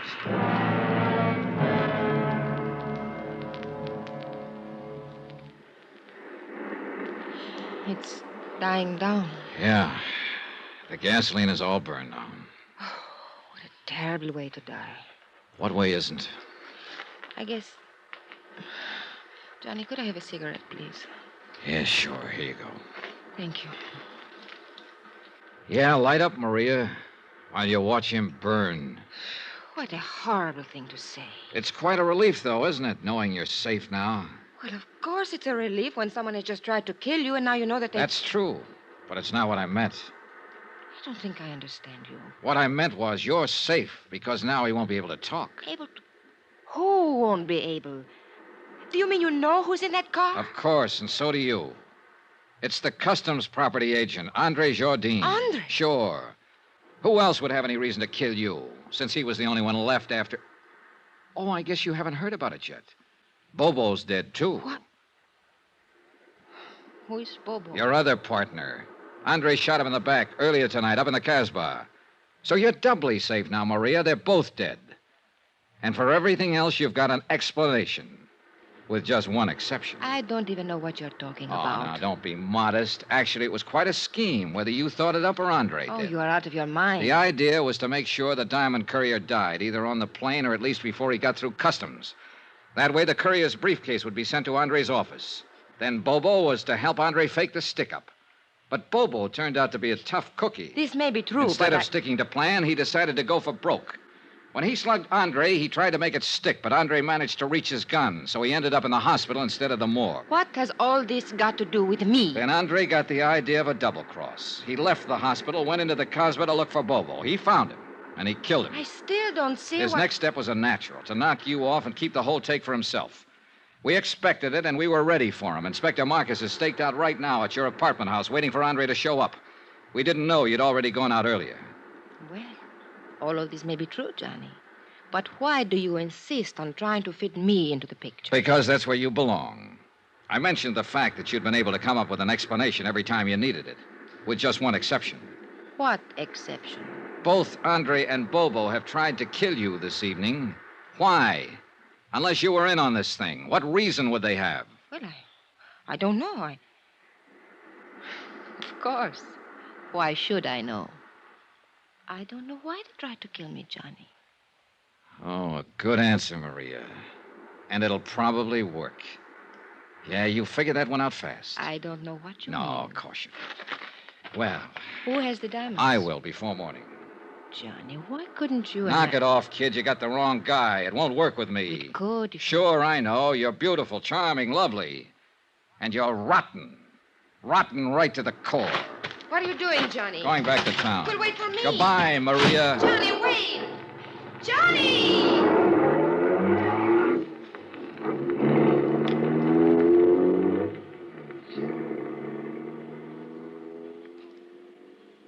An hour later, I was out at the air terminal in the Customs Property Office watching Inspector Marcus open a vault.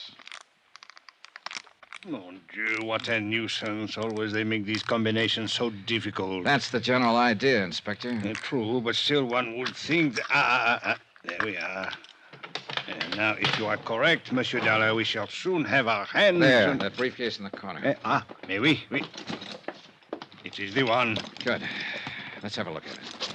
It will be necessary to force the lock. Here, pry it open with this. Looks like an easy one. It is merely a matter of... Voila. Beautiful, no? Yeah. Too beautiful. Tell me something, Monsieur Dollar. What made you know that Andre Jourdain was guilty? Something Bobo said just before he died. Hmm? Yeah. He confessed he was the man who had slugged Andre. But Andre had described his assailant as tall and thin. Bobo was short with a stocky build. Andre had lied. And all this time, the diamonds were right here in this vault to which Andre, as property agent, had access. Can you think of a safer place? Hey, Inspector, what about Maria D'Attoria? Well, I am inclined to agree with you, Monsieur Dollar, but, well... Yeah, I know. Nothing but suspicion. Yeah, precisely. If I were to file charges and bring her to trial on such evidence as this, well, she would cry a little, perhaps, and look very beautiful. And, monsieur, the court would hang me, not her. Yeah, you're right. You could never make it stick. C'est la vie.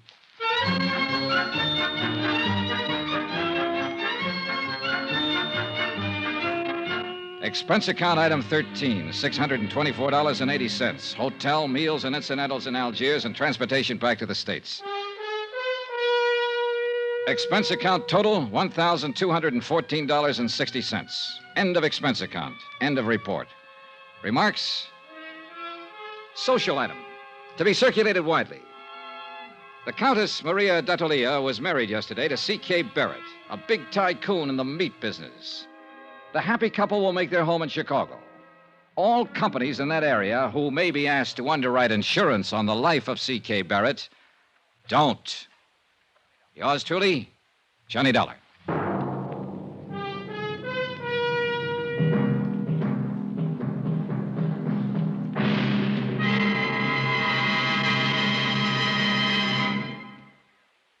Remember, there'll be a new exciting story on Johnny Dollar beginning next Monday. Next week, the Broderick matter, an exciting chase after a charming, beautiful girl. After all, who wouldn't? Join us, won't you? Yours truly, Johnny Dollar.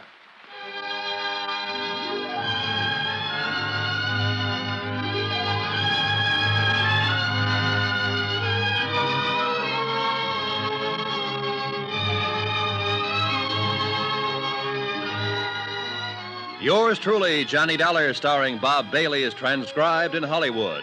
Written by Les Crutchfield, it is produced and directed by Jack Johnstone.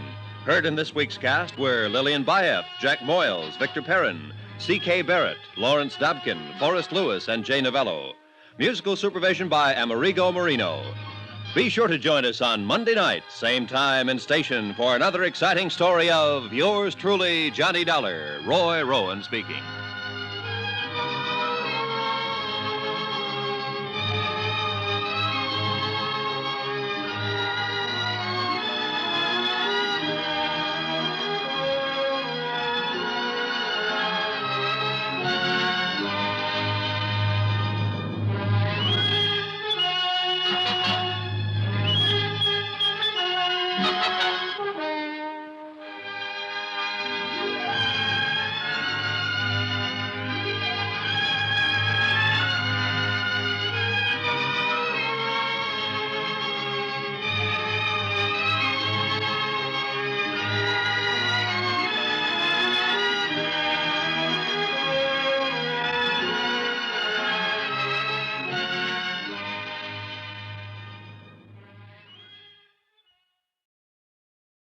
From Hollywood, it's time now for Johnny Dollar.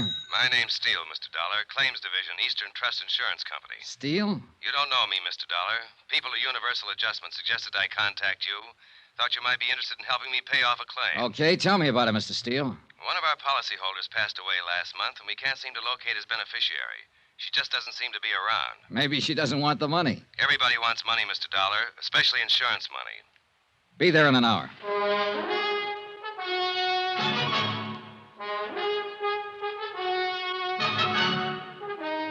Tonight and every weekday night, Bob Bailey in the transcribed adventures of the man with the action-packed expense account, America's fabulous freelance insurance investigator. Yours truly, Johnny Dollar.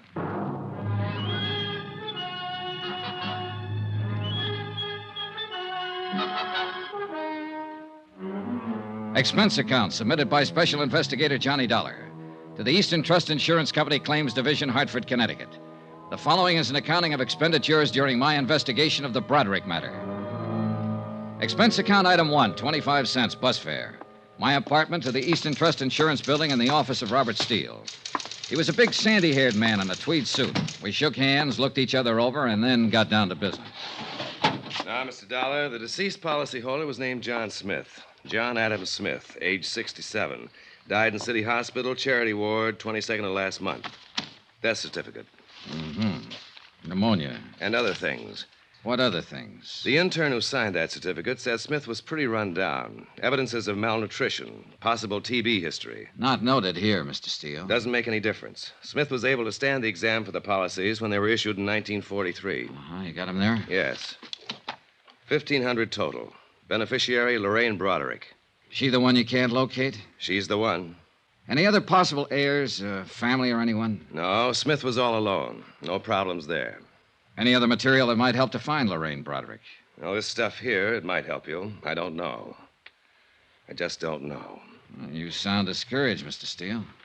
$1,500 isn't a lot of money, and the chances are Lorraine Broderick won't even remember John Adam Smith when you do find her. But I hope you do. I'm explaining this badly. Look here. You see? Mm-hmm. And here. And here. It's the same all through the book. Smith was absolutely religious about his payments. Never missed a one. Never let it slide one day. Now, I bet I've got the record of 20,000 policy buyers. But none of them reads like that. I'm impressed, Mr. Steele. Can you tell me why Smith died in a charity ward if he was this conscientious? He didn't have any money or friends or home. He made his living selling papers. Oh. We wouldn't have known about his death except for the fact that the coroner's office called us. What can you tell me about his beneficiary? Lorraine Broderick was just someone who stopped and talked to him one day while he was selling papers. She was 11 years old at the time. What? Yes. The agent who sold the policies used to buy his papers from the old boy. One day, Smith stopped him and said he wanted to do something nice for a nice little girl named Lorraine Broderick. So he began taking out the policies. The agent have any more background on that part of it? No. Lorraine Broderick met Smith that one afternoon and helped him sell his newspapers. Smith never saw her again after that. 1943. She must be 23 or so now. Well, I hope she grew up to be the kind of person he thought she was then. Oh, hardly any of us fill out the promise we have at 11 years, Mr. Steele. Then that isn't what I mean. I mean, if he met her that one day when she was a little girl and he made this gesture toward her, and it was tough for him to make those payments all those years, I hope she deserves it. The money doesn't mean anything, but that kind of endorsement from somebody, even an old bird who sells papers on a corner, is worth more than all the money in the world. Does that sound foolish, Mr. Dollar? Not a bit, Mr. Steele. Not a bit. Expense account item 2, $2. Cab fare to Lorraine Broderick's last known address. 1485 Cushing Street, a broken-down apartment house that had probably never seen better days or better neighbors. The owner and manager of the building recalled that Paul and Mary Broderick, parents of Lorraine, had been killed in an automobile accident in 1948. The manager did not know what had become of Lorraine. She had moved out of the apartment 2 days after the funeral. No forwarding address. Expense account item 3, 4 bits, more cab fare. This time 7 blocks away to Pulaski Street, and a dingy cluster of red brick buildings that were yielding slowly to time and wear. I arrived at 3 on the dot. I don't think high schools ever change much. At least this one was no different than the one I'd been in way back when. The persistent smell of pencil sharpeners, ink, discarded lunch wrappings.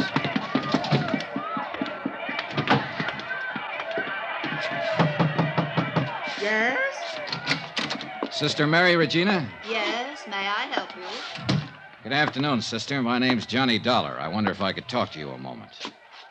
Dollar. Yes. Are you sure you shouldn't be speaking to Sister Amadea in the grade school? I don't believe we have any students named Dollar. Oh, no, this... sister. I don't have any children in school here. I've been hired by Eastern Trust Insurance Company to locate a beneficiary on one of their insurance policies. I thought perhaps you might help me. Well, I'll try, Mr. Dollar. I took a chance and came here because it was the nearest high school to the girl's address. Her name is Lorraine Broderick. Lorraine Broderick. Yes. The last trace I have of her was in 1948. She was about 17 then, possibly still in school, possibly this school. Lorraine Broderick. Mm-hmm. Sound familiar, sister? In a way, yes. Oh, there are so many, Mr. Dollar. Yeah, I just met about 3,000 of them out in the hall. Yes, I know. 1948. Benson, Brady, Broderick, Lorraine Mary Broderick. Oh. Yes, Mr. Dollar, your guess was very good. She was here in St. Charles from 1945 to 48, yes. I wonder if there's an address listed there, home address. 1120 Seaton Place. Oh, my, that's quite far from here. Parents deceased, guardian. Oh. Anything wrong, sister? Why, I remember Lorraine now, Mr. Dollar. Her parents were killed in an automobile accident in her senior year. Yes, and she went to live with her uncle, James Broderick, at this Seaton address. Oh, yes, I remember that lovely girl. She was in Sister Hildegard's class. That ties up with what I know about her so far, sister. Oh, I remember her so clearly. I can even see her face. Perhaps that was it, her face. Like an angel's, gentle and fresh and wonderful. The man who left her the insurance money must have thought the same as you do, sister. He saw her one day when she was 11. Oh, I have an annual from that year, Mr. Dollar. Would you like to see Lorraine? Yes. Right here. Yes, here we are. That's Lorraine Broderick. Beautiful, isn't she? Sister Mary Regina pointed to a group picture on one of the pages. It was labeled Girl Fidelity. Lorraine Broderick was in the first row, one of 30 or 40 self-conscious little girls wearing identical self-conscious expressions. Her hair appeared to be deep brown or black, her features soft and slightly cherubic. Undeniably, Lorraine Broderick had been a beautiful young girl. In all probability, she was a beautiful young woman, wherever she was. By 5 o'clock, I'd been to her uncle's address on Seaton Place. There I learned that Uncle James Broderick had died of a heart attack in 1950. The people at the address reported that Lorraine had lived with him up until the time of his death. She had worked in a dentist's office, they told me. As far as they knew, she still worked there. I made a phone call.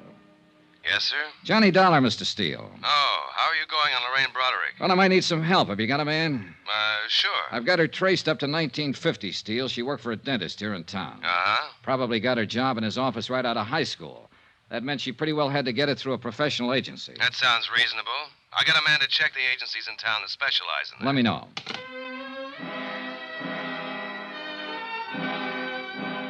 The next day, I was back in St. Charles High School making up a list of names and addresses belonging to students who had been in Lorraine Broderick's graduation class.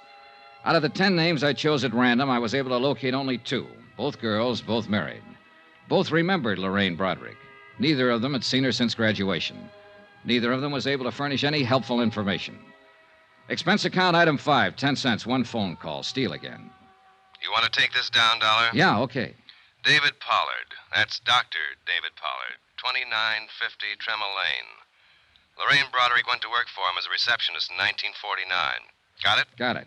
What's his office address? Suite 210, Majestic Building.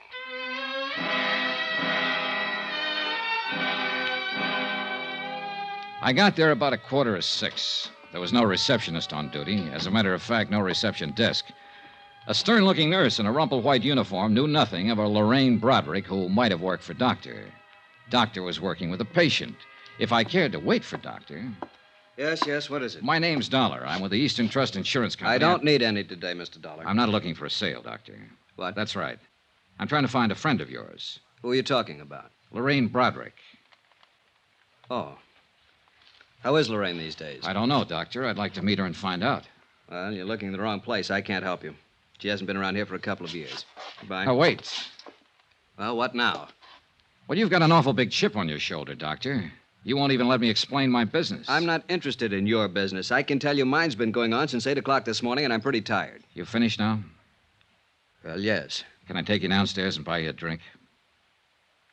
Sorry. What is it you want to know? Where I can get in touch with her. I don't know. She quit without notice a couple of years ago. Just didn't come back. Too bad, too. Do you have any idea where she might have gone? Just what is this for? To pay her some money we owe her. We can't locate her anywhere. Well, I'm sorry, but neither can I. Are you still trying? Not anymore. All I know is she just left one day about 2 years ago. She had a little apartment over on the west side. The manager told me she'd pulled out bag and baggage, and I haven't heard from her since. Were you on good terms with her, Doctor? Doctor? I'll take the drink.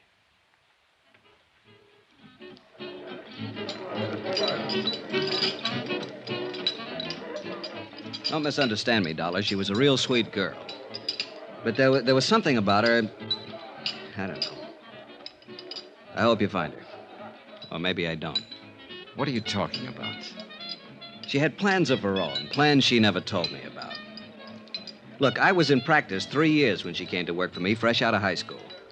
With all of it, she still made me feel like a little boy in knee pants. That smile of hers you could take two ways. And the look that went with it. I'm sure she's met a lot of men since she walked out on me, and I'll bet all of them have found out the same thing. What's that? That they've been taken. You mean money? Oh, it wasn't the watch or the necklace or the loans every now and then. It was being taken worse. You know, being used and knowing you're being used. I don't quite get it. And I'll make it clear. That sweet, fresh, beautiful little girl was out to do everything and everybody for all she could get. She's rotten, you know, just plain rotten.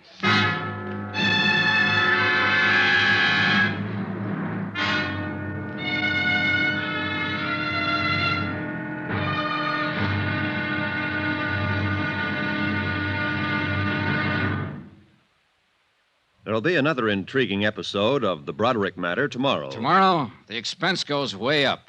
Yeah, it costs money to prove how wrong one man can be. Join us, won't you? Yours truly, Johnny Dollar.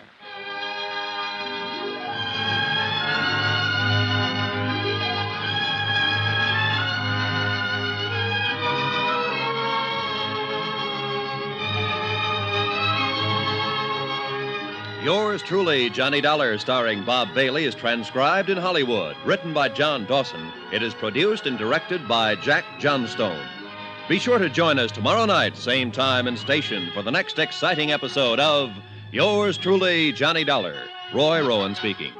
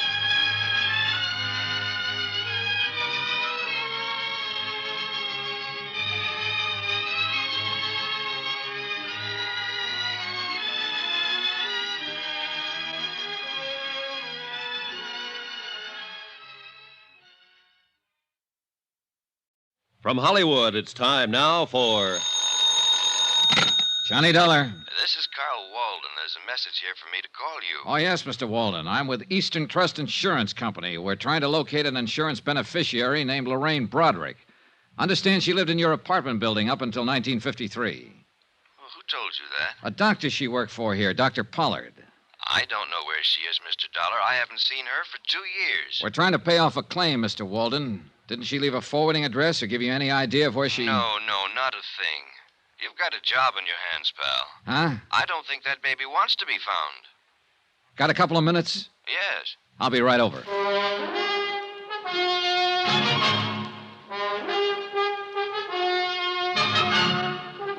Tonight and every weekday night, Bob Bailey in the transcribed adventures of the man with the action-packed expense account, America's fabulous freelance insurance investigator. Yours truly, Johnny Dollar.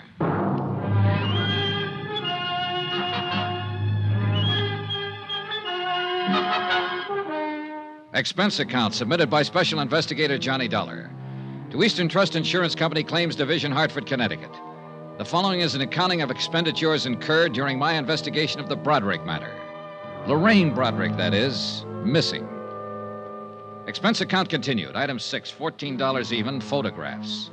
The photographer who had taken the pictures of the 1948 graduating class at St. Charles High School still carried the proofs in his files. Among them, 4 poses of Lorraine Broderick. I'd stopped by to get them on my way out to see Carl Walden, apartment house manager. He hadn't changed his mind about anything since our phone conversation. No, sir, she doesn't seem to want anybody to know where she is. She'd have left a forwarding address or something like that. Instead, she pulled out in the middle of the night bagging baggage, and that's the last we ever saw of her. Just when was this, Mr. Walden? About the middle of December or so, 1953. Yes, it was a couple of years ago. Mm-hmm. Oh, you want one of these? No, thanks. I don't smoke. Can you think of any place she might have gone, Mr. Walden? New York City. Oh, why New York? Well, it's the closest place to go, isn't it, for somebody like her? I'm not so sure I know what she was like. I've had several different versions, Mr. Walden. Say, you talked to that doctor she worked for? Yeah. Boy, I'll bet his version was a pip. How do you mean? Well, she walked out on him. That poor guy was around here several times asking if we'd heard from her, if she'd written us a change of address. He didn't say it, but I think he had it real bad for her. Oh? Oh, yeah. And I didn't tell him about the other guy either. Well, suppose you tell me about the other guy, Mr. Walden. Well, why not? Well? Well, about a week before she left, I saw her in the hall a couple of times with this other guy. Big, gray-haired man, wore Homburgs and things like that. An older man, is that what you mean? Oh, no, not old. 45-ish, maybe. You know, expensive-looking character. Drove a caddy the size of a freight train, New York plates. He'd buy and sell this place with his pocket money. Happen to know his name? No. He never came around again after she moved out. But they were sure chummy while he was here. At least a couple of times I saw them together. Can't blame him. She was okay. Did she owe you any rent when she left? Nope. Did she give you notice she was vacating? Nope, just left. A note or anything? A $50 bill on the desk in an envelope addressed to me. That's all. That's it. Well, was she friendly with anybody else in the building? Well, not that I know of. People here keep pretty much to themselves.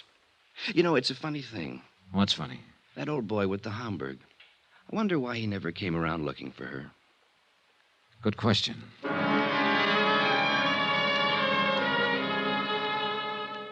Expense account item 7, $22, advertisements. I placed ads in the personal columns of every New York paper. Anyone knowing the present whereabouts of Lorraine Broderick, please contact. I spent the rest of the day interviewing the Cadillac dealers in town on the off chance that one of them might have serviced the Cadillac with a New York plate sometime in December of 1953. No one remembered the man Walden had described. I even tried the service records. Impossible to check. The case was stalemated that way for 5 days. Last Tuesday, things picked up. Johnny Dollar. Hello? Hello, who is this? Johnny Dollar? Yeah. Can you hear me very well? Johnny, I'm calling from New York. Hey, who is this? Why, it's Lorraine. Lorraine. Yes, I saw your advertisement in the papers, Johnny. I wondered what you wanted. Johnny. Yes, that's what I always called you, isn't it? You never met me before in your life. Hey, what is this?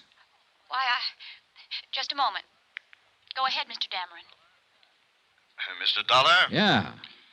Just what is your business with Lorraine Broderick? I want to find her to pay off an insurance claim. Now, who are you? I see. I'm sorry. I asked my secretary to say she was Lorraine. I've been listening on the extension. I'd like a little more explanation than that, Mr. Dameron, William Dameron, 424 East 47th Street. I know how all this must sound to you, Mr. Dollar, but I'm not trying to confuse you. Well, I am confused. Do you know Lorraine Broderick? Yes. Then let's take it from there, Mr. Dameron. Expense account item 8, $15. Transportation and incidentals, Hartford to New York, for the purpose of seeing Mr. William Dameron, whoever he might be, and trying to gather further information concerning Lorraine Broderick, wherever she might be. 424 East 47th was a 30-story job that housed, among other things, the Union Brokerage Company. This happened to be located on a ground-level suite. It also happened that Mr. William Dameron was president of same. He looked about the way I expected. Of course I knew Lorraine Broderick, Mr. Dollar. I apologize again for that awkward subterfuge on the telephone. You say you represent an insurance company? That's right. May I see your credentials? Well, sure. Here you are. Investigator. Thank you. We're trying to pay off on a policy, Mr. Dameron. A man named John Smith left Lorraine Broderick a small estate of $1,500. I see. Can you tell me where she is right now? I'm afraid I can't. Oh, sit down, Mr. Dollar. Sit down, please. Oh, thanks. I take it you knew her in Hartford. That's right, I did. She came here to New York with me. Oh? Let me assure you, there was nothing improper about it. I met Lorraine when she was working for a dentist there, a doctor, whatever it was. I happened to have had a little dental trouble on a trip there. I found the dentist and I met her. When I suggested she drive to New York with me, I did it with the understanding that we were to be married here. Uh-huh. You couldn't have known her very long, Mr. Dameron. A week. No one could have been more surprised than myself at my own conduct. And still more surprised when once we arrived here, Lorraine disappeared. Yeah, that seems to be a habit of hers. Tell me about it, Mr. Dameron. Look, you're talking to me, not the insurance company. Very well. It was Christmas Eve of 1952. Lorraine was staying with my sister Pauline up in Westchester County. I picked her up about 6 o'clock that evening to go to a party out on Long Island. Between here and Long Island, we stopped for gasoline. I left the car for a moment, and when I came back, Lorraine was gone. And, that's it. Did you see her or hear from her after that? No, I didn't. Did she leave a note in the car, a message of some kind? No. I don't quite get this, Mr. Dameron. You were going to be married after you knew her only a week. You brought her here to New York, and a few days later, she just stepped out of your car in a filling station and disappeared. It was quite reasonable from her point of view, I suppose. But not from mine. It doesn't make sense. Did you have a fight, an argument or something? Oh, no. Well, what was it? Nothing. I don't think I would ever have argued with Lorraine. Lovely, gentle, sweet. Yeah, I know. What about her things? What things? Well, her clothes out at your sister's. Didn't she send for them, or what? No, she only had 2 small bags. They're still there as far as I know. Well, what did you do? Did you call the police? No, why? Well, I would if a girl I was going to marry disappeared like that. No, I'm afraid a call to the police would have been, rather awkward, a man in my position. Let me ask you this. Do you have any idea why she walked away? Yes. Perhaps it's of no practical value to you, though. Any information I can get will be helpful, Mr. Well, all right, then. I think Lorraine was frightened. Of what? Of life, Mr. Dollar. Not people or circumstances, but life. Yes. You say that with a lot of conviction. Yes. Lorraine had always been, a poor girl. She lived with a rather decrepit uncle for a time after her parents were killed in an automobile accident, she said. And I think that I offered her the happiness and security she had always longed for. But I also think she was not mature enough or adjusted well enough to accept it. This is of no value, is it? Well, it might be. Can you tell me if she ever spoke of any ambitions? Maybe she wanted to go on the stage or become a nurse, something. Lorraine simply wanted to be my wife and live here. I can see you find that difficult to believe when I'm almost old enough to have been her father. But that is not the reason Lorraine walked away from the car that night. Believe me, Mr. Dollar, unless I'm terribly mistaken, she was very much in love with me and wanted to marry me. Have you tried to find her, Mr. Dameron? No, I have not. I waited around the filling station that night hoping she'd return, but I didn't report the matter to the police, as I said before. I intended to hire private detectives to locate her, but then I gave that up, too. I'm afraid I don't understand this. If you loved her. Would this make it more understandable? Lorraine was a rational, normal human being when I left her in that car. No one forced her away from it, or me. The man at the filling station said she merely stepped out and disappeared down the street. She left of her own free will, for her own reasons. I think I see your point. Thank you. I've hoped that one day she would appear at my door, contact me, come to me. But she hasn't. The most matchless woman I've ever known. Is there any way I can help you more concretely?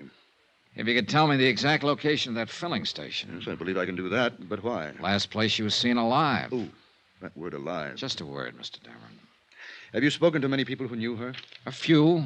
The dentist she worked for, an apartment house manager, principal in her high school. Mm-hmm. Yeah, I think they all told me the truth. The what? The truth. You know, how it actually was. What really happened. Oh, Mr. Dameron, she would have run out on you in Westchester, taken a cab from your sister's place with her luggage, or she could have come to you and called off the marriage. Mr. Dollar, Now, looking at you and talking to you, anyone would be impressed by the fact that you're a reasonable and understanding man. I am. She could have left you a dozen easier ways, Mr. Dameron, but it doesn't stand to reason that she'd step out of a car on Christmas Eve on the way to a party and disappear. With no luggage, with the clothes on her back, and no more. Women don't do things like that. They want an overnight bag, a change of clothes, somewhere to go to. It doesn't make sense. But that's exactly what she did. They don't do it that way unless there's a mighty good reason. A real gilt-edged reason, Mr. Dameron. Something that says what's ahead is better than what's being left. How much did she swipe? What? What did she take? How much? Close to $6,500. $6,500. Lovely, sweet, gentle. She took it from the wallet in my overcoat while I was talking to the filling station attendant. I would have given it to her gladly. All of this, everything. But she had to steal it from me. She had to steal it from me like some common little thief. There's truly no fool like an old fool. Is there, Mr. Dollar?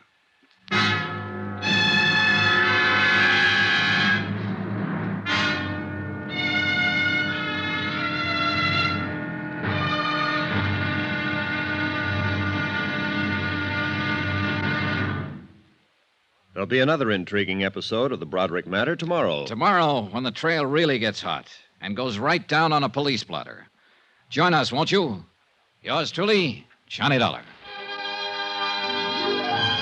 Yours truly, Johnny Dollar, starring Bob Bailey, is transcribed in Hollywood. Written by John Dawson, it is produced and directed by Jack Johnstone. Be sure to join us tomorrow night, same time and station, for the next exciting episode of Yours truly, Johnny Dollar. Roy Rowan speaking.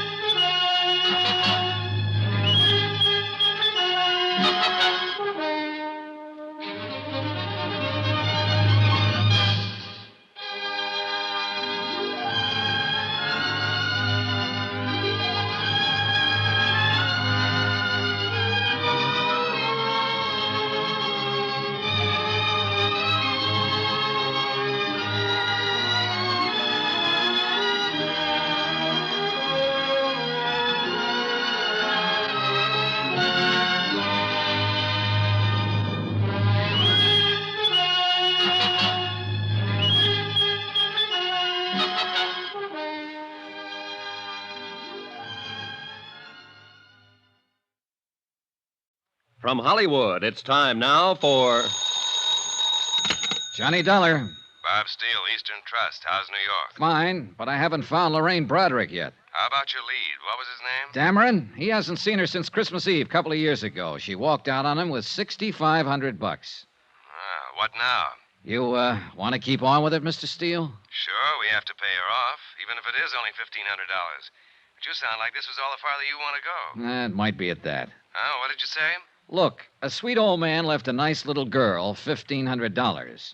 Apparently, I'm looking for a grown woman who isn't very nice anymore. Beside the point, isn't it? Yeah, I guess so.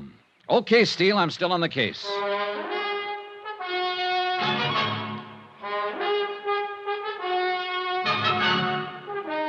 Tonight and every weekday night, Bob Bailey in the transcribed adventures of the man with the action-packed expense account, America's fabulous freelance insurance investigator. Yours truly, Johnny Dollar.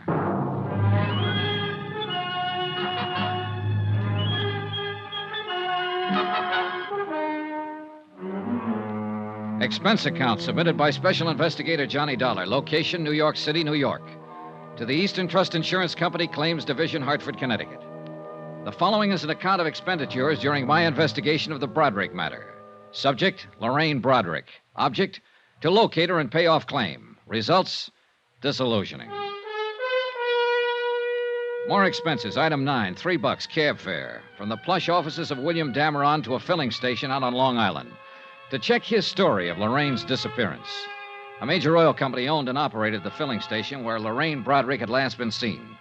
Their payroll records named 3 attendants on duty, Christmas Eve, that is, in 1953. Item 10, $28, more cab fare, and don't squawk about it. I located and interviewed all 3. Enclosed fine statement of Edward Quinlan. Sure, I remember that chick. Better looking than this picture, I'll tell you that. She drove in with this old guy, Dameron, you said? Yeah. Well, he hadn't been away from the car 20 seconds before she was out walking down the street as fast as she could, long dress and all. When he come back and asked what had happened to her, I told him. So he went and sat in his car for maybe a couple hours waiting for her to come back. I knew she was gone for good. He knew it too, must have. But he waited. I felt sorry for him. Poor old geezer, even if he did drive a kid. She shouldn't have run out on him like that, Christmas Eve and all.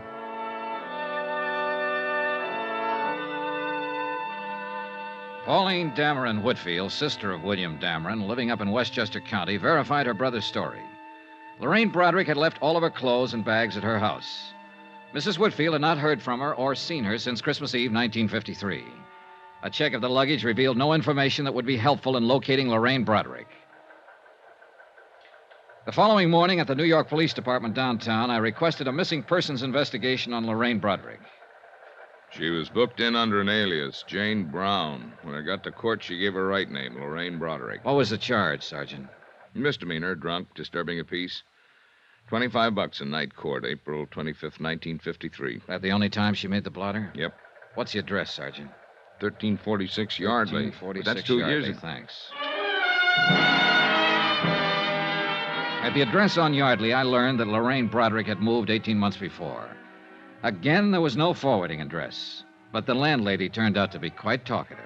I'm glad she moved away from here, Mr. Dollar. I'd like to help you find her, but I'm awful glad she moved away. Why do you say that, Mrs. Gaines? Noisy. Parties all the time. I run a quiet place, you know. Yeah, I'm sure you do. When she first come here to rent the apartment, I thought she was the quiet type. Nice. She looked like she was just out of finishing school or something like that. Oh, she couldn't have been more than 20 years old. Well, maybe a little more, 22. She told me she was a secretary and she worked in Manhattan. Well, I let her have the apartment, of course. She paid her rent in advance, in cash. But once she was in, it was a different story. Yeah. Did she tell you where she worked in Manhattan? No, she never quite got around to mentioning that. Anyway, she couldn't have worked very hard. All the dates she had, night after night, honestly. Do you happen to know any of them, Mrs. Gaines? I do not. Big, noisy parties. Well, did she go with any particular man? A smart little girl like that sticking to just one man? I don't know whether she was very smart at all. Was she friendly with anybody in the building? Nope. Any idea where she might have gone from here? Nope. All I can say is I'm glad she don't live here no more.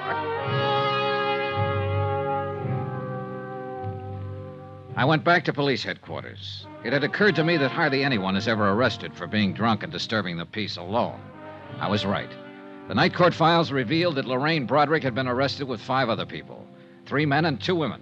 I took down their names and began to check them out. Number 3 down the line was a man named Tyler in the hosiery business. Yes, he remembered Lorraine Broderick very well. No, he hadn't seen her for 6 months, but he could tell me where she lived. He'd seen her going in and out of an apartment on 61st Street several times. He gave me the address. The boy will take your bags. Will he? Yes, sir. May I help you? I'm looking for a Miss Lorraine Broderick. Broderick? Yes. I'm sorry, sir. We have no one by that name registered here. That's funny. I thought at first you were going to say Lorraine Bradley. We had a Mrs. Bradley here at one time. Oh. Did Mrs. Bradley look anything like this picture? Yes, that's Mrs. Bradley. Bradley, huh? How long ago did she move out? 4 months ago, anyhow. Do you have her forwarding address? No, sir, I don't. I wish I did. Huh? Mrs. Bradley wrote us a bad check for her rent. We've been trying to locate her. Did you report it to the police? Yes, sir. I understand she's been quite active along those lines. They're looking for her, too. For the third time in one day, I was back at police headquarters, this time inquiring about a Lorraine Bradley. There were 5 wants on her for passing bad checks. Gave it up about 4 months ago here in New York, looks like. Then we got a buzzer from Chicago. She was there for a couple of weeks. Wrote about $600 in wallpaper. San Francisco people are looking for her, too. Here's something came in yesterday. Last job in Santa Barbara 3 days ago. Expense account item 11, $4.05. One long-distance phone call to Mr. Steele at Eastern Trust in Hartford.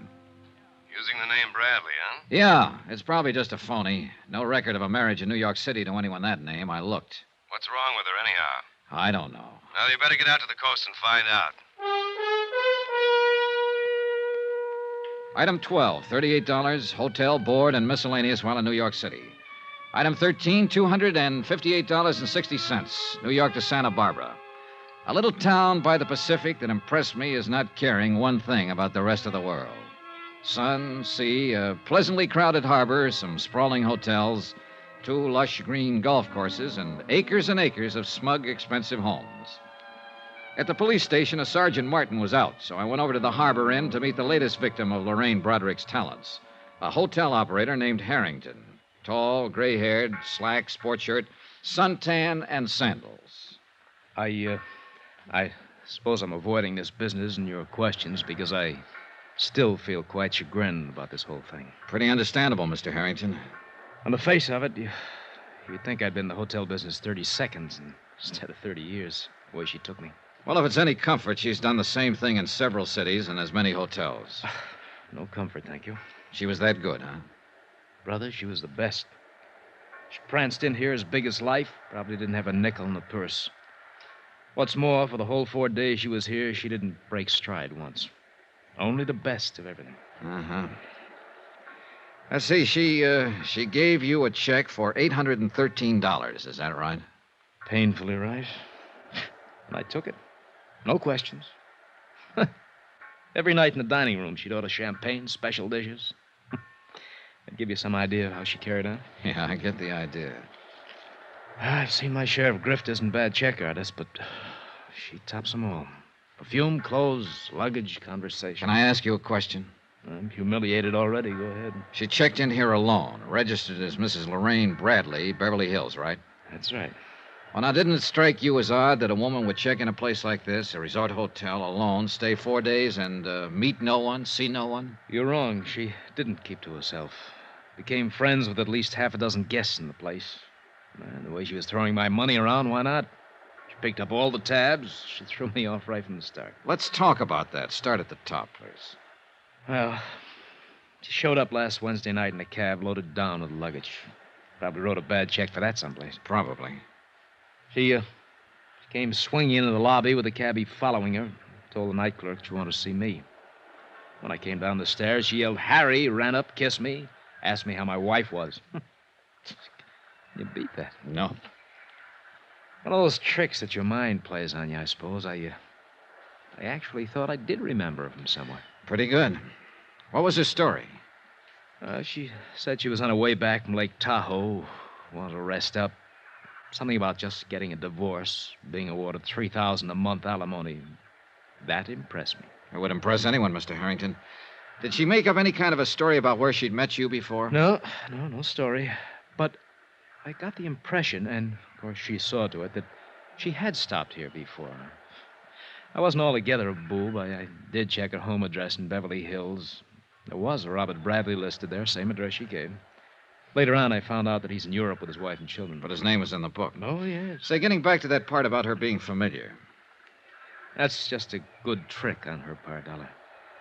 Yeah, I did think I'd known her from somewhere, and, well, she also arranged it so that I was too embarrassed to ask her specifically. In all honesty, I suppose I wanted to have known her. Can you explain that? She was about the most beautiful thing I ever saw. She walked through that door right now and told me none of this was true. I'd probably believe her. Mm-hmm. Do you have a copy of her hotel account? I'd like to look it over. Why? Oh, the phone calls mostly. Maybe she contacted someone we can trace. Mm-mm. No phone calls. Here. This check was drawn on a bank in Beverly Hills. Was it personalized? No. Maybe I should have thought something of that. No, not particularly. Well, here's this much. I can't stand to look it over. It makes me kind of sick. $813.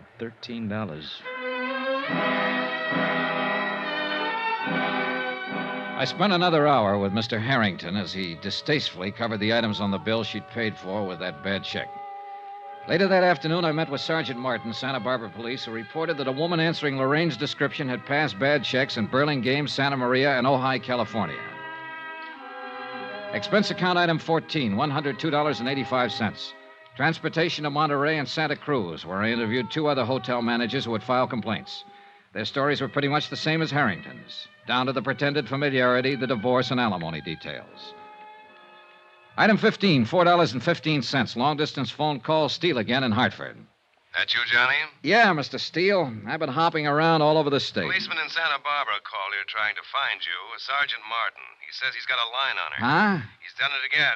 Hop down to Malibu Beach. The man who runs the seaside inn there found out her check was bad 15 minutes after she left. Now get started. You shouldn't be more than an hour behind her. Mr. Steele, I'm on my way.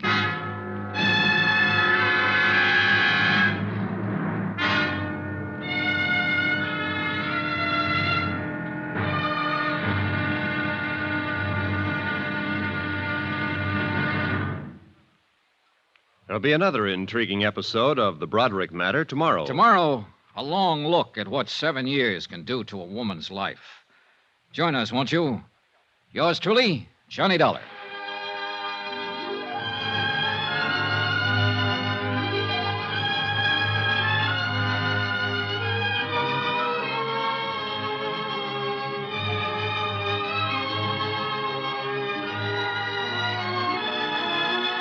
Yours truly, Johnny Dollar, starring Bob Bailey, is transcribed in Hollywood. Written by John Dawson, it is produced and directed by Jack Johnstone. Be sure to join us tomorrow night, same time and station, for the next exciting episode of Yours truly, Johnny Dollar. Roy Rowan speaking.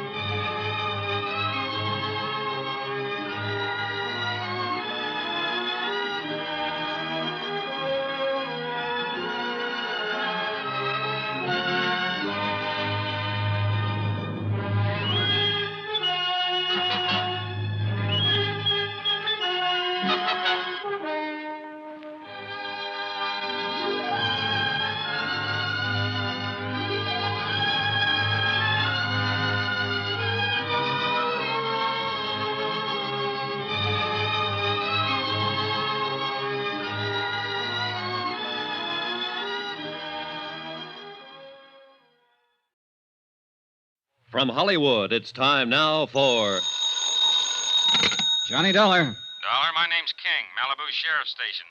Did you leave a message here? Oh, yes, sir. I understand you're looking for Lorraine Broderick. Broderick or Bradley, whatever name she's using.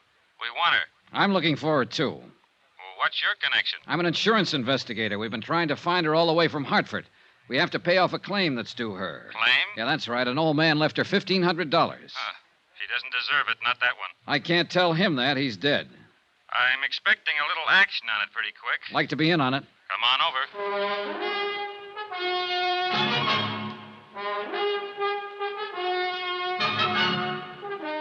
Tonight and every weekday night, Bob Bailey in the transcribed adventures of the man with the action-packed expense account, America's fabulous freelance insurance investigator. Yours truly, Johnny Dollar.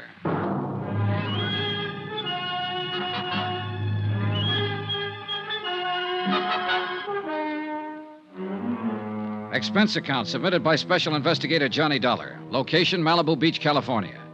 To the Eastern Trust Insurance Company, Claims Division, Hartford, Connecticut. The following is an accounting of expenditures during my investigation of the Broderick matter. More expenses, item 15, $38 even. More transportation. My trip here to Malibu Beach, where I didn't even bother listening to another disgruntled hotel proprietor repeat a bad check story I knew only too well. I went directly to the sheriff's station and Deputy King. Well, that's about the picture, Mr. Dollar. Lorraine Bradley was at the inn 4 days and checked out this morning. Used the name Bradley. Lorraine Bradley. She can't be too far ahead of you now. I hope not. This has been a long, rough chase. While she was at the inn, she took up with one of our local residents, a man named Joe Tappan, who lives over in the beach colony. We know this much. He drove her into town this morning when she checked out of the inn. Have you talked to this man Tappan yet? He hasn't come back yet. When did she leave the inn? Oh, about 10 this morning. Uh-huh. After 2 now. It gives him just about time. He has a house over in the colony. We've got a man there. Colony? Down the road a piece. They call it that because a lot of movie stars built beach homes there 25 or 30 years ago. Movie colony, right in the beach. Oh, this Tappan, is he an actor? Yeah, when he gets work, which isn't very often. Mainly, he keeps suntan. Excuse me. Sure. Yeah, this King. Oh. Good, right away. Tappan just drove up to his house. Let's go. I went with Deputy King to talk with Joe Tappan. He turned out to be a healthy, muscular man in his mid-30s. By the time we got there, he was in trunks and sunglasses, sitting on a porch at the front of his house. He was a little stunned by the news we brought him. What? Lorraine a phony? But are you sure about this, Sheriff? That's the man at the Seaside Inn. Oh, no. No, I don't believe it. Is this Lorraine? Go ahead, look at it. Well, that looks like Lorraine. Yes, but I can't be sure. She's older. Well, I mean, the girl in this picture's pretty young. It's her, all right. Mr. Dollar's been looking all over the country for her. Hartford, New York City, up and down this coast. Well, come on. Let's go up to the house. I thought I knew her pretty well.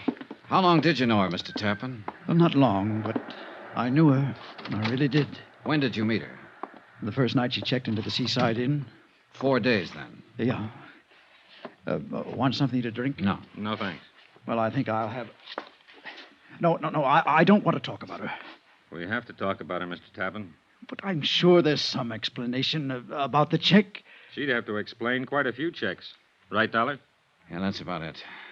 Mr. Tappan, I understand you drove her into Los Angeles this morning. That's right. I took her to the Beverly Glen Hotel. Did she check in there? No, she just dumped her luggage. She told me she didn't know whether or not she'd have to go to Chicago tonight. Something about a house she owned there that had to be rented or sold. Uh-huh. Did you leave her there at the Beverly Glen? No. She made a phone call and said that she had to meet her lawyer. Did she say where? A bar in Hollywood. The Topper, I think it was, on Cahuenga Boulevard. I drove her over there and left her. When was this? A couple of hours ago, I guess. About noon. How was she dressed? Black, strapless, wore a fur stole. Did she mention any names, tell you anything about herself? Oh, yes. She told me that 6 months ago, her little boy was killed in an automobile accident. He was only 2 years old. She said that was the thing that broke up her marriage to this Bradley. Uh-huh. And she told me that she needed to believe in something again. Someone. And that she needed someone to believe in her. Well, there wasn't any little boy or any husband, Mr. Tappan. There have been a couple of men I've talked to, a dentist in Hartford, a businessman in New York, who felt the same way as you do about her. Well, even with what you told me, I believe what she said. Why, she cried a little when she was telling me. Oh, I don't care how you look at me. I don't think that anyone could invent a story that tragic without some sort of basis. A good liar can see a story in a newspaper like that one and adapt it for his own needs. But I am an actor, sir, and I can tell when other people are acting. She wasn't. She... Well, go on, Mr. Tappan. Look, I've got a suggestion for you. What's your name? Dollar. I've got a suggestion for you. Try believing what people tell you sometime. It'll do something for that habit you have of bearing down with your eyes. Okay, the next time I have 2 weeks off. What? See you, Mr. Tappan. I drove into Hollywood with Deputy King. At the Beverly Glen Hotel, a worried clerk was still wondering what to do with the 14 pieces of luggage Lorraine Broderick had deposited there earlier. No, she was not registered at the hotel. No, she hadn't phoned in and given him any instructions. Deputy King made arrangements for a man to cover the lobby in case she showed up to claim her things, and we went into the topper. What'll it be, gentlemen? Police. I'd like to talk to the man who was on duty here at noon today. Oh, that's me, sir. Is anything wrong? This is Mr. Dollar. We're trying to locate a woman who's been using the name Lorraine Bradley. We were told she was in here around noon today. Nope, I don't recognize that name, sir. About 5'5", dark brown hair, brown eyes, 24 years old, wore a black strapless summer dress and a stole. Yeah, it's 20... No, nobody like that in all day. No, so noon is a pretty slow time, sir. I'd have noticed if anybody like that came in, I think. Have you been on duty all that time? I came on at 10. That's when we opened. Are you sure this is the right place, the topper? Now, this is the place. Well, I wish I could help you, sir, but I'm sorry. Excuse me, will you? Yes, sir. Well, we struck out. One thing. What's that? That luggage at the Beverly Glen. Yeah. We'll keep an eye on it.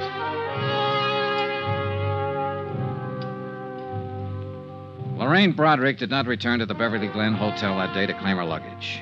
The lobby was watched around the clock. Her description was on the Daily Bulletin. Every policeman in Los Angeles was on the lookout for her. I spent my time thinking about the little girl who had helped an old man sell newspapers one afternoon years ago. A little girl with a face like an angel. I didn't feel good about this case. But Joe Tappan felt worse when I went to see him again. Well. Hi. Mind if I come in? What now, Mr. Dollar? Your girlfriend. What about her? I've been thinking about what you told us. So? So maybe you didn't understand what I told you. Now, look I'm here. not pushing my weight around, Tappan. But it seems to me you're a little stubborn in what you want to believe about her. How old did she tell you her baby was that she lost in a car accident? 2 years old. All right. 2 years ago, she was working for a dentist in Hartford, Connecticut. He was pretty much in love with her. She left him flat to take up with a man in the brokerage business in New York. She left him flat. Took $6,500 when she did it. There wasn't any baby in her life then. Her name was Lorraine Broderick. It still is.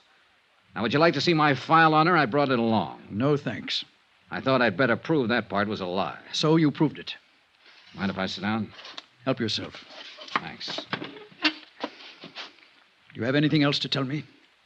I suppose I do, Mr. Tappan, since you don't seem to want to tell me anything. Now, just sit down, please.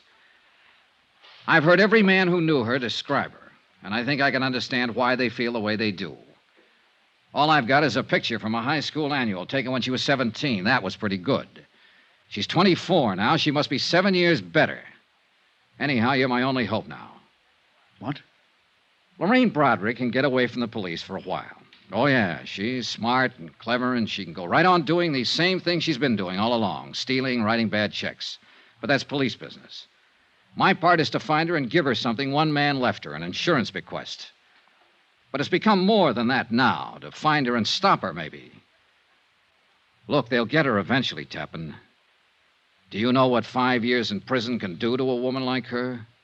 Do you? Well, because I know her and she passed a few bad checks doesn't mean that I'm responsible in any way. You're right, it doesn't. But you're involved just the same. Oh, you're different from just some hotel man who's been tilted. You're a boyfriend. True, just a 4-day boyfriend.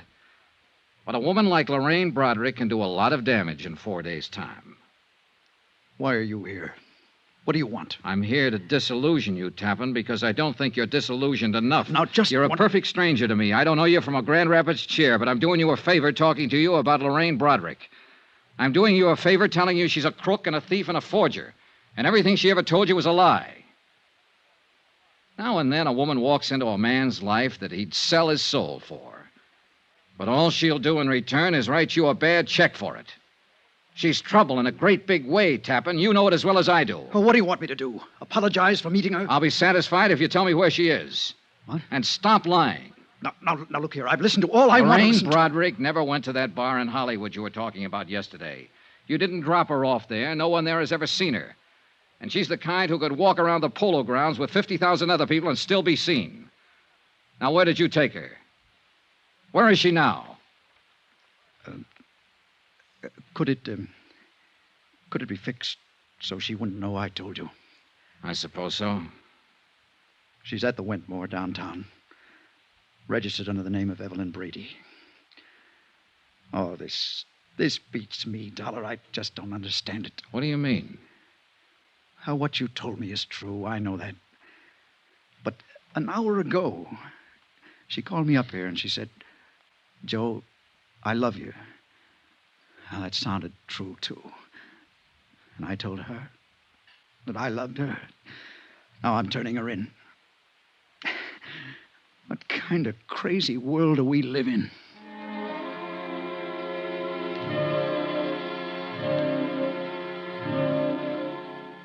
Expense account item 16, $14. Cab fare from Malibu to downtown Los Angeles in the Wentmore Hotel. A second-rate old-timer on Figueroa Street. A little different from the swank spots where Lorraine Broderick had lived so gaily. The clerk told me she was in 1302. I walked down the hall to Lorraine Broderick's room. The door was standing partially open. All of the lights seemed to be on. Hello? Hello? Hello, anybody? Move it! Huh? Get out of this room! What? Get away, or I'll jump! I'd found Lorraine Broderick at last. Only she was standing on a ledge outside the window, all ready for a leap into eternity.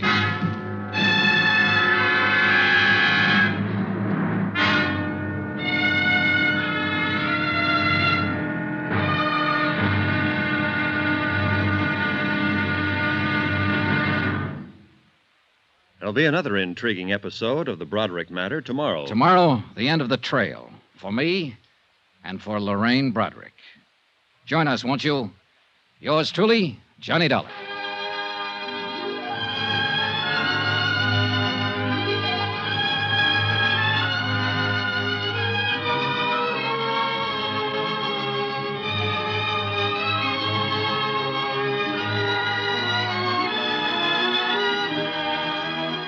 Yours truly, Johnny Dollar, starring Bob Bailey, is transcribed in Hollywood. Written by John Dawson, it is produced and directed by Jack Johnstone.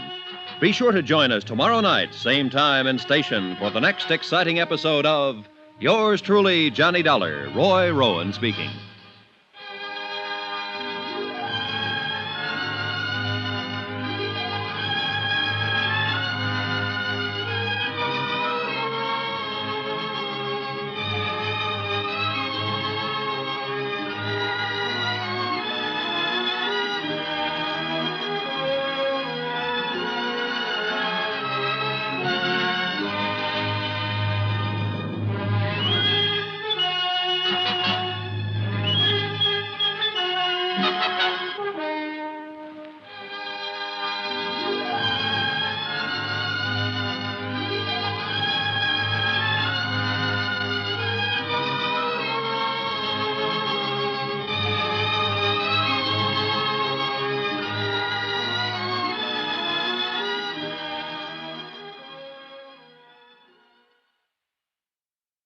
From Hollywood, it's time now for Johnny Dollar. Room 1302.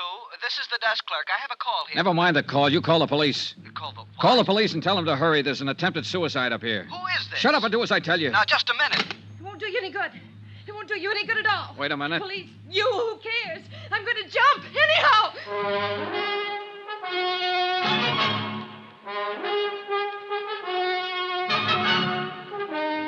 Tonight and every weekday night, Bob Bailey in the transcribed adventures of the man with the action-packed expense account, America's fabulous freelance insurance investigator. Yours truly, Johnny Dollar.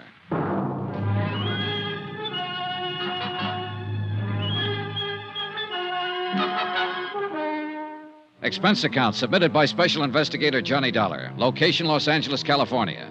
To the Eastern Trust Insurance Company Claims Division, Hartford, Connecticut. The following is an accounting of expenditures during my investigation of the Broderick matter. An old man in Hartford died and left $1,500 insurance money to a little girl who had been nice to him one afternoon back in 1943. My job, get the money to her.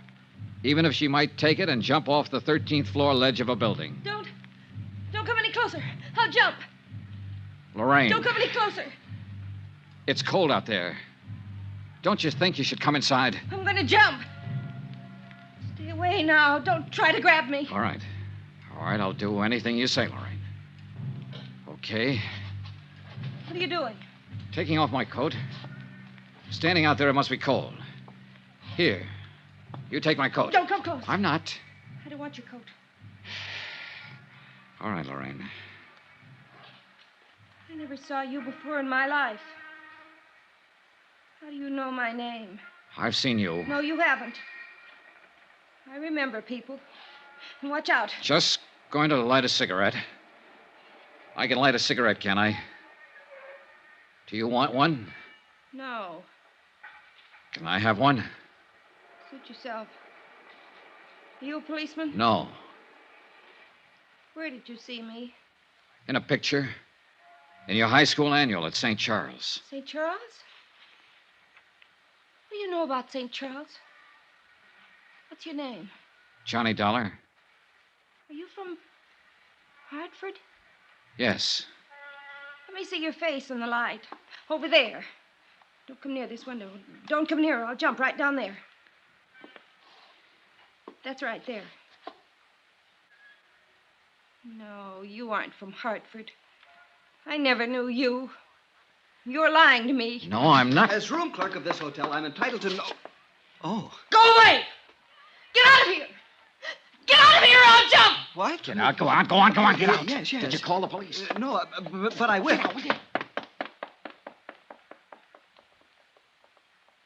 heard you tell him about the police. I don't care. They can't stop me. Nobody can stop me. No. No, I suppose not, Lorraine. You can jump any time you want to. I can't stop you. And I wanted somebody to call the police. I want them all down there. When the crowd's big enough, I'll jump. And I'm not afraid to do it. I'm not afraid. I know that. Lorraine, why don't you come away from the edge? I won't hurt you. Everybody hurts me. You would, too. Why do you want to jump, Lorraine? I have my reasons. Look. There's a couple of people down there who see me. They're looking up here. They'd like to see me jump. Look, they're stopping other people. They'd all like to see me jump. I don't think they'd like to see that at all, Lorraine. Oh, yes, they would. Those people down there would love to see it happen. You'd like it, too. No, I wouldn't. I want you to live, Lorraine. You're afraid, aren't you? Yes, I am. Why? Dying is something all of us face. If you die here tonight, it makes me a little afraid of dying. I don't like to be afraid of anything. Neither do I. You must be afraid of something. I'm not afraid of anything. I've never been afraid of anything. I'm going to jump down there, and that proves I'm not afraid. I don't believe you, Lorraine. I think you were afraid to love Dr. Pollard in Hartford. I think you were afraid to marry William Dameron in New York City. I think you've been afraid of everything and everybody that was good for you for a long, long time. Don't come closer. Would you like to talk to a priest, Lorraine? No. Look, sometimes a priest can help you when you're all You're mixed. so worried I'm going to jump off here any minute you'd say anything. Or try anything. I don't even know what you're doing here. Why you came here. I told you, Lorraine, I've been looking for you. Tell him to go back. Tell him all to go back or I'll jump. Go back. Go on back, you crazy fools. Get back. It's all right. They aren't coming. I don't want anybody here. A lot more people down there in the street now. Oh, they're getting the big lights up here. Golly. Lorraine, look at me. Look toward me. What? I want to help you, Lorraine. Nobody wants to help me. Nobody's ever wanted to help me. You're wrong. Then why did Mama and Daddy die? Why did they have to die? Why did Uncle Jim die? Why was I left alone? Why didn't I have anybody? You did have somebody. You had Dr. Pollard if you wanted him. You had William Dameron. Did you meet William? Yes, sure, last week. He's still very much in love with you, Lorraine. After I stole money from him and walked out on him? Oh, the money meant nothing to him. He still loves you, Lorraine. He told me so. I don't love him. I never loved him. He thought so. He was just nice. Why did you leave him that way? I'm no good. I never have been. You know. I've never been any good to anybody. You're lying to me about him. Would you like to talk to Dameron? I can get him on the phone. No, I don't want to talk to him or to anybody. I know. But after I jump, you can tell him something for me. Sure. Tell him I meant to send the money back to him. I didn't. You can tell him I loved him. He'd feel good if you told him that, I think. All right. Go back! I don't care who you are! Go back or I'll jump right now! Wait!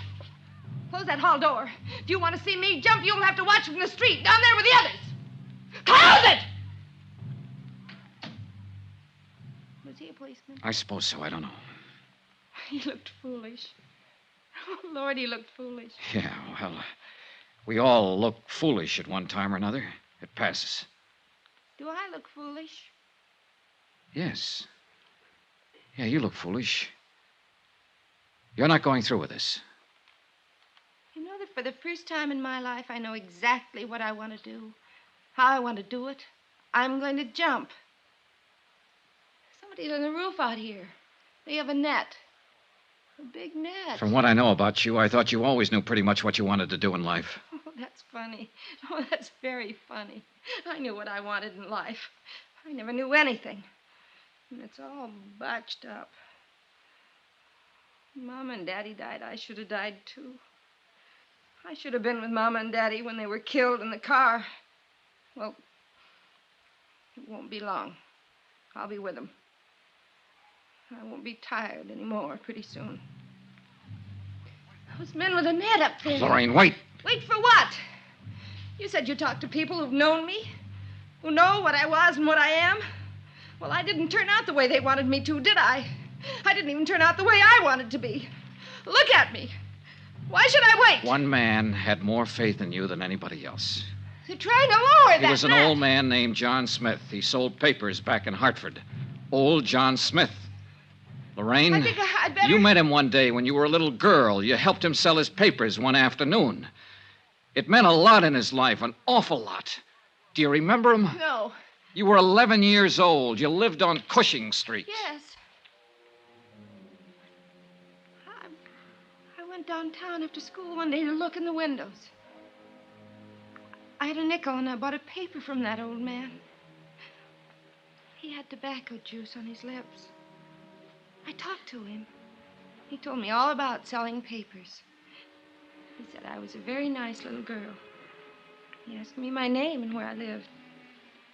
He talked about school and about growing up. He told me I'd grow up someday and be a lovely woman. He said, lovely woman. He was very nice.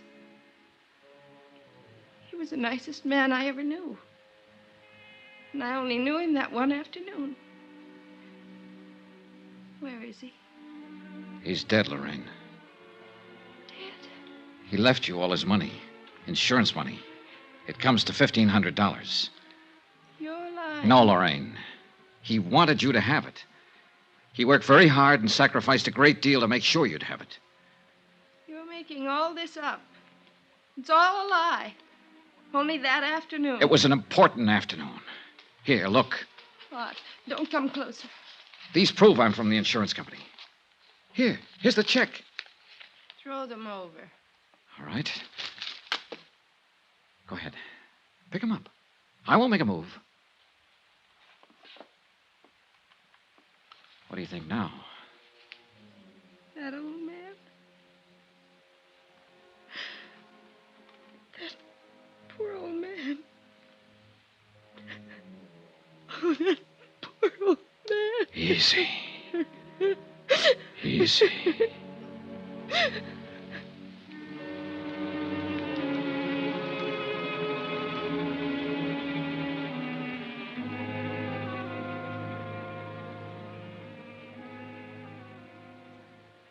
Expense account item 17, $5.50, martinis.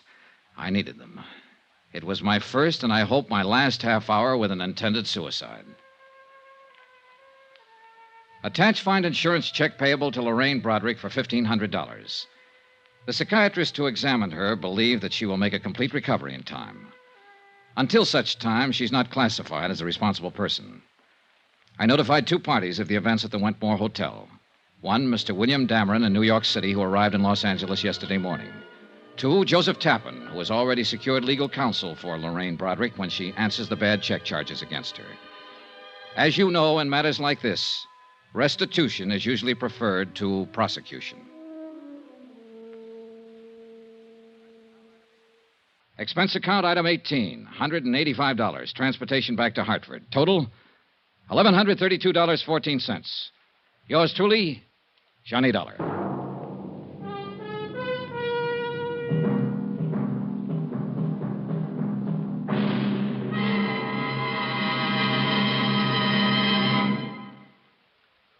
Remember, please, there'll be another intriguing story for you beginning next Monday night. Next week, the Cronin matter.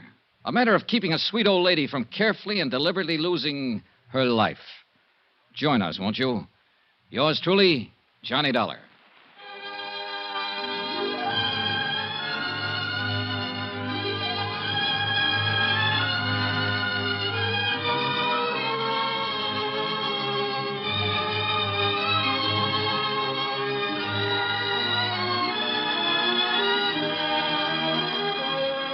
Yours truly, Johnny Dollar, starring Bob Bailey, is transcribed in Hollywood.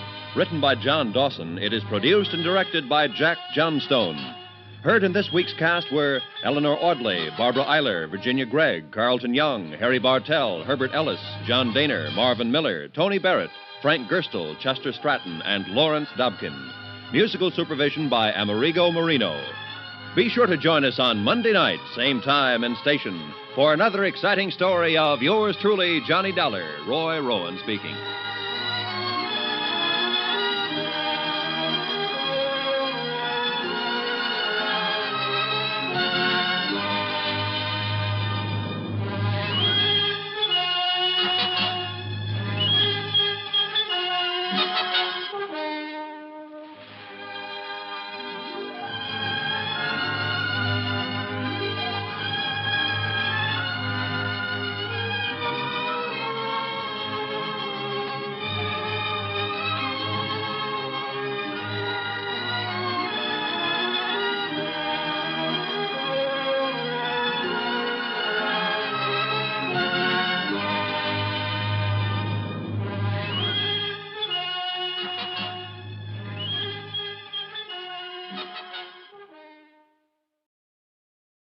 From Hollywood, it's time now for Johnny Dollar. George Atkins at Northwest Indemnity. Oh, hiya, Georgie. How'd you like to go to New York, Johnny, and get into the game-mad world of the theater? Thanks a lot, Georgie, but no thanks. I'm not the grease paint type. I know, but Amy Bradshaw is. Amy Bradshaw? Yeah, we wrote a policy on her a couple of years ago. Look, if it's her autograph you want, why send me? It's not that simple. Anyhow, she's got all the fans she wants. I know. I'm one of them. I think she's great. Johnny, looks like somebody's trying to kill her. Georgie, I'll be right over.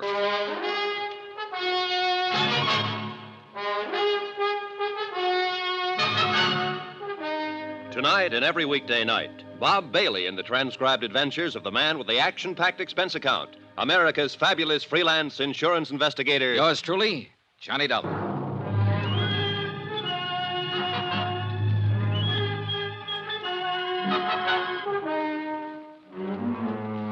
Expense account submitted by Special Investigator Johnny Dollar to the Northwestern Indemnity Alliance, Hartford, Connecticut.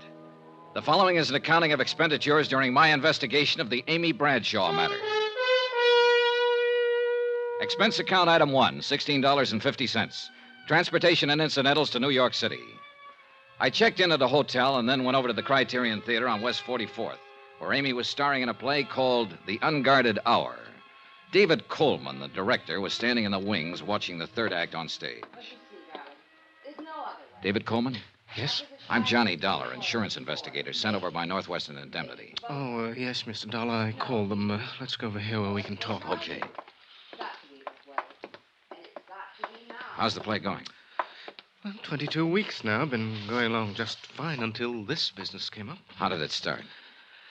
Last evening, just before curtain time, I dropped by Amy's dressing room. She looked, well, strange. How so? Pale, trembling. She was staring at a note in her hand. It sounded like some sort of crank note. You know, you are an evil woman. You will be punished by sudden death, unquote. Have you reported this to the police? Oh, no. I was afraid that if I did, it might get into the papers, and we don't want that kind of publicity. I see. How about if I talk to Amy after the show? I told her you'd be down, and she'll talk to you. Oh, good. Well... Mr. Dollar, the strain of this whole thing's beginning to show up in her performance. She's making mistakes, and it rattles the cast, especially the young ingenue, Sheila Mitchell. Mm-hmm. Well, I'll see what I can do. There's always the possibility that it is just a crank note and that Amy will never hear any more of it. Well, that's what I'm hoping. But we might as well face another possibility. That somebody close to Amy is using the crank note as a cover. Has that thought ever occurred to you? Why, no. No, it hasn't, Mr. Dollar.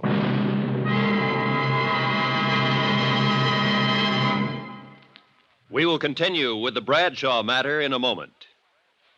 Friends, how'd you like to thrill your favorite youngster with some of the most exciting toys of the year? Picture the breathless excitement of any child surrounded by 6 gaily colored balloon-like giant animals up to 3 feet long, and all for the low, low price of just $1. Now, first you get Bounzo the clown with round pot belly and funny nose. Next comes Hoppy the Australian kangaroo. Third, there's Roscoe the roller skating bear. He's 2 feet tall and looks almost like real. Fourth, there's Whitey the fat indoor snowman. And fifth, Mortimer the giant mouse, 18 inches long and sure to scare the whiskers off any cat. That's 5 different giant animals. But now, hold your breath for the most sensational toy of all, the star of the whole Christmas season, the jolly giant talking Santa Claus, guaranteed to make everybody's Christmas a merrier one. He's a big roly-poly happy Santa. He stands erect on 2 legs, is actually over 3 feet tall and 32 inches around. Best of all, he actually talks. Just pull the tape and he says, "Merry Christmas" for all to hear. He's the biggest, merriest talkingest Santa ever, sure to please your youngsters and spread good cheer.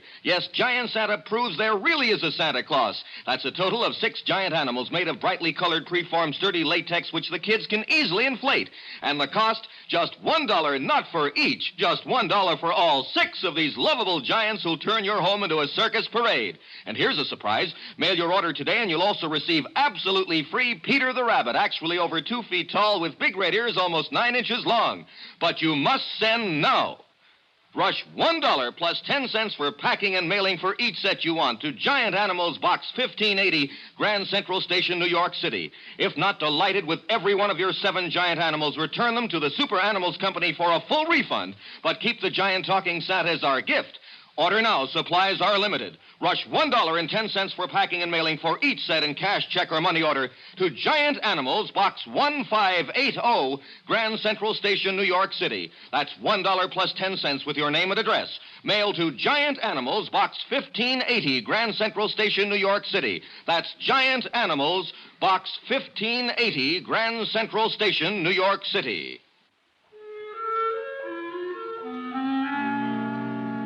I waited for Amy Bradshaw in her dressing room at the theater. 15 minutes later, after the final curtain, she swept in. Oh, there you are, Mr. Dollar. I'd never seen her from closer than the 15th row So sorry before, I kept you and waiting. needless to Did say, you I see was the show? impressed. Ghastly But I didn't have a chance to say Didn't so. you think the second act I didn't have a sagged and chance we to say rushed the anything. third? Oh, well, that's the way it goes. If you'll just give me a minute to get some of this makeup off. Now? Now. Hi. Hi. I knew it was only a question of time until you ran down. Oh, I'm sorry. I guess I get a little overcharged out on the stage. Sure. Listen, it's nice meeting you, Mr. Dollar, and I know why you've come down here, but I think you're wasting your time. Oh? This whole thing's really pretty silly, you know. I hope so, Miss Bradshaw. You mean Amy. Okay, Amy. Say, look, how about having a drink with me somewhere? We can talk about it. I'd love to, but I'm afraid I have a date tonight. Could we make it tomorrow, maybe? Sure, okay, anytime. Excuse me. Come in. Oh, Mike. Oh, hello, Amy. I'm sorry. I didn't know you had company. That's all right. This is Johnny Dollar. Johnny, Mike Pomeroy, my agent. Mr. Pomeroy? How are you? What'd you think of it tonight, Mike? Well, they seem to like it okay. Oh. Tell you what, Amy, I'll see you tomorrow, eh? Tomorrow, Mike? I've got a few things I got to take care of tonight. Contracts to go over, you know, things like that. Oh, of course. Well, glad to meet you, Dollar. Night, Amy. Is that offer of a drink still good, Johnny? Well, sure, but I thought you said you have... Oh. Oh, sure. Let's go. Thanks for understanding. Anywhere in particular? There's a little place right down the street, small and quiet. Good. Oh, What's the matter? would you mind if we crossed the stage and went out the other door? Well, no. Why? I think someone's waiting for me outside this exit. Oh. It's sort of a friend of mine, Porter Kane, but he can be a little wearing, and I'm rather tired. Sure. I could see him through the open door. A thin-faced, rather elegant-looking man in a black Homburg. We went out the other side and down the street to a bar a few doors away. Item 2 on expense account, $4, drinks. After the first one, Amy relaxed a little. I wanted to get her talking about herself, and it wasn't too tough to do. There's not really much to tell about me. I've been acting a long time. Sometimes it seems too long. I've come a long way. Some people would say up. I hope it is. You make it sound pretty simple, Amy. I guess we do what we have to. All of us. I had to act, so... So, just like that, huh? Just like that. You've always gotten everything you wanted, haven't you? I think so. Hasn't anyone ever gotten in your way? No, Johnny, that's never happened. If it did... It looks to me like somebody's standing in your way right now. What do you mean? That threatening letter you got the other day. I told you, the whole thing's silly. There's nothing to it. Now, that's what you told me, but I don't think you believe it. Okay. So maybe I have worried a little about it. I wouldn't have if it hadn't been for... Oh, it was probably only my imagination. What was, Amy? Well, last night after the show, I felt like walking a little. I went west on 44th Street to Times Square, and as usual, it was crowded. I stood on the curb waiting for the light to change, and suddenly I got shoved out into the street. Oh? Right out into the traffic. I jumped back just in time. You see who did it? How can you tell in a crowd like that? I know. It was probably only coincidence that it happened right after I got that note, but... Oh, Johnny, I still just can't believe anybody is really trying to do me harm, but... I guess what's been making me nervous during the performance is staring out at that blackness past the footlights, wondering if there's somebody out there who hates me. Uh-huh.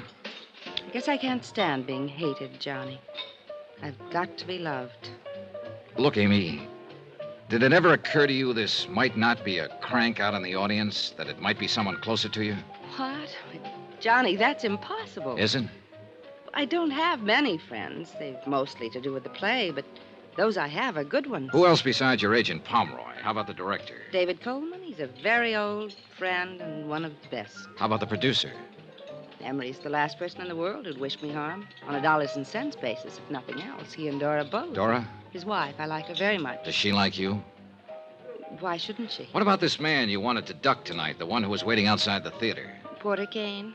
Oh, he's a sort of a fan, I guess. A little eccentric, maybe, but he's been very good to me. Oh, Johnny, really, it couldn't be any of them. Maybe, maybe not.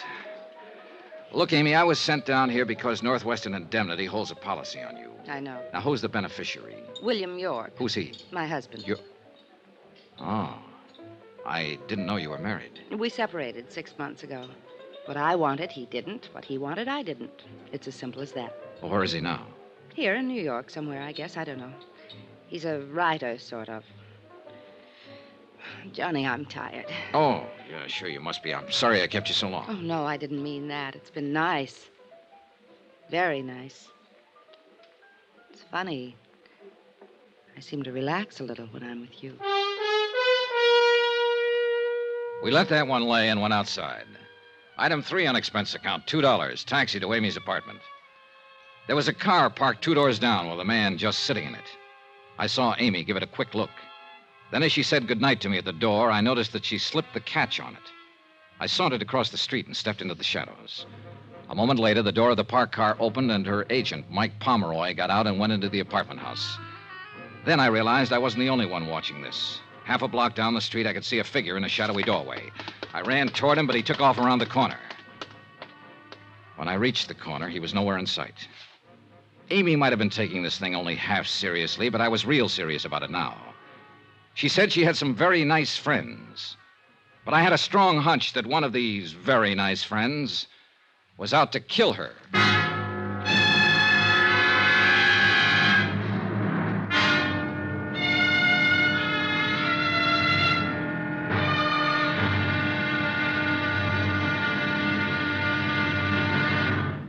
Johnny Dollar will be back in a moment to tell you about tomorrow's episode. Friends, send for your set of some of the most exciting toys of the year. 6 giant inflatable toys for only $1, some up to 3 feet tall. You get Bounco the happy clown, Hoppy the Australian kangaroo, Roscoe the 2 feet long roller skating bear, Whitey the fat indoor snowman, Mortimer the giant mouse 18 inches long, and last but not least, the great giant talking Santa, a roly-poly giant over 3 feet tall and 32 inches around the belly that actually says Merry Christmas out loud when you pull the tape. That's 6 sensational giant toys for only $1, made of sturdy, gaily colored latex that the kids can easily inflate. Send $1 for each set to Giant Animals, Box 1580, Grand Central Station, New York City. And if you order right now, you get Peter the Rabbit over 2 feet tall absolutely free. If not delighted with your giant animals, your money refunded immediately. Order today. You may never hear this offer again. Rush $1 plus 10 cents for packing and mailing in cash, check, or money order to Giant Animals, Box 1580, Grand Central Station, New York City. That's $1 plus 10 cents for each set with your name and address to Giant Animals, Box 1580, Grand Central Station, New York City.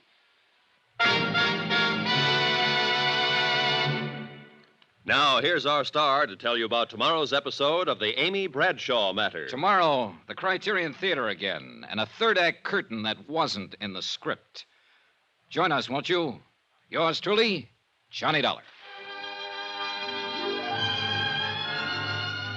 Yours truly, Johnny Dollar, starring Bob Bailey, is transcribed in Hollywood. Written by Robert Reif, it is produced and directed by Jack Johnstone. Be sure to join us tomorrow night, same time and station, for the next exciting episode of Yours truly, Johnny Dollar. Roy Rowan speaking.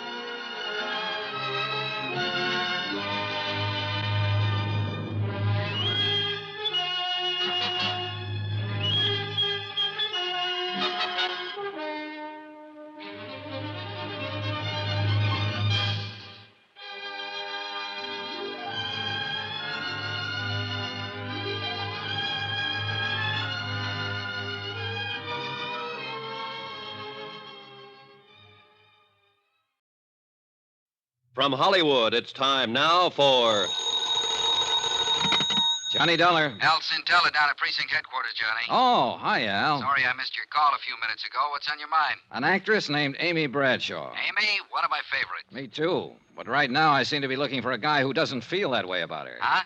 Al, it looks like somebody's trying to kill Amy Bradshaw. Better come down here and tell me all about it.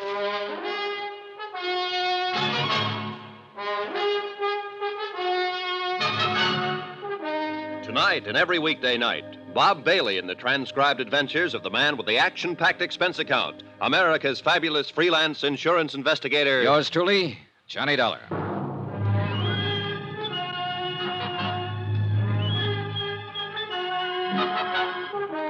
Expense account submitted by Special Investigator Johnny Dollar. Location, New York City. To the Northwestern Indemnity Alliance, Hartford, Connecticut. The following is an accounting of expenditures during my investigation of the Amy Bradshaw matter. The threat of an attempt on her well-insured life. Expense account item 5, $1.75. Cab from my hotel to precinct headquarters to talk to Detective Lieutenant Al Cintella. Al looked about the same as the last time I'd seen him. Rugged, competent, maybe a few pounds heavier. Sit down, Johnny. Sit down. Thanks. Something about Amy Bradshaw, you said. Yeah. Didn't know you were a friend of hers. Northwestern Indemnity holds a $25,000 life insurance policy on her. Here, take a look at this note. Amy got it several days ago. You are evil. You will be punished by sudden death. Oh, come on now, Johnny. A couple of nights ago, after the show, somebody shoved Amy off the curb and out into the traffic over in Times Square. Well, the same thing happens to me almost every time I'm around Times Square. You know what I smell in all this? Oh, sure. You probably smell a publicity stunt. I sure do. You think I'd fall for a thing like that? You known Amy Bradshaw very long? No. I'd seen her in a few shows, but last night was the first time I'd ever met her in person. If I didn't know you pretty well, I'd say you might be getting a little stage struck on her. Uh-huh. What about the man who trailed Amy to her apartment last night? Oh? Who? I don't know. I chased him, but he had too much of a lead on me. I still wouldn't go jumping to any conclusions. Who you got to work on, for instance? Well, for one, David Coleman, her director. Then there's the producer, Emery Taylor, and his wife, Dora. From what Amy said, I gather Dora doesn't like her very well. Anybody else? And there's her agent, Mike Pomeroy. She seems to be pretty wrapped up in him. Whole stable full, huh? Yeah, looks like it.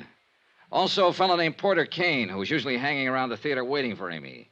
And finally, the man I really came to talk to you about. Who's that? Name is Bill York, her husband, but they're separated. Oh? She doesn't know where he is. You figure he might tie in somehow? He is the beneficiary of Amy's insurance policy.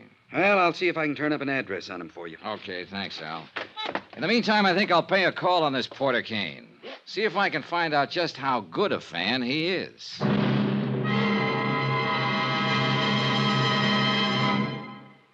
We will continue with the Bradshaw matter in a moment.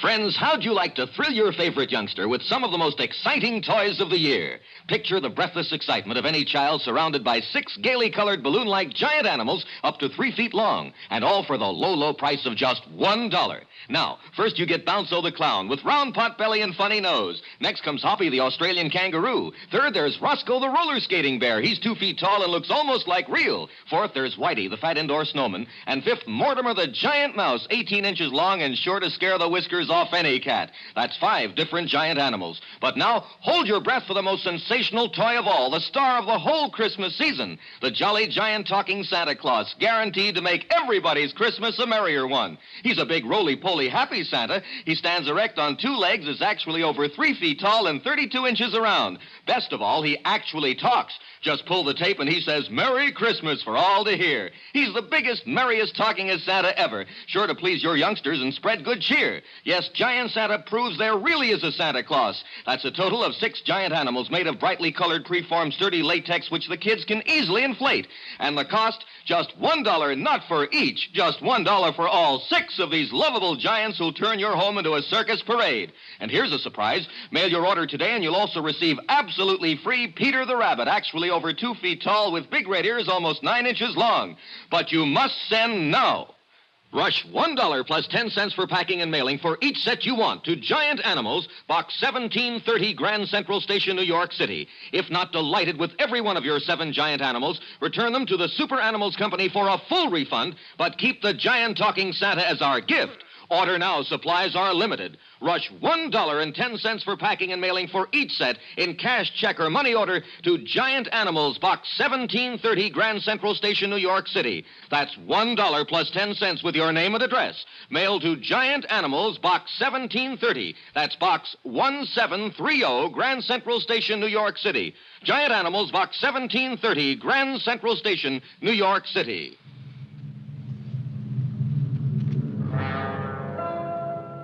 Expense account item 6, $225. Cab to the apartment of Porter Kane in the East 70s. It was an expensive-looking place. I got there about noon, but Porter Kane was just finishing breakfast, accompanied by Chopin. May I offer you a cup of coffee, Mr. Dollar? Oh, thanks. A blind, please. Yes. Now, you came to see me about Amy Bradshaw, I believe. That's right, Mr. Kane. I represent Northwestern Indemnity Alliance. They hold a policy on Miss Bradshaw. You perhaps want some sort of character reference on her? You, might put it that way. Well, in that case, you couldn't have come to one better qualified than I. You see, Amy is my career at present. Afraid I don't understand, Mr. Kane. Well, some years ago, I was relieved of the sordid but customarily necessary task of working for my bread and butter. The result is that I've been able to devote myself to a fascinating hobby. What kind of a hobby? I collect things. Oh? The objects of my interest vary, but they all have one thing in common. Oh? This signet ring I'm wearing, for instance. Yes, I noticed it. Very unusual. The crest is that of the Medici family, Renaissance Italy. The only ring of its kind in the world, so far as any of the authorities on that period are aware. That vase on the table, the painting on the wall, that sculpture. One of a kind, huh? Precisely. Which brings us quite logically to Amy, who is clearly one of a kind. So? So I plan to add Amy to my collection. Just like that, huh? I'm certain Amy will see it my way in time. And I have time. Now, if you'll excuse me, I must dress for the matinee. Will I see you again, Mr. Dollar? Yes. You probably will, Mr. Kane. I was glad to get out of the hothouse atmosphere of Kane's apartment. Real weird, this character. And I had a hunch I'd better keep an eye on him. Item 7, $1.65. Cab fare that evening to the Criterion Theater. I arrived half an hour before curtain time and headed for Amy's dressing room. Then, as I approached her door... You listen real careful. I'll give it to you once again. You've been tossing wrong cues to Sheila for 3 nights now. You've been doing everything you can to upstage her and make her look bad. Mike, it's just that I've been nervous lately. Maybe I have made a few mistakes in my Amy, lives, but... you know I've got plans for Sheila, and I don't want her looking bad in this play. You've got plans for Sheila.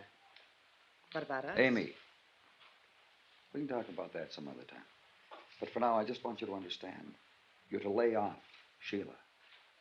I mean it. Is that a threat, Mike? Take it any way you like. It sounded like Pomeroy was coming outside, so I ducked around behind a piece of scenery and waited a moment. Then I went back to Amy's door. Oh, Johnny. Hello, Amy. You look tired. I am. I just had a little go-around with Mike. Pomeroy? Uh-huh. I've been fluffing some of my lines lately. He seems to think I've been doing it deliberately to make Sheila Mitchell look bad. But he's wrong. Have you found out anything yet, Johnny? No, not much. I still can't believe there's anything to it. It's so silly to let it upset me.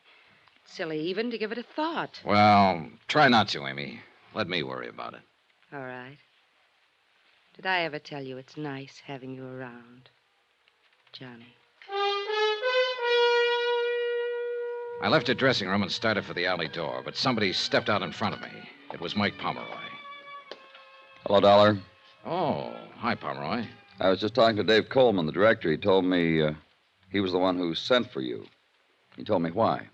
You didn't know about the threatening letter Amy got? No, I didn't. Look, Dollar, every actress I've ever known has gotten at least one note like that during her career.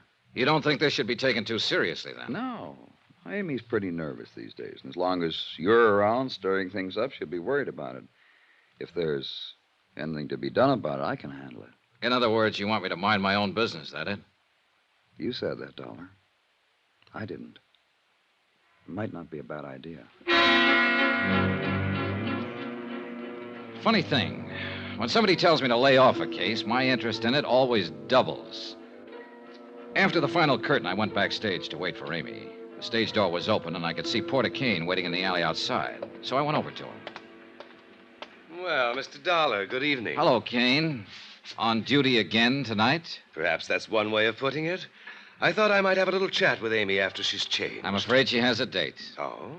Do you happen to know with whom? Yeah, me. Mr. Dollar, are you suggesting that I'm to regard you as some sort of rival? Not at all, Kane. I'm just suggesting that I'm a friend of Amy's. I see. Good night, Mr. Dollar.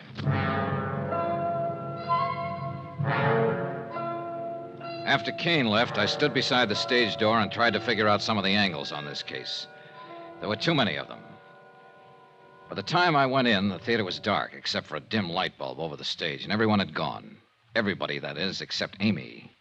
I ran into the darkened theater. She was standing horrified next to the stairway by the dressing rooms, her eyes fixed on something that lay on the floor. Johnny, I was on my way out to meet you. I heard it swish through the air. This heavy sandbag.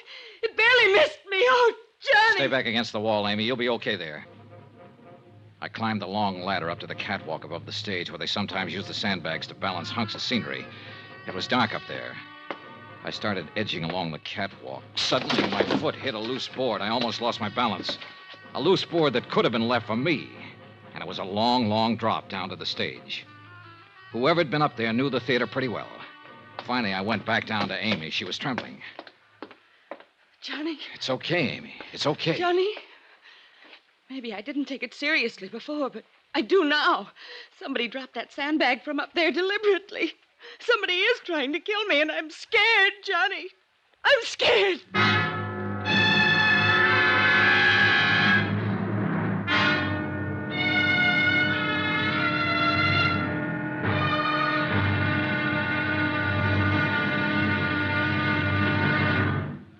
Johnny Dollar will be back in a moment to tell you about tomorrow's episode.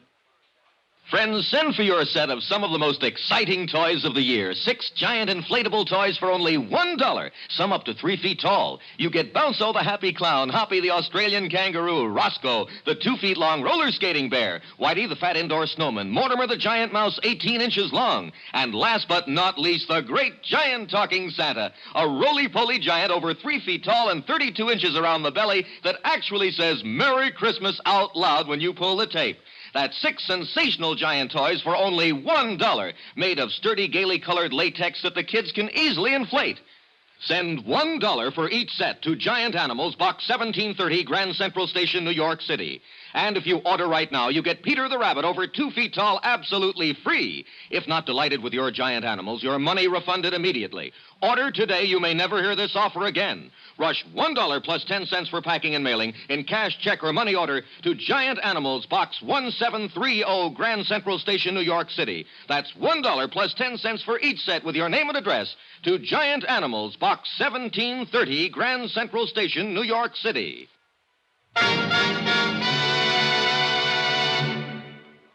Now, here's our star to tell you about tomorrow's episode of the Amy Bradshaw matter. Tomorrow, a man steps onto the stage from out of the past and into a role he doesn't want to play. Join us, won't you? Yours truly, Johnny Dollar.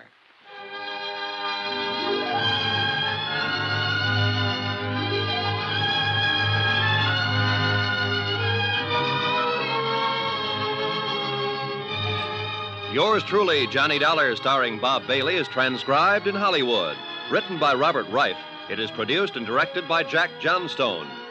Be sure to join us tomorrow night, same time and station, for the next exciting episode of Yours truly, Johnny Dollar. Roy Rowan speaking.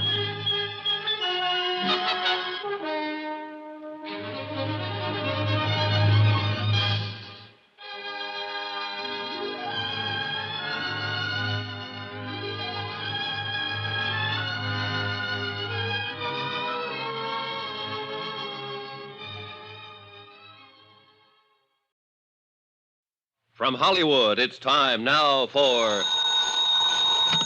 Johnny Dollar. Al Sintella at police headquarters, Johnny. Yeah.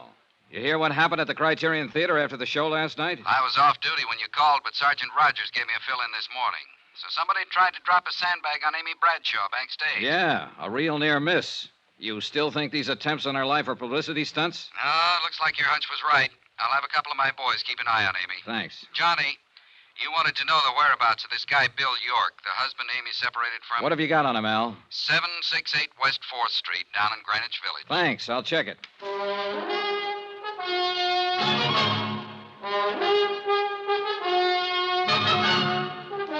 Tonight and every weekday night, Bob Bailey in the transcribed adventures of the man with the action-packed expense account, America's fabulous freelance insurance investigator. Yours truly, Johnny Dollar.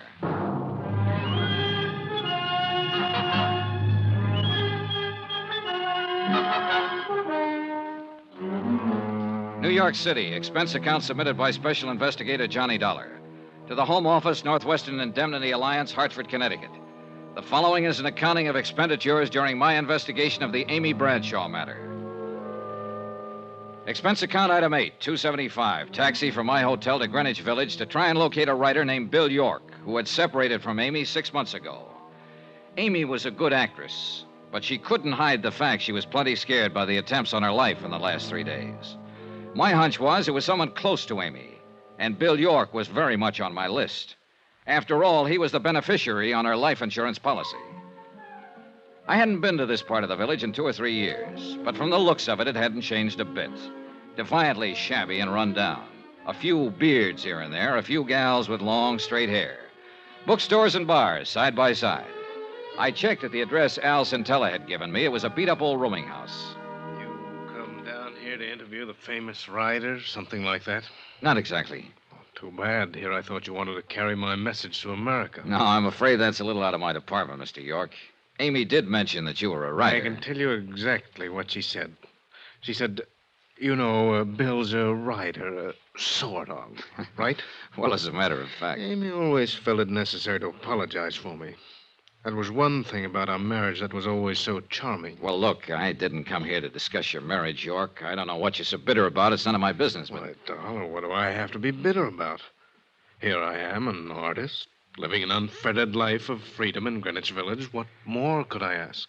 I guess I haven't read any of your books. Don't worry about it. You're in good company. You and the publishers. Oh, that's too bad. Must make a little problem in the grocery department. Oh, that doesn't worry me. You see, one can always manage to live comfortably in hock. Oh? And if one is willing to hock his soul, of course the returns are much greater. I don't get you. That's not surprising, because nobody else but me would call it my soul. It's just the manuscript for an unpublished novel. 3 years of work and sweat and pain. But my clever pawnbroker, Mr. Pomeroy, has a fair idea what it means to me. Mike Pomeroy, Amy's agent? Charming chap. Quite shrewd. In other words, if you could raise some money, you could get this brainchild of yours out of hock from him. Tell me, how long's it been since you've seen Amy? Several months. Why? You haven't been uptown near her apartment the last few days, huh? No. You sure? Of course.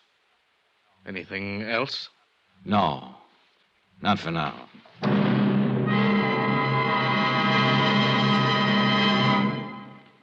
We will continue with the Bradshaw matter in a moment.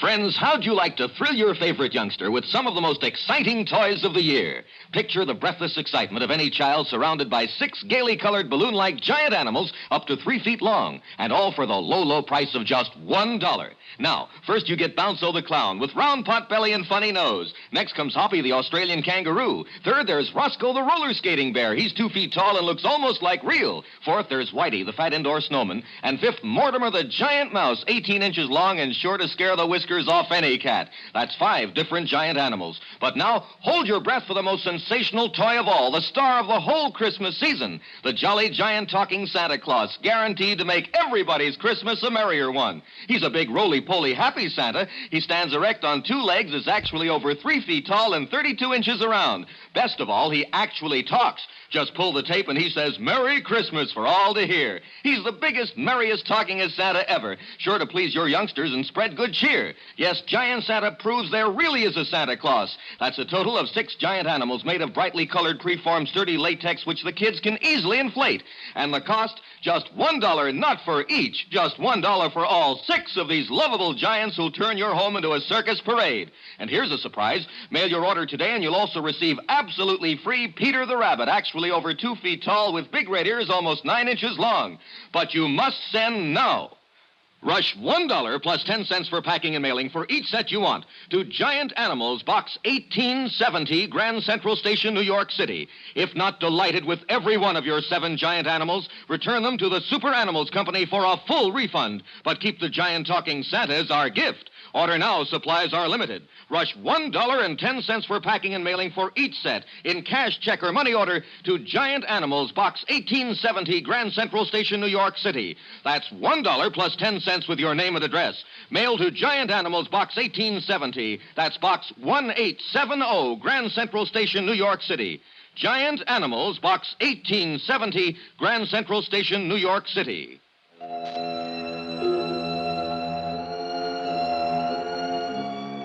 I was getting nowhere in my attempt to find out who was gunning for Amy Bradshaw, and I knew it. I called Mike Pomeroy, her agent, but he was out, so I took the next name on my list, the producer of Amy's play, Emery Taylor. Expense account item 9, $175, cab fare to Taylor's apartment in the mid-50s near the Museum of Modern Art.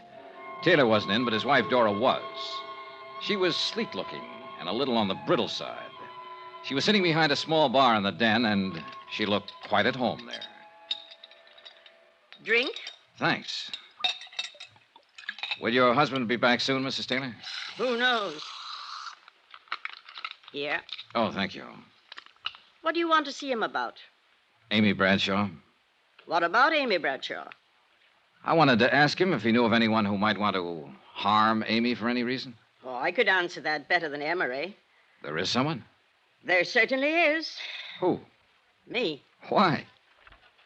Would you like it if your husband was knocking himself out for for a younger woman? Well, now, isn't that part of the business? Is it? That's not all. Amy's hurt plenty of people getting where she is. You think your husband's one of them? I hope not. Who has she hurt, Mrs. Taylor? Do you know Dave Coleman? Her director? He was very much in love with Amy a few months ago. Oh, I see.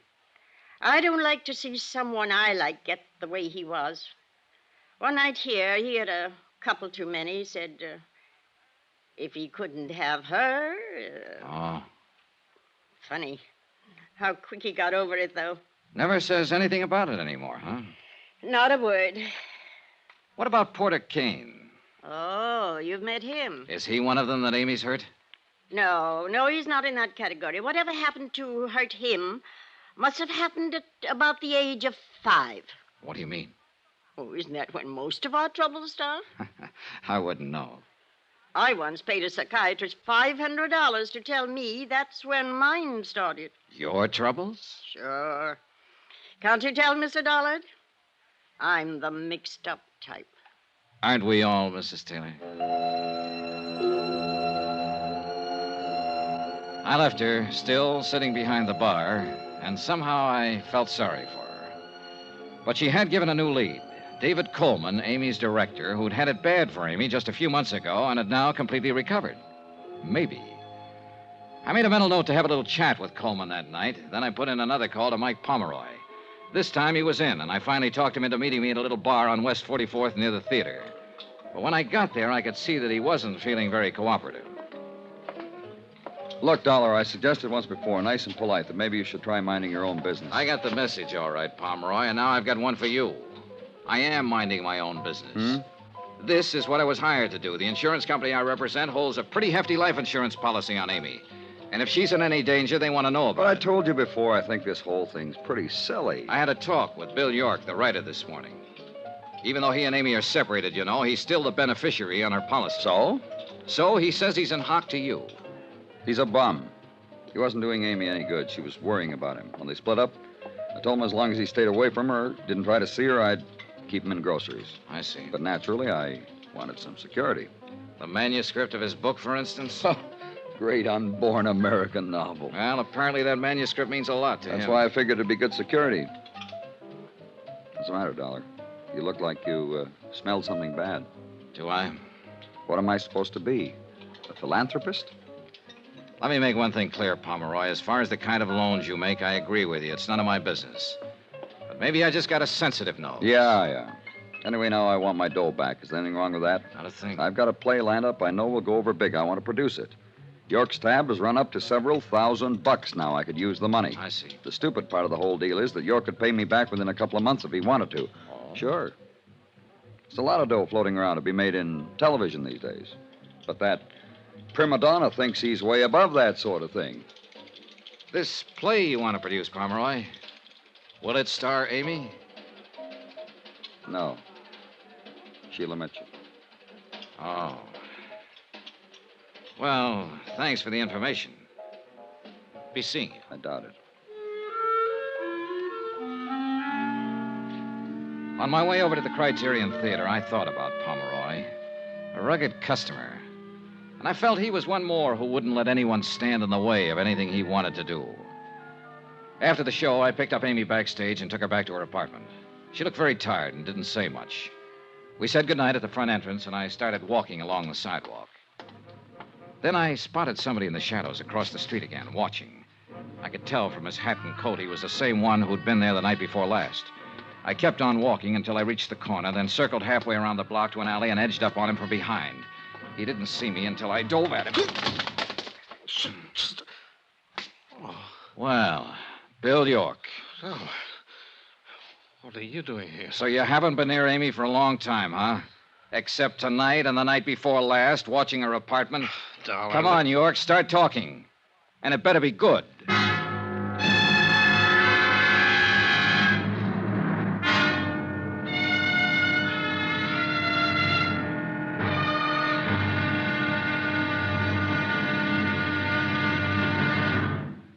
Johnny Dollar will be back in a moment to tell you about tomorrow's episode. Friends, send for your set of some of the most exciting toys of the year. 6 giant inflatable toys for only $1. Some up to 3 feet tall. You get Bounco the happy clown, Hoppy the Australian kangaroo, Roscoe the 2 feet long roller skating bear, Whitey the fat indoor snowman, Mortimer the giant mouse 18 inches long, and last but not least, the great giant talking Santa, a roly-poly giant over 3 feet tall and 32 inches around the belly that actually says Merry Christmas out loud when you pull the tape. That's 6 sensational giant toys for only $1, made of sturdy, gaily colored latex that the kids can easily inflate. Send $1 for each set to Giant Animals, Box 1870, Grand Central Station, New York City. And if you order right now, you get Peter the Rabbit over 2 feet tall absolutely free. If not delighted with your Giant Animals, your money refunded immediately. Order today. You may never hear this offer again. Rush $1 plus 10 cents for packing and mailing in cash, check, or money order to Giant Animals Box 1870, Grand Central Station, New York City. That's $1 plus 10 cents for each set with your name and address to Giant Animals Box 1870, Grand Central Station, New York City. Now, here's our star to tell you about tomorrow's episode of the Amy Bradshaw Matter. Tomorrow, I find I have even more of a reason for keeping Amy alive than I'd realized. Join us, won't you? Yours truly, Johnny Dollar.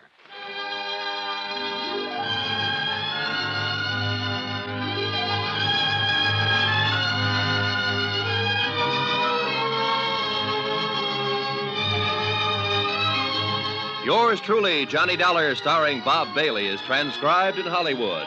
Written by Robert Wright, it is produced and directed by Jack Johnstone. Be sure to join us tomorrow night, same time and station, for the next exciting episode of Yours truly, Johnny Dollar. Roy Rowan speaking.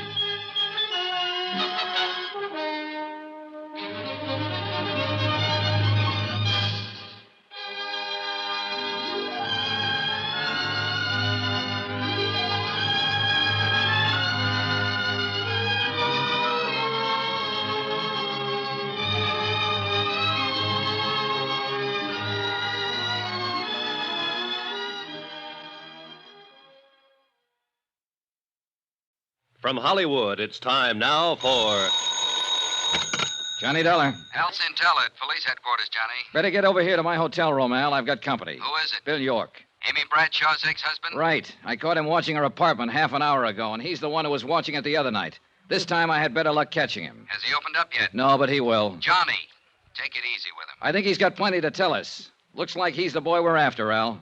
I'll be right over.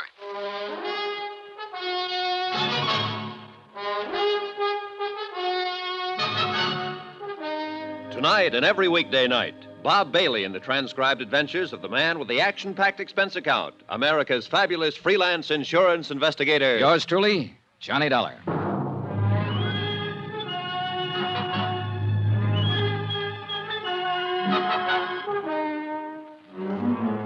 New York City. Expense account submitted by Special Investigator Johnny Dollar. To the Home Office, Northwestern Indemnity Alliance, Hartford, Connecticut.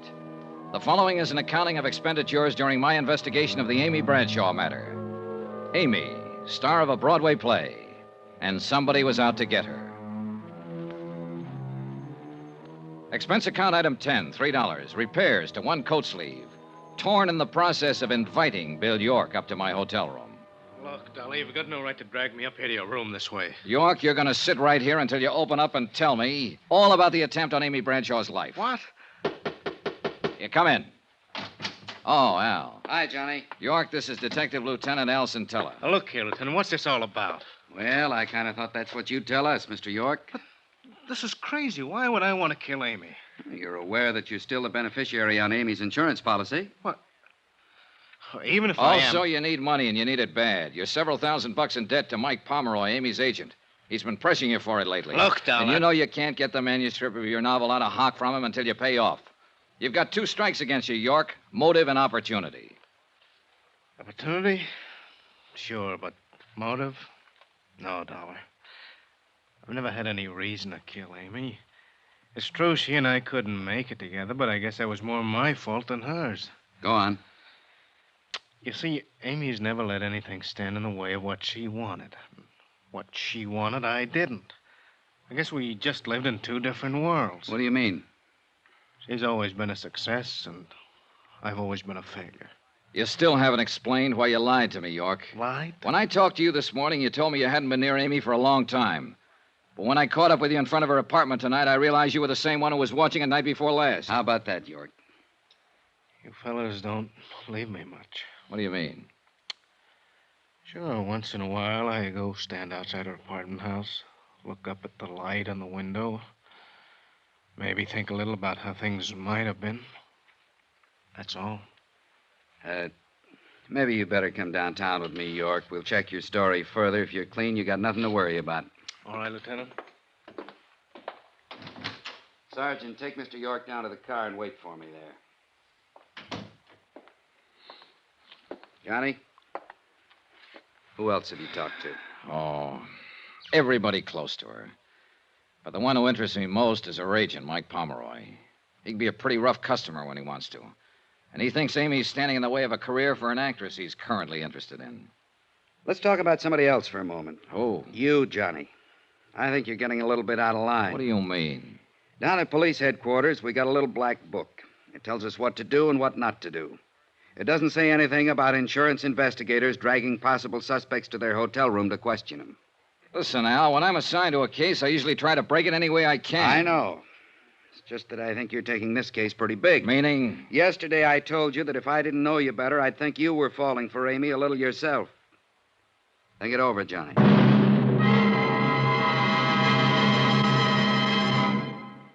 We will continue with the Bradshaw matter in a moment.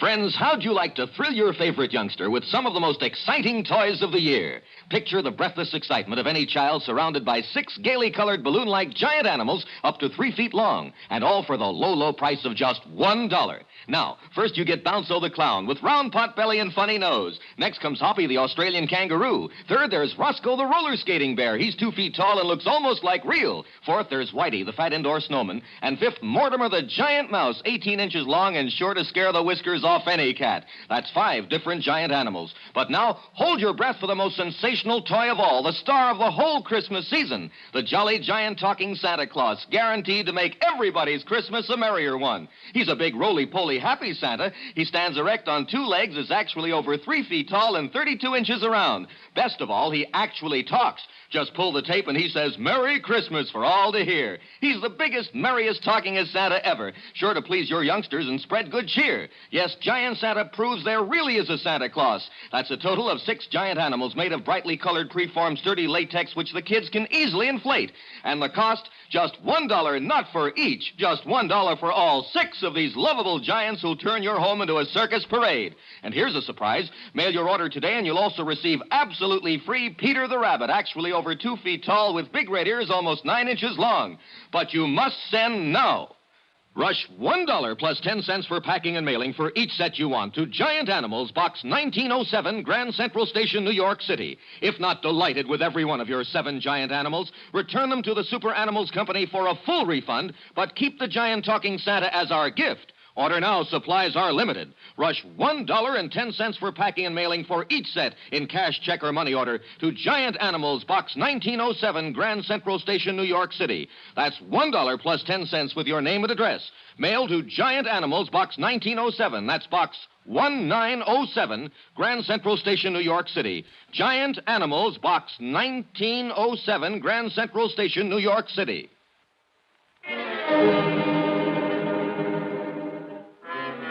Expense account item 11, $4, drinks. For me. I thought about what Al Centella had said. The possibility I was falling for Amy Bradshaw. Thought about it for 2 hours. Finally, I decided I had to find out if he was right. I went over to Amy's apartment.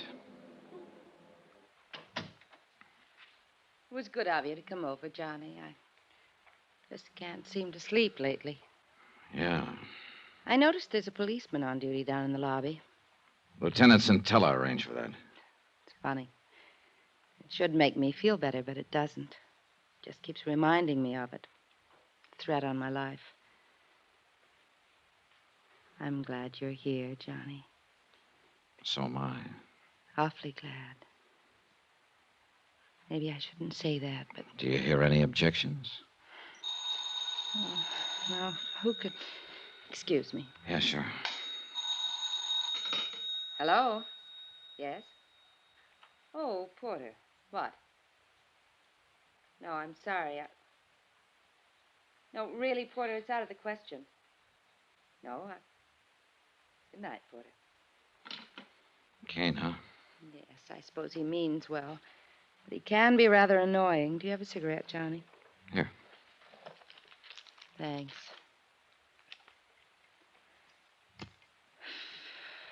You seem rather quiet tonight. Oh, just thinking, I guess. It's funny. A meeting like this. Yeah. Just a few days ago, I didn't know you at all. And now, And now what?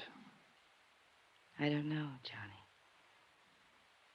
I don't know. Amy. It was a mistake, Johnny. I'm sorry. Was it? Yes. Johnny, I'm afraid I've hurt a couple of people in the past. I don't want to hurt you. Don't worry, you won't. And that's the wonderful thing about being an actress. You play so many parts. The kiss. That was playing a part, huh? Even if it weren't, Johnny, it'd be no good. There'd always be something between us. It's right over there on the mantel. The clock? Yes. We can't turn it back. If I'd met you a long time ago before Mike, but I didn't. No. So? Is the clock so bad, Amy? It is to an actress. Sometimes I pretend it isn't there. You ever do that, Johnny? No, it doesn't do any good. But you can try. You can live a whole life trying. Isn't that really what we all do? I don't know. We go along playing our parts, doing what we have to do, pretending the clock isn't there. But all the while it is. And though we keep on fighting against it, we know we can't turn it back. We can't even stop it. One thing I'd accomplished, I guess. I'd decided I wouldn't be seeing Amy anymore after this case was wound up. Winding it up, though, was another question, and I was still as far from home as ever on it. But I couldn't seem to get Porter Kane and his quaint little hobby of collecting things out of my mind. Why, good evening, Mr. Dollar. Hello, Mr. Kane. Come in, come in. Thanks. I know it's late. I'm sorry. Not at all. As a matter of fact, I was hoping I'd see you again. I don't want to keep you. I see your hat and coat. No, there. I'm not going out. I've just come in. Oh. You said you were hoping you'd see me again? Yes, I enjoyed our other little chat very much. I suppose you came to talk some more about Amy Bradshaw. Matter of fact, Mr. Kane, I came to talk about you. Splendid. And about your hobby. Collecting. A fascinating hobby, Mr. Dollar. You take it pretty seriously, don't you? I've devoted most of my life to it. And I may say that I've succeeded rather brilliantly with it. Each item in my collection is incomparable, without equal. Yeah. One of a kind. And that, of course, is precisely why Amy is necessary to complete the collection. The crowning and final edition. Final? Yes. For your information, Mr. Dollar, when I've acquired Amy, I intend to cease my hobby. Oh. She will complete my collection. Without her, though, it is still incomplete. Mind if I ask you a couple of questions, Mr. Kane? Not at all. You seem to have been pretty successful with your collection. Have you ever run up against an item you wanted but couldn't get? Of course not. That just doesn't happen. Has it ever happened? I can't remember that it ever... Yes. Yes, it did happen once. When? When I was 9 years old. A playmate of mine had a lollipop that I admired greatly. He wouldn't give it to me, and he wouldn't sell it to me. What did you do? I did the only logical thing there was to do. I smashed the lollipop, Mr. Dollar.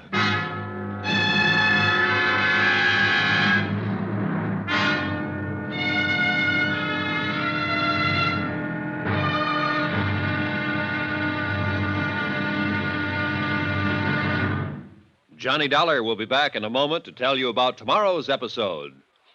Friends, send for your set of some of the most exciting toys of the year. 6 giant inflatable toys for only $1. Some up to 3 feet tall. You get Bounco the happy clown, Hoppy the Australian kangaroo, Roscoe the 2 feet long roller skating bear, Whitey the fat indoor snowman, Mortimer the giant mouse 18 inches long, and last but not least, the great giant talking Santa, a roly-poly giant over 3 feet tall and 32 inches around the belly that actually says Merry Christmas out loud when you pull the tape.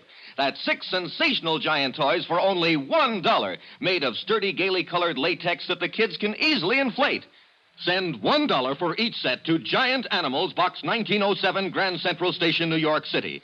And if you order right now, you get Peter the Rabbit over 2 feet tall absolutely free. If not delighted with your giant animals, your money refunded immediately. Order today. You may never hear this offer again. Rush $1 plus 10 cents for packing and mailing in cash, check, or money order to Giant Animals, Box 1907, Grand Central Station, New York City. That's $1 plus 10 cents for each set with your name and address to Giant Animals, Box 1907, Grand Central Station, New York City. Now, here's our star to tell you about tomorrow's episode of the Amy Bradshaw matter. Tomorrow, well, it's the wind-up, and a pretty rough one. Join us, won't you? Yours truly, Johnny Dollar. Yours truly, Johnny Dollar, starring Bob Bailey, is transcribed in Hollywood. Written by Robert Reif, it is produced and directed by Jack Johnstone. Be sure to join us tomorrow night, same time and station, for the next exciting episode of Yours truly, Johnny Dollar. Roy Rowan speaking.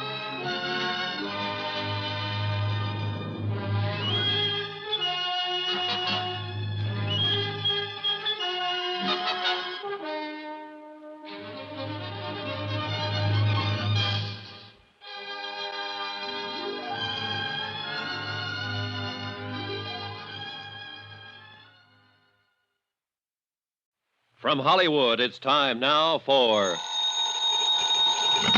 Johnny Dollar. It's Amy Bradshaw, Johnny. Amy, it's 1 a.m. Anything the matter? Yes, can you come over right away? Sure. Your apartment? No, I'm in my dressing room at the Criterion Theater. At 1 o'clock in the... Amy, there's a policeman assigned to you. Is he with you? No, I went out the back way. I came over here alone. But why? He's supposed to be protecting you. Johnny, I can't explain now, but I think I finally know who's been trying to kill me. I want to talk to you right away over here. Hurry. Please hurry.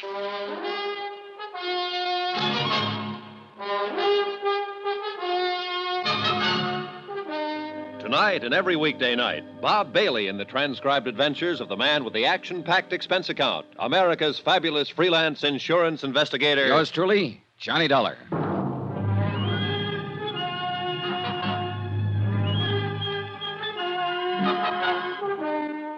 New York City, expense account submitted by Special Investigator Johnny Dollar. To the Home Office, Northwestern Indemnity Alliance, Hartford, Connecticut.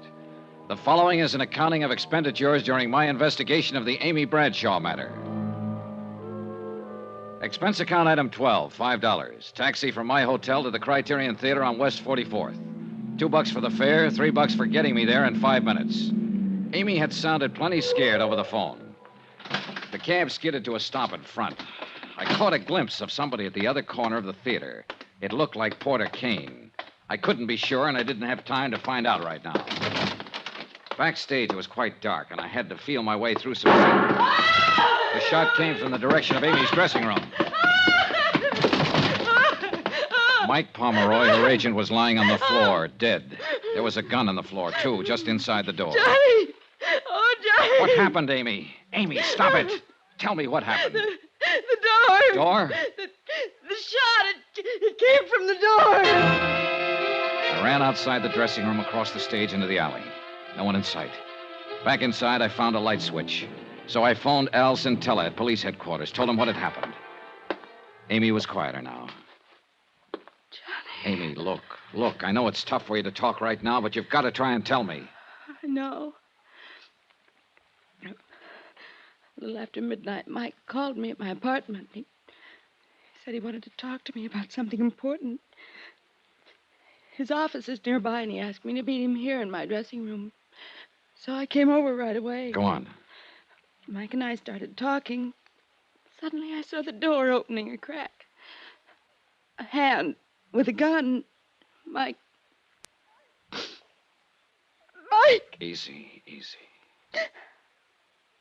Mike saw it, too. He dove in between me and the door. And collected the slug. He fell against the door and it slammed on the hand. And the gun dropped. And the next thing I remember, you were in the room. You didn't see who was holding the gun. No, just the hand. Amy. And there was something on one of the fingers that I recognized. A large signet ring? Yes. Yeah. It belonged to the guy out on the sidewalk. Porter Kane.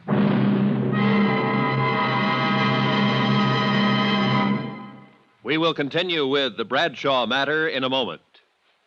Friends, how'd you like to thrill your favorite youngster with some of the most exciting toys of the year? Picture the breathless excitement of any child surrounded by 6 gaily colored balloon-like giant animals up to 3 feet long, and all for the low, low price of just $1. Now, first you get Bounzo the clown with round pot belly and funny nose. Next comes Hoppy the Australian kangaroo. Third, there's Roscoe the roller skating bear. He's 2 feet tall and looks almost like real. Fourth, there's Whitey the fat indoor snowman. And fifth, Mortimer the giant mouse, 18 inches long and sure to scare the whiskers off any cat. That's 5 different giant animals. But now, hold your breath for the most sensational toy of all, the star of the whole Christmas season, the jolly giant talking Santa Claus, guaranteed to make everybody's Christmas a merrier one. He's a big roly-poly happy Santa. He stands erect on 2 legs, is actually over 3 feet tall and 32 inches around. Best of all, he actually talks. Just pull the tape and he says, "Merry Christmas" for all to hear. He's the biggest, merriest talkingest Santa ever, sure to please your youngsters and spread good cheer.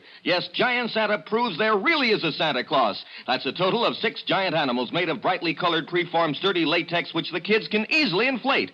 And the cost, just $1, not for each, just $1 for all 6 of these lovable giants who'll turn your home into a circus parade. And here's a surprise. Mail your order today and you'll also receive absolutely free Peter the Rabbit, actually over 2 feet tall with big red ears almost 9 inches long.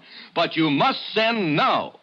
Rush $1 plus 10 cents for packing and mailing for each set you want to Giant Animals, Box 1918, Grand Central Station, New York City. If not delighted with every one of your 7 giant animals, return them to the Super Animals Company for a full refund. But keep the giant talking Santa as our gift. Order now. Supplies are limited. Rush $1.10 for packing and mailing for each set in cash, check, or money order to Giant Animals, Box 1918, Grand Central Station, New York City. That's $1 plus 10 cents with your name and address. Mail to Giant Animals, Box 1918. That's Box 1918, Grand Central Station, New York City.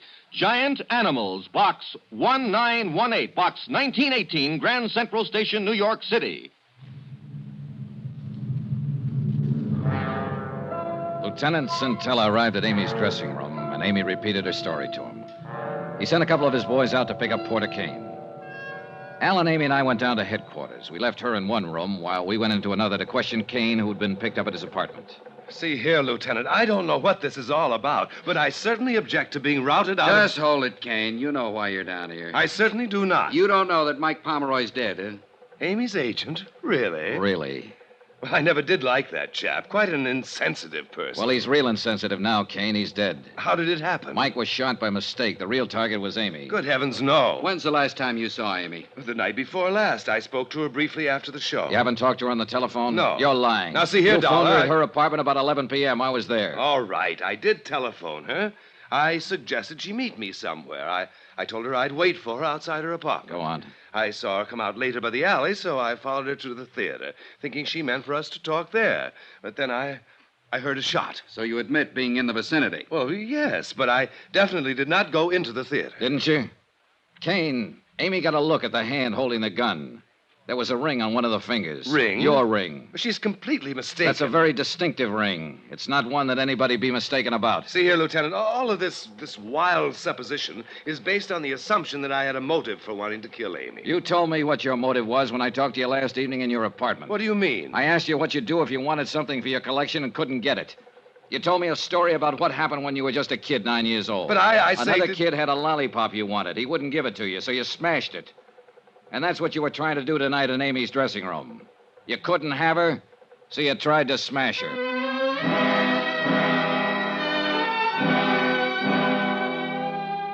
There wasn't much point in my hanging around. So I got Al Centella's permission to take Amy back to her apartment. We could wait there for any new developments. Amy didn't say a word all the way. When we got there, she sat in a chair staring at the wall. When she finally spoke, it was more like she was talking to herself. He's dead. Amy, He's dead because of me. stop talking that way. Mike Pomeroy jumped in the way of a bullet. If he hadn't, you'd be dead. Would have been better that way. Stop it, Amy. Johnny, Yeah. I think You think what? Oh, just a minute. I'll get it. It was Al Centella down at police headquarters. When he finished talking, I didn't say anything. There wasn't anything to say. After I hung up, I stood there a moment, staring out the window. It had started to rain. I felt old and tired and empty and sick. I went back into the other room again. Amy was sitting there looking at me. Johnny, Yeah, Amy? was that call for me? No. Who was it? Lieutenant Centella.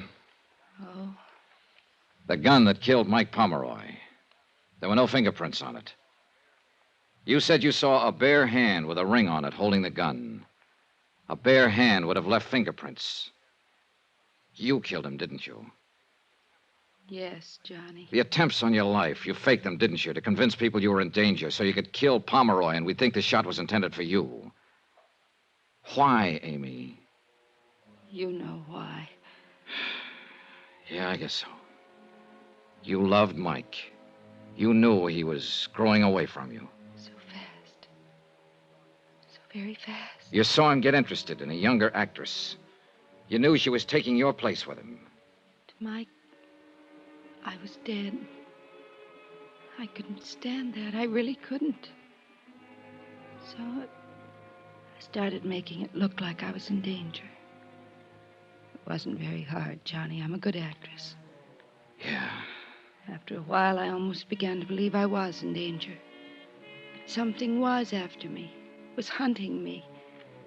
It finally caught up with me, and I did what I did.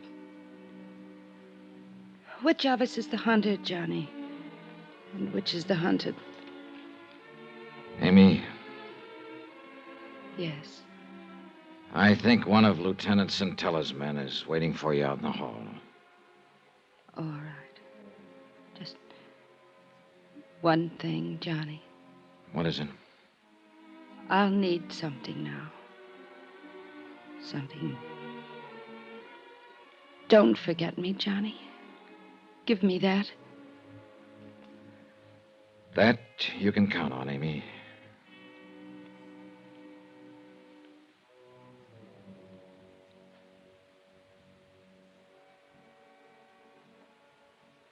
She walked out of the room, and she didn't look back.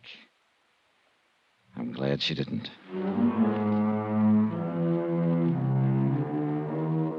Expense account item 13, $16.50. Transportation and incidentals from New York back to Hartford. Expense account total, $185.20. End of account, end of report. Remarks? Amy repeated her confession to Lieutenant Centella. Her trial's coming up soon. Sweet case. Well, tomorrow's another day. So they tell me. Yours truly, Johnny Dollar.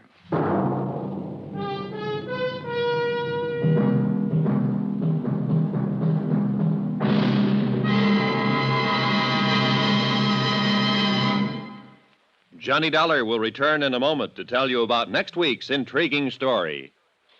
Friends, send for your set of some of the most exciting toys of the year. 6 giant inflatable toys for only $1, some up to 3 feet tall. You get Bounco the happy clown, Hoppy the Australian kangaroo, Roscoe the 2 feet long roller skating bear, Whitey the fat indoor snowman, Mortimer the giant mouse 18 inches long, and last but not least, the great giant talking Santa, a roly-poly giant over 3 feet tall and 32 inches around the belly that actually says Merry Christmas out loud when you pull the tape.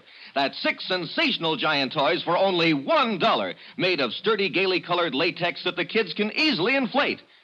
Send $1 for each set to Giant Animals, Box 1918, Grand Central Station, New York City.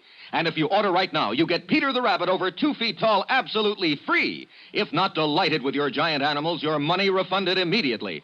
Order today. You may never hear this offer again. Rush $1 plus 10 cents for packing and mailing and cash, check, or money order to Giant Animals, Box 1918, Grand Central Station, New York City. That's $1 plus 10 cents for each set with your name and address to Giant Animals, Box 1918, Grand Central Station, New York City. Now, here's our star to tell you about next week's exciting story. Next week, a case with a great big question mark. Accident, suicide, or just plain murder? Join us, won't you? Yours truly, Johnny Dollar.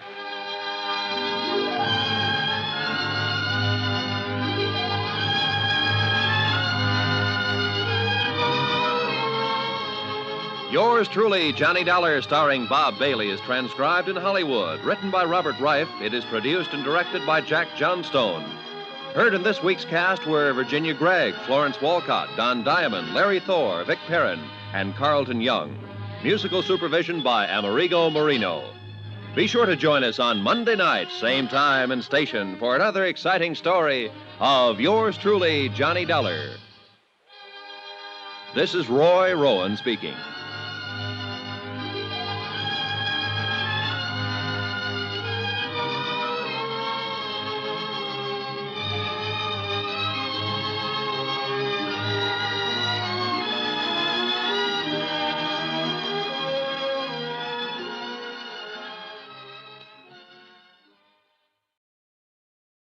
From Hollywood, it's time now for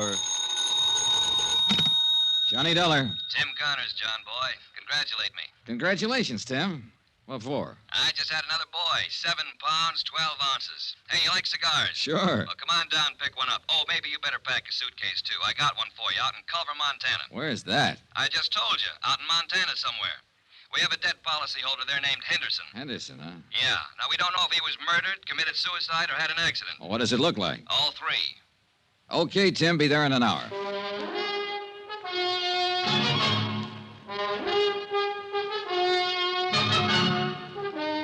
Tonight and every weekday night, Bob Bailey in the transcribed adventures of the man with the action-packed expense account, America's fabulous freelance insurance investigator. Yours truly, Johnny Dollar.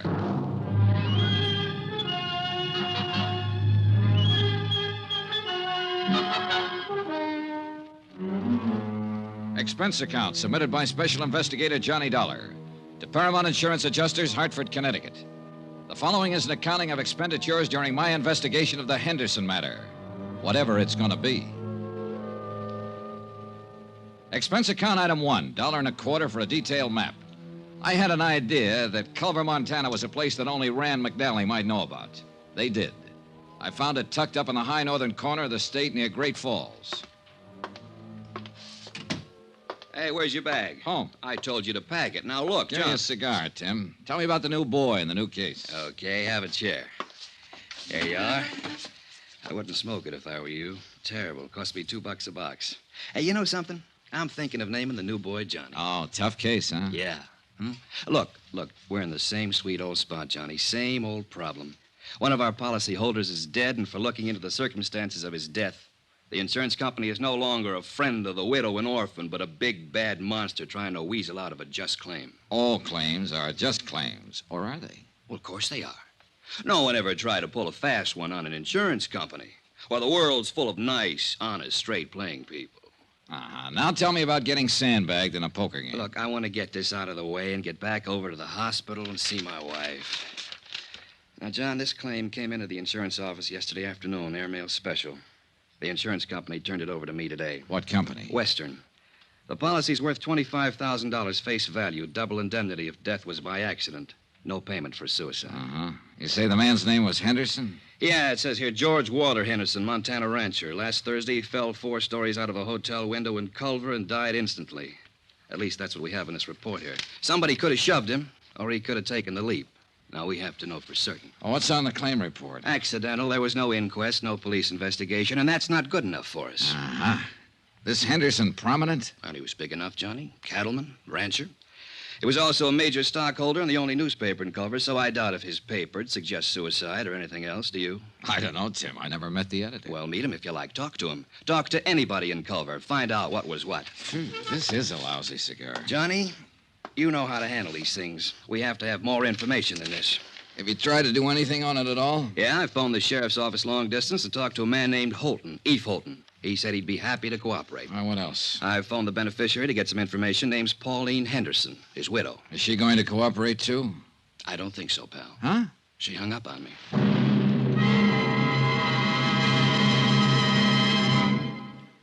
We will continue with the Henderson matter in a moment.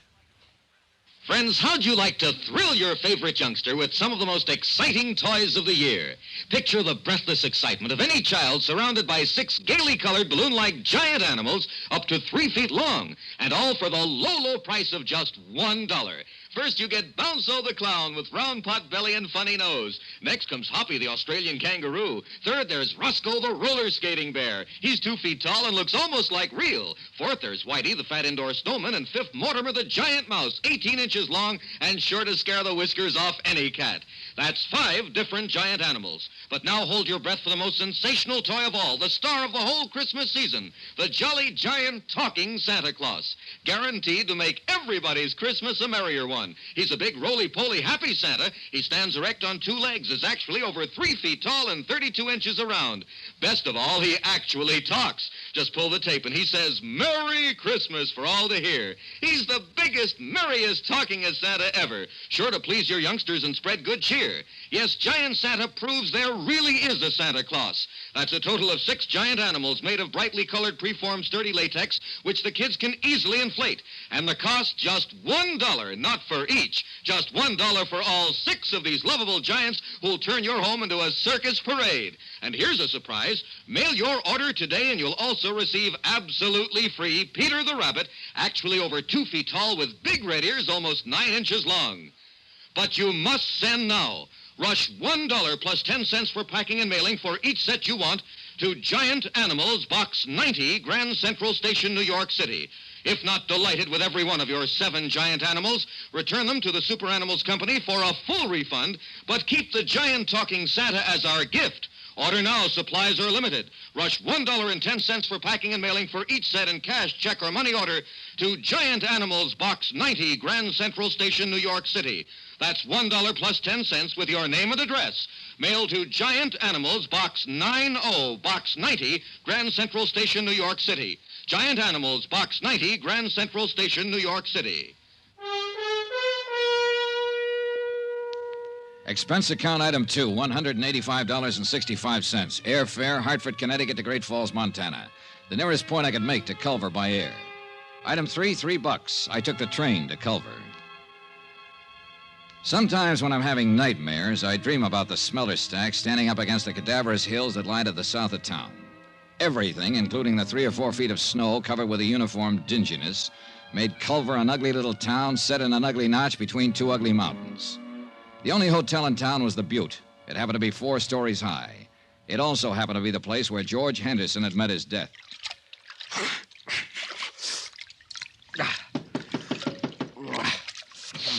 Okay, just a minute.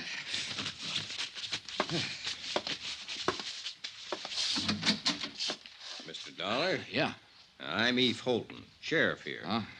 You're from the insurance people, aren't you? Yeah, that's right. Been expecting that you'd be in sooner or later. Well, I'm glad to meet you, Mr. Holton.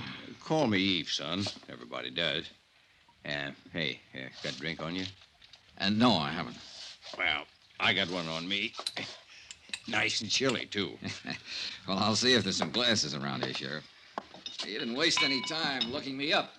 No, I guess I didn't, son. Thought it'd save a little time this way. Knew you'd be looking me up sooner or later. Really thought we ought to have this drink together, private. May not have any more together while you're here. Uh-huh.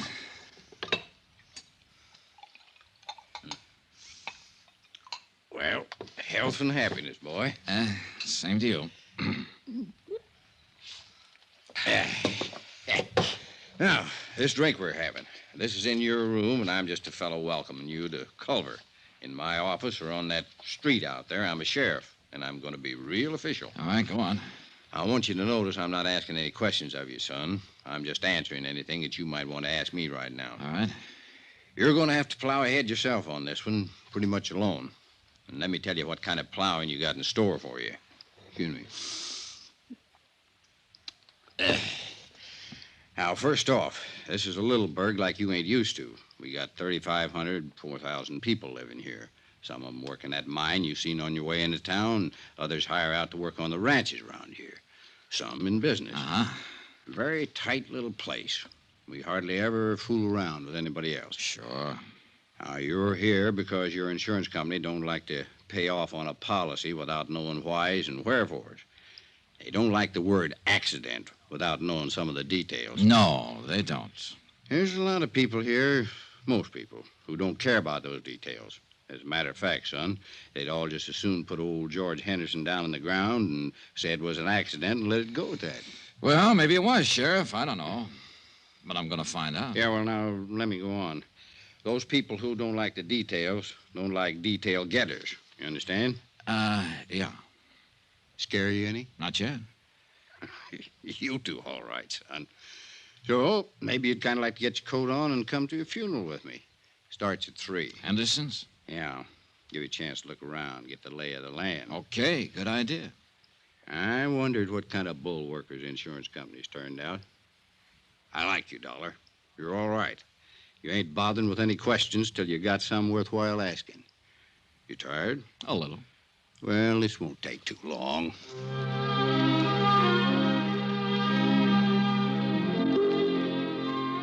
A half hour later, I was standing beside Sheriff Eve Holton on a flat-top hillside that served as a cemetery.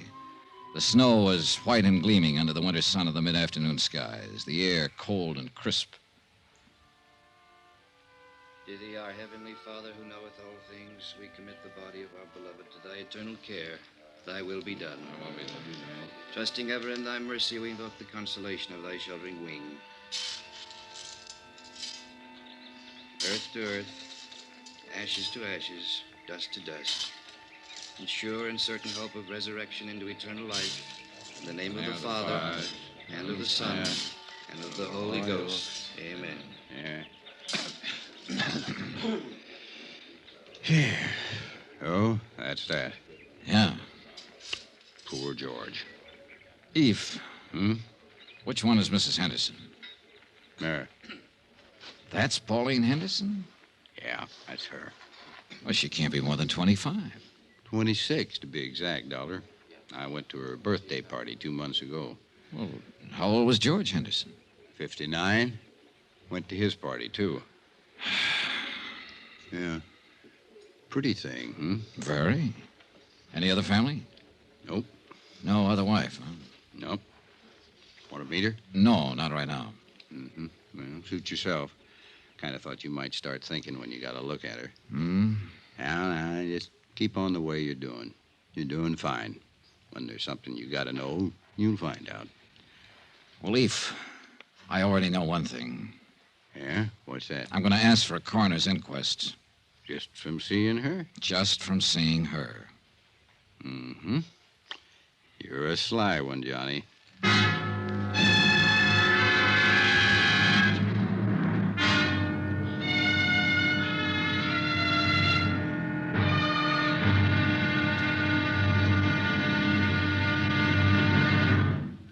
Johnny Dollar will be back in a moment to tell you about tomorrow's episode. Friends, send for your set of some of the most exciting toys of the year. 6 giant inflatable toys for only $1, some up to 3 feet tall. You get Bounce'll the happy clown, Hoppy the Australian kangaroo, Roscoe the 2 feet long roller skating bear, Whitey the fat indoor snowman, Mortimer the giant mouse 18 inches long, and last but not least, the great giant talking Santa, a roly-poly giant over 3 feet tall and 32 inches around the belly that actually says Merry Christmas out loud when you pull the tape. That's 6 sensational giant toys for only $1, made of sturdy, gaily colored latex that the kids can easily inflate. Send $1 for each set to Giant Animals, Box 90, Grand Central Station, New York City. And if you order right now, you get Peter the Rabbit over 2 feet tall absolutely free. If not delighted with your giant animals, your money refunded immediately. Order today. You may never hear this offer again. Rush $1 plus 10 cents for packing and mailing in cash, check, or money order to Giant Animals, Box 90, Grand Central Station, New York City. That's $1 plus 10 cents for each set with your name and address to Giant Animals, Box 90, Grand Central Station, New York City. Now, here's our star to tell you about tomorrow's episode of The Henderson Matter. Tomorrow, I find out how hard it is to believe what I see. And I see plenty. Join us, won't you? Yours truly, Johnny Dollar.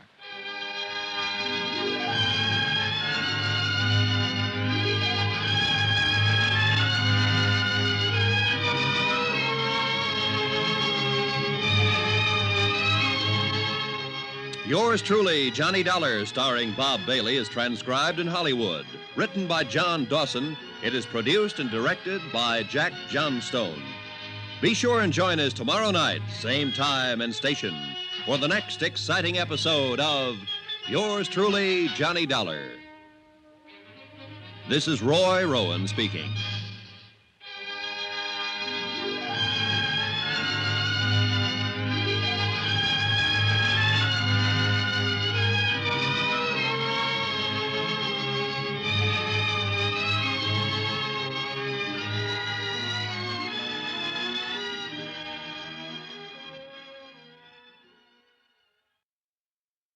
From Hollywood, it's time now for Johnny Dollar. Eve Holden, how are you this morning? Oh, pretty good, Sheriff. How about yourself? Oh, I'm fine, dandy. You were over at the City Hall this morning, huh? Yeah, that's right. I requested the coroner to conduct an inquest into the death of George Henderson. Yeah, I know. The coroner left it up to me. Huh? Yeah, came into my office and asked me if I had any reason to conduct an inquest into the death of George Henderson. I told him I didn't have any reason, but I'd do it if I was ordered to. Well, what happens now? Well, somebody will have to decide whether there's going to be an inquest or not. Who? Mayor, I guess. I don't know. Anyhow, you stirred up some action, and you'll be getting it. Yeah, where? Just stay where you are, son. My guess is it'll come right to you.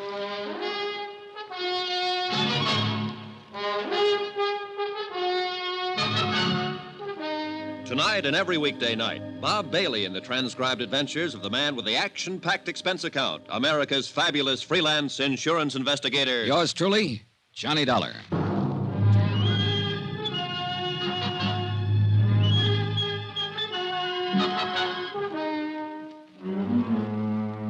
Expense account submitted by Special Investigator Johnny Dollar to Paramount Insurance Adjusters, Hartford, Connecticut. The following is an accounting of expenditures during my investigation of the Henderson matter. The death of George Henderson of Culver, Montana, where I am today. A casual certification announced that death is accidental, having been received by a fall from a hotel window. No one in Culver seemed to be too worried about any of the details. But details are my job. That's why I requested the coroner's office to conduct an inquest.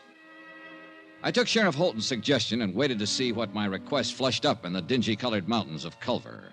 An hour later, my first bird winged up to my hotel room. He was a tall, gray-haired man in a Stetson, earmuffs, and the western version of a Chesterfield. His Honor, Mayor Newton.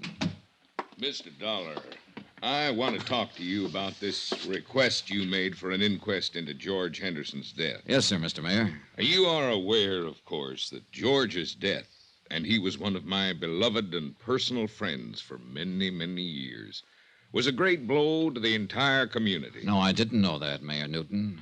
Huh? Only the smallest part of the community were at his funeral yesterday afternoon. His widow and I'd say not more than half a dozen other people. Well, I understand that your insurance company is not quite satisfied with the certification. Is that correct? More or less. What would they need to be satisfied, sir? An exact knowledge of how Mr. Henderson fell out that hotel window. I would rather no inquest were held into Mr. Henderson's death. Why? Why, sir, George Henderson is dead and buried. It should remain that way. If an inquest were to be held, it would only prove that George fell out of a window. I beg you to consider that, Mr. Dollar. You seem very certain that an investigation would prove that death was accidental, Mayor. It was accidental. George fell out the window. Well, no, I can't just tell that to my insurance company, can I? We are a small community with a rudimentary police force, not equipped in any way for an exhaustive investigation, nor for the financial burden of such an investigation. I strongly urge you to reconsider this request for a coroner's inquest. You do? I do indeed. His untimely death was an unfortunate occurrence, outside the pale of any of our poor abilities to foresee. A terrible, terrible accident. I'd like proof of that. Proof? An inquest, Mr. Mayor. An inquest. All right.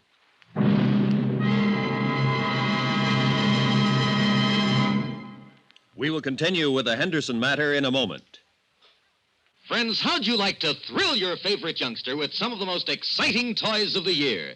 Picture the breathless excitement of any child surrounded by 6 gaily colored balloon-like giant animals up to 3 feet long, and all for the low, low price of just $1. First, you get Bounzo the clown with round pot belly and funny nose. Next comes Hoppy the Australian kangaroo. Third, there's Roscoe the roller skating bear. He's 2 feet tall and looks almost like real. Fourth, there's Whitey the fat indoor snowman. And fifth, Mortimer the giant mouse, 18 inches long and sure to scare the whiskers off any cat. That's 5 different giant animals. But now hold your breath for the most sensational toy of all, the star of the whole Christmas season, the jolly giant talking Santa Claus. Guaranteed to make everybody's Christmas a merrier one. He's a big, roly-poly, happy Santa. He stands erect on 2 legs, is actually over 3 feet tall and 32 inches around. Best of all, he actually talks. Just pull the tape and he says, "Merry Christmas" for all to hear. He's the biggest, merriest talkingest Santa ever, sure to please your youngsters and spread good cheer. Yes, Giant Santa proves there really is a Santa Claus. That's a total of 6 giant animals made of brightly colored preformed sturdy latex, which the kids can easily inflate. And the cost just $1, not for each. Just $1 for all 6 of these lovable giants who'll turn your home into a circus parade. And here's a surprise. Mail your order today and you'll also receive absolutely free Peter the Rabbit, actually over 2 feet tall with big red ears almost 9 inches long. But you must send now. Rush $1 plus 10 cents for packing and mailing for each set you want to Giant Animals, Box 46, Grand Central Station, New York City. If not delighted with every one of your 7 giant animals, return them to the Super Animals Company for a full refund, but keep the giant talking Santa as our gift. Order now. Supplies are limited. Rush $1.10 for packing and mailing for each set in cash, check, or money order to Giant Animals, Box 46, Grand Central Station, New York City. That's $1 plus 10 cents with your name and address. Mail to Giant Animals, Box 46, Grand Central Station, New York City. Giant Animals, Box 46, Grand Central Station, New York City. My interview with Mayor Newton had convinced me that I'd get no real help from him in the Henderson matter. Quite the contrary. Expense account item 3, 20 cents, coffee, myself and Sheriff Eve Holton. Well, you got it. Huh? At the direction of Mr. Jackson. That's our coroner. He deputized me temporarily to conduct an inquest. It's going to take place tomorrow morning, 9 o'clock, City Hall. Tomorrow, Sheriff? Room 207. Well, Eve, you won't have time to do anything. No, I guess I won't. Not much, anyhow. Oh, brother. The mayor pitched me pretty hard for not having the inquest. Knew he would. Any idea why? Nope. You think somebody asked him to stop it? Yeah. Who? Don't know, Johnny. Honest.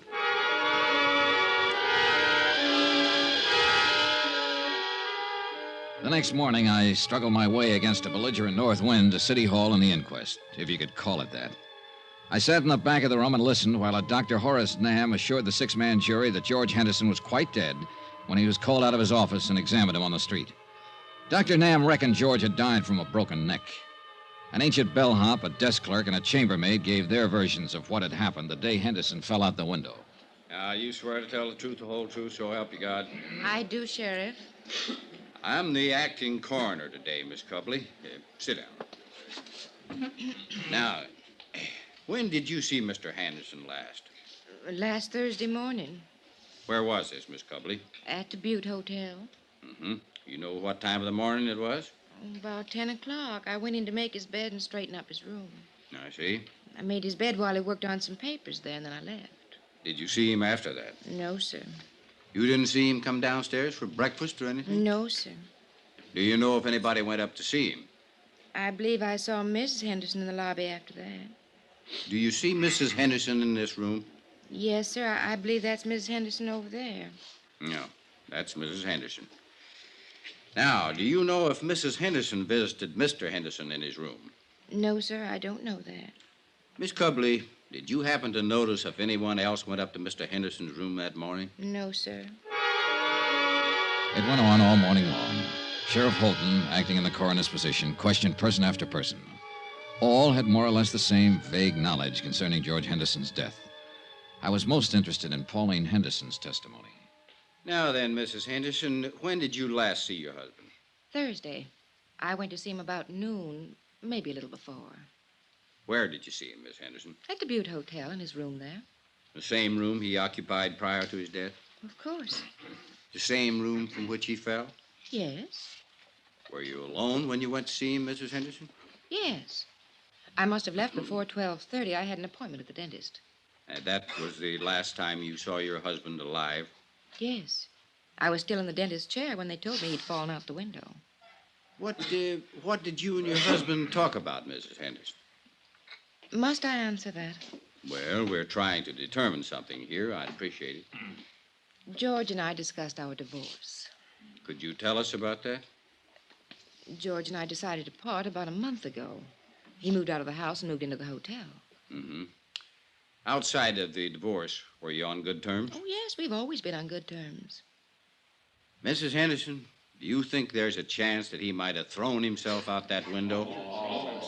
Mrs. Henderson, do you think he might have thrown himself out that window? No.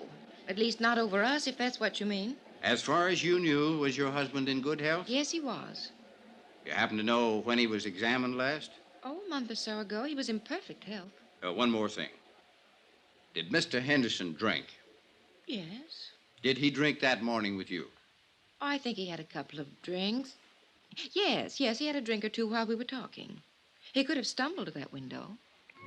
The clothes were New York, the perfume Paris, the jewelry Tiffany's. The look, you might expect it on the Riviera, where everybody tries to act bored with too many good things in life. Her dress, black for the occasion of death, was cut too well and too carefully for her to pass as a grieving widow. She answered the questions without hesitation or emotion. 15 minutes later, the jury brought in the expected verdict.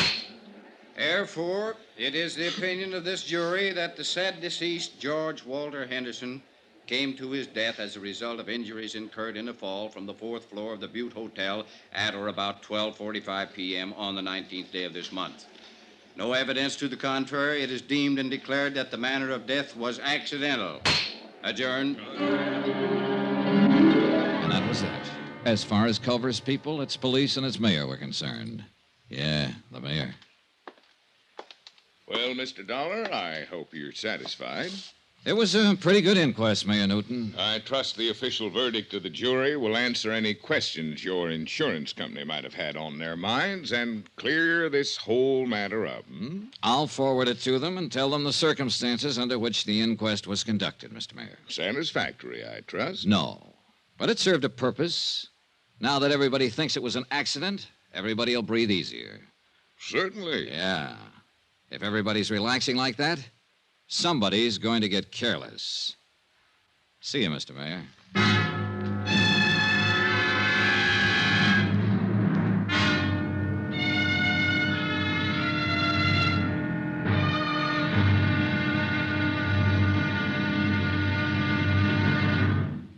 Johnny Dollar will be back in a moment to tell you about tomorrow's episode. Friends, send for your set of some of the most exciting toys of the year. 6 giant inflatable toys for only $1, some up to 3 feet tall. You get Bounce-O the happy clown, Hoppy the Australian kangaroo, Roscoe the 2 feet long roller skating bear, Whitey the fat indoor snowman, Mortimer the giant mouse 18 inches long, and last but not least, the great giant talking Santa, a roly-poly giant over 3 feet tall and 32 inches around the belly that actually says Merry Christmas out loud when you pull the tape. That's 6 sensational giant toys for only $1, made of sturdy, gaily colored latex that the kids can easily inflate. Send $1 for each set to Giant Animals, Box 46, Grand Central Station, New York City. And if you order right now, you get Peter the Rabbit over 2 feet tall absolutely free. If not delighted with your giant animals, your money refunded immediately. Order today. You may never hear this offer again. Rush $1 plus 10 cents for packing and mailing in cash, check, or money order to Giant Animals, Box 46, Grand Central Station, New York City. That's $1 plus 10 cents for each set with your name and address. To Giant Animals, Box 46, Grand Central Station, New York City. Now, here's our star to tell you about tomorrow's episode of The Henderson Matter. People do get careless tomorrow, all over Culver, Montana. Join us, won't you? Yours truly, Johnny Dollar. Yours truly, Johnny Dollar, starring Bob Bailey, is transcribed in Hollywood. Written by John Dawson, it is produced and directed by Jack Johnstone. Be sure and join us tomorrow night, same time and station, for the next exciting episode of Yours truly, Johnny Dollar. Roy Rowan speaking.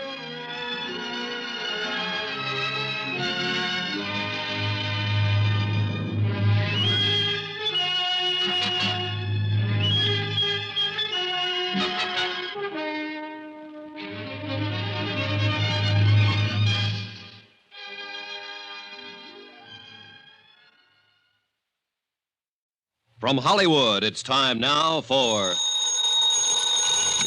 Johnny Dollar. Eve Holden, son. Hi, Sheriff. You put in a call for me, did you? Yes, I'm ready to go to work. Now that the inquest's been held and George Henderson's death is officially an accident, I might be able to move around your little town a little easier. What can I do for you? Help me to move around. The case is closed, as far as I'm concerned. Eve, what's the matter with you? That inquest was a farce. For all I know, Henderson could have been pushed out of that hotel window. The attitude of different people in this town makes that whole thing... Hold on now, son. Hold on. I meant to say it's closed as far as my office is concerned. Personally, I think it needs investigating. We can help each other, maybe, you and me. Can I come over? Oh, I better come there. You know how folks are around here.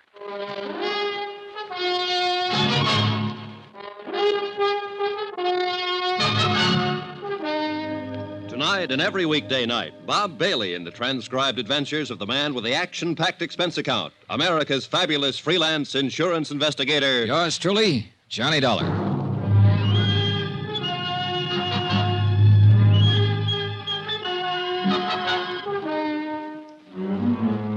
Expense account submitted by Special Investigator Johnny Dollar. Location, Culver, Montana. To Paramount Insurance Adjusters, Hartford, Connecticut. The following is an accounting of expenditures during my investigation of the Henderson matter. The question, accident, suicide, or murder? Expense account item 4, $3.48. 1 day later to Tim Connor's office in Hartford explaining the situation in Culver. I'll read it back to you, Mr. Dollar. Mr. Tim Connors, Paramount Insurance Adjusters, Hartford, Connecticut. Coroner's inquest into death of George Henderson, policy number EMP-196667, found death to be accidental. In my opinion, the inquest was not thorough. Have decided to stay on in Culver and conduct my own investigation. If any change, please advise via Western Union, Butte Hotel, Culver. Am forwarding copy of coroner's verdict this date. Best regards, Dollar. Correct? Okay. Oh, Mr. Dollar. Good luck. Yeah, sure. Expense account item 5, 68 cents. Postage. I mailed a copy of the coroner's verdict to Hartford, airmail special. After that, I went back to my hotel to wait for the sheriff, Eve Holden. Come on in, Eve. Oh. Hello. Hello. Mr. Dollar, my name's Porter. I'm the manager of this hotel. Oh, well, come in, Mr. Porter. I can't right now. I've got some other things to attend to. Well, anything I can do for you, Mr. Porter? I'm going to have to ask you for your room, Mr. Dollar. Oh? When? Today. Any particular reason? We're all filled up. The room's been reserved for 6 weeks. By whom? What? Who reserved it? Why, a man from Bozeman. It's a sort of convention. Sort of convention? What kind of convention is that, Mr. Porter? Look, Mr. Dollar, you'll have to leave this room today. The man's coming in tonight. Uh-huh. And there's no other hotel in town? That's the way it is, Mr. Dollar. No other place to stay? No. So I have to pack my bags and get out of town, is that it? I must have the room, Mr. Dollar. Who asked you to say you wanted the room, Mr. Porter? Who asked you to come here and kick me out? Why, no one. Well, you go back to no one, Mr. Porter, and you tell no one that I'm staying right here in this room here in Culver until I finish what I have to do here. You tell that to no one, will you? Mr. Dollar, I'd hate to call the police. Go ahead, Mr. Porter. Be sure and tell them about the sort of convention you're having and how all the rooms are sold out. Tell them about Mr. No One and tell them I called your bluff. Anything else, Mr. Porter? I was at the stage where I was beginning to take notes for myself. Note 1, the mayor didn't want to have an inquest into the death of George Henderson. Note 2, when they did have an inquest, they didn't want to really find out anything. Note 3, Mr. Hotel Manager wanted me to keep on not finding out anything by getting me out of town. I explained all of this to Eve Holton when he showed up a half an hour later. Kind of tight, isn't it? I don't know what that means, Sheriff, but it's pretty stupid. Yeah, it's stupid, son, but it could be effective. Now, I'll tell you what. If Porter calls the police, I'm the police. So don't worry about that. I'll hem him and haw him. All right, thanks.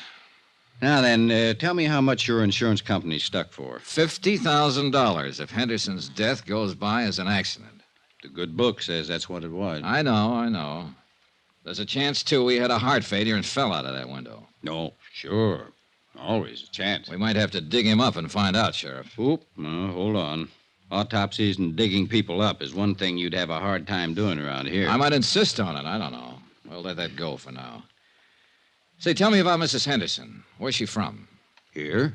Right here in Culver. Now, she didn't get that mink coat and those diamonds she was wearing at the inquest in Culver. More important, she didn't get that continental look here either. So what's the story? Well, her name was Pauline Underwood before she married George. Born and raised right here in Culver. Of course, she went to school in the East, and she's been in Europe a couple of times, but most of her life's been right here. She is a mighty pretty widow. And a mighty rich one, too. Henderson had it. I know. This divorce she talked about at the inquest yesterday. Well, everybody in town knew they weren't getting along, never did get along. How could they? Pauline's 26 and George is 59. He could have been her father. As a matter of fact, he almost was. Well, tell me about that. You got a drink? Oh, yeah.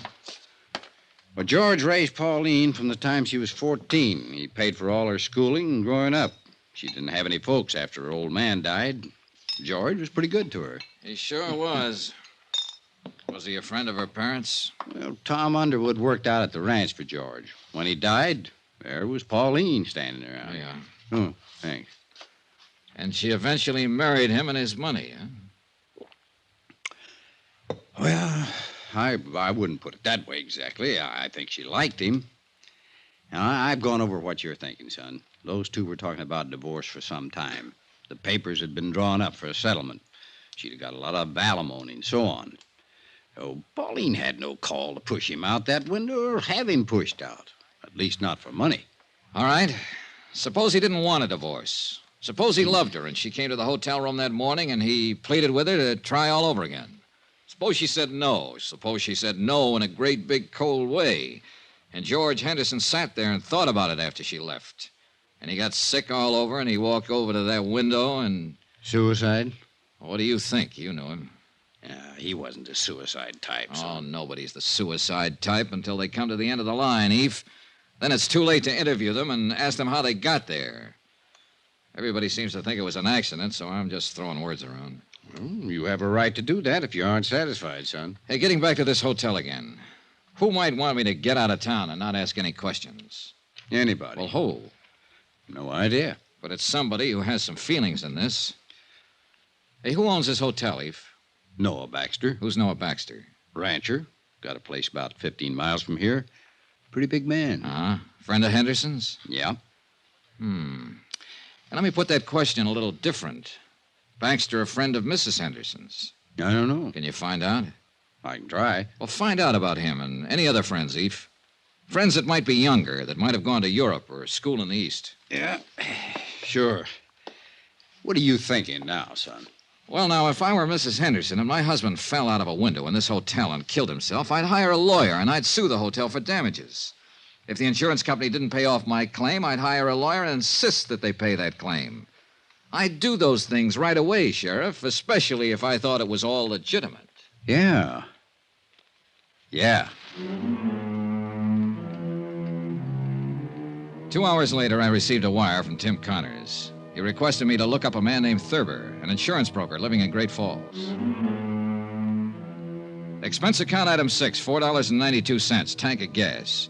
I borrowed Sheriff Holton's car and drove the 80-odd miles to Great Falls that afternoon. Mr. Thurber bought lunch. My lord, I hope there isn't anything to all this, Mr. Dollar. I just hope there isn't. George Henderson. Yeah, well, there isn't anything to anything yet, Mr. Thurber. I'm still trying to find out the facts. Oh, I knew you were over in Culver. I tried to call you there a couple of times. You were out both times. Finally, I put in a call to the home office in Hartford. I talked to this man, Connors, with the adjustment agency. Yeah. You see, Mr. Dollar, it's like this.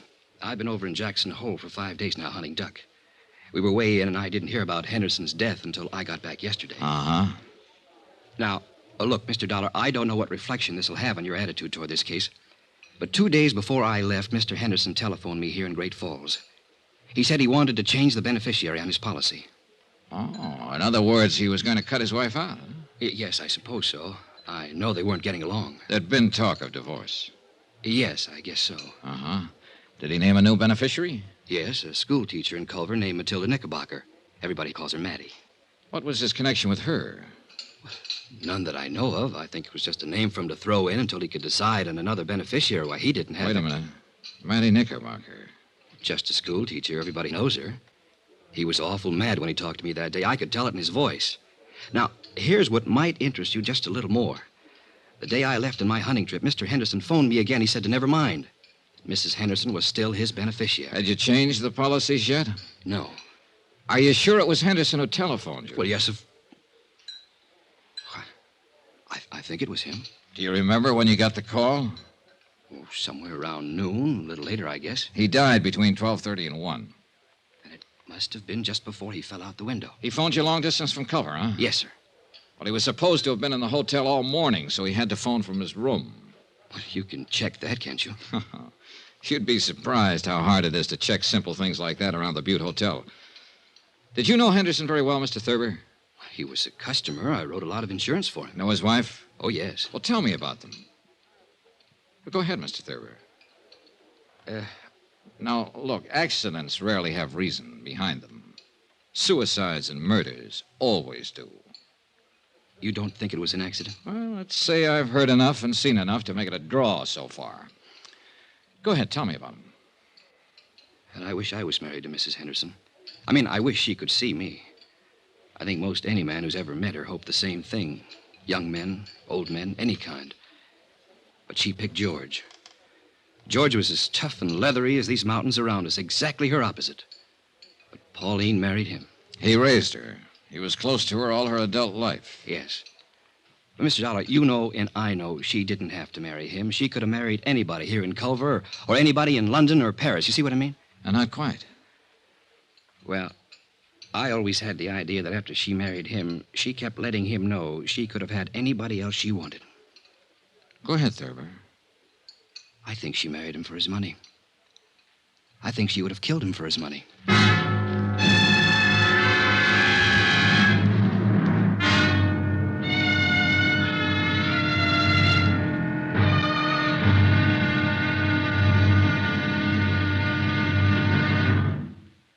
There'll be another intriguing episode in our story of the Henderson matter tomorrow. Tomorrow, the whole affair becomes a town issue, and I become the town goat. Incidentally, let me take a moment to say thanks for the many kind letters you've sent. We appreciate them more than you know. And I only wish it were possible to answer them all personally. Again, thank you. Yours truly, Johnny Dollar.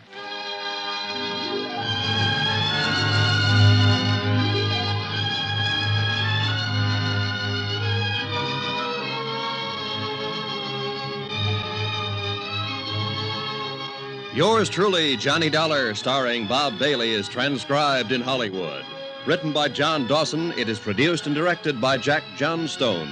Be sure and join us tomorrow night, same time and station, for the next exciting episode of Yours truly, Johnny Dollar.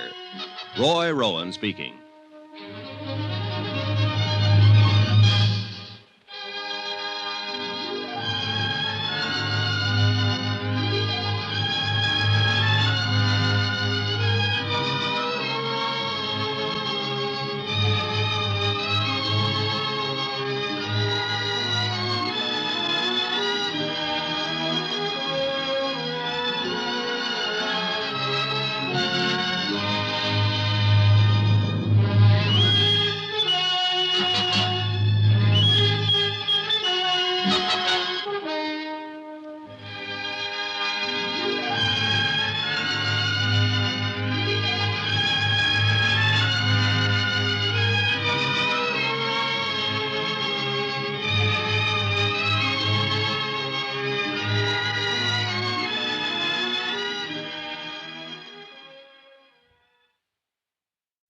From Hollywood, it's time now for Johnny Dollar. This is Mrs. Henderson. You asked me to call, Mr. Dollar? Yes, Mrs. Henderson. I'm with Paramount Insurance Adjusters. Oh, yes. You probably know we asked for the inquest into your husband's death. Yes, I know. We're trying to clear up the entire matter as quickly as we can, Mrs. Henderson. I'd like to talk to you. Oh? Hate to trouble you at a time like this. Well, that's all right, Mr. Dollar. When do you want to talk? May I come out to the house this afternoon? There's a nice restaurant called Big Horn Lodge on the highway. How about meeting you there at, say, 4 o'clock? Good. I'll be there.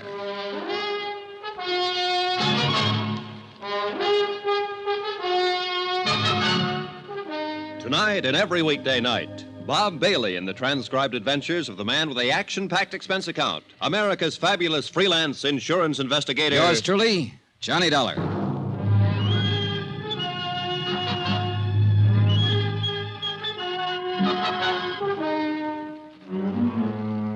Expense account submitted by Special Investigator Johnny Dollar to Paramount Insurance Adjusters, Hartford, Connecticut.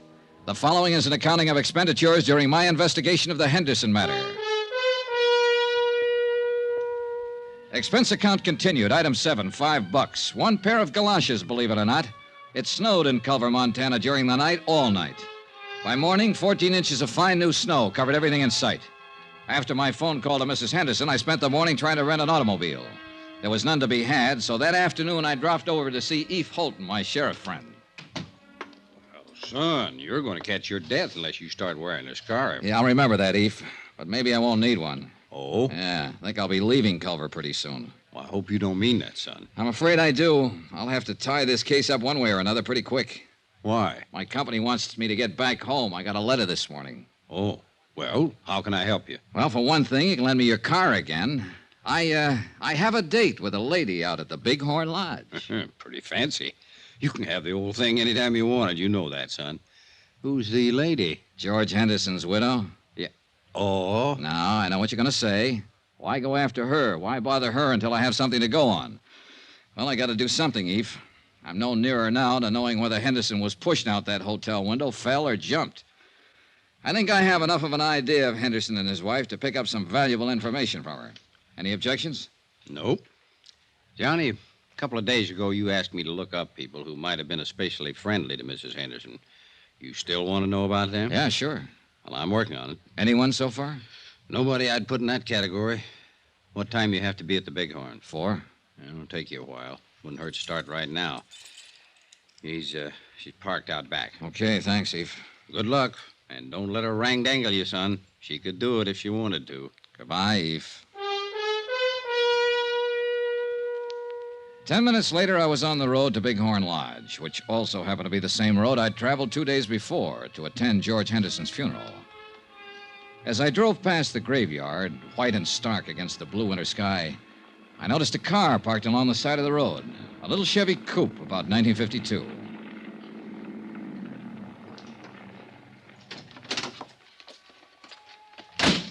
There was the figure of a woman, all alone, standing by George Henderson's fresh grave. Her head was bowed. She didn't notice me as I walked up. A gray-haired woman, about 45, slight, delicate, gentle. Oh, I'm sorry. I didn't mean to start it. Oh, that's all right. Must be getting late. Dear, it is. Do I know you? Why, I don't know. I'm Mattie Knickerbocker. The name had startled me. The day before, an insurance broker in Great Falls had mentioned her. Told me that George Henderson had named her his beneficiary, then changed his mind a few minutes before he died. Your name's not Campbell, is it? No, Johnny Dollar. Johnny Dollar. You remind me of a boy I had in one of my classes once, Torrey Campbell. Oh, you're a teacher, Miss Knickerbocker? Yes. Everybody knows me, I think. Or at least I flatter myself that way. Well, I should be going. I knew Mr. Henderson, too. Oh? He was a wonderful man, George. He was very dear to me. I'll find it difficult getting used to the fact that he'll never be around anymore. George had a wonderful laugh, didn't he? Yes, he did, Mrs. Knickerbocker. I never really thought that he ever grew up. Of course, you knew him in a business way, and I'm sure he was very, very grown up in business. But it doesn't hurt to think of him this way now, does it? I don't think so, Miss Knickerbocker. I didn't come to his funeral. I didn't think I could bear it. I thought I'd just drive out this afternoon and say goodbye by myself. Well, I apologize for interrupting you. Not at all, please. Funny little things. The birds in the snow. Such tiny, wonderful little things. A little bit of God in each of them, Mr. Dollar, wouldn't you say? Yes, ma'am. I don't know why. I think George would like to know they're here, near him. Miss Knickerbocker, I have to tell you... No, you don't, Mr. Dollar. I know who you really are. Everyone in town knows. You seem like a nice young man. Was it curiosity that made you stop your car? Yeah, I suppose so. I apologize. Oh, you needn't. I'm just an old friend of George's, saying goodbye to him. Good afternoon, Mr. Dollar. Goodbye. Talking to Mattie Knickerbocker, I felt that for the first time, somebody, namely Mattie, had talked frankly and truthfully about George Henderson. I was still thinking of the frail, drab little woman with the nice blue eyes when I met Pauline Henderson at the Bighorn Lodge. What are these matters you want to clear up, Mr. Dollar? Oh, just some doubts in my mind about your husband's death. What do you drink? Pernod. Pernod. I learned to like it in France. All right. One Pernod, bourbon, a little water on the side. Yes, sir. You sound like George when you order. Hey, I like your Bighorn Lodge. And I have to say, when it's elegant in the West, it's elegant. I'd like a light, please. Oh, sorry. Sure. Thank you. Mrs. Henderson, do you mind if I don't stall any longer with the drinks, the smokes, and the compliments? I'm surprised you've stalled this long. I've heard you're a very blunt and impulsive man. I spoke to an insurance agent named Thurber yesterday in Great Falls, your husband's agent.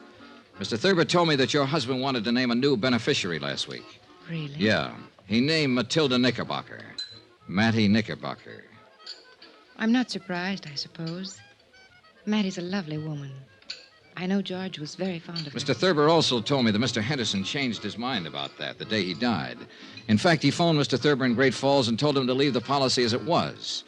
He did that a few minutes after you left his hotel room, a few minutes before he died. Can you explain any of that, Mrs. Henderson? Why don't you ask Mattie Knickerbocker? Because I don't think she'd know. I ran into her this afternoon, and I talked to her. Or not about this, just about other things. I'll look her up again if I have to. But it's you I want information from now. Then why don't you ask what you mean, Mr. Dollar? All right. Did something happen in that hotel room that made him change his mind about you? That's better. I do wish that ridiculous little man would bring our drinks. He will. Don't misunderstand what happened in the hotel room. George and I were going to be divorced. He moved out of the house a month ago.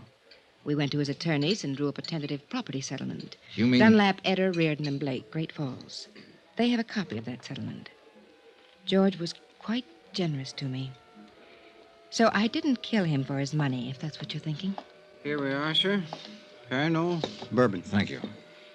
I didn't see George for 3 weeks or so after we made the settlement. Then we happened to meet one day in Culver, and...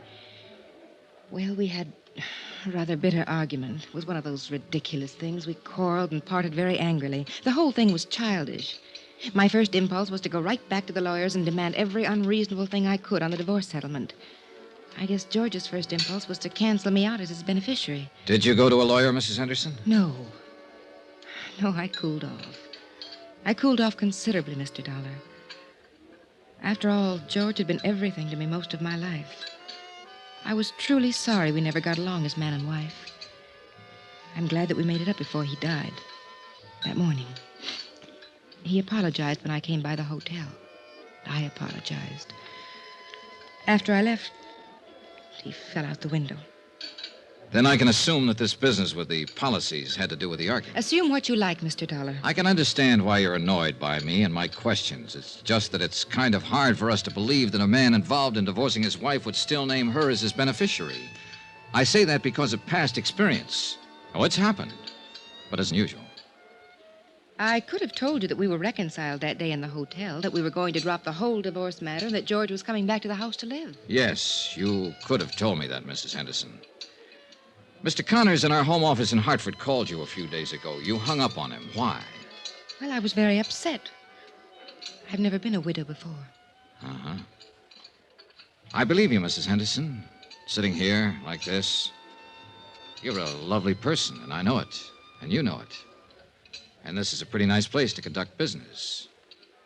Why didn't you ask me to your home? I preferred to talk to you here. That's what I thought. I saved all the did your husband have any enemies and did he seem depressed questions for another time. But before I went to bed that night, I read and reread Mrs. Henderson's testimony given at the coroner's inquest. The next morning, I interviewed all of the people at the Butte Hotel who'd been on duty the day Henderson fell out the window. After that, I dropped in to see Eve Holden. Here it is, Johnny, right here. Personal effects of the deceased included 4 suits of men's clothing, 14 shirts, 5 pairs of hosiery. Was there a bottle in that room, Sheriff? Liquor? Yeah. No bottle. Nothing like it, son. All right. He didn't call down and have a bellboy bring him a bottle or send him any drinks. The chambermaid swears there was no liquor in his room all the time he lived at the hotel. You say he was a light drinker. Now, what light drinker takes a nip before he has his breakfast? Who said he had a drink that morning? Mrs. Henderson. What? On the witness stand, under oath at the inquest. She testified that her husband had a drink before she came up to the room and while she was there. Now, mind you, she didn't say he was drunk, but she did say he had been drinking. You read over that transcript. So? So I think she threw that in, made sure it got in, because it's sometimes hard to believe that a cold, sober man will walk out of a hotel window and kill himself accidentally. A drunk or a drinker might do it. You and I and everybody at that inquest somehow got the impression that Henderson was slightly tipsy that morning, and Mrs. Henderson saw to that. Now then, if Henderson had a drink, I want to know where he got it. Tell me, Eve, no bottle in the room, no bottle brought up to the room. Where did he get that drink? That's a pretty good question, son.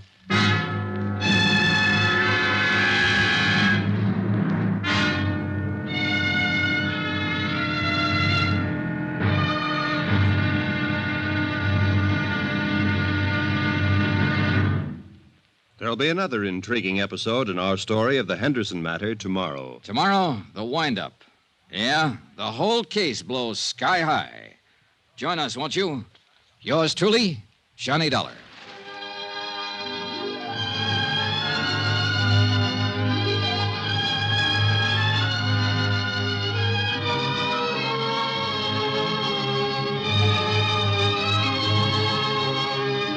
Yours truly, Johnny Dollar, starring Bob Bailey, is transcribed in Hollywood.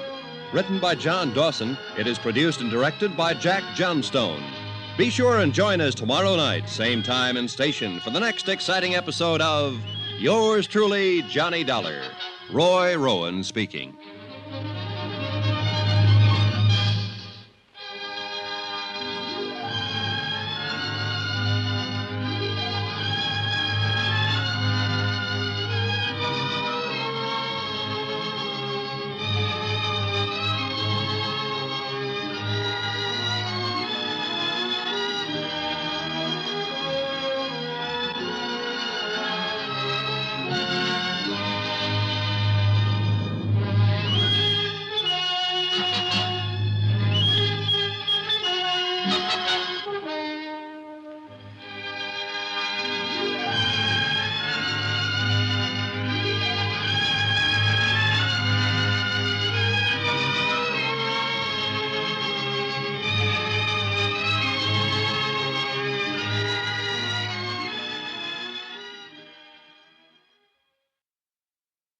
From Hollywood, it's time now for Johnny Dollar. I have a call for you from Hartford. Go ahead, please. Johnny? Right here. Connors at Paramount Adjusters. Hey, what was this wire, Johnny? You serious about denying liability to Mrs. Henderson? I sure am. I think it'll bring the whole thing out in the open. This is pretty serious. Have you got any concrete evidence death wasn't accidental? Jim, I have a copy of the coroner's inquest. Concrete evidence that Mrs. Henderson lied under oath. She said her husband was drinking the morning he died. Everybody here believed he was a little crocked when he fell out that hotel window. I've got proof that he didn't have a drink that morning. What proof? No bottle in his room. No bottle brought there. Nothing. What do you say? Don't make a move, kiddo. I'll get the first plane.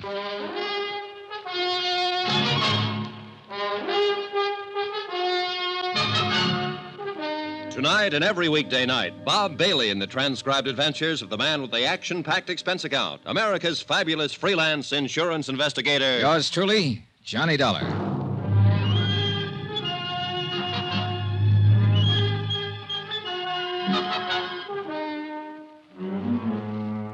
Expense account submitted by Special Investigator Johnny Dollar to Paramount Insurance Adjusters, Hartford, Connecticut. The following is an accounting of expenditures during my investigation of the Henderson matter.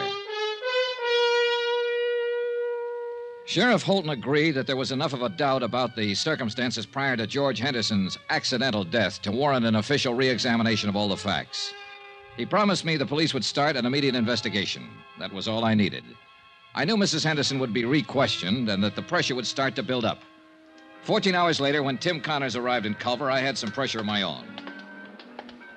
Well, Johnny, what? Well, the best thing we can do now is move in. Deny liability on the grounds that the accident is not proved. I suppose Mrs. Henderson sues us. All right, let her. Then the burden of proving that her husband's death was accidental would be on her.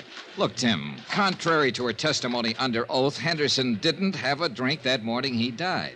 All right, she made a mistake. He had a heart attack, got dizzy, and tumbled out of the window. He wasn't drunk. Oh, don't talk nonsense, Tim. Listen to me. Mrs. Henderson was ready for the coroner's jury a couple of days ago, and she was ready for my questions when I saw her yesterday. The only one she wasn't ready for was you a few days ago when you phoned her long distance. You said she hung up on you. Well, she half apologized to me for that, but it was because she couldn't think of anything to say. Well, maybe you're right. But suppose he did die accidentally, and suppose it is a just insurance claim. I tell you it isn't. And the fact that she made a mistake testifying about him having a drink can... Hey, Johnny, do you have anything else? 3 things: instinct, experience, and statistics. Pauline Henderson's a young woman. She married a wealthy older man. With him out of the way, she has all his money and all her youth. All right, I'm going to phone the company as soon as I can find a phone. Tell them I'm working for evidence, and the best way to get it is to bring Mrs. Henderson out in the open. File a complaint against her. What charge? Suspected murder. Oh, no, Johnny, that'd get us in all kinds of trouble. Remember the drink, Tim. Henderson didn't have the drink. Now, we'll have to have more than that. I'm sorry, Johnny. All right, I'll get you more.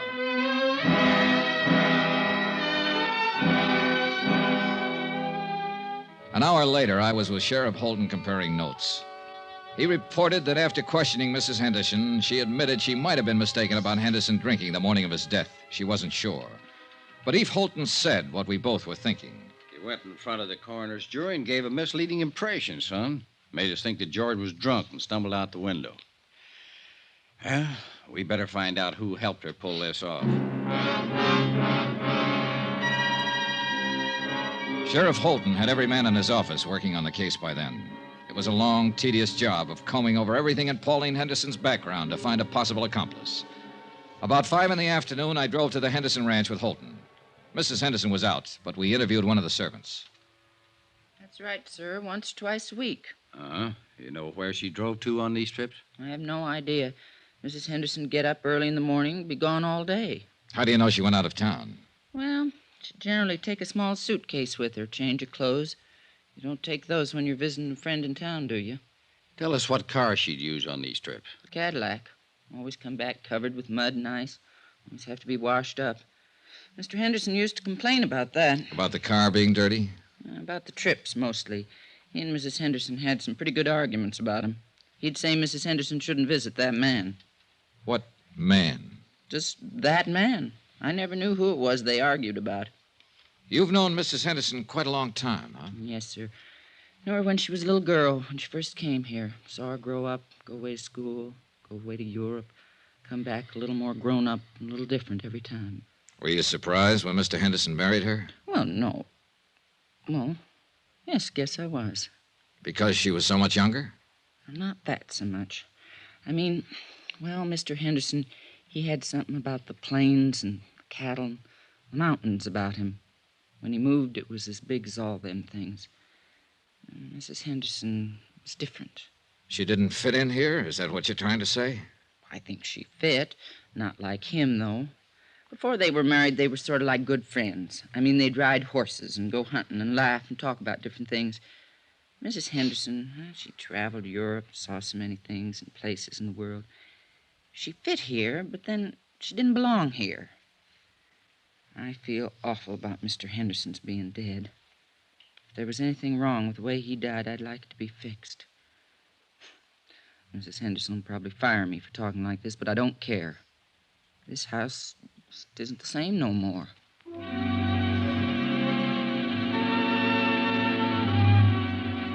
By the time we got back into town, Sheriff Holton's boys had discovered the names of 3 men who had been seen at various places around Culver in the company of Mrs. Henderson. Rod Tyler. Oh, who's he? Mining engineer. He's been away from here for over a year now. See, now, here's another one, Sam Pollard. Sam died 6 months ago. Hey. What? Noah Baxter. Noah Baxter. That name's vaguely familiar. Yeah, he owns a hotel you're staying in. A couple of ranches, too. Well, he might have been the one who tried to have you thrown out. Oh. He also owns the mayor. Young man? About 30, 35. Let's go see him. Another drive, this time north of Culver to the Baxter Ranch. We found Noah Baxter busy with his help shoring horns on cattle. A lean, tall man with thin features. If you're trying to find out if I've been seeing Pauline on the sly while she'd been married to George, why didn't you come right out and ask? All right, have you? No, not on the sly. There's nothing between us. George knew any time she came over here to see me. He was a good friend of mine. I'm sorry he's dead. Pauline's a good friend of mine, too. I'm sorry you people are thinking what you are about us. Let's go up the house. It's getting cold. All right, Stan, that's enough for today. No, I got to ask you this. Where were you last Thursday? The day George died, Sheriff? Yeah. I was right here. Can you prove that? Sure. Ask anybody. You boys want a drink? No, thanks. No. Well, I do. Mac! Mac! I get it myself. When was the last time you were in Culver, Mr. Baxter? 3-4 weeks ago. My cook and the others handle what supplies we need. Do you mind if we talk to some of your help around here? No. What do you want to talk to him about? About last Thursday? About what happened when Mrs. Henderson came here to visit? It wouldn't look good if she came here to visit me, would it? Well, that depends on the circumstances, no? She'd come and sit there and read and look at some of those paintings. We'd talk when I had time. Anything wrong with that? No. Mr. Baxter, I think I ought to tell you, I've asked my company to file a complaint against Mrs. Henderson. Suspicion of murder. Oh. I'd like to tell you something. She didn't kill him and she didn't have him killed. She loved him a lot more than George loved her, I think. Both of you know her. Her dad was a drunken cowhand. When he died, George took her over, gave her everything. So you see, you're wrong. She loved George for giving her what he gave her, and mostly for being the kind of a man he was. I lied to you a couple of minutes ago. There was something between us. It was bound to happen sooner or later. She'd come here to cry on my shoulder, and I let her. Cry? About George. He wanted to divorce her. Didn't you know that? I had the idea it was the other way around. Oh, you're all wrong. George raised her, educated her, made her into a woman, and then he married her. And she wasn't what he wanted at all. Do you know who George wanted to marry? Mattie Knickerbocker, the schoolmarm. Go on. Oh, there was nothing between George and Mattie, but there would have been if he'd lived. What about you and Mrs. Henderson? Yeah. The thing that was between us was that I wanted her. She didn't want me, but I wanted her. I was glad when she told me about the divorce coming up. I really think she would have listened to me. But she wanted to be married to George. She really loved him. Sure you don't want one of these? No. No. And I really loved her. I went to see George last Thursday at his hotel. You know why? To tell him to go back to Pauline. Yeah, because I knew what he meant to her. You can talk to my people around here. They'd lie for me and say I was here last Thursday all day. They'd tell you that Pauline never came to see me. They'd lie right down the line for me. But, Mr. Dollar, I can't let you get out that complaint and take her in. One of my trucks was taking some beef to the hotel last Thursday. I rode in with the driver and went in the back way. I went right up to George's room to talk to him. Pauline had just left. I wanted to talk to him about the same things I've been telling you. I didn't want to hurt him. I loved him, the same as everybody loved him. When I got to his room, he wouldn't let me talk at all. He was mad that I interfered, and he tried to swing on me. I shoved him once.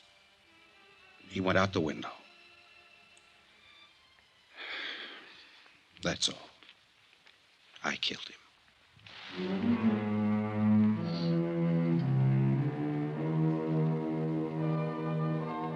Expense account, item 8, $58.15, hotel and food while in Culver, Montana. Item 9, same as item 2, transportation by train and plane back to Hartford. Item 10, $88, miscellaneous. Expense account total, $802.50. Remarks? We still had to pay double indemnity. Mattie Knickerbocker, Pauline Henderson, Noah Baxter, they'll pay another way. With the hurt that comes to nice people. Yours truly, Johnny Dollar.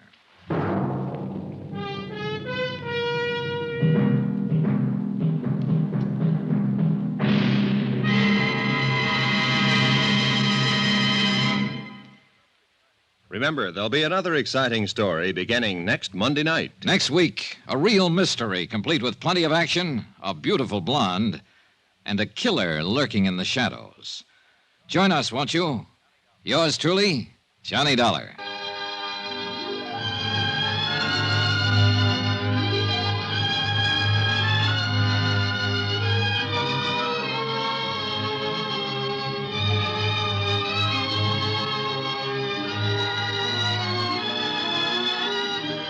Yours truly, Johnny Dollar, starring Bob Bailey, is transcribed in Hollywood. Written by John Dawson, it is produced and directed by Jack Johnstone. Heard in this week's cast were Lillian Baeff, Irene Tedrow, D.J. Thompson, Herb Ellis, Marvin Miller, Forrest Lewis, Bob Bruce, and Russ Thorson. Musical supervision by Amerigo Marino. Be sure to join us on Monday night, same time and station, for another exciting story of yours truly, Johnny Dollar. This is Roy Rowan speaking.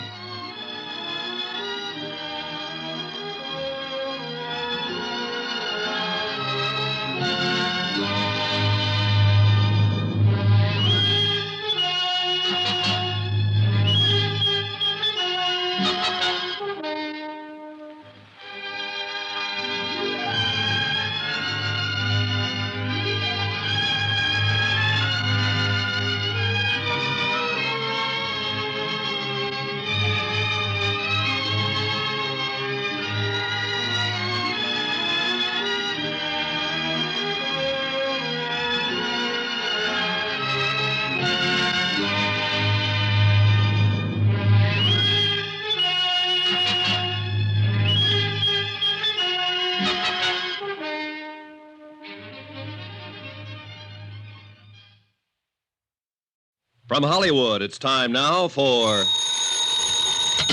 Johnny Dollar. Joe Parker, Johnny, Surety Mutual. Oh, hi, Joe. What's on your mind? A gorgeous doll named Dolly McLean. Remember her? Sure. The Champagne Dream Girl. Yeah. Dancing darling of the roaring 20s. Finally married Barnaby Cronin, didn't she? Right. And for a wedding present, he bought her the Circle of Fire. Oh, yeah. One of the 5 most beautiful necklaces in the world. Diamonds and emeralds. Worth $500,000. It's been lying in a bank vault for the last 10 years since Barnaby died. We carry the insurance. So? She's coming out of seclusion, Johnny, giving a party. Just like the old days, she says. May go on for a week, her last fling. And she's going to wear the Circle of Fire. Uh-oh. Get the picture? Gallons of champagne, everything mixed up, crazy. And that old lady with $500,000 around her neck. Target. You've got a problem, Joe. Johnny, we've got a problem.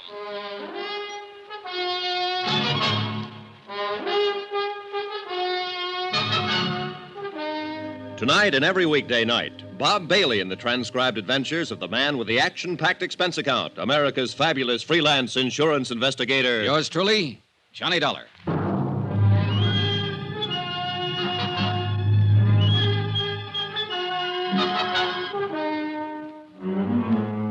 Expense account submitted by Special Investigator Johnny Dollar to the Home Office, Surety Mutual and Trust Company, Hartford, Connecticut. The following is an accounting of my expenditures during investigation of the Cronin matter. Item 1, $14.80. Transportation to New York and to the apartment of America's one-time dream girl. One time, a long time ago. How do you do? I'm Johnny Dollar. I believe Mrs. Cronin is expecting me. I'm Mrs. Cronin, and yes, I am expecting you. Won't you come in? Oh, thanks. I did have butlers and maids and such for years, scads of them. But since Barnaby passed away, I've just hibernated, you might say. Oh, in here, Mr. Dollar. Thank you. 10 years now in this same little apartment. As you can see, I've just been living like a little mouse. It looks very comfortable. Oh, I suppose it's comfortable enough, but... Oh, Sylvia, I'd forgotten you were still here. Mm-hmm. But not for long, Mrs. Cronin. Oh, no. Please stay. We'll have some tea or sherry or something as soon as... Oh, you two, do you know each other? No, I'm afraid we don't. Oh, but of course not. How could you? Sylvia, this is Mr. Dollar. Miss Blake. How do you do, Miss Blake? Hello. Mr. Dollar's here to talk to me about, something or other. I'm not quite sure what, as a matter of fact. It won't take but a few minutes. If Miss Blake would excuse us. Sure. Go ahead. Have at it. Well, if you'll come this way, Mr. Dollar. Don't you leave now, Sylvia. Not a chance. I just spotted your bottle of tea. I'll have one or two with soda, if you don't mind. With Oh, I see what you mean. You young people. In here, Mr. Dollar. You by any chance Johnny Dollar? Yeah, that's right. Why, Miss Blake? Just wondered. Well, here's looking at you. And, brother, I wouldn't be in your shoes for $1 million. No? How about $500,000? That, I'll admit, might interest me. Well, shall we? After you, Mrs. Cronin. Thank you. Wonderful girl, a born comedian. Yeah, she's a scream. What is she, an actress? Oh, no, she writes things for magazines and things like that. Sit down, Mr. Dollar. She came to interview me one time. That's how I met her. I see. She wrote a piece about my necklace, the Circle of Fire. Sylvia Blake. Oh, sure. Articles about gems, famous stones, jewel robberies. That's her. Oh, she's fascinated by the subject. She's coming to my party. Oh. Why don't you come to my party, Mr. Dollar? Fine. I'd love to. In fact, that's why I'm here. Oh? Joe Parker over at Surety Mutual is kind of worried about this party, Mrs. Cronin. He's afraid you might invite people like me. What? I mean, people you don't know. You're a detective. In a way. I told Joseph how I felt about that. He's not going to send any detectives around snooping into things, spying on my guests, wearing the hats in the house. Huh? Oh, not that you're like that, of course. But it's the principle of the thing. Well, wouldn't you have a better time at your party if you knew you were safe? Mr. Dollar, it was at a party that Barnaby gave me the Circle of Fire. Our wedding reception. There were over 2,000 guests, 1,000 of them invited. And we danced. Oh, we danced all night. And the necklace was beautiful. And I was beautiful. Back then. True, but... And then afterward, at 4 o'clock in the morning, we drove through the park in a hansom. Just the two of us. And the driver, of course. And I wore the circle. And I was safe, Mr. Dollar. I was perfectly safe. Maybe you were just lucky that night. Barnaby was so wonderful. And he could make living so wonderful. Well, I don't doubt it. He was probably a man who could manage things pretty skillfully. He was running 2 railroads and a bank All at the same time. Then I imagine he had no trouble arranging for your safety without even letting you know about it. You mean guards all around? It's possible. Yes, it is. He was like that. He never wanted anything to worry me. All right, Mr. Dollar. You win. Good. But it's only because of one reason. I like you, and I want you at my party. Thank you, Mrs. Cronin. Oh, you're going to love every minute of it. It's up in the Adirondacks. Our old summer place. Joseph told you, I suppose. Yes, he did. Mrs. Cronin. And the people I've invited, hundreds, literally. People I knew in the old days. Of course, a lot of them won't come, but, it was strange. So many of the letters came back undelivered. Mrs. Cronin. Oh, Sylvia, I didn't hear you. Come here. I'm the sneaky type. You've got a visitor. Says he's an old friend. Really? Well, I suppose I'd better see you. You'll excuse me, Mr. Dollar. Sure, go ahead. You and Sylvia talk to each other. I brung the bottle in case you're interested. Short on the soda. Right. She's on a cloud by herself. Of course, some of the invites to the party were undelivered. Those beautiful people had a habit of dying young. Say when. When? Who's the visitor? I'll guess with you. Looks like an overgrown leprechaun. Said his name was Shorty Weber. Shorty Weber. You know him? I know of him, an old-time song and dance band, among other things. She probably worked in a show with him back in those dear dead days.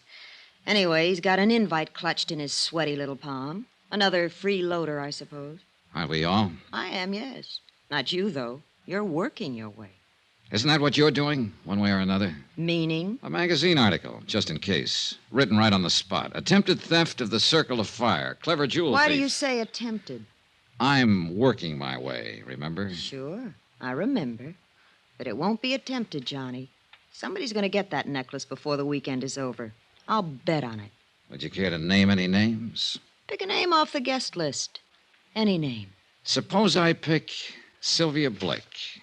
You're the detective. You've dug up and written up every big-time jewel theft over the last 50 years. You're bugged on the subject. Obsessed with beautiful gems. Fits my personality. I'm rather beautiful, too, in a brittle and glittering sort of way. Don't you think so, Johnny? I think you work pretty hard at that tough act. Maybe. And I think you'd give your right arm to own that necklace. Going after that would really be going for the big one. Going for broke. And somebody will do it, Johnny. Wait and see. She left a few minutes later with the bottle under her arm and a chip on her shoulder. With the girl gone and the scotch gone, there seemed to be no point in me hanging around any longer. So I went looking for Mrs. Cronin to say goodbye. I didn't find her, but I did find her caller, Shorty Weber. He didn't hear me come into the room. He was too busy. He was hunched over Mrs. Cronin's writing desk, going through her mail. You won't find it there, Shorty. Who's that? Hold it, Shorty. Don't try to reach for it. I wasn't gonna. Honest, I wasn't. Turn around. Put your hands up against the wall. You got me all wrong. I wasn't gonna relax. do that. I was just 38, coming. stub barrel, clip holster. Nice gun. Belongs to a friend of mine. Bad business, Shorty. An ex-con packing a gun. Oh, I guess you're Johnny Dollar. She said you was here. And I know what you're thinking, Mr. Dollar, but you're wrong. Why, Dolly, Mrs. Cronin, she's an old friend of mine. I tried to get her to marry me once, over 30 years ago. A lot can happen in 30 years. Does she know you've served time in prison? Yeah. She thinks I was on tour, Europe and Australia. She never reads a paper or hears anything. Don't tell her, Mr. Dollar. Please don't. You know, it's quite a coincidence, Shorty. It was Jules that time. A big affair in New Orleans. And you were hired as an entertainer. A diamond bracelet, wasn't it?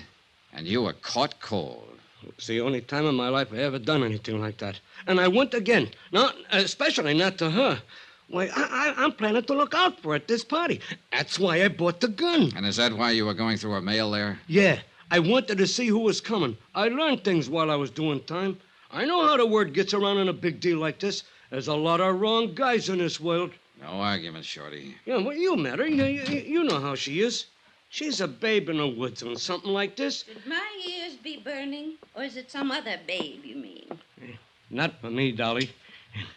You're the only babe I ever could see. Oh, Shorty, you never give up. Oh, do you two know each other? Not exactly, but we found we had a mutual friend. A certain state prison warden. Oh, how nice. Shorty's always doing benefits at those places. Dolly. Yeah, that was it. He did a benefit there. Oh, well, I'll bet you weren't over big. Well, you know. You're too modest, Shorty. Why, they loved him, Mrs. Cronin. Hated to let him leave. Yeah. Well, speaking of leaving, I got a shove now. Don't take any wooden nickels. It was crazy and corny and sad. The whole idea. I guess the sadness of it hit me when I was saying goodbye to Mrs. Cronin at the door. The gaiety slipped for a moment, and suddenly she was old and tired. And at the same time, she was a scared little girl. And then she said something strange, and the shivers ran up my back. Do you believe in premonitions, Johnny? Well, I have a hunch now and then. Well, whatever it is, it's the reason I'm doing this. Having this party. One last fling, you might say, before it's too late. Oh, come now. You're still a young woman, Mrs. Cronin. No. I'm old, Johnny. I've been old for years. Since Barnaby died. We loved each other so, but that's not what I mean. I've had this premonition lately. What sort of a premonition? That something awful, something terrible is going to happen to me.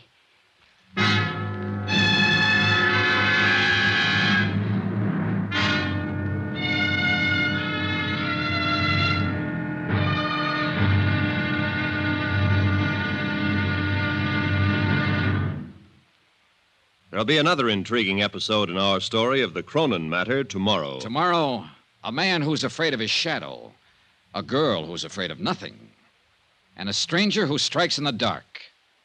Join us, won't you? Yours truly, Johnny Dollar.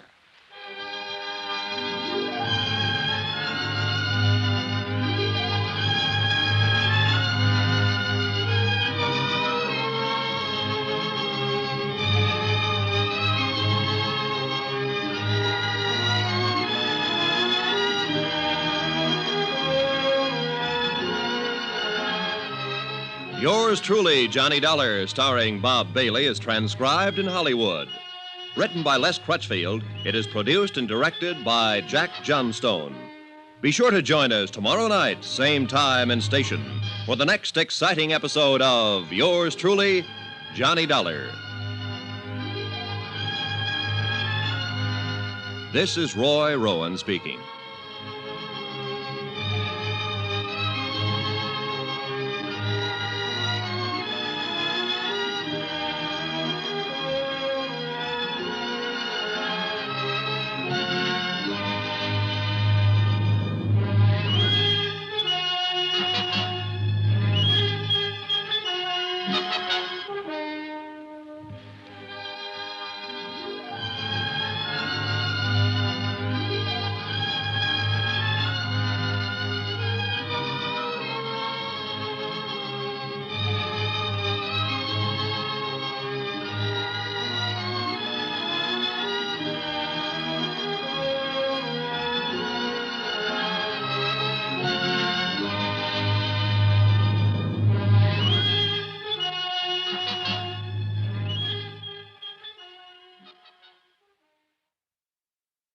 From Hollywood, it's time now for Johnny Dollar. Mr. Dollar, this is Jason Prell. Jason I Prell. manage Mrs. Cronin's trust fund.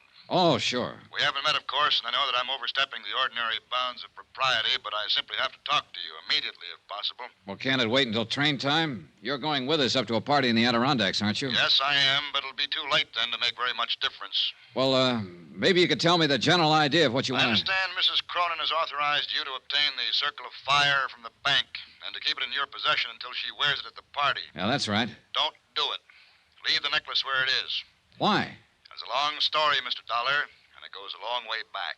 The whole thing is a lot more complicated than you realize. Well, I'm beginning to realize it. Just exactly what is it you're worried about? I'm worried about Mrs. Cronin's sanity.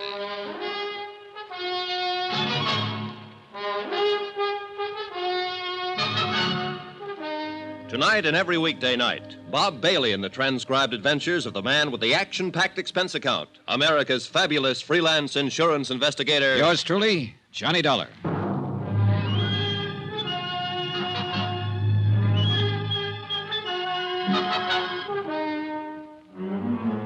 From Special Investigator Johnny Dollar, New York City, to the Home Office Surety Mutual and Trust Company, Hartford, Connecticut. Assignment, the Cronin matter.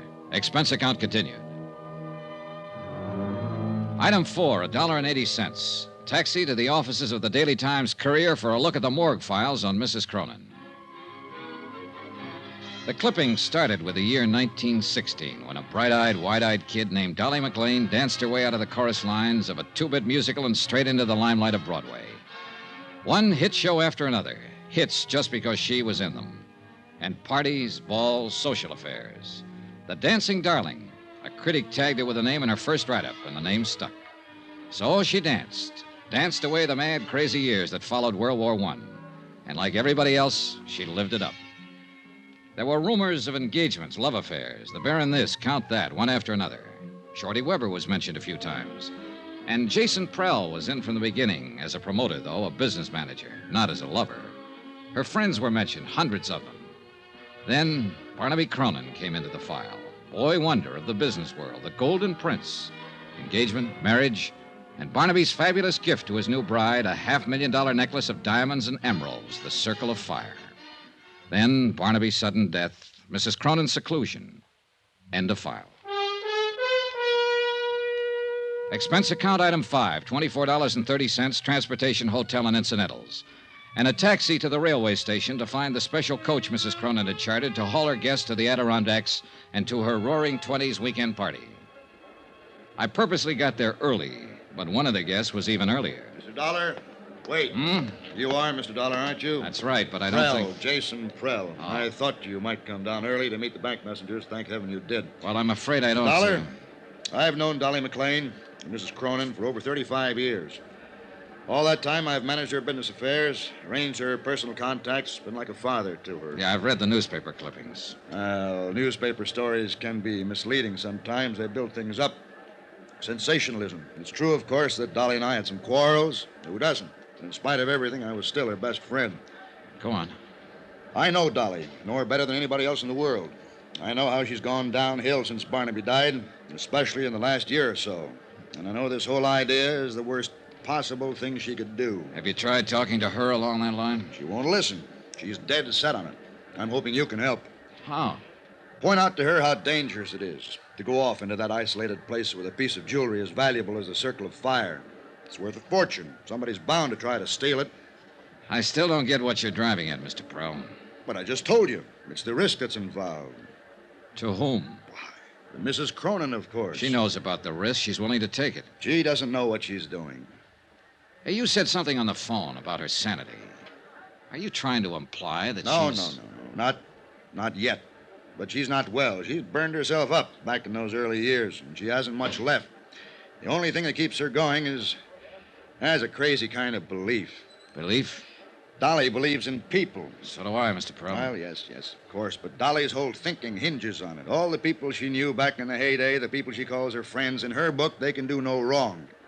She lived in a dream world, still does, like a fairy princess. But it never really existed. Things weren't like that back in those days, Mr. Dollar. So I've heard. Most of the people she thought of as friends were only trying to use her.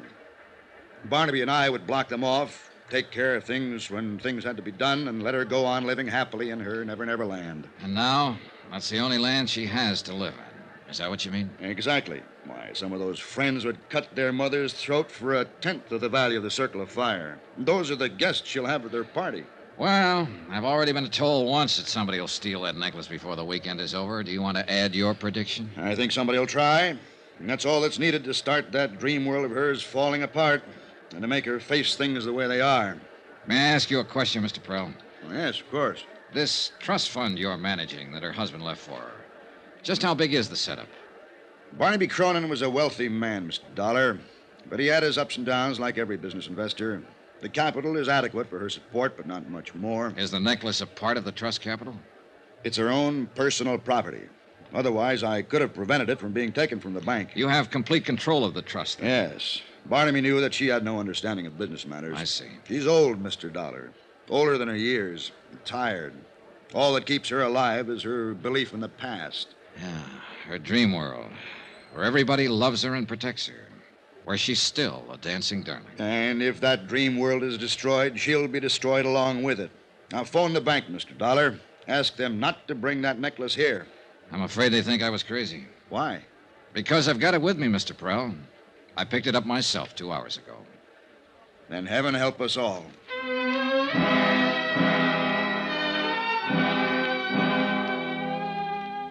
The convention coach Mrs. Cronin had chartered for the run to the Adirondacks was arranged with a long aisle of individual staterooms and a main lounge area at one end.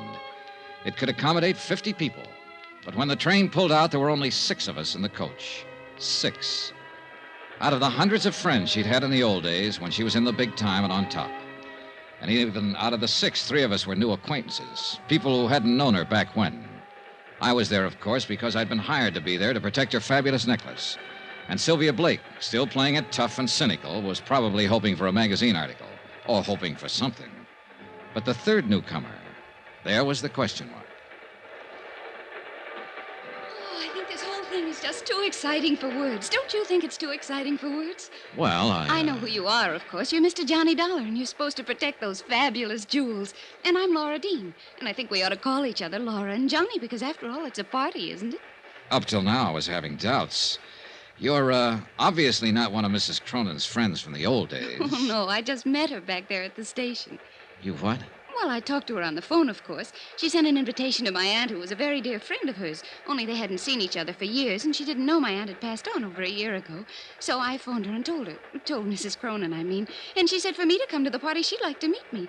And I wouldn't have missed it for anything. Yeah, well, Johnny, do you think they'll really have champagne in bathtubs like they used to back in her time? If they do, it'll get awful wet out. There are only 6 of us to drink it. Oh, gosh, I don't see how you can call 6 people a party.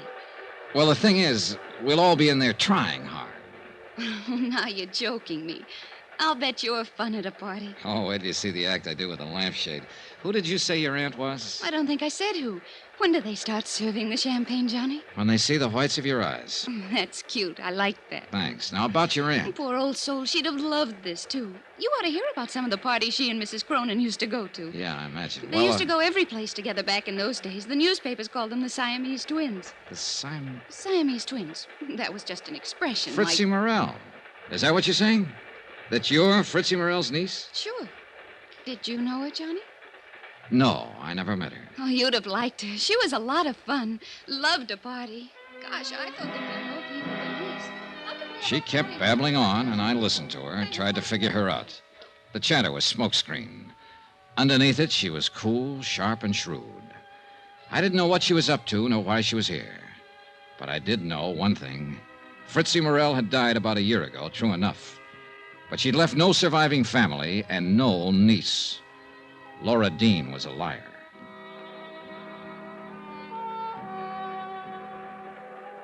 I hadn't seen Mrs. Cronin since we pulled out of the station.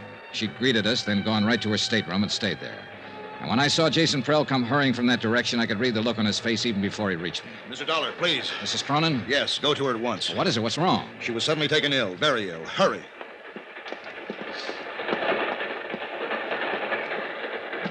Mrs. Cronin.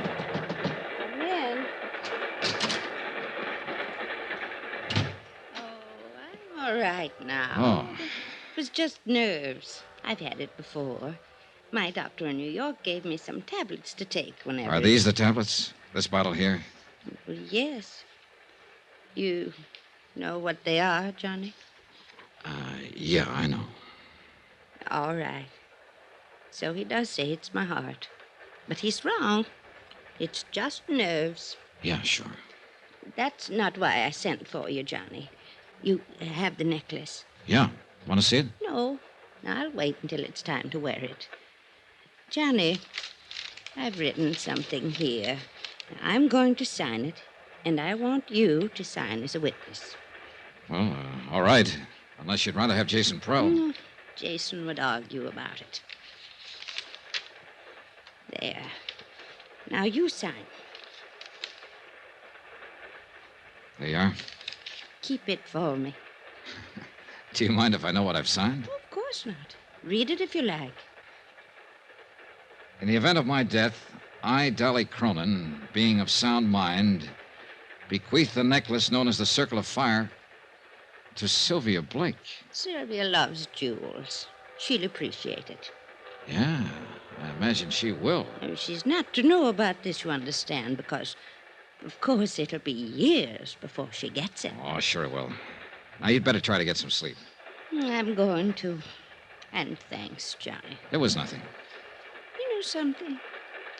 I was heartbroken when they didn't show up at the station. All my old friends. But I've been lying here thinking, and I've finally figured it out. Oh? They all went on ahead. They'll be waiting at the house. They're trying to surprise me. Don't you think so, Johnny? I said yes, I thought so. But I was lying because I didn't think so. But she was still a dancing darling, and she had that way about her. You wanted to protect her. I didn't go back to the lounge. I walked down the corridor to my stateroom. It was night by then, and the corridor was only dimly lit. My stateroom was dark. When I opened the door, I caught a bare flash of movement. Too late. Oh!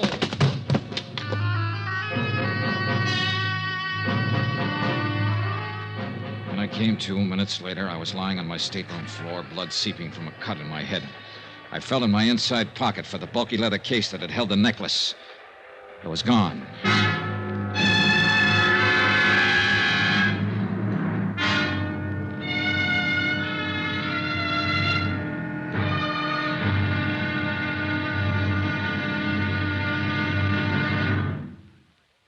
There'll be another intriguing episode in our story of the Cronin matter tomorrow. Tomorrow, an old love and an old hate.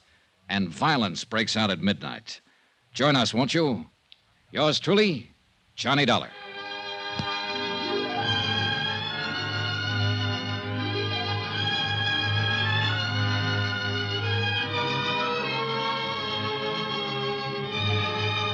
Yours truly, Johnny Dollar, starring Bob Bailey, is transcribed in Hollywood. Written by Les Crutchfield, it is produced and directed by Jack Johnstone. Be sure to join us tomorrow night, same time and station, for the next exciting episode of Yours truly, Johnny Dollar. Roy Rowan speaking.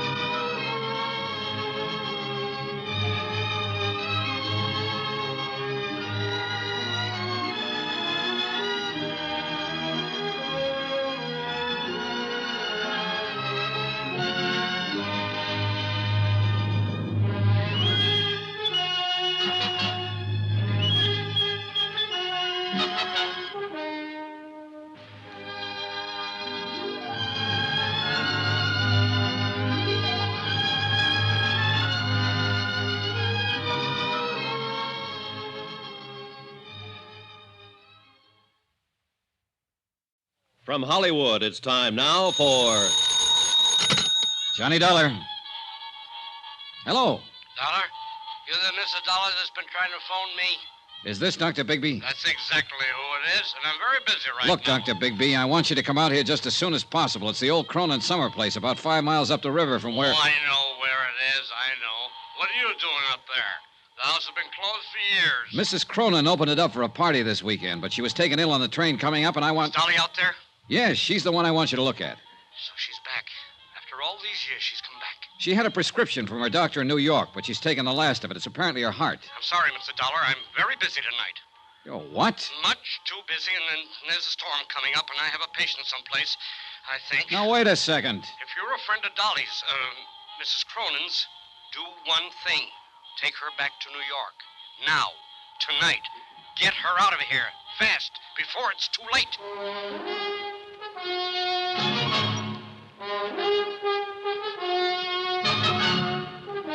Tonight and every weekday night, Bob Bailey in the transcribed adventures of the man with the action-packed expense account, America's fabulous freelance insurance investigator. Yours truly, Johnny Dollar.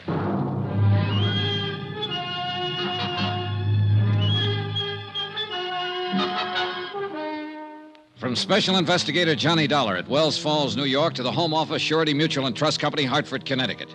Assignment, the Cronin matter. A $500,000 necklace. Expense account continued. Item 7, $5.40, taxi. I figured I'd find Dr. Bigby in one of the local pubs, but I covered them all in about 30 minutes. No sale. And unfortunately, Bigby was the only doctor in Wells Falls. Worse, the local druggist couldn't fill Mrs. Cronin's prescription. The nearest chance was Tupper Lake, 25 miles away. Back out at the Cronin place, I turned the taxi over to Jason Prell, Mrs. Cronin's business advisor, and he took off for Tupper Lake to look for the medicine. Then I went looking for Mrs. Atherton, a village woman who had been housekeeping on the estate since the place was built. I found her in the kitchen.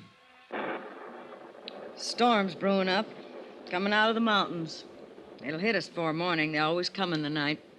I guess you've seen a lot of storms in these hills, Mrs. Atherton. Lived here all my life, never been out of them. It's Miss Atherton, not Mrs. Oh. She's the missus up in the bed, even if she is a widow. Little Dolly, Mrs. Cronin, till death do us part. Did you know Barnaby Cronin, Miss Atherton? Yes, I knew him. Of course I knew him. I worked here. Oh, yes, you were here then. What kind of a man was he? Like any other man. Not according to Dolly, Mrs. Cronin. She apparently worshipped him. Still does, in fact. Dolly's always worshiping something. Everybody was always worshiping her. She had us all dancing to her tune, and without even trying. You knew her back then? She was born and raised here in the village. I thought everybody knew that. No, that's what I missed. Well, we used to work together, waiting tables at the summer hotels around here. That's where Jason Prell saw her. Told her she ought to be on Broadway. She left the town the next week. Didn't come back again till after she and Barnaby was married. And she got him to spend a fortune to build this place for her. Well, I guess he had the fortune to spend. Oh, yes. She married well. Count on Dolly for that. Always got whatever she wanted and never even had to ask. Things were just given to her, always. Yeah, probably so. But she's been pretty generous herself. Like keeping you on here, for instance, when the house has been closed up for years with nobody using it. Oh, she's the dancing darling, all right, right to the end.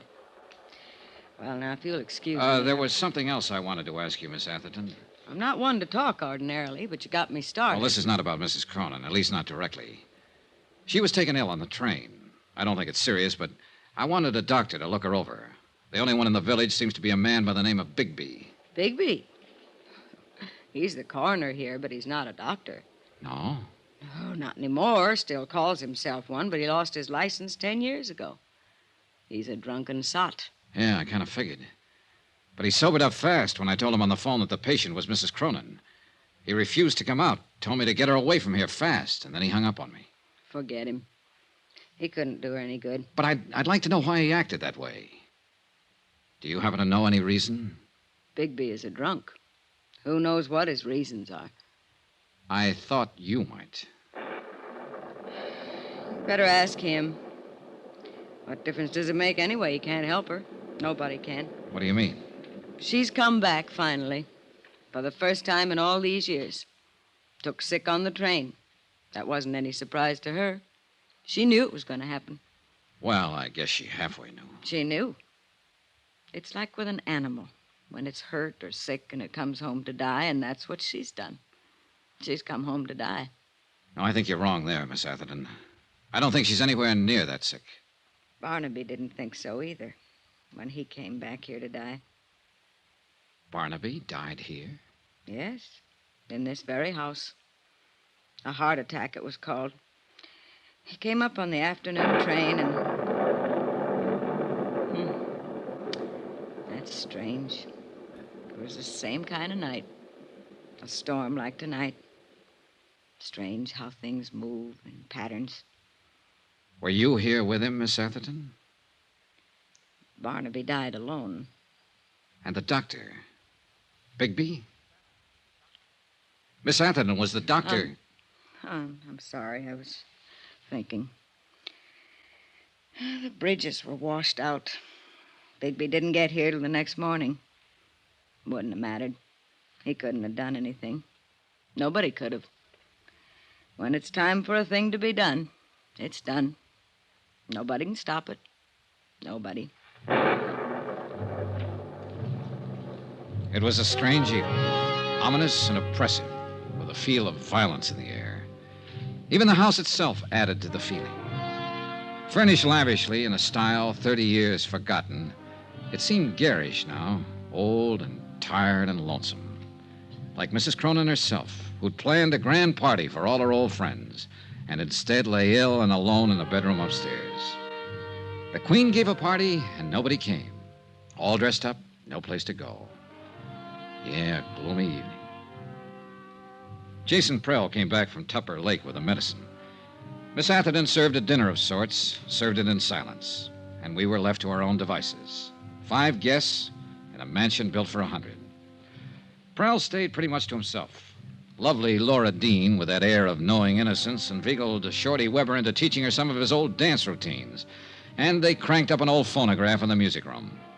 And me, I just stood at an open window and watched the rain come down and tried to think. That's the perfect touch. It's exactly what the evening needed. That music? Now, Sylvia. Really cornball, isn't it? No, Johnny. I meant the thunderstorm. An isolated old mansion, fabulous necklace of diamonds and emeralds, weird housekeeper, a hostess lying ill, and now rain, shades of a house of Usher. That'll make a good lead for your magazine story. I should have stayed in New York and just written it, not lived it. Oh, I thought you were the big take-a-chance girl, Miss Blake. Danger, mystery, adventure. Don't those things appeal to you? Maybe. Is there any of that lying around somewhere? There may be, before the night's over. Well, all I can see at the moment is sheer boredom. You have to know where to look. In the bottom of that scotch glass, for instance? Just killing time. Oh. I've been wanting to ask you, Johnny. How'd you get that cut on your head? It's a long story. It happened on the train, I know that. You didn't have it when we left. A sudden stop. I fell over my suitcase. Sure you did. Backwards. Huh? It's on the back of your head. Somebody made a try for it, didn't they? On the train coming up. Well, I don't know what they were trying for. There wasn't time to ask. Maybe they even got it. That's the way you were betting, wasn't it? That it wouldn't be just an attempt. That somebody was going to get it and get away with it. Did they? Is that what happened? Is it gone? All right, just stand there and grin then. Oh, rain. I'm going back to the city tomorrow. You are? Well, don't smother me with your pleading. No, stick around, Sylvia. Things may get better, including the music. You know, in a way, I hope somebody did get the circle of fire. Why? What good is that fabulous necklace doing her now, lying up there? She's had everything she ever wanted. Life's been too easy on her. She doesn't deserve it. She ought to lose it. Her life or the necklace? The necklace, of course. You know, for reasons I can't go into, I think you'll be sorry you said that someday. Sorry? Why? She's a woman who's had everything. You're pretty predator, aren't you? Hurt and afraid. Am I? You feel something big may have passed you by, and you put up that tight, bright front for protection. But inside, you're tied in knots. And what is your recommendation, Doctor? A man, perhaps? That's the usual advice. Now, you said it. I didn't. Well, you're a man, Johnny. Why don't you smooch with me? It'd be a way of passing the evening, killing time. All right. What are you... Johnny, wait! Johnny, why did you do it? Because you wanted me to, and because I wanted to. Adventure? Mystery? Danger? Who's bored? Who's going back to the city? Those doctors are right.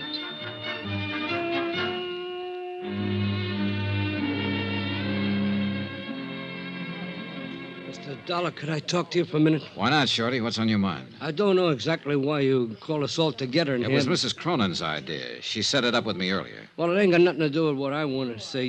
You seen me in a bad light there yesterday at Dolly's apartment. Well, you found a gun on me. You know about my record. It made it look bad. I know it did. But so help me, Mr. Dollar, everything I told you was the gospel truth. Yeah. I'd break my arm before I'd do anything to harm Dolly in the least bit. You see, I've been in love with that woman for 35 years. Like to broke my heart when she married Barnaby. But I always knew I didn't have no chance right from the start. She was up there, big, somebody. Me, I was a nobody. But I'd still die for her any time. That's all, Mr. Dollar. I just wanted you to know. They were all there, gathered around the big dining table, watching me and waiting. Mrs. Cronin had asked me to arrange it. She said that was the main reason they'd come, and she didn't want to disappoint them. I told them that. And then I took the circle of fire from my pocket and laid it on the table. They all reacted in different ways. Laura Dean gave a gasp and her eyes opened wide. And Sylvia... Look at it. Just look at it. Sylvia Blake was fascinated, hypnotized. Yeah, you should have seen it on her back in the old days. It sparkled even twice as much. So that's what this is all about. It's only jewelry. I'd seen it before. But there was one special reaction I was looking for, and I got it. Jason Prell's face went white. Who could imagine anything so beautiful? Mr. Prell, you seem surprised. I wasn't carrying the necklace in its case, the case you stole from me on the train. What? I was carrying it loose in my pocket. What did you do, throw the case off the train without even bothering to... It's running away! Prell! I went after him, but he'd already disappeared somewhere down the hall. He knew the layout of the house, and I didn't. I searched the different rooms quickly as I passed, but there was no sign of him. He couldn't have reached the floors above, but he might have gone down toward the game room and lower halls. I eased my gun from its holster and started slowly down the stairs. And at that moment, every light in the house went out.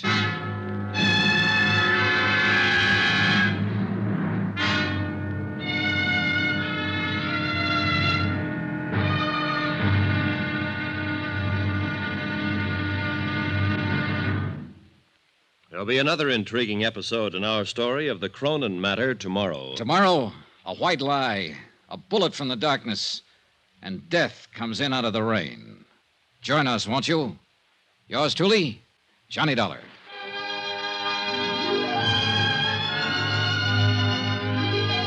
Yours truly, Johnny Dollar, starring Bob Bailey, is transcribed in Hollywood. Written by Les Crutchfield, it is produced and directed by Jack Johnstone. Be sure to join us tomorrow night, same time and station, for the next exciting episode of Yours truly, Johnny Dollar. Roy Rowan speaking.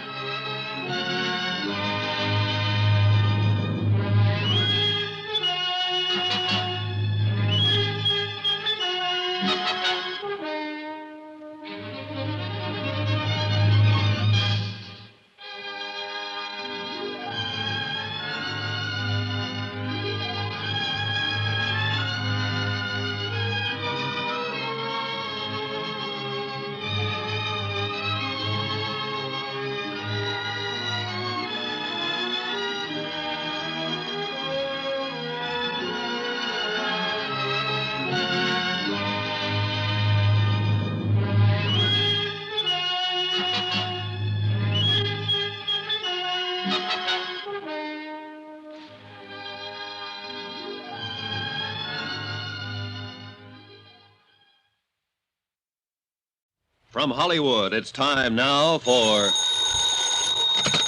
Johnny Dollar. Hello, Sheriff. I can't hear you for the storm. We were cut off before. Hello? Is that you, Sheriff? I said... Hello? You get cut off again, Mr. Dollar?